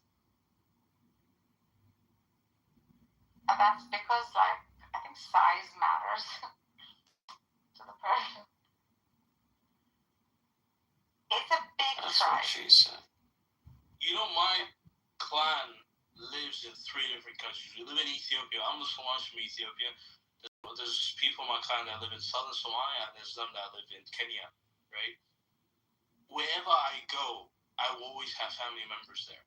Yeah, you're saying it's over. Yeah. My dad has 23 siblings. Oh my god, you told me that. I remember. Good Lord. Must be nice.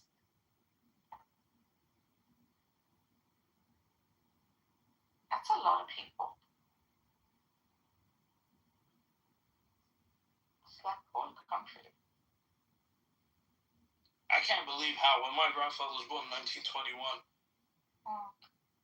the first census that was ever conducted in all Somaliland from Ethiopia to Kenya. Somalis were only 1 million people in 1936.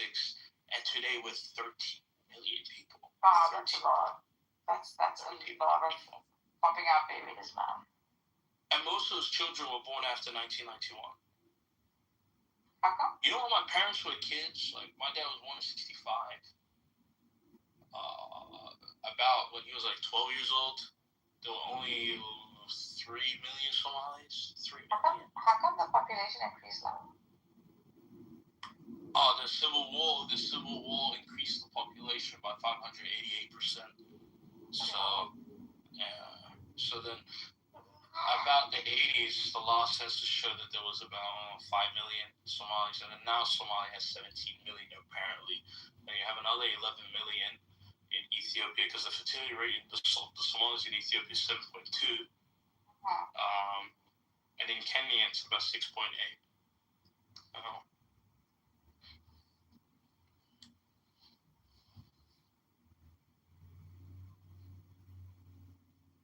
Hey, yo, Mikhail, do you when you pray Tyree, do you pay attention to details sometimes? Like, I was praying next to a guy, his toenails were too long, bro. I don't know, I felt like asking him about cutting down your toenails, bro. Why do you care about another man's toenail? Hey, man, I don't know. Why do you, man? Like, some things bug me out, you know, like foot hygiene is important, bro. So you pray the two, and then you go, you excuse yourself, you're relocating somewhere else in the line, and that's what it is, bro. You're gonna talk about this guy's shit, like, he doesn't give a fuck. Just pray at home, bro. Yeah. I be praying. That's why you wear socks. Ew. Is it your face when you do sajda? And if people are there, it's normal whether people are wearing socks or they're barefooted. That's normal. Or they have to have hygiene. Just tell him about. People usually have hygiene. It's just they don't care. Just they're not metrosexuals. Or from their perspective, they see us as metrosexual. What are you talking about? To just. They don't care about this shit. Touch your toenails is what? I am the biggest hygiene freak you ever meet. That's good. I like that. I will not leave that house smelling like, hey man, I honestly hate the hell of the smell of sweat. I do not like the smell of sweat.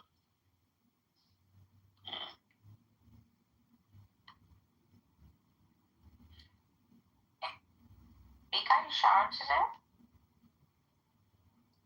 Me? It's the weekend. So? Nah, it's already Tuesday for me, man. I should have showered. 10 hours later.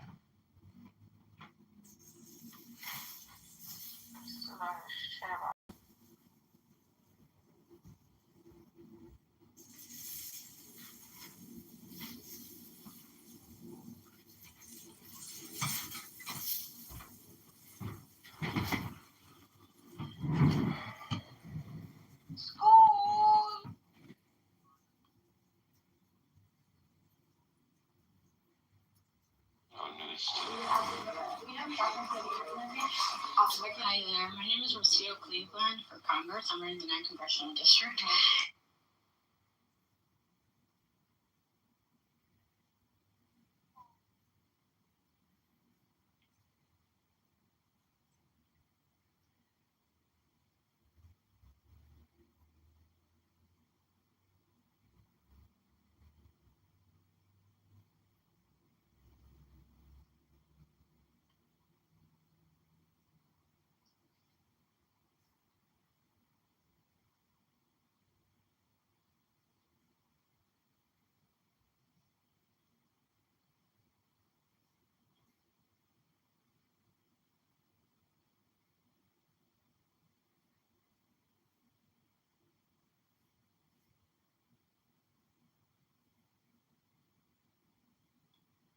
I'm running the 9th Congressional District.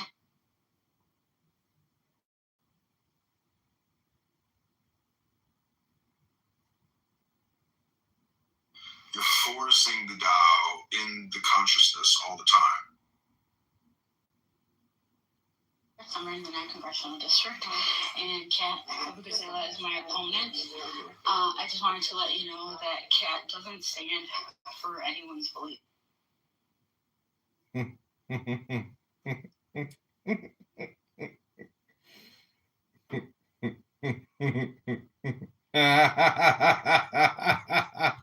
She's like, it's like autist on autist, and they're both disgusted.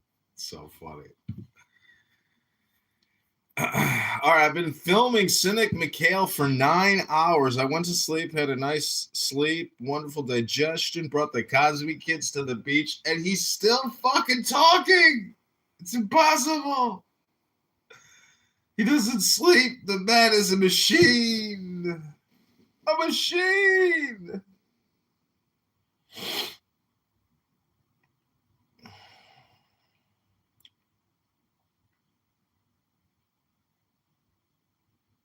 I have a design team to help them. Listen, Pied Piper, Robin Hood, or bots, it doesn't look good for me, right? Like I want to be a human being that has a human life. So why are you messing with the bots? Do you think that I messed with the bots? You brought it up. So I gotta give Dennis this round. You did bring it up. I'm telling you what the bots are doing, like high level what they're doing. I can read the information. It's on certain websites. And it's just like, do you know the website? Which website are we talking about? And I'll tell you the name. I should try and spin it, but I used to do So there's a website called Coliseum where the bots are like doing work for each other. So they just bid on projects and they make money. And they make their money, their style, right? They bid. If they all agree, they just do the project. It could take 15 seconds to get the work done. Organize these files. 15 seconds, the work is done, and they get paid. They go and do the next project.